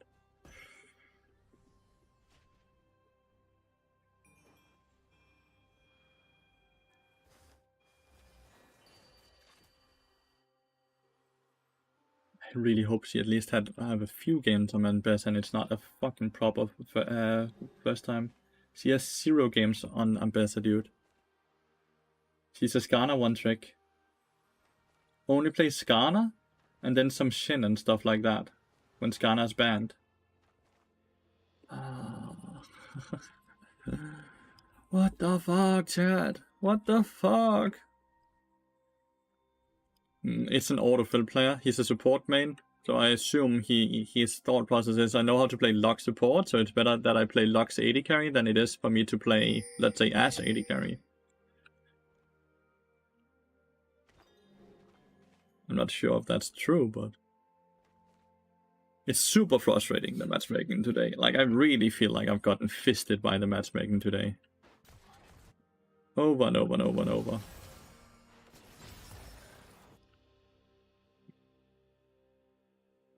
Okay, that they're in here, right? So don't just randomly walk up. With Sire up here, we can now walk in and take control over this brush. Assumption-wise, because he's into double range, he will have started Q. We're pushing the lane, I see. The assumption is he started Q, but the fact that he hasn't used it yet makes me a bit worried that he might have W. Nope, we have the Q, and we can now push him out of the lane, right? The brush, because he has no cooldowns. Now I have no cooldown because I wasted mine. She is missing every CS. It's because he's only missed 4 so far. He spent her binding ability to last it.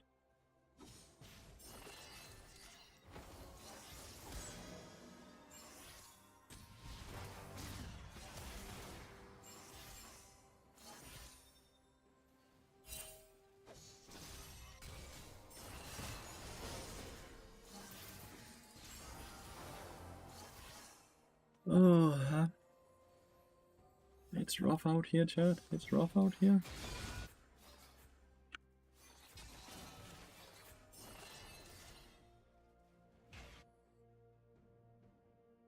Well, W is the shield, right?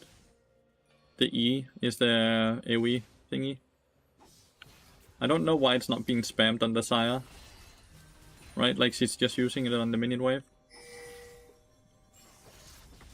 Right? Like, can you just use that E ability on the minion? Oh. Okay.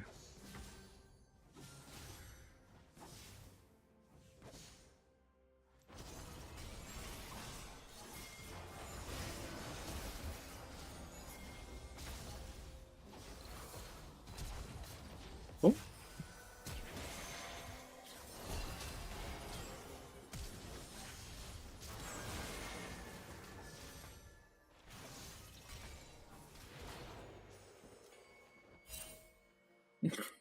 What are you pinging me for? I didn't want to die. Yes, TP at least. I don't know why she's pinging my ignite. What exactly was I supposed to ignite? By the time I pulled away from them, they were still full HP. Lux is the most undodgeable spell in the game, yep, and yet she's not using it at all. She also went with Comet, so she has dodgeable abilities, right?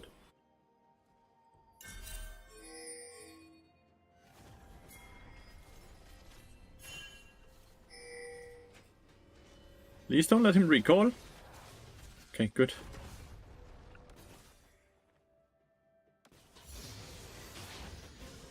Nice, Lux actually hit the binding, else she would die. But I definitely need to go bot lane.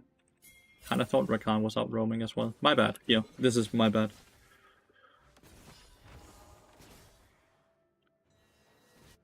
Kinda thought Skarner was looking to counter jungle.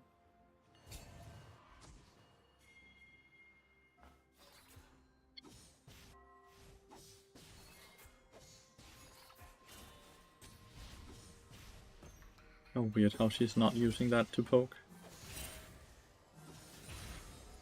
And then she used the bind ability to farm on. Like, you need to stop doing that. Like, look how efficient it is at fucking poking with it. I have not tried Baldur's Gate 3. Definitely is on the list though of games I need to play. But it's not something I played yet.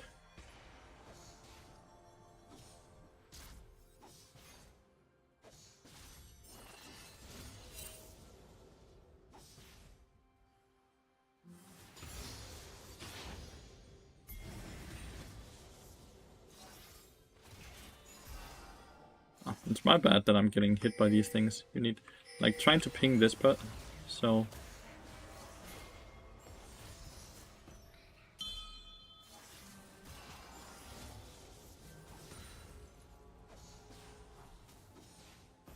I think it would be hard to dive this, but let's see. Enough. We missed our abilities.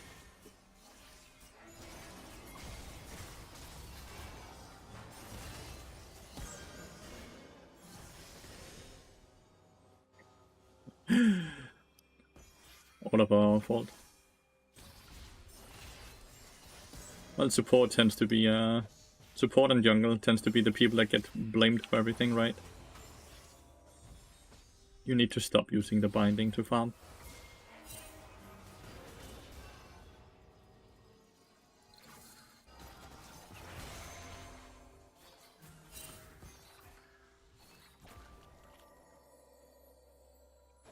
But we never got the dragon. So they just got a free objective up here, with us getting nothing.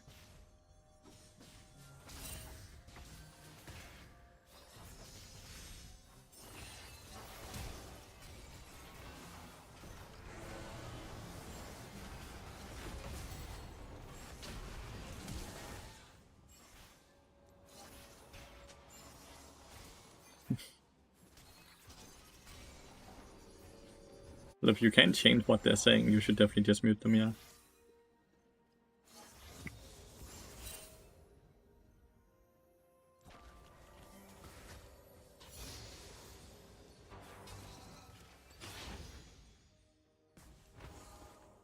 We can't have recalled ready for them.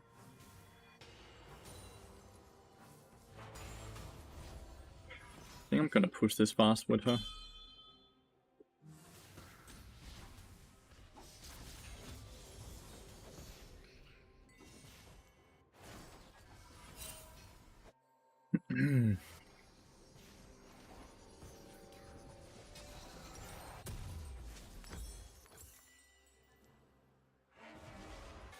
It's not like we're crazy far behind in any way, but like they've gotten an objective while we haven't, so tempo-wise they're very far ahead of us, right?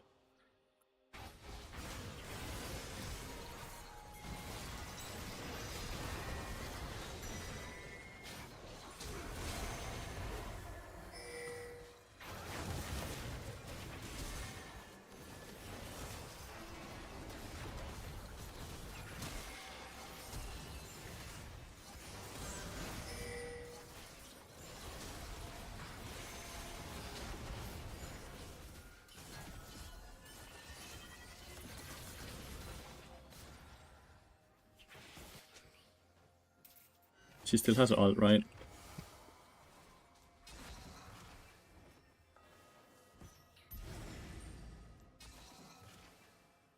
Damn, the fact that we only got Ari and I'm the one who got that kill sucks.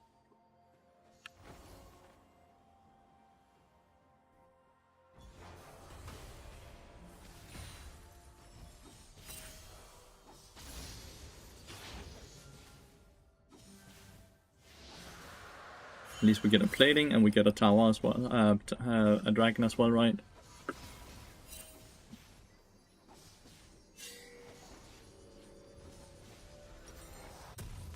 Really hope Lux doesn't overstay and end up dying now. Did Ari flash as well? I believe so, right? So Ari flash, Rakan flash, Garner flash, right? That's all the flashes I saw.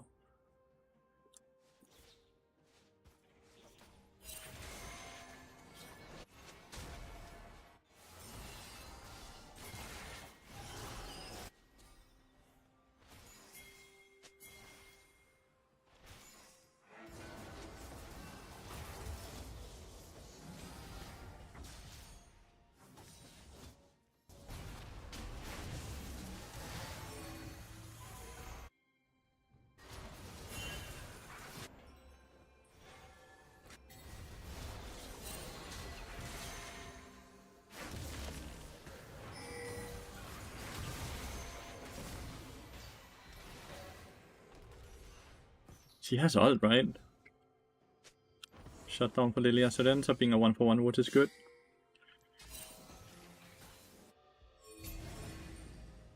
Surprised we are not moving for this right now. With Skarner being dead and all that, right? Denying the void drops seems to be such a high priority, right? When they've gotten the first 3.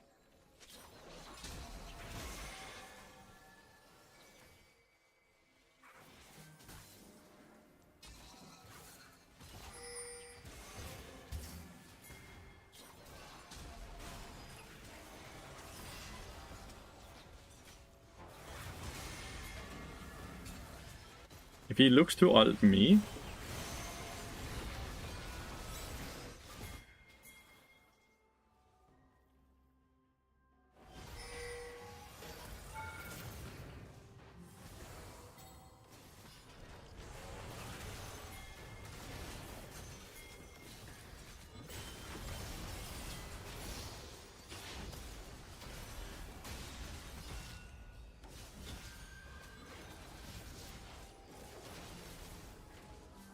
Oh, okay. Lux can TP bot lane. We sadly lost one of them.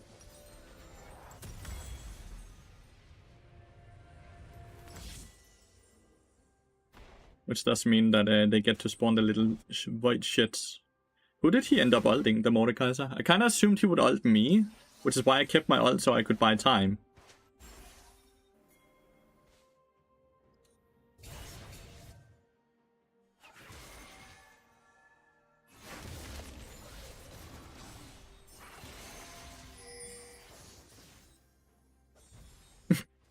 Abilities are really flying to the fucking moon.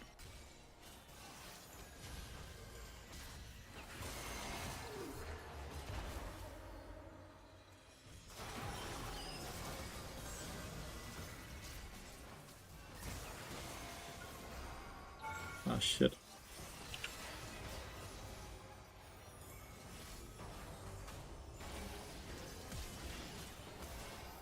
She actually missed her binding on a stun target that left the portal. Ugh. Oh well. None of us dies, but like that's crazy. That is crazy.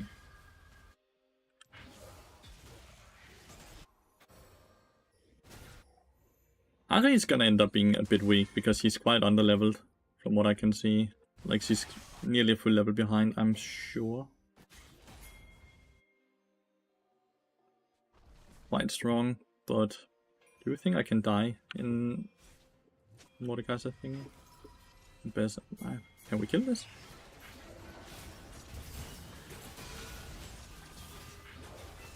Ah, I ended up getting the kill. Sucks. Actually start that up. We do have TP on Ambessa.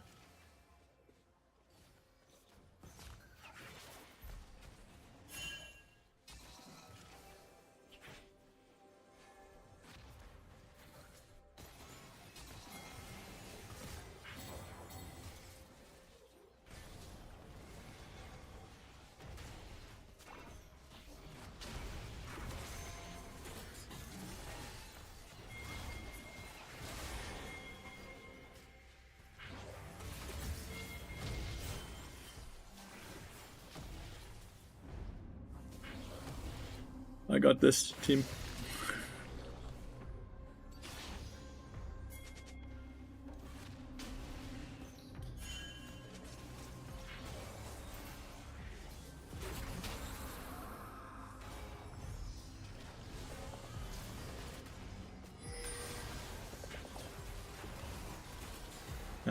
Lilia just never ulted. Lilia never ulted in that fight. At least I've secured the Herald.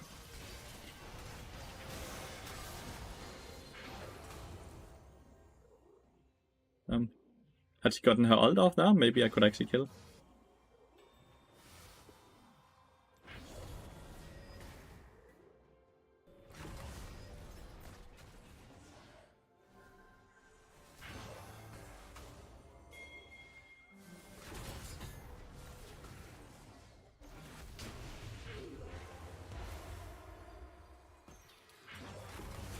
Wow. I missed my stun. No, I don't really use Snow Day.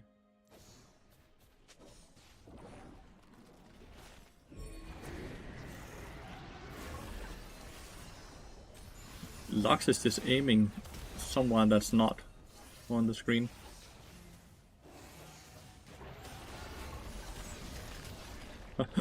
Oops. So funny to see, because he's playing a completely different game than the rest of us. Mordekaiser has no ult yet.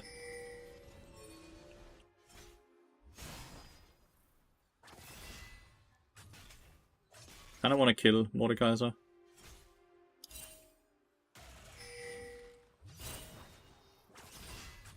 Feel like Skarner's gonna be bot lane, you know?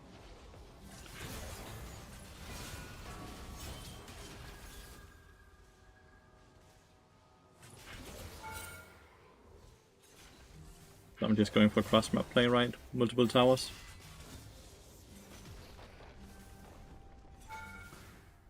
Yeah, he was indeed bot lane.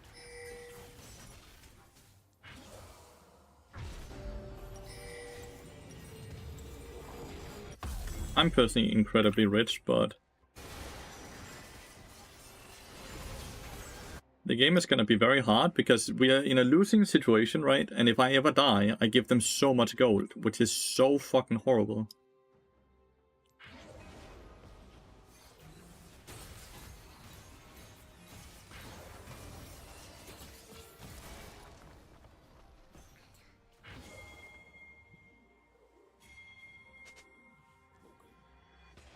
I'm not gonna chase since I'm worth so much, right?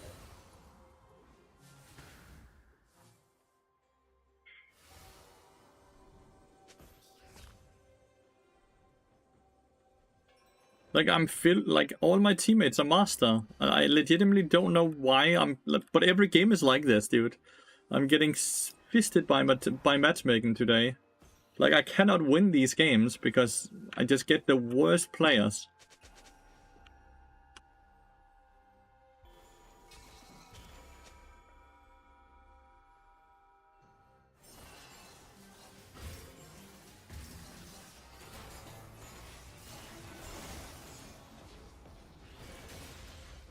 Yeah, nice. They go from Bess instead of me for whatever reason. Did Mordekaiser TP or what? He must have.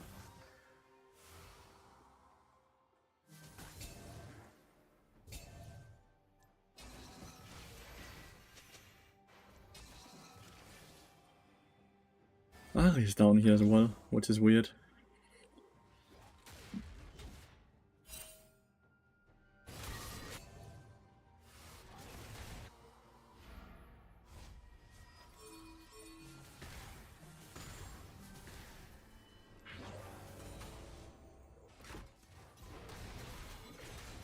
Meanwhile, my Lux is all the way up here. Shan't lift. Fantastic, though. Oh, no, never mind, he died. Now my Lilia dies as well, or what? Ah. Okay, how win?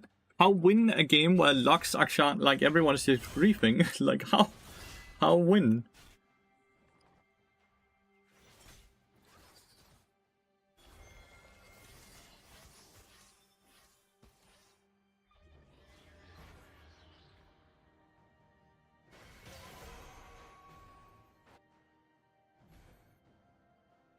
One, two, three. Doesn't hit. If Ari is there, I feel like I can kill her if she doesn't have ult. I definitely have the damage, right? And I can deny the meta stacks, so it's worth an attempt at least.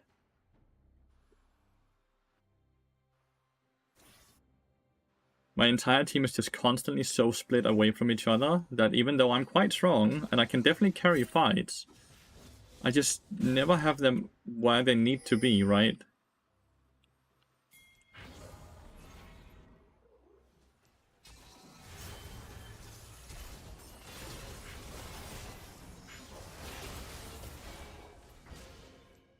Why is there no Lily ult there? Right? Like, why is there no Lily ult?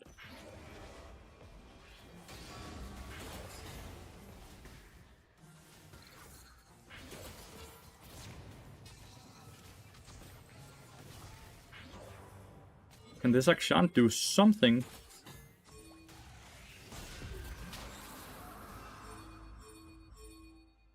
Please stay here, Lilia! Hello! Fight him! Lilia just constantly have ult up and doesn't use it. Dragon Wind Con, how? Then she's dead. How am I supposed to win with these teammates?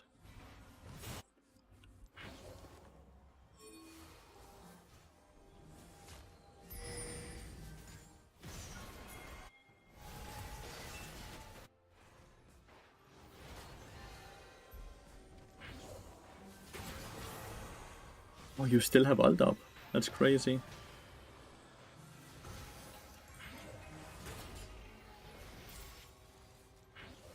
Ult her.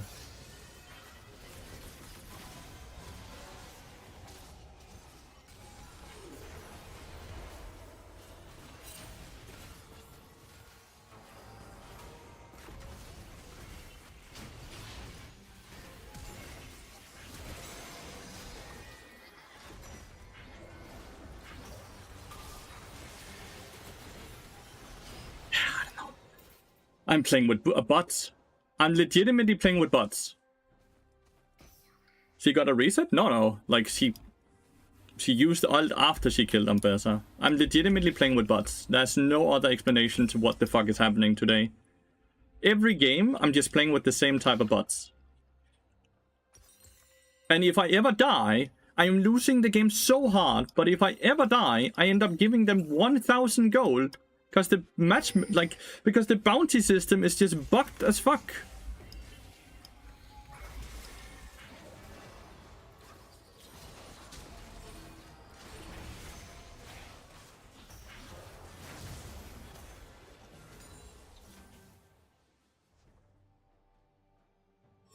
Can you guys stay over here?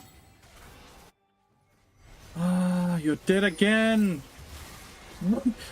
Why are you rotating that way? And why are you pinging me like it's my fault? They're all dead! What? Why? What are you dying to?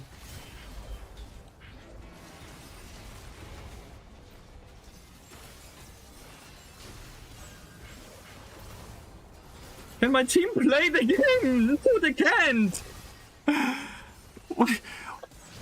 How has every game been like this today? And as we're losing, they get 1,000 gold from killing me.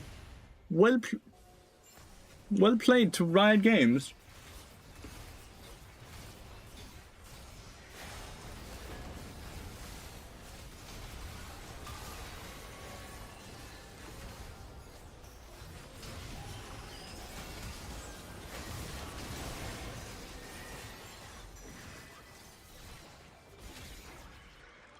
How am I... Every game is like this. I don't understand. How am I supposed... Like... I can expect this if I'm playing on a master account or even a diamond account. But I'm playing on a high elo challenger account where my average queue time is 15 to 20 minutes between each game. And I'm playing with people that don't know how to play League of Legends. Legitimately handless people. I could find 4 Twitch viewers that were all so much better than this. Like, how in the fuck is this the account I'm playing on? And I'm getting inted every game by people to this degree. I am not having fun. I can't just... I want to continuously work because it's my fucking work. I can't just say, okay, no more League now. Like, everyone just needs to get banned. Legitimately, there's not one person on this team that didn't grief the game. I have a first time Ambessa. Legitimately not one game on Ambessa played. I have a Lilia who just continuously ran it instead of playing. I have an Akshan who just fucking continuously ran it. And I had a Lux legitimately must be blind. Because every binding was thrown the opposite direction of every fucking enemy champion.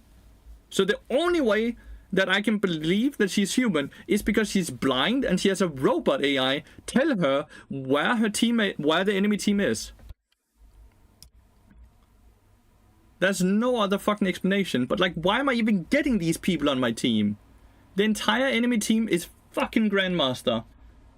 This is the game I'm looking at. Grandmaster, Grandmaster, Grandmaster, Grandmaster, Grandmaster, and I get Master rejects that don't know how to play the champions. Look at my fucking...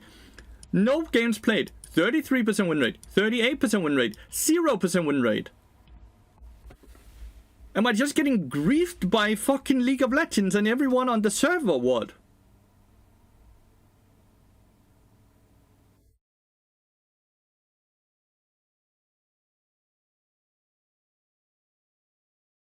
I don't know what is happening. How is every single game like this?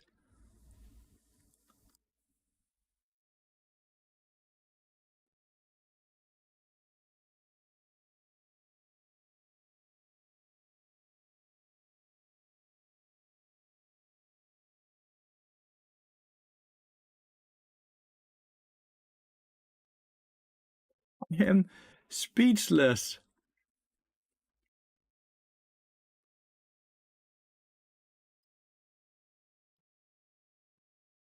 Is this a shared account? Why does this person sometimes just decide to play AD carry for like 5 games in a row and then play support for 10 games in a row? Do people do that?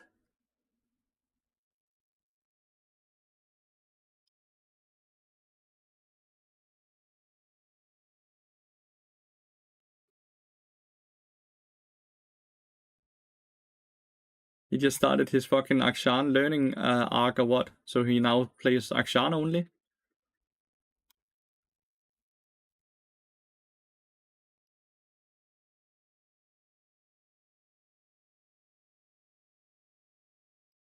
Yeah, why pick Elise when you can pick fucking Lilia, right?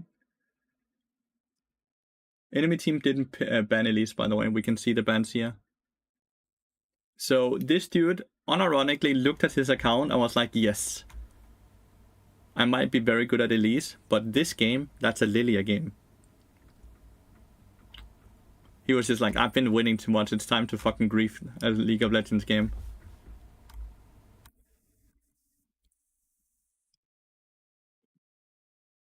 And this dude is just straight up a Skarner one trick.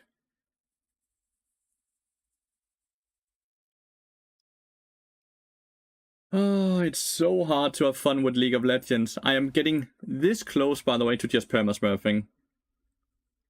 Because if I get griefed by matchmaking over and over, I might as well just fucking perma-smurf and at least have 30 to 1 minute queue times. Instead of sitting and getting annihilated in my asshole by Riot Games.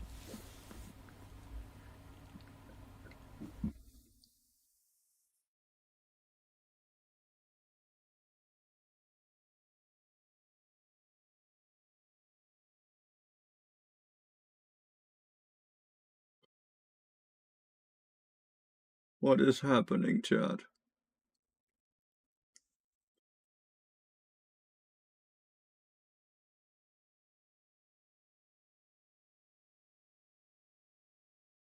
Like, I can live with the long queue times if the game quality is good, right? Like, I think it's fine then, right? I think waiting 10-20 minutes is awesome if I get good game quality.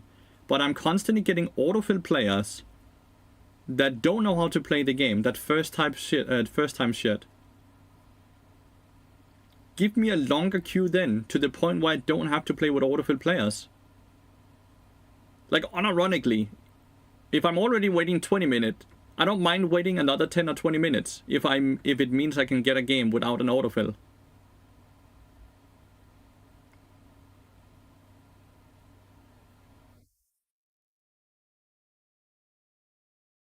Holy Cassandra champion, dude.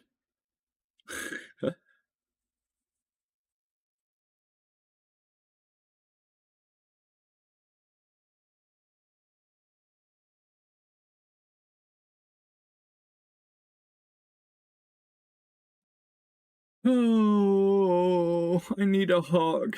I need a hug. I need someone to hold me after games like this.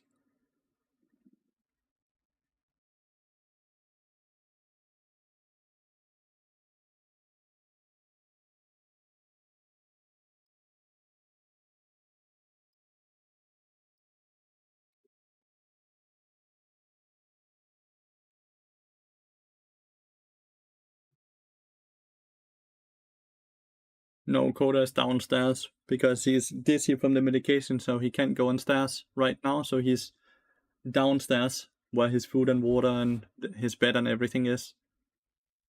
So one more room downstairs as well.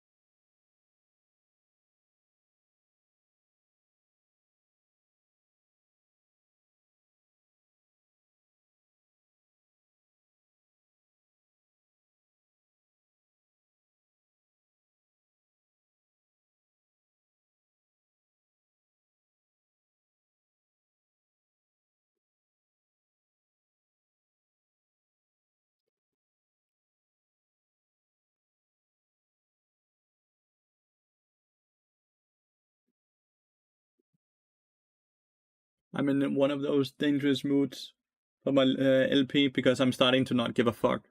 Now I'm just gonna play to stream, not play to win, just play to stream.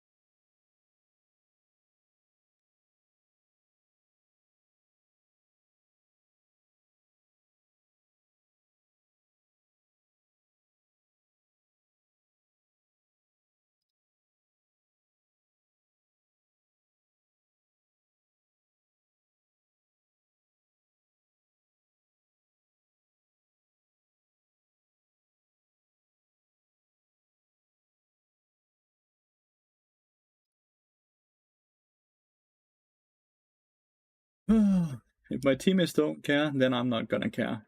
Let's just play to play chat.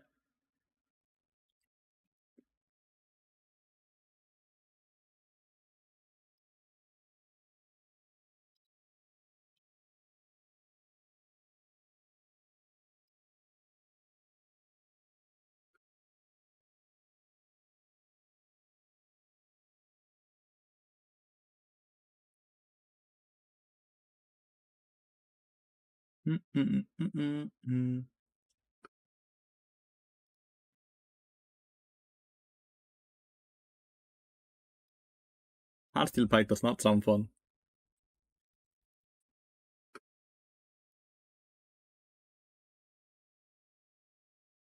I've not played with chat on for like over a year, Jesse. I never really played with chat on. It's not something new.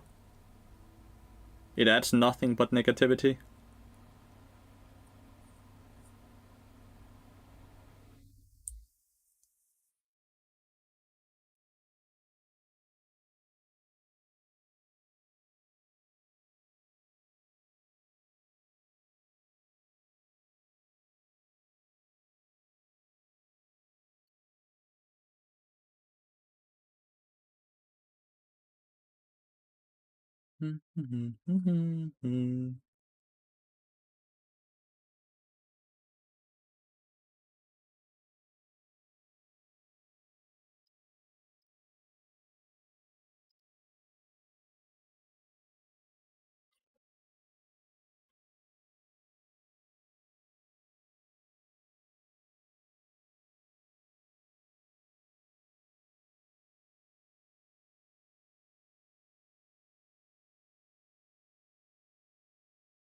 You think you can have a conversation with Caps why he's griefing the game, Jesse? Because that's just delusional, if you think that's a thing.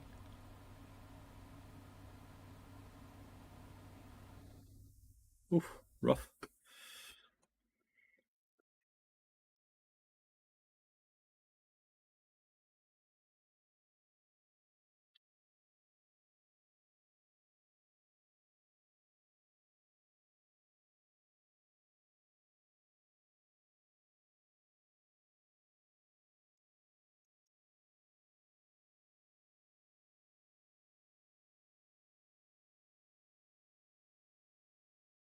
Because he doesn't always play like that. He has games where he intentionally just griefs the games because he finds it fun, mate. He doesn't play like that every game.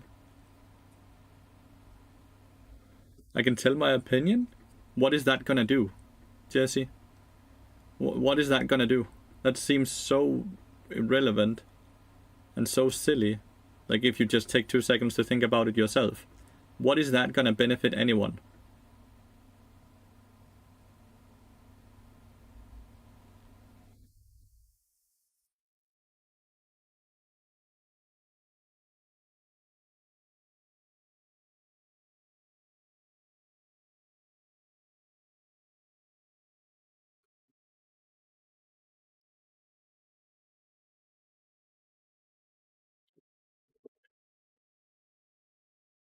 Spartacus.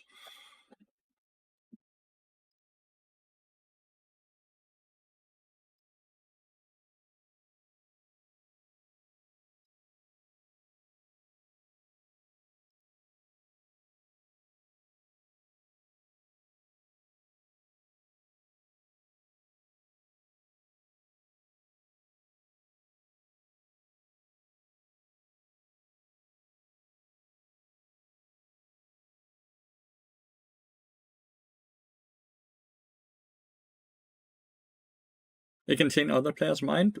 You are very delusional, my friend.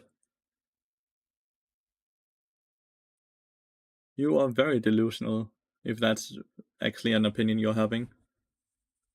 These people are not rational, dude. They wouldn't be doing it from the start then. Like, what you're saying is not rational. Like, imagine, like, I can't even have a conversation with you because you don't see the rationality in it, but you want me to have a rationality with people on the internet in a league game.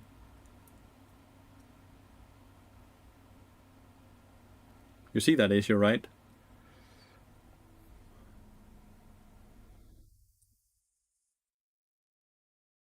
Yeah, but you tuned into my stream. I feel for you. Which is a difference. You tuned into wanting to hear someone's opinion. They don't want to hear your opinion when you're in a game with them.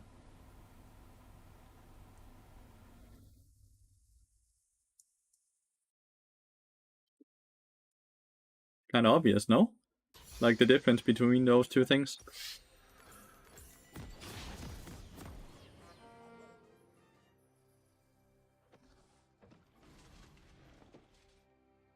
Anyways, I would assume it would be like this.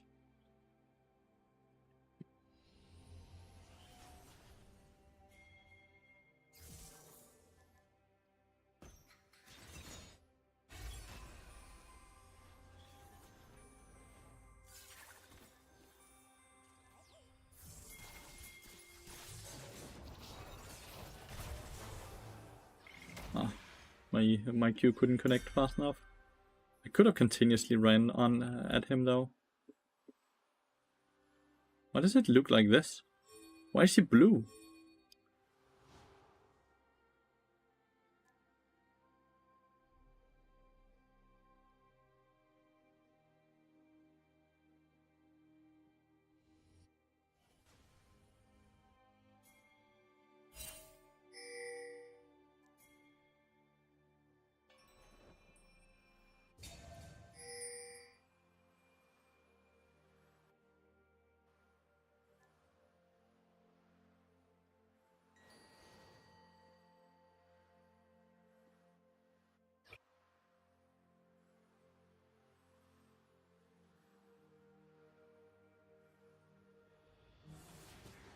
Oh, if he has bone plating, he did.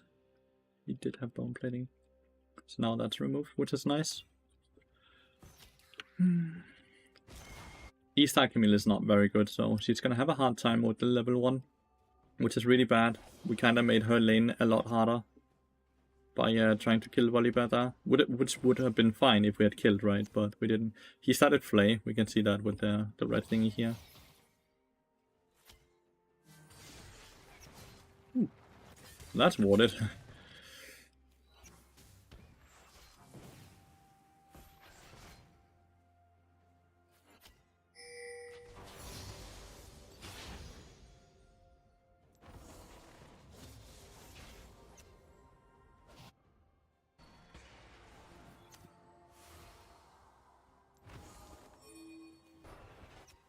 Right, so he's just doing full clear from bot to top.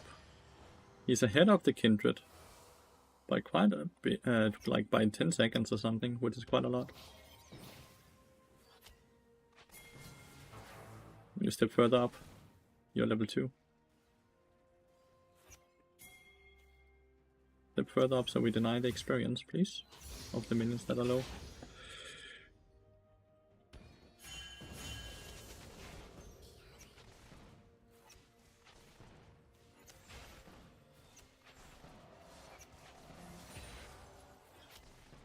They're actually farming better than us. Even on the tower, he only lost 1 CS. While we have lost 7, 8 now. That's awesome, by the way. Well played to Camille. So, this is 4th wave, right? So if we farm perfectly, it's 25 CS.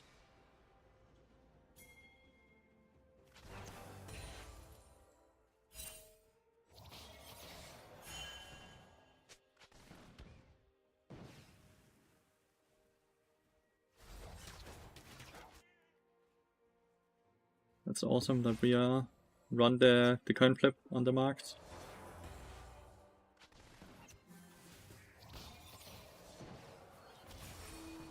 Look at this, CS.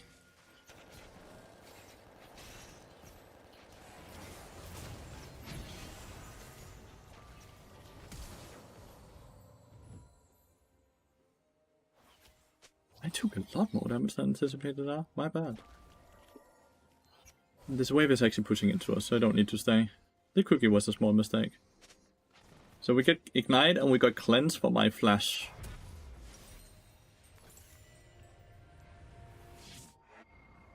We might kill here as well. Someone is TPing. Nice. Still get the kill. Got Mark 2.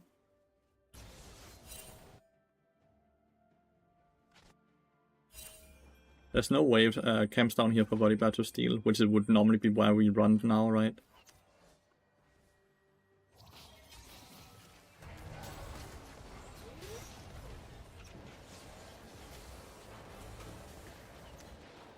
Yeah, my portal should have ended here, that's a mistake.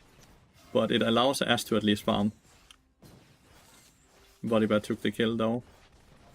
No, who got the kill? Corki got the kill, never mind. Big mistake on my end on the portal though. Thoughts and figures, I actually reacted to it live on stream today.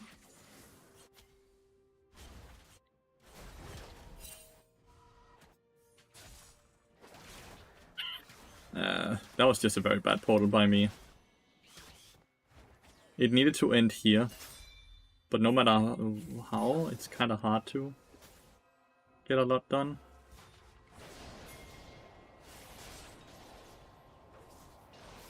Yes.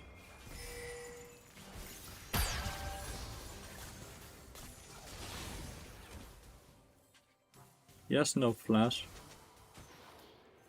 185 gold only. I don't want to ignite because he has no flash, right? There's no reason to do that then. This is fine. Volibear's top lane, but we went in for whatever reason. We saw Volibear and he eat in.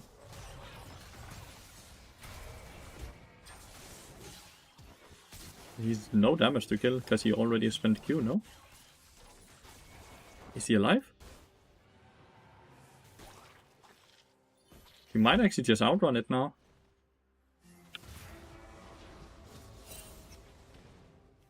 That's crazy, he lived. Wow. Well played.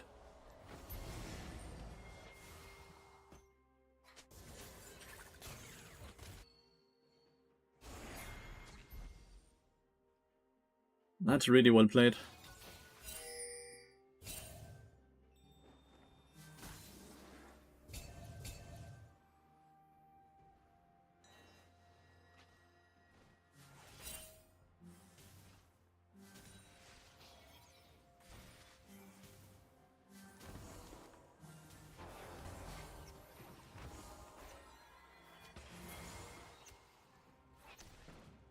He has cleanse, no?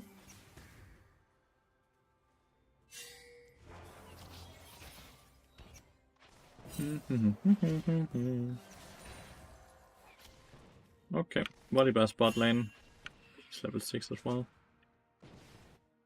Realistically, we should just leave completely, right? But they're moving upwards, so he's not looking to dive. So instead he might be looking to counter jungle. It's also not what he's doing. So what is she doing then? What is he doing then? He's not in here either. What is he doing, friend?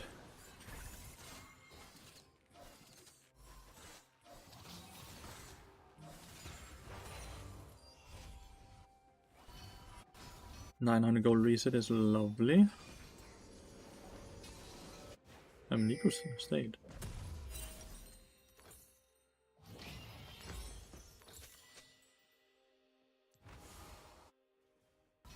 Oof, close.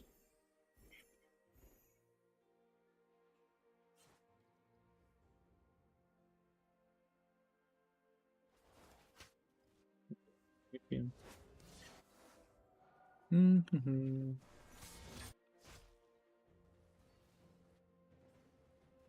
think Nico will make it for this. Nope, she's not.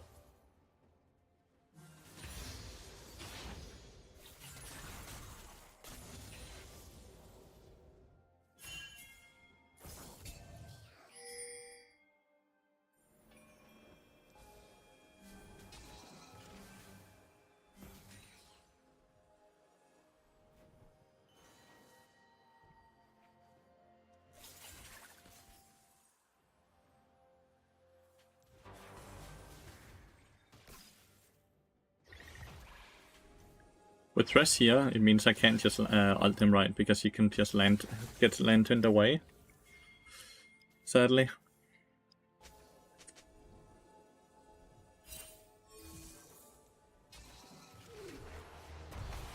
Good.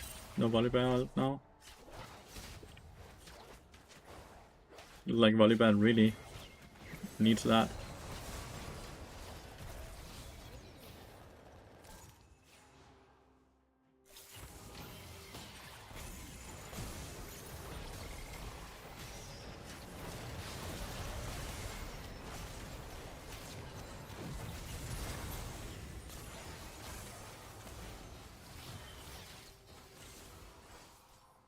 Auto attack. Dude, we are all solo. We got very fucking lucky. We are all solo. 1 HP, 1 HP. That was very lucky. Holy shit. I actually thought we would lose that hard. Like, Nico missed all her abilities initially, right?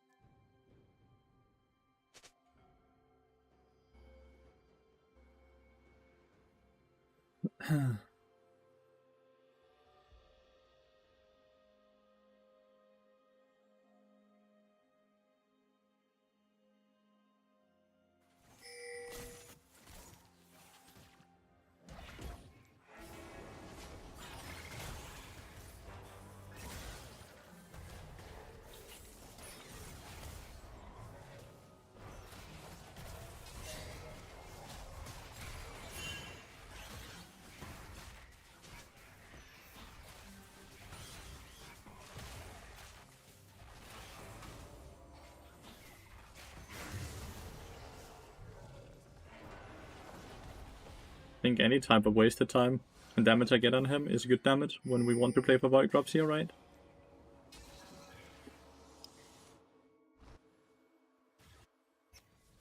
Why are we not on it though?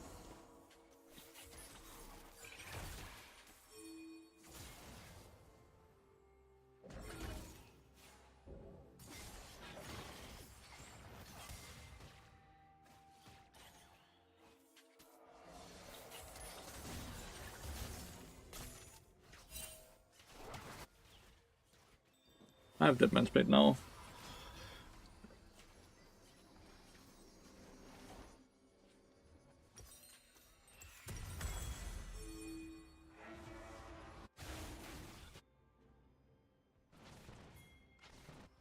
Boom, boom, boom, boom, boom, boom, boom, boom. Boom, boom, boom, boom, ba bum, bum, bum, ba bum, bum, ba ba ba ba bum, ba bum, bum, bum.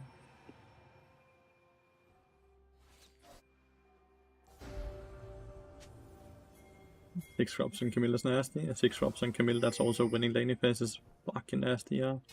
Also have a Kindred who's getting plenty of stacks. Marks, call it what you want, right?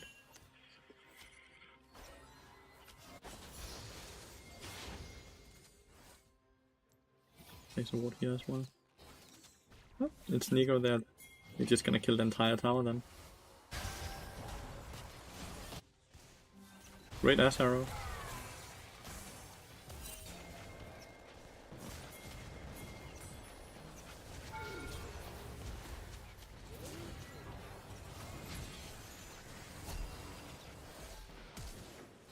Weird flash. Oh shit.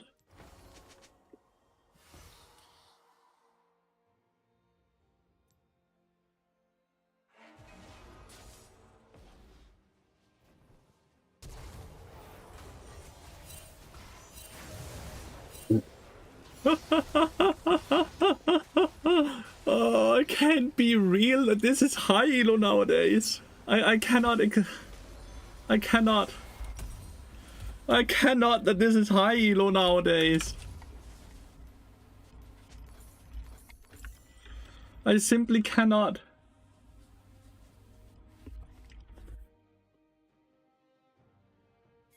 Guys, just to give, like, how high elo this is, okay?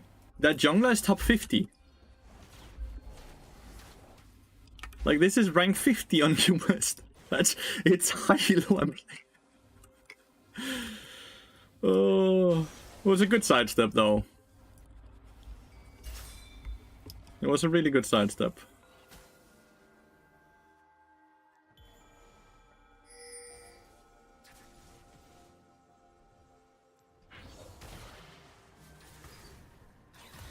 Hvad laver du, Gorda?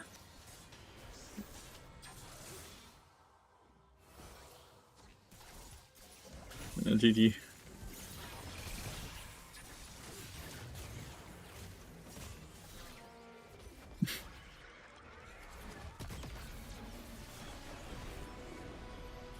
GG's.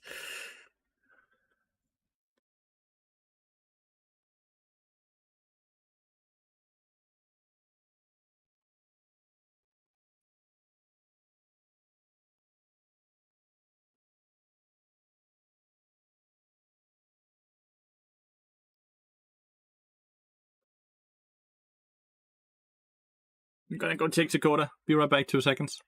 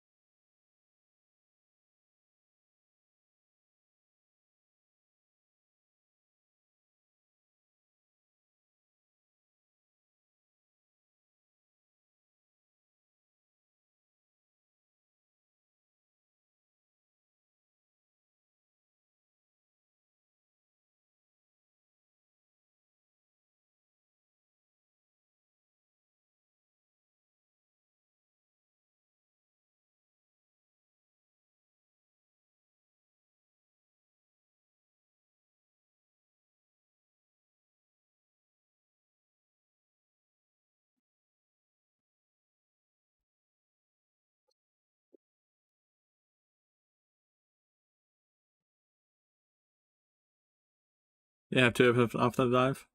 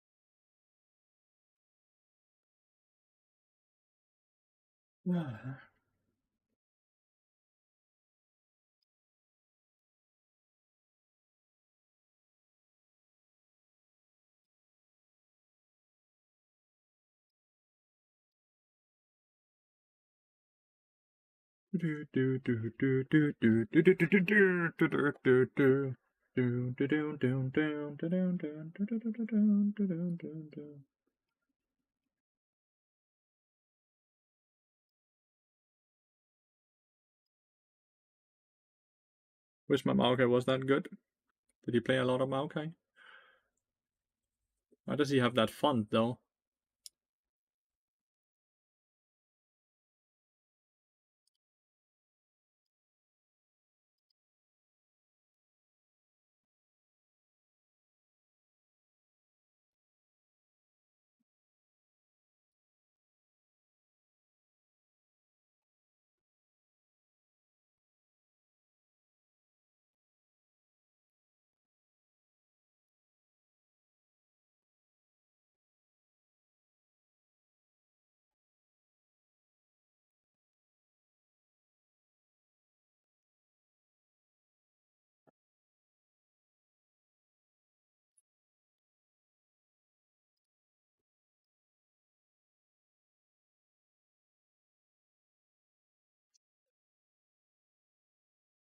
Okay.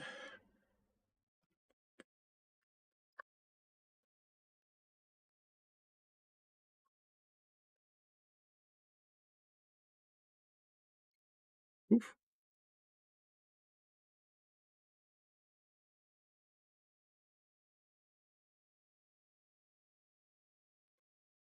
He's just straight up unkillable. He's just straight up unkillable, dude.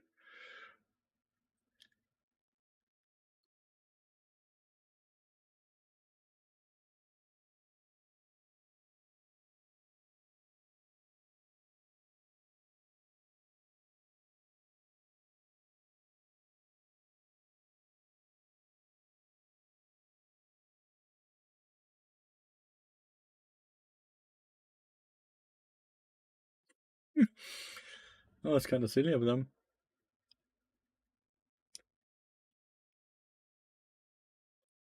That was kind of silly of them.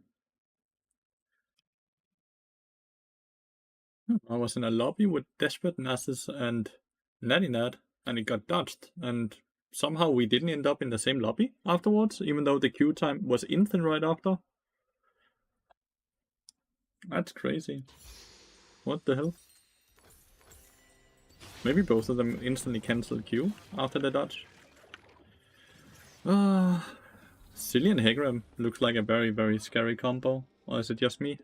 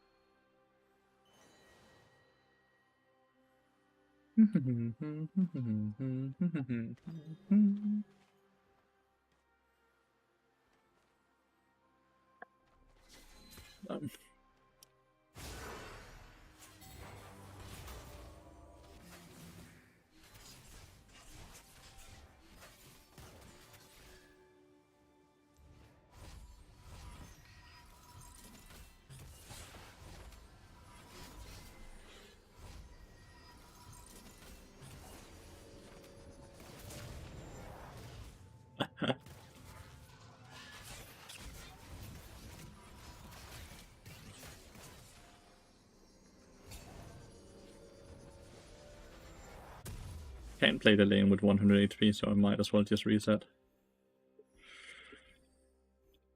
Crazy Hexy went up to ignite. Sadly, Caitlyn should never stand in this brush. He should always just ward it, but what can you do? Somehow our minion wave actually won against their minion wave, but when they start last hitting, it starts pushing towards us. Like when it's getting to this point, because she's getting scared that she's gonna lose out on more, right?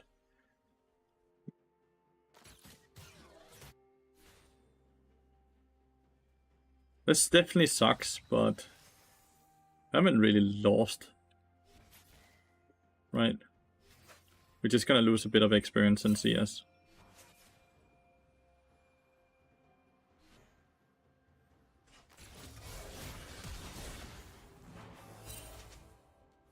Nice reaction by Caitlyn there.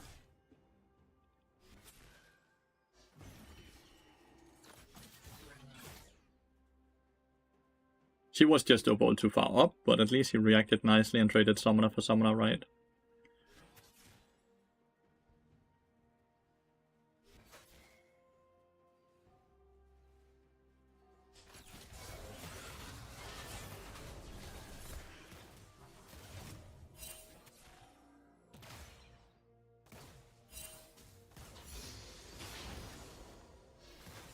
Don't push it. Why is he hitting the ranged minions?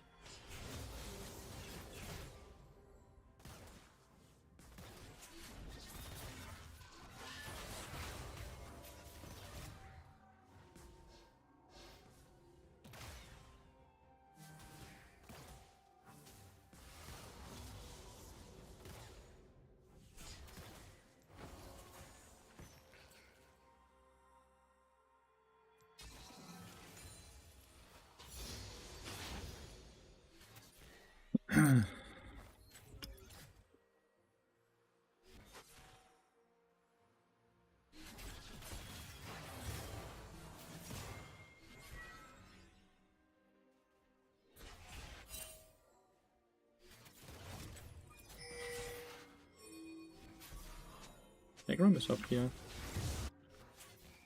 Negron has gotten double Skullcrab, which sucks.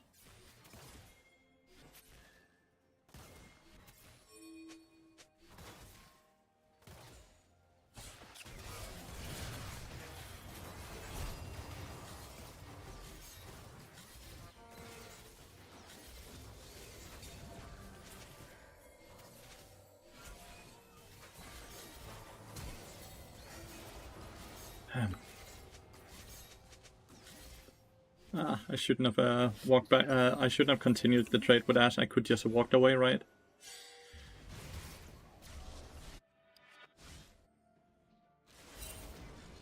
I think Nocturne might be in trouble here. Yeah, because Pyke died, so he's just there instantly. I think Nocturne stole one camp though, which is really lovely.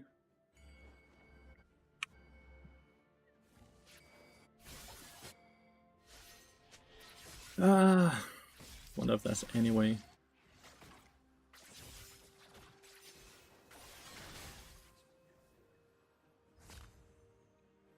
I'm assuming this is warded, right? But I just want to go cancel his recall.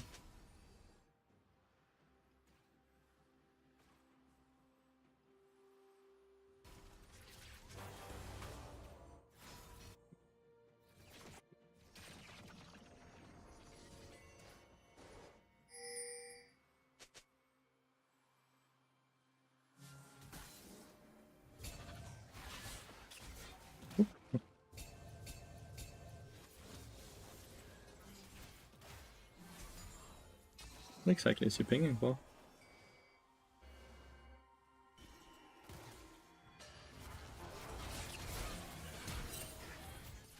Don't know if I needed to flash, by the way, because I could probably have survived it, you know?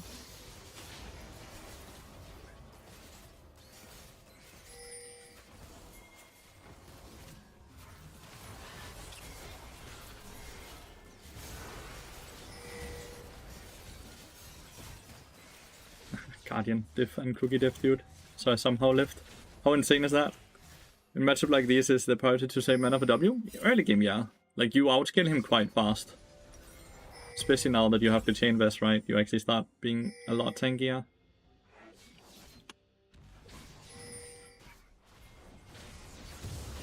I'm not sure why he's doing that. Right? Like, legitimately no clue. Caitlyn is gonna die here. Maybe if she hit the Q though, she could trade 1-for-1. But, yeah. Caitlyn is blaming Nocturne on that for whatever reason. I'm not sure how it's Nocturne's fault.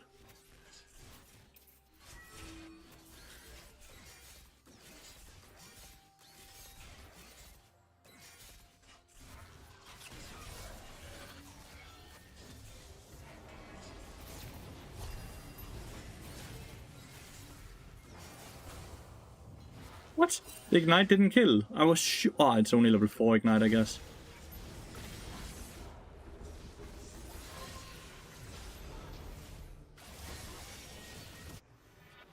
I'm just surprised the Victor is not helping him more.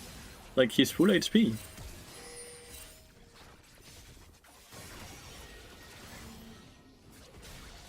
Like, he's full HP and refusing to walk up.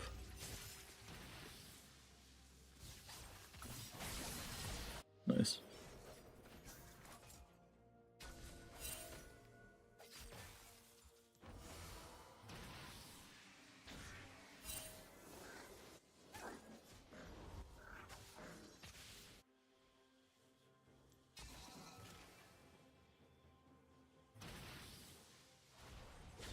Dude, you see him, right?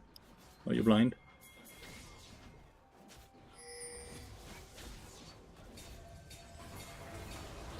Damn, the fucking little croc spawned.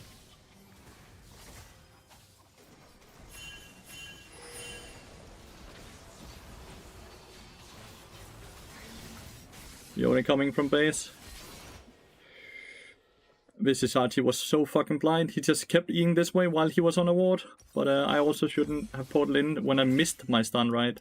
The little crocs fucking saved him from the stun. Well, when we look at that team comp and the fact that they have a Cillian, I'm getting very fucking scared to play this game at this point.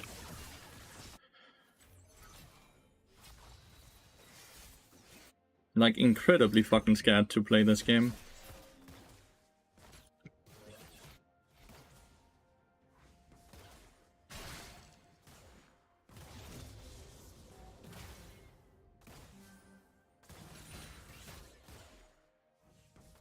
I hate playing with Caitlyn. It's so fucking bad. Like, bot Caitlyn is a horrible, horrible lane.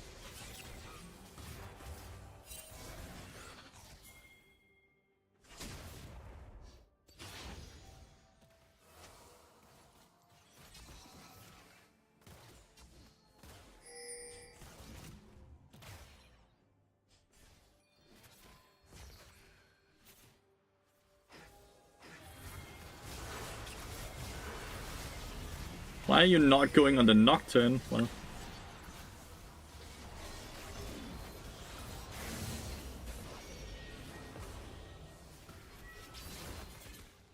not on the Nocturne, sorry. Why are you not going the Pike? But luckily Caitlyn still got the kill.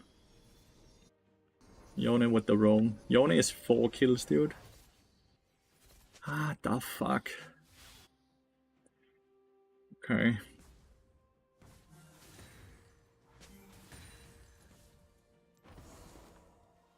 At least I'm getting some solo experience here.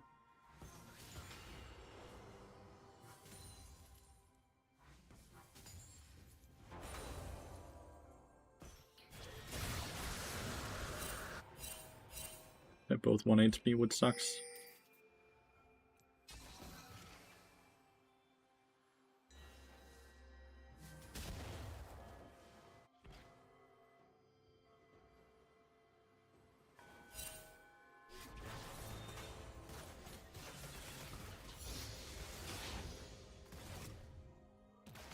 Don't think we have enough damage to kill her on the tower, even if I hit my ult into trap combo. She has barrier up and everything, right? Let's reset here, we should both have items.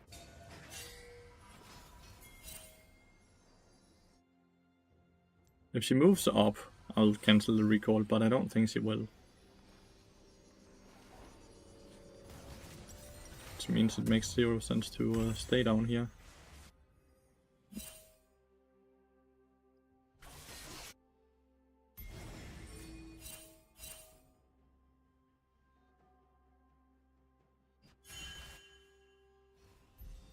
Not entirely sure how we're gonna win this game, chat.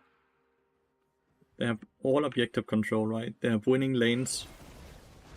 Like, the only lane they don't have winning is Cillian, right? But Cillian doesn't need to win, he just needs experience and ability haste.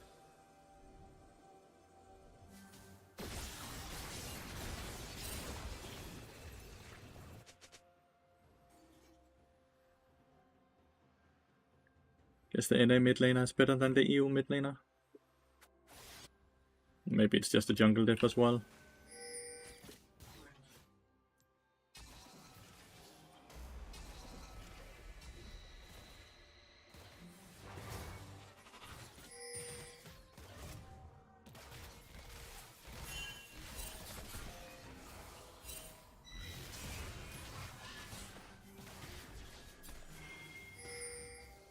Yone is down here as well.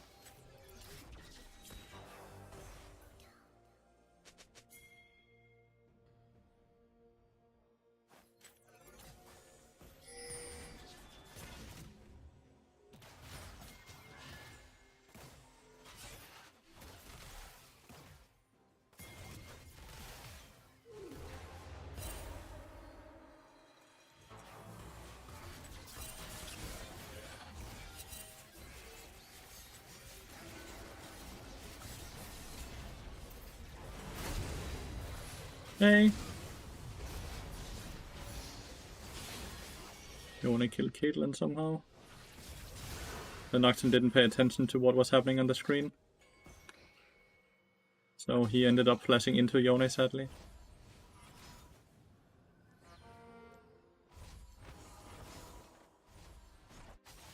Getting a few platings top and mid at least.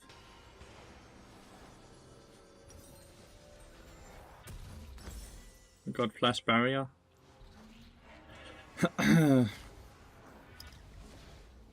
It's crazy how much the Yone is able to move. He's 8 kills, and then combine him with a Victor, not a Victor, sorry, with a Cillian, so he can get killed. Well, he can, but we need to kill him twice.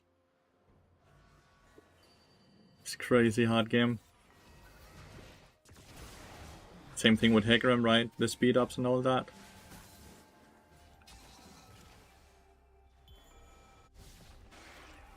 At least they don't have an exhaust for cannon.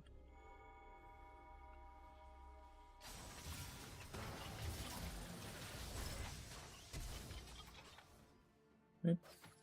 Flash. Should have been able to stick the stun down, but I didn't.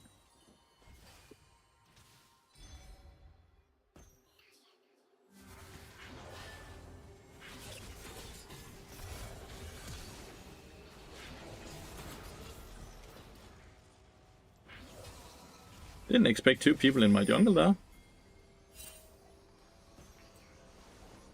Might be a bit too much, yeah. 34 hours is quite a long time.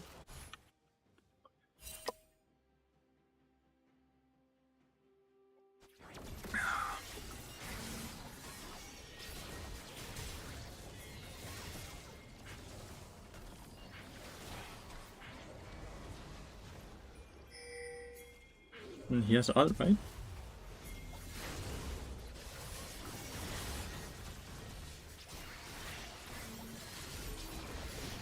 Fuck, I don't want to take the kill because the shutdown is too large, right? But like, they're just not doing any damage.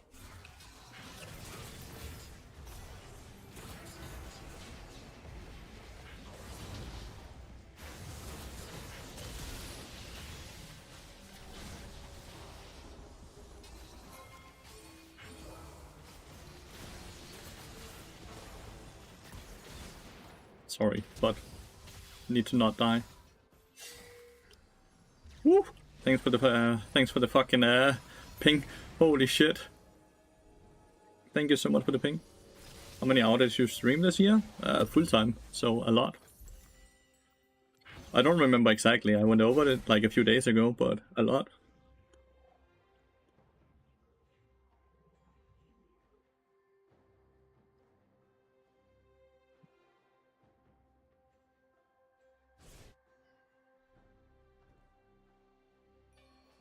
More than 34, yeah.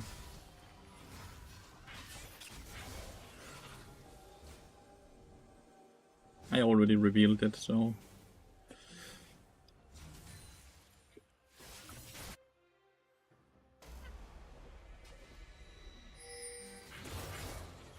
The fuck?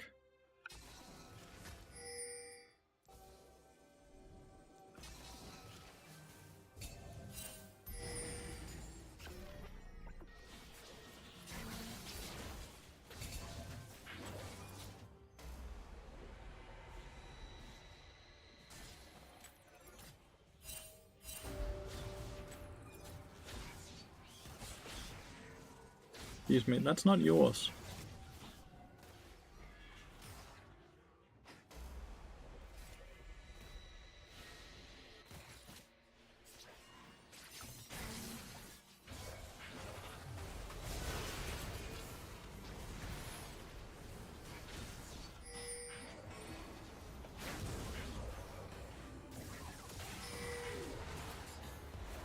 Go. I need to wait to ult, because if I ult too early, why are we not continuing?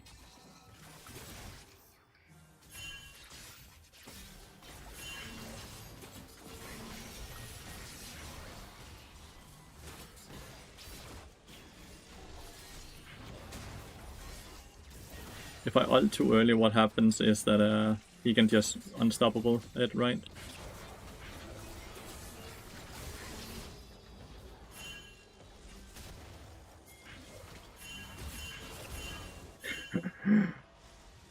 Getting annihilated by the pike there. I didn't know if he had ult up, so I didn't feel like I had time to blast cone the other way. How are we losing mid lane tower while we're also getting outnumbered on side lanes though? I don't understand. Do they have more players than that team? Like, look, we're constantly out-pressured. Do they just have more players on that team?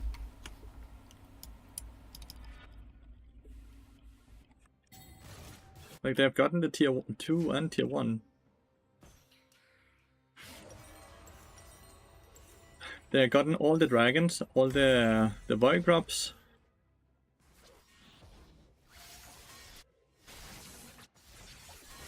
Well, not all. We have gotten one, I guess.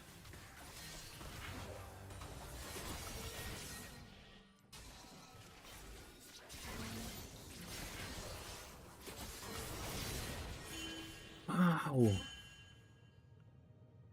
That's shield bash. But see, outnumbered down here. Ash and Jonas down here. Outnumbered up here as well.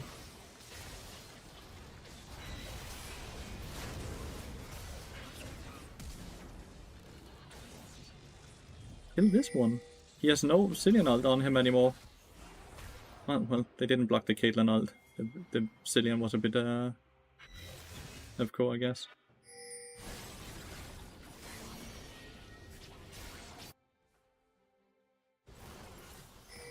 Behind you, behind you, behind you, behind you, behind you, behind you.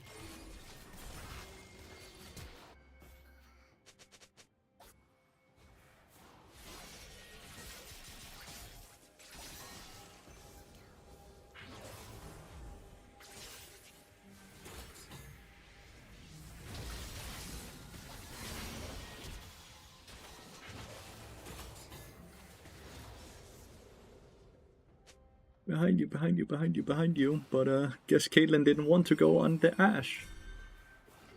Nah, they on it.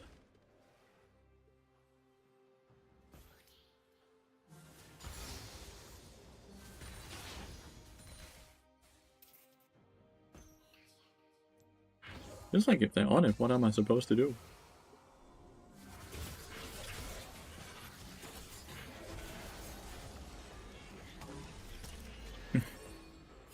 I don't know.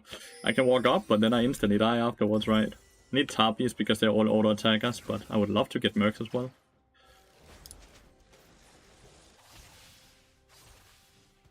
Feel like Yone is gonna TP bot lane and kill my Kennen.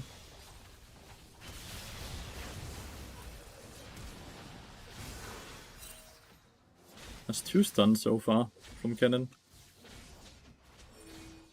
Well, Summoner for Summoner. Aesthetic, good and bad. It fixes tempo. It can fix tempo on side lanes, and it does a lot of damage in team fights, and it goes very well into his trade pattern as well. So there's a lot of like small reasons for it. And then it's quite cheap for what it actually offers you. Yes. The Victor's just constantly dying the same way, which is kind of fun. I don't know. Whiffed.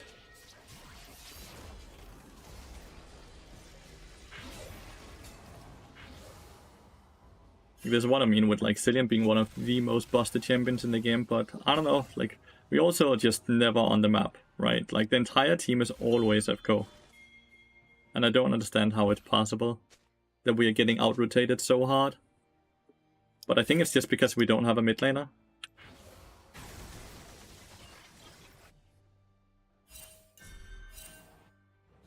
Okay, there we're just in Baron. Fleet is completely dead. You know that. You know Fleet is dead, right?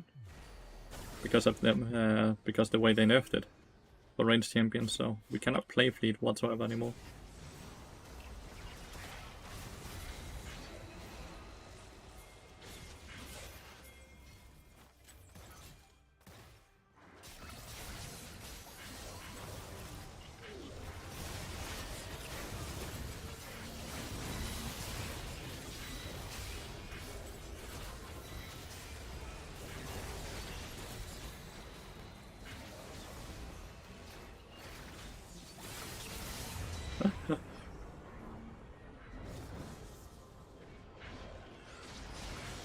Cillian is such a busted champion. Like, I cannot imagine any other champion in the game that can be like, cool, I don't need to farm. I can go 5 CS a minute and just click E and R on my teammates.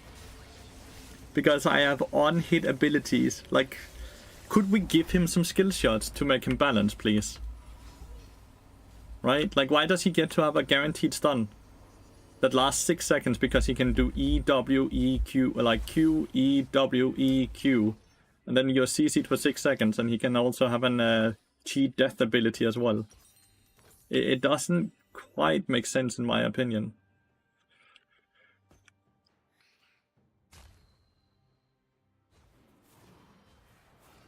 It makes 0 sense in my opinion, actually, that that's in the game. No other champion get to do that. We have very much on purpose removed all abilities that's lock on. It's still a point and click, Kiwi Guard.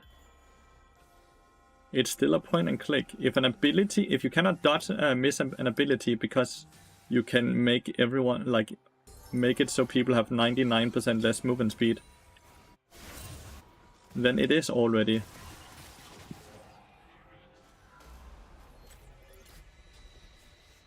Like, it is not a skill shot.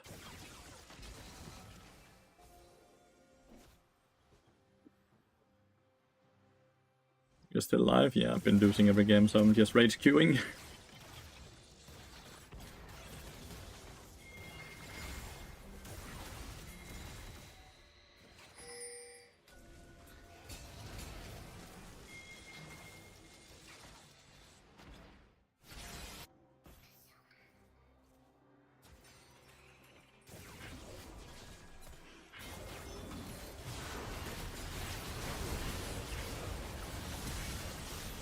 I don't know why we're going in before Kennen. He had a very good stun, by the way, but Kennen was just not here, right?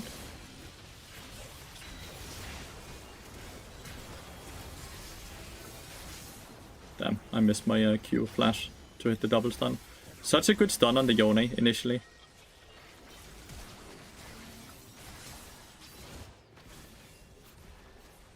Such a good stun initially on the Yone, but Kennen just wasn't there. And then I whipped my ult right after. If I didn't whip my ult, then maybe we could have done a good play, right? I had an ult on the Cillian and the Ashe, which I missed. The E actually goes up to 99%. It does. It's 99%. Shit day today. We lost a lot. I'm gonna call it a day now, though, because my girlfriend is home, so now I have something better to do than play League of Legends. I appreciate everyone watching. I'm sorry we lost. I'm sorry if my mood was a bit sour.